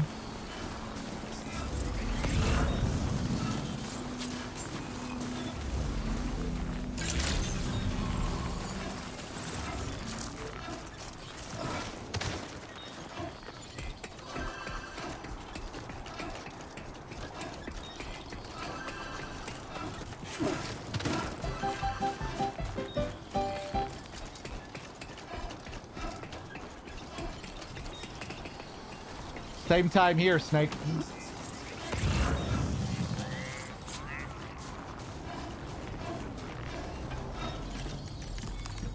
Oh man.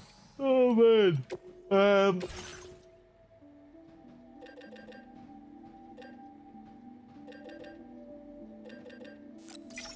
Give me that boost skeleton. Give me these climbing gloves. Equip. Equip.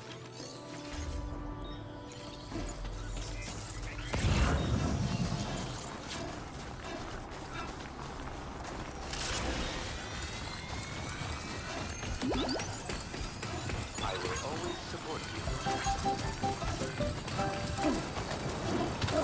you. Ooh, Jesus. You okay in there, BB?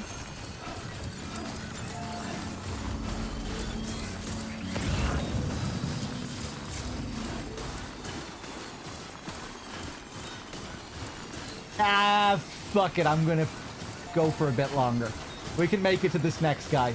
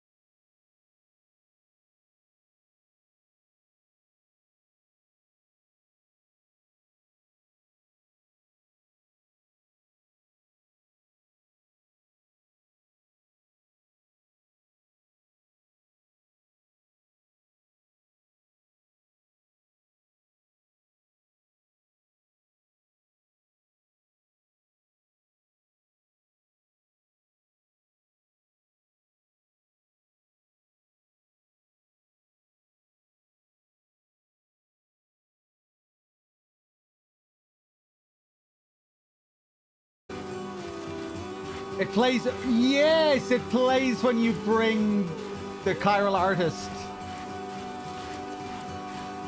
back to the junk dealer, doesn't it?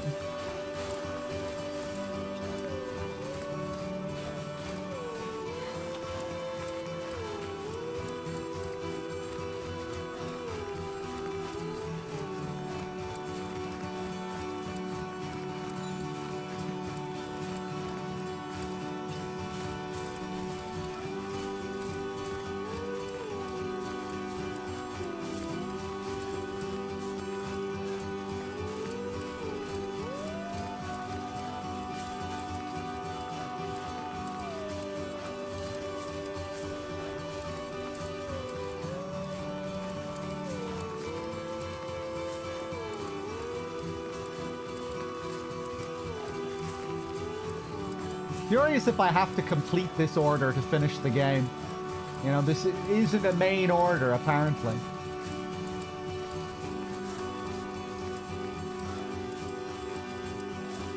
Now leaving chiral network coverage.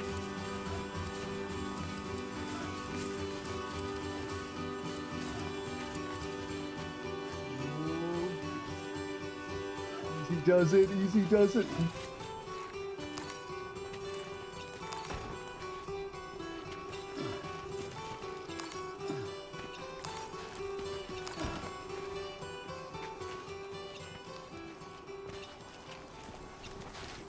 Whoa! That's an intense blue light.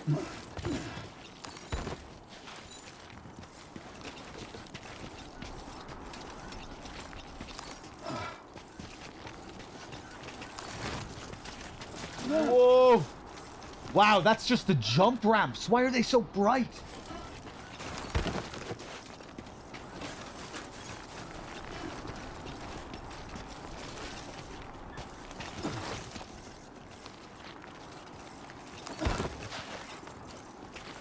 Oh, another peak.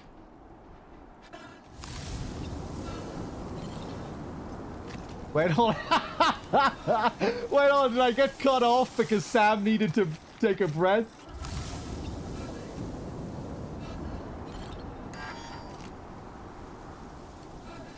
Wait, no, I think it's just because I was holding it.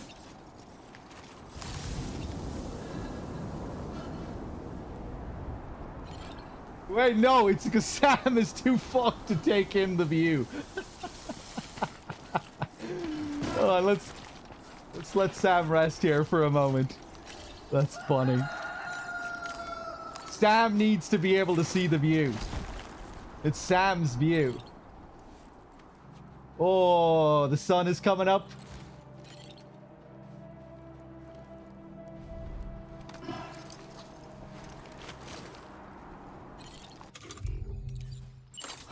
Take a drink. Take a drink. I want my fancy aerial shot. Don't pass out this time.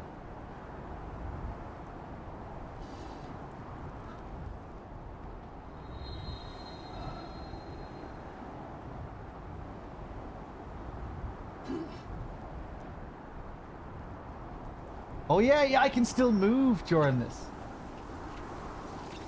Whoa, whoa, whoa, whoa, whoa, whoa.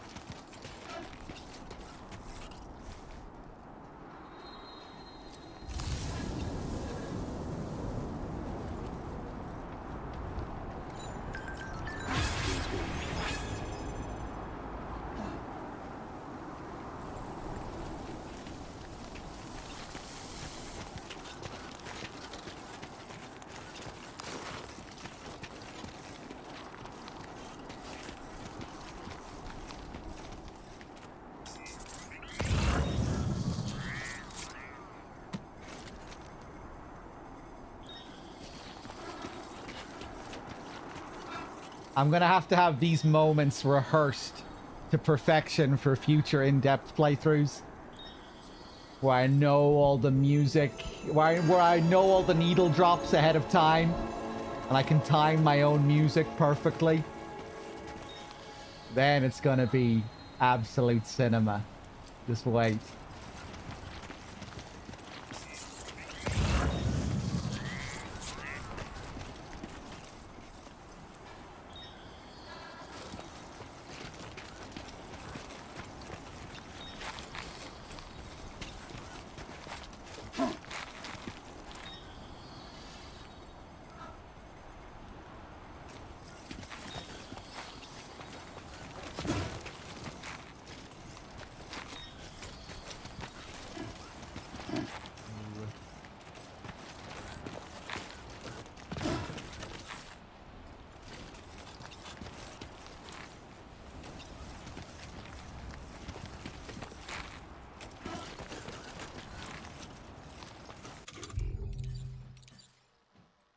Yeah, forgot to grab anchors and ladders, of course.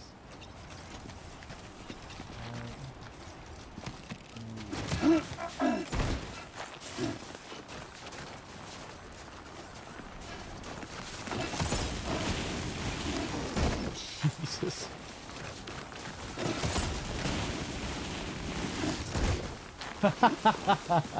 Okay, so you still do have the bouncing tumbles in this. They do a much better job with those tumbles in this game, generally, compared to the first, but we still have some of the janky bounces.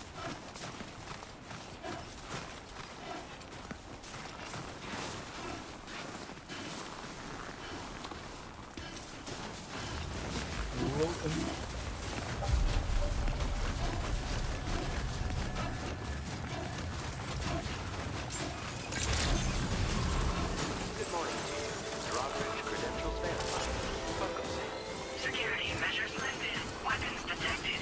Be advised that usage is restricted inside facility grounds. Access the delivery terminal to process your orders and requests.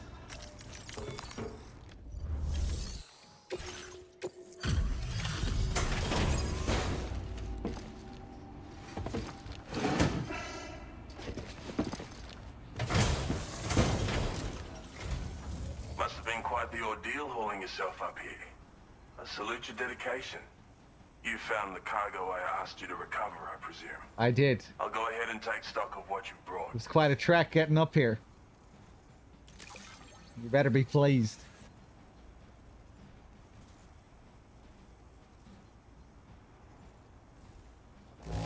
Oh! This cargo isn't in very good condition at all.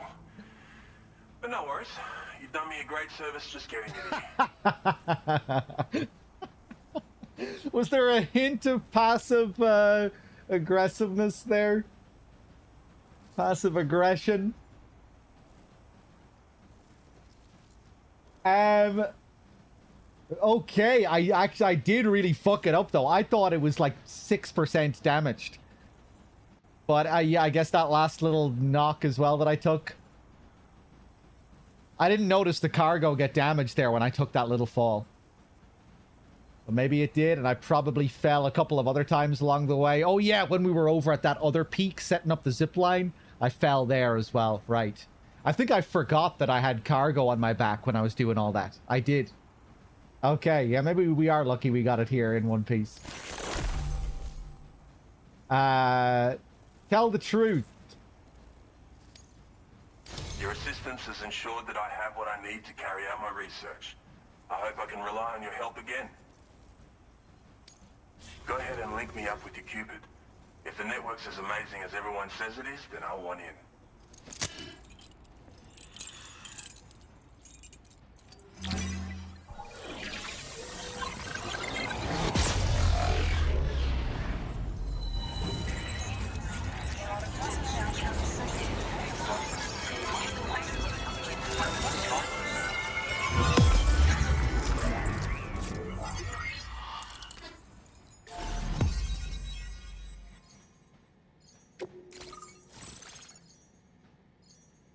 The aeronautical engineer.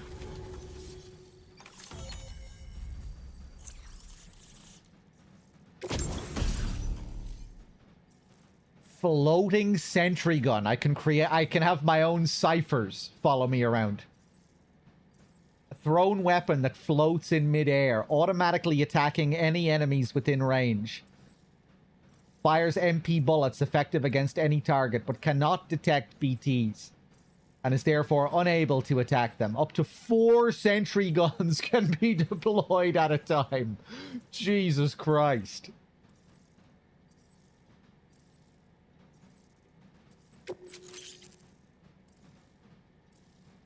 Cargo catapults. Cargo catapults can now be used to launch Sam. Okay, we're getting even more Peace Walker with it now.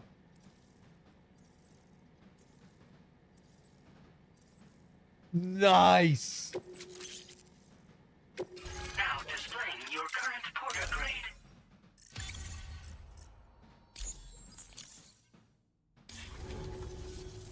So this is what it's like to be on the network. The computational capabilities are far beyond what I anticipated. Amazing. Oh, and it's already yielded a useful result. Let me share this data with you. It's for a floating sentry gun. Toss it in the air and it'll hover in place, after which it'll target and engage nearby hostiles. And since it fires MP bullets, you don't have to worry about unintentionally killing people.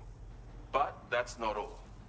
I've refined the design of the cargo catapult so that you yourself can climb inside and be launched into the distance. A useful option if you want to bypass particularly rugged terrain along with your cargo in a single quick trip. I mean, I have to say, it's incredible what the chiral network can help us achieve. That's a you're being very nonchalant about such a wacky invention here. I can climb into the catapult pod. Bloody oath you can. It's an innovation made possible through the application of my research. The core launch mechanism hasn't changed though, so you can't steer the pods like traditional aircraft. But you can adjust your trajectory to hone in on a landing point once the parachute is opened. Traveling by air in this fashion is an efficient way to traverse uneven terrain with minimal effort. Of course, you want to make sure your flight path is clear of obstacles before you launch. It's entirely possible to fly smack bang into a wall if you're reckless, and that would hurt. A lot. Yeah, some people should think twice about using catapults, but I'm pretty sure you'll be careful. I will be, don't worry. Tell me more about the floating sentry guns. If you deploy them wisely, you can use sentry guns to keep your enemies occupied for a while. And while they're distracted, you can sneak into secure locations or break contact with pursuers and make your escape. They've got all kinds of strategic applications, really. But they're not capable of tracking BTs, so don't expect them to help with those. Anyway, I created the guns by using the network to combine data from the cargo you brought me with my own research results. This means they can be fabricated using existing materials. Yeah, the chiral network's pretty impressive, isn't it? And while they're distracted, you can... Wait, hold on. And while they're... Okay. Yeah. Thanks again. You've given me a renewed hope for the future of my work here. Come visit me again. Maybe I can find a way to make your work easier too. Yeah, okay, well that's some aeronautical research, alright. Feels good.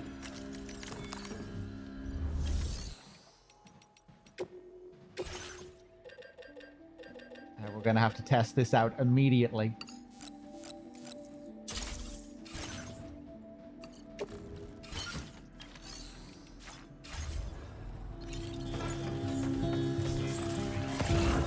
I hope you help me achieve my ambition.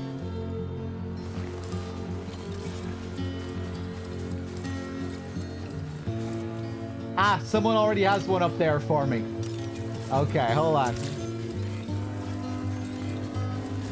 Hold on. What orders does he have? I'm gonna have to cut you off again, Low Roar. You're never gonna get to play this song. Recover a large volume of something. 90 kg. Special alloys. Abandoned during delivery. Some porter just gave up.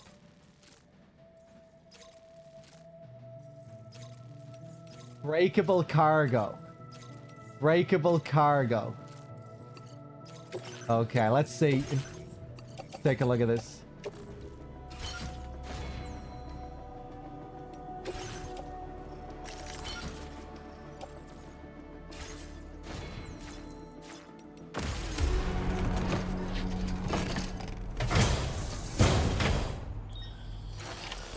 Order accepted. Thank you.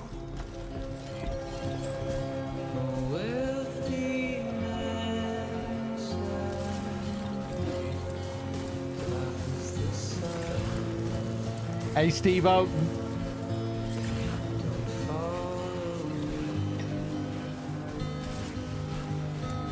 Oh, look at that chunky ice.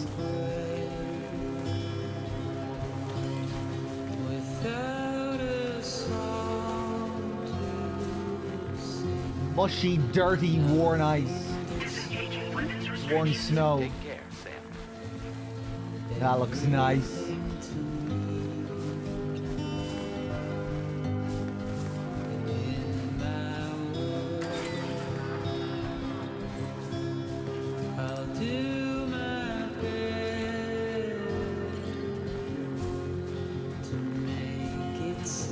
Okay, this better be an upgraded catapult.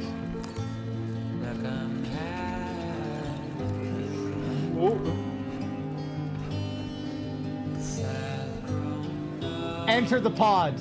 This might be really funny with this track playing. Oh, we have to turn off the music. Oh no, it just lost the connection there for a bit.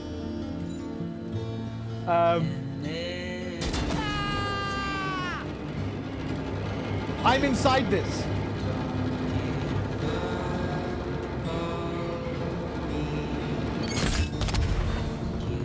Oh! Wonderful view. That is sick.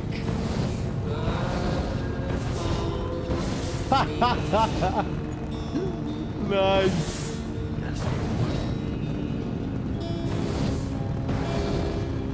Sam is just freezing because he can't wear his mask in this position.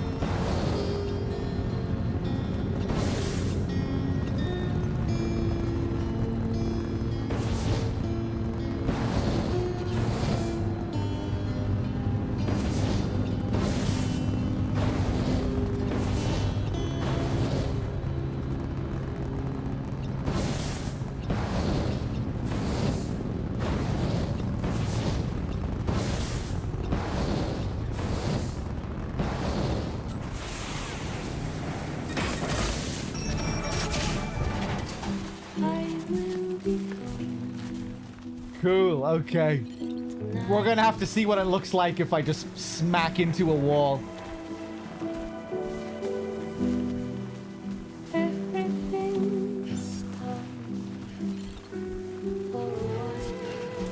Jesus Christ.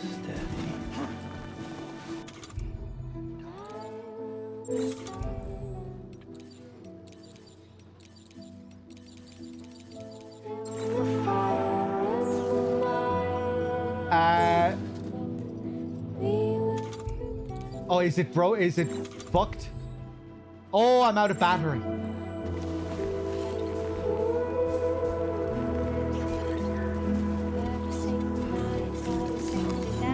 Right, I'm gonna have to try and create my own catapult to get back over to him.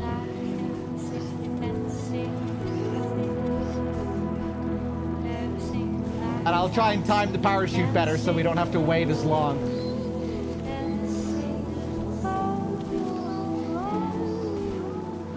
But yeah, I don't think it has a crazy amount of range.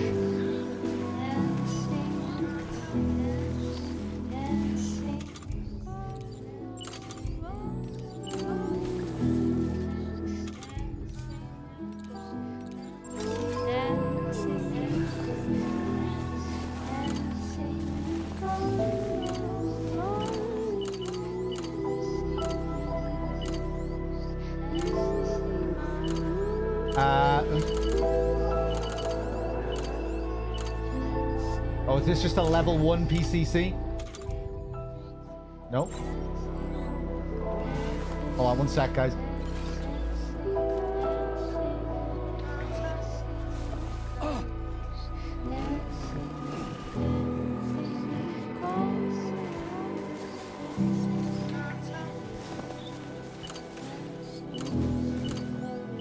Ah, there it is. I'm blind.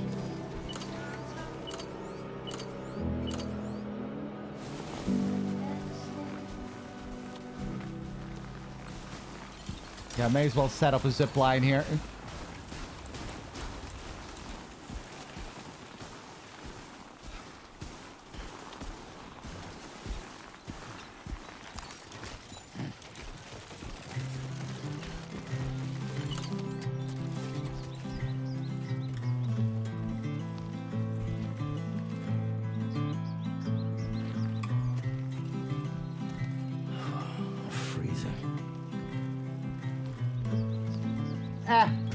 I'll probably remove that later.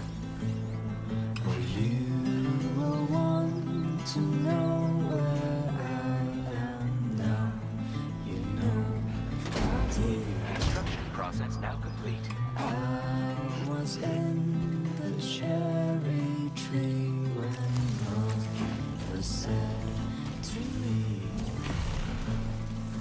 You are only 17, you don't know what it means.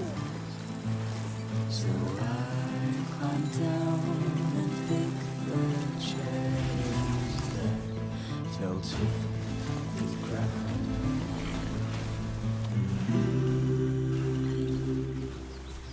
I can't carry them alone.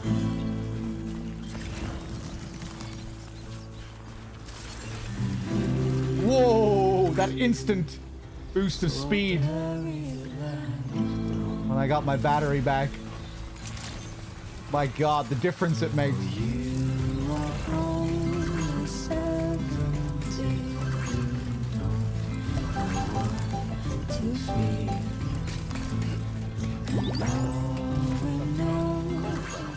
close for comfort. I think I have some stuff for this guy.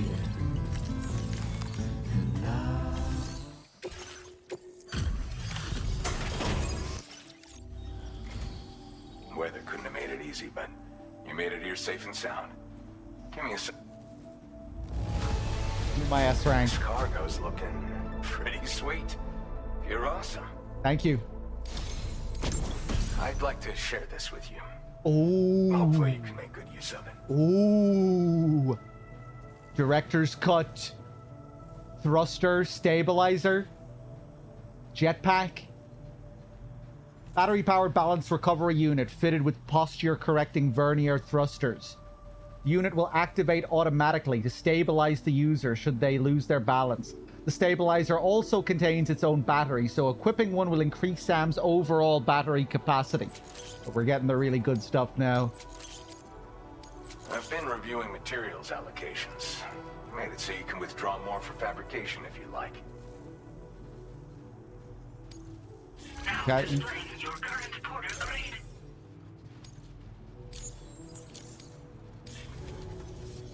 When you lose your balance while carrying cargo in the field, it'll help you to regain control. In areas with uneven terrain where it's easy to slip, it's a very useful piece of gear. Though it's only now made its way here. You probably used one back in the UCA, so I'm guessing there's no need to sell you on it. Well, only if you bought the director's cut. Keep an eye on your charge level when you're running it. My way of thanking you for everything. Stay safe out there, man. If you bought the director's cut, you'll recognize it. Order completed. Well done. He has nothing else here.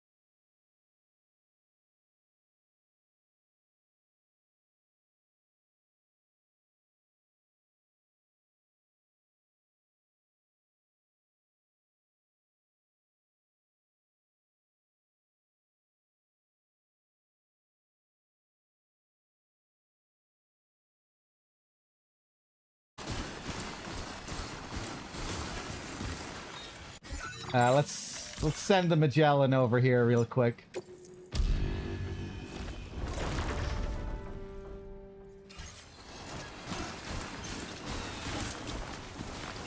Well, let's catapult over to the Magellan.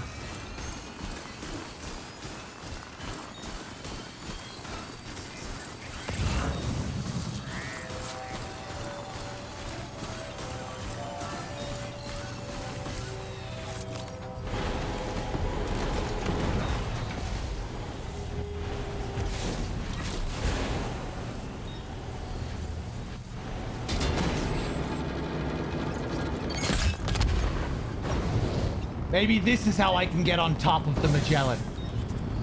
They're not gonna let me. There'll be an invisible wall.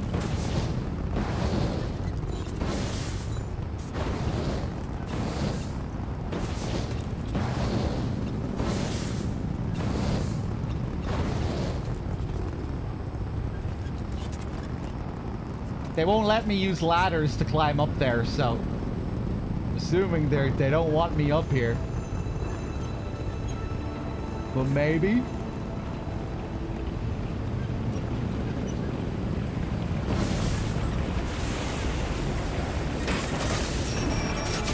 Oh, nice! It's possible.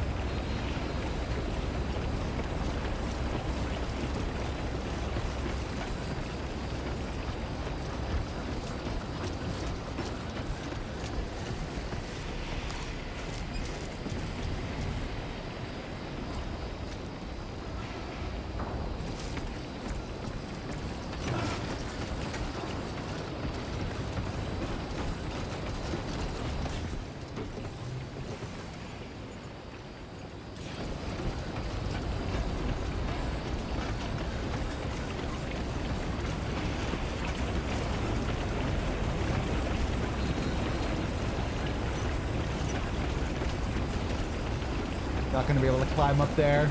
Wonder if I could use ladders here. Ooh. Yeah.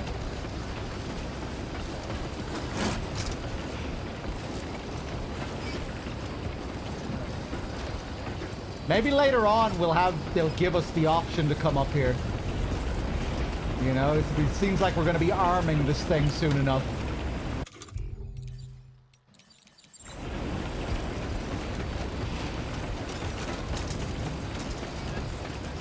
The Higgs battle on top of the Magellan. Hey, you never know.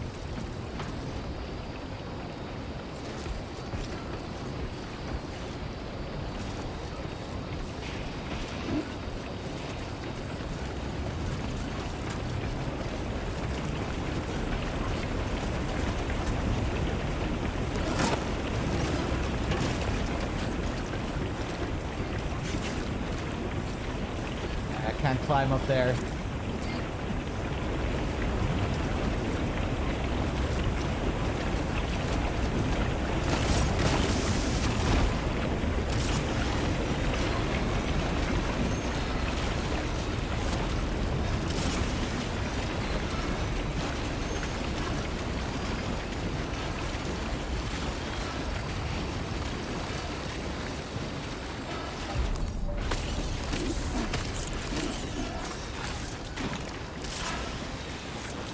I should have tried to take a piss. Yeah, I forgot.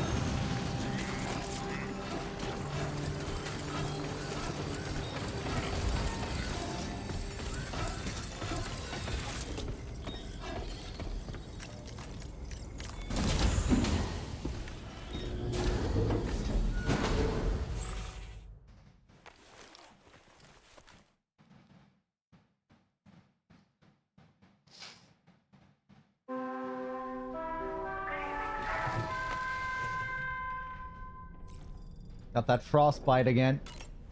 Let's get up. Okay. Let me just take a shower.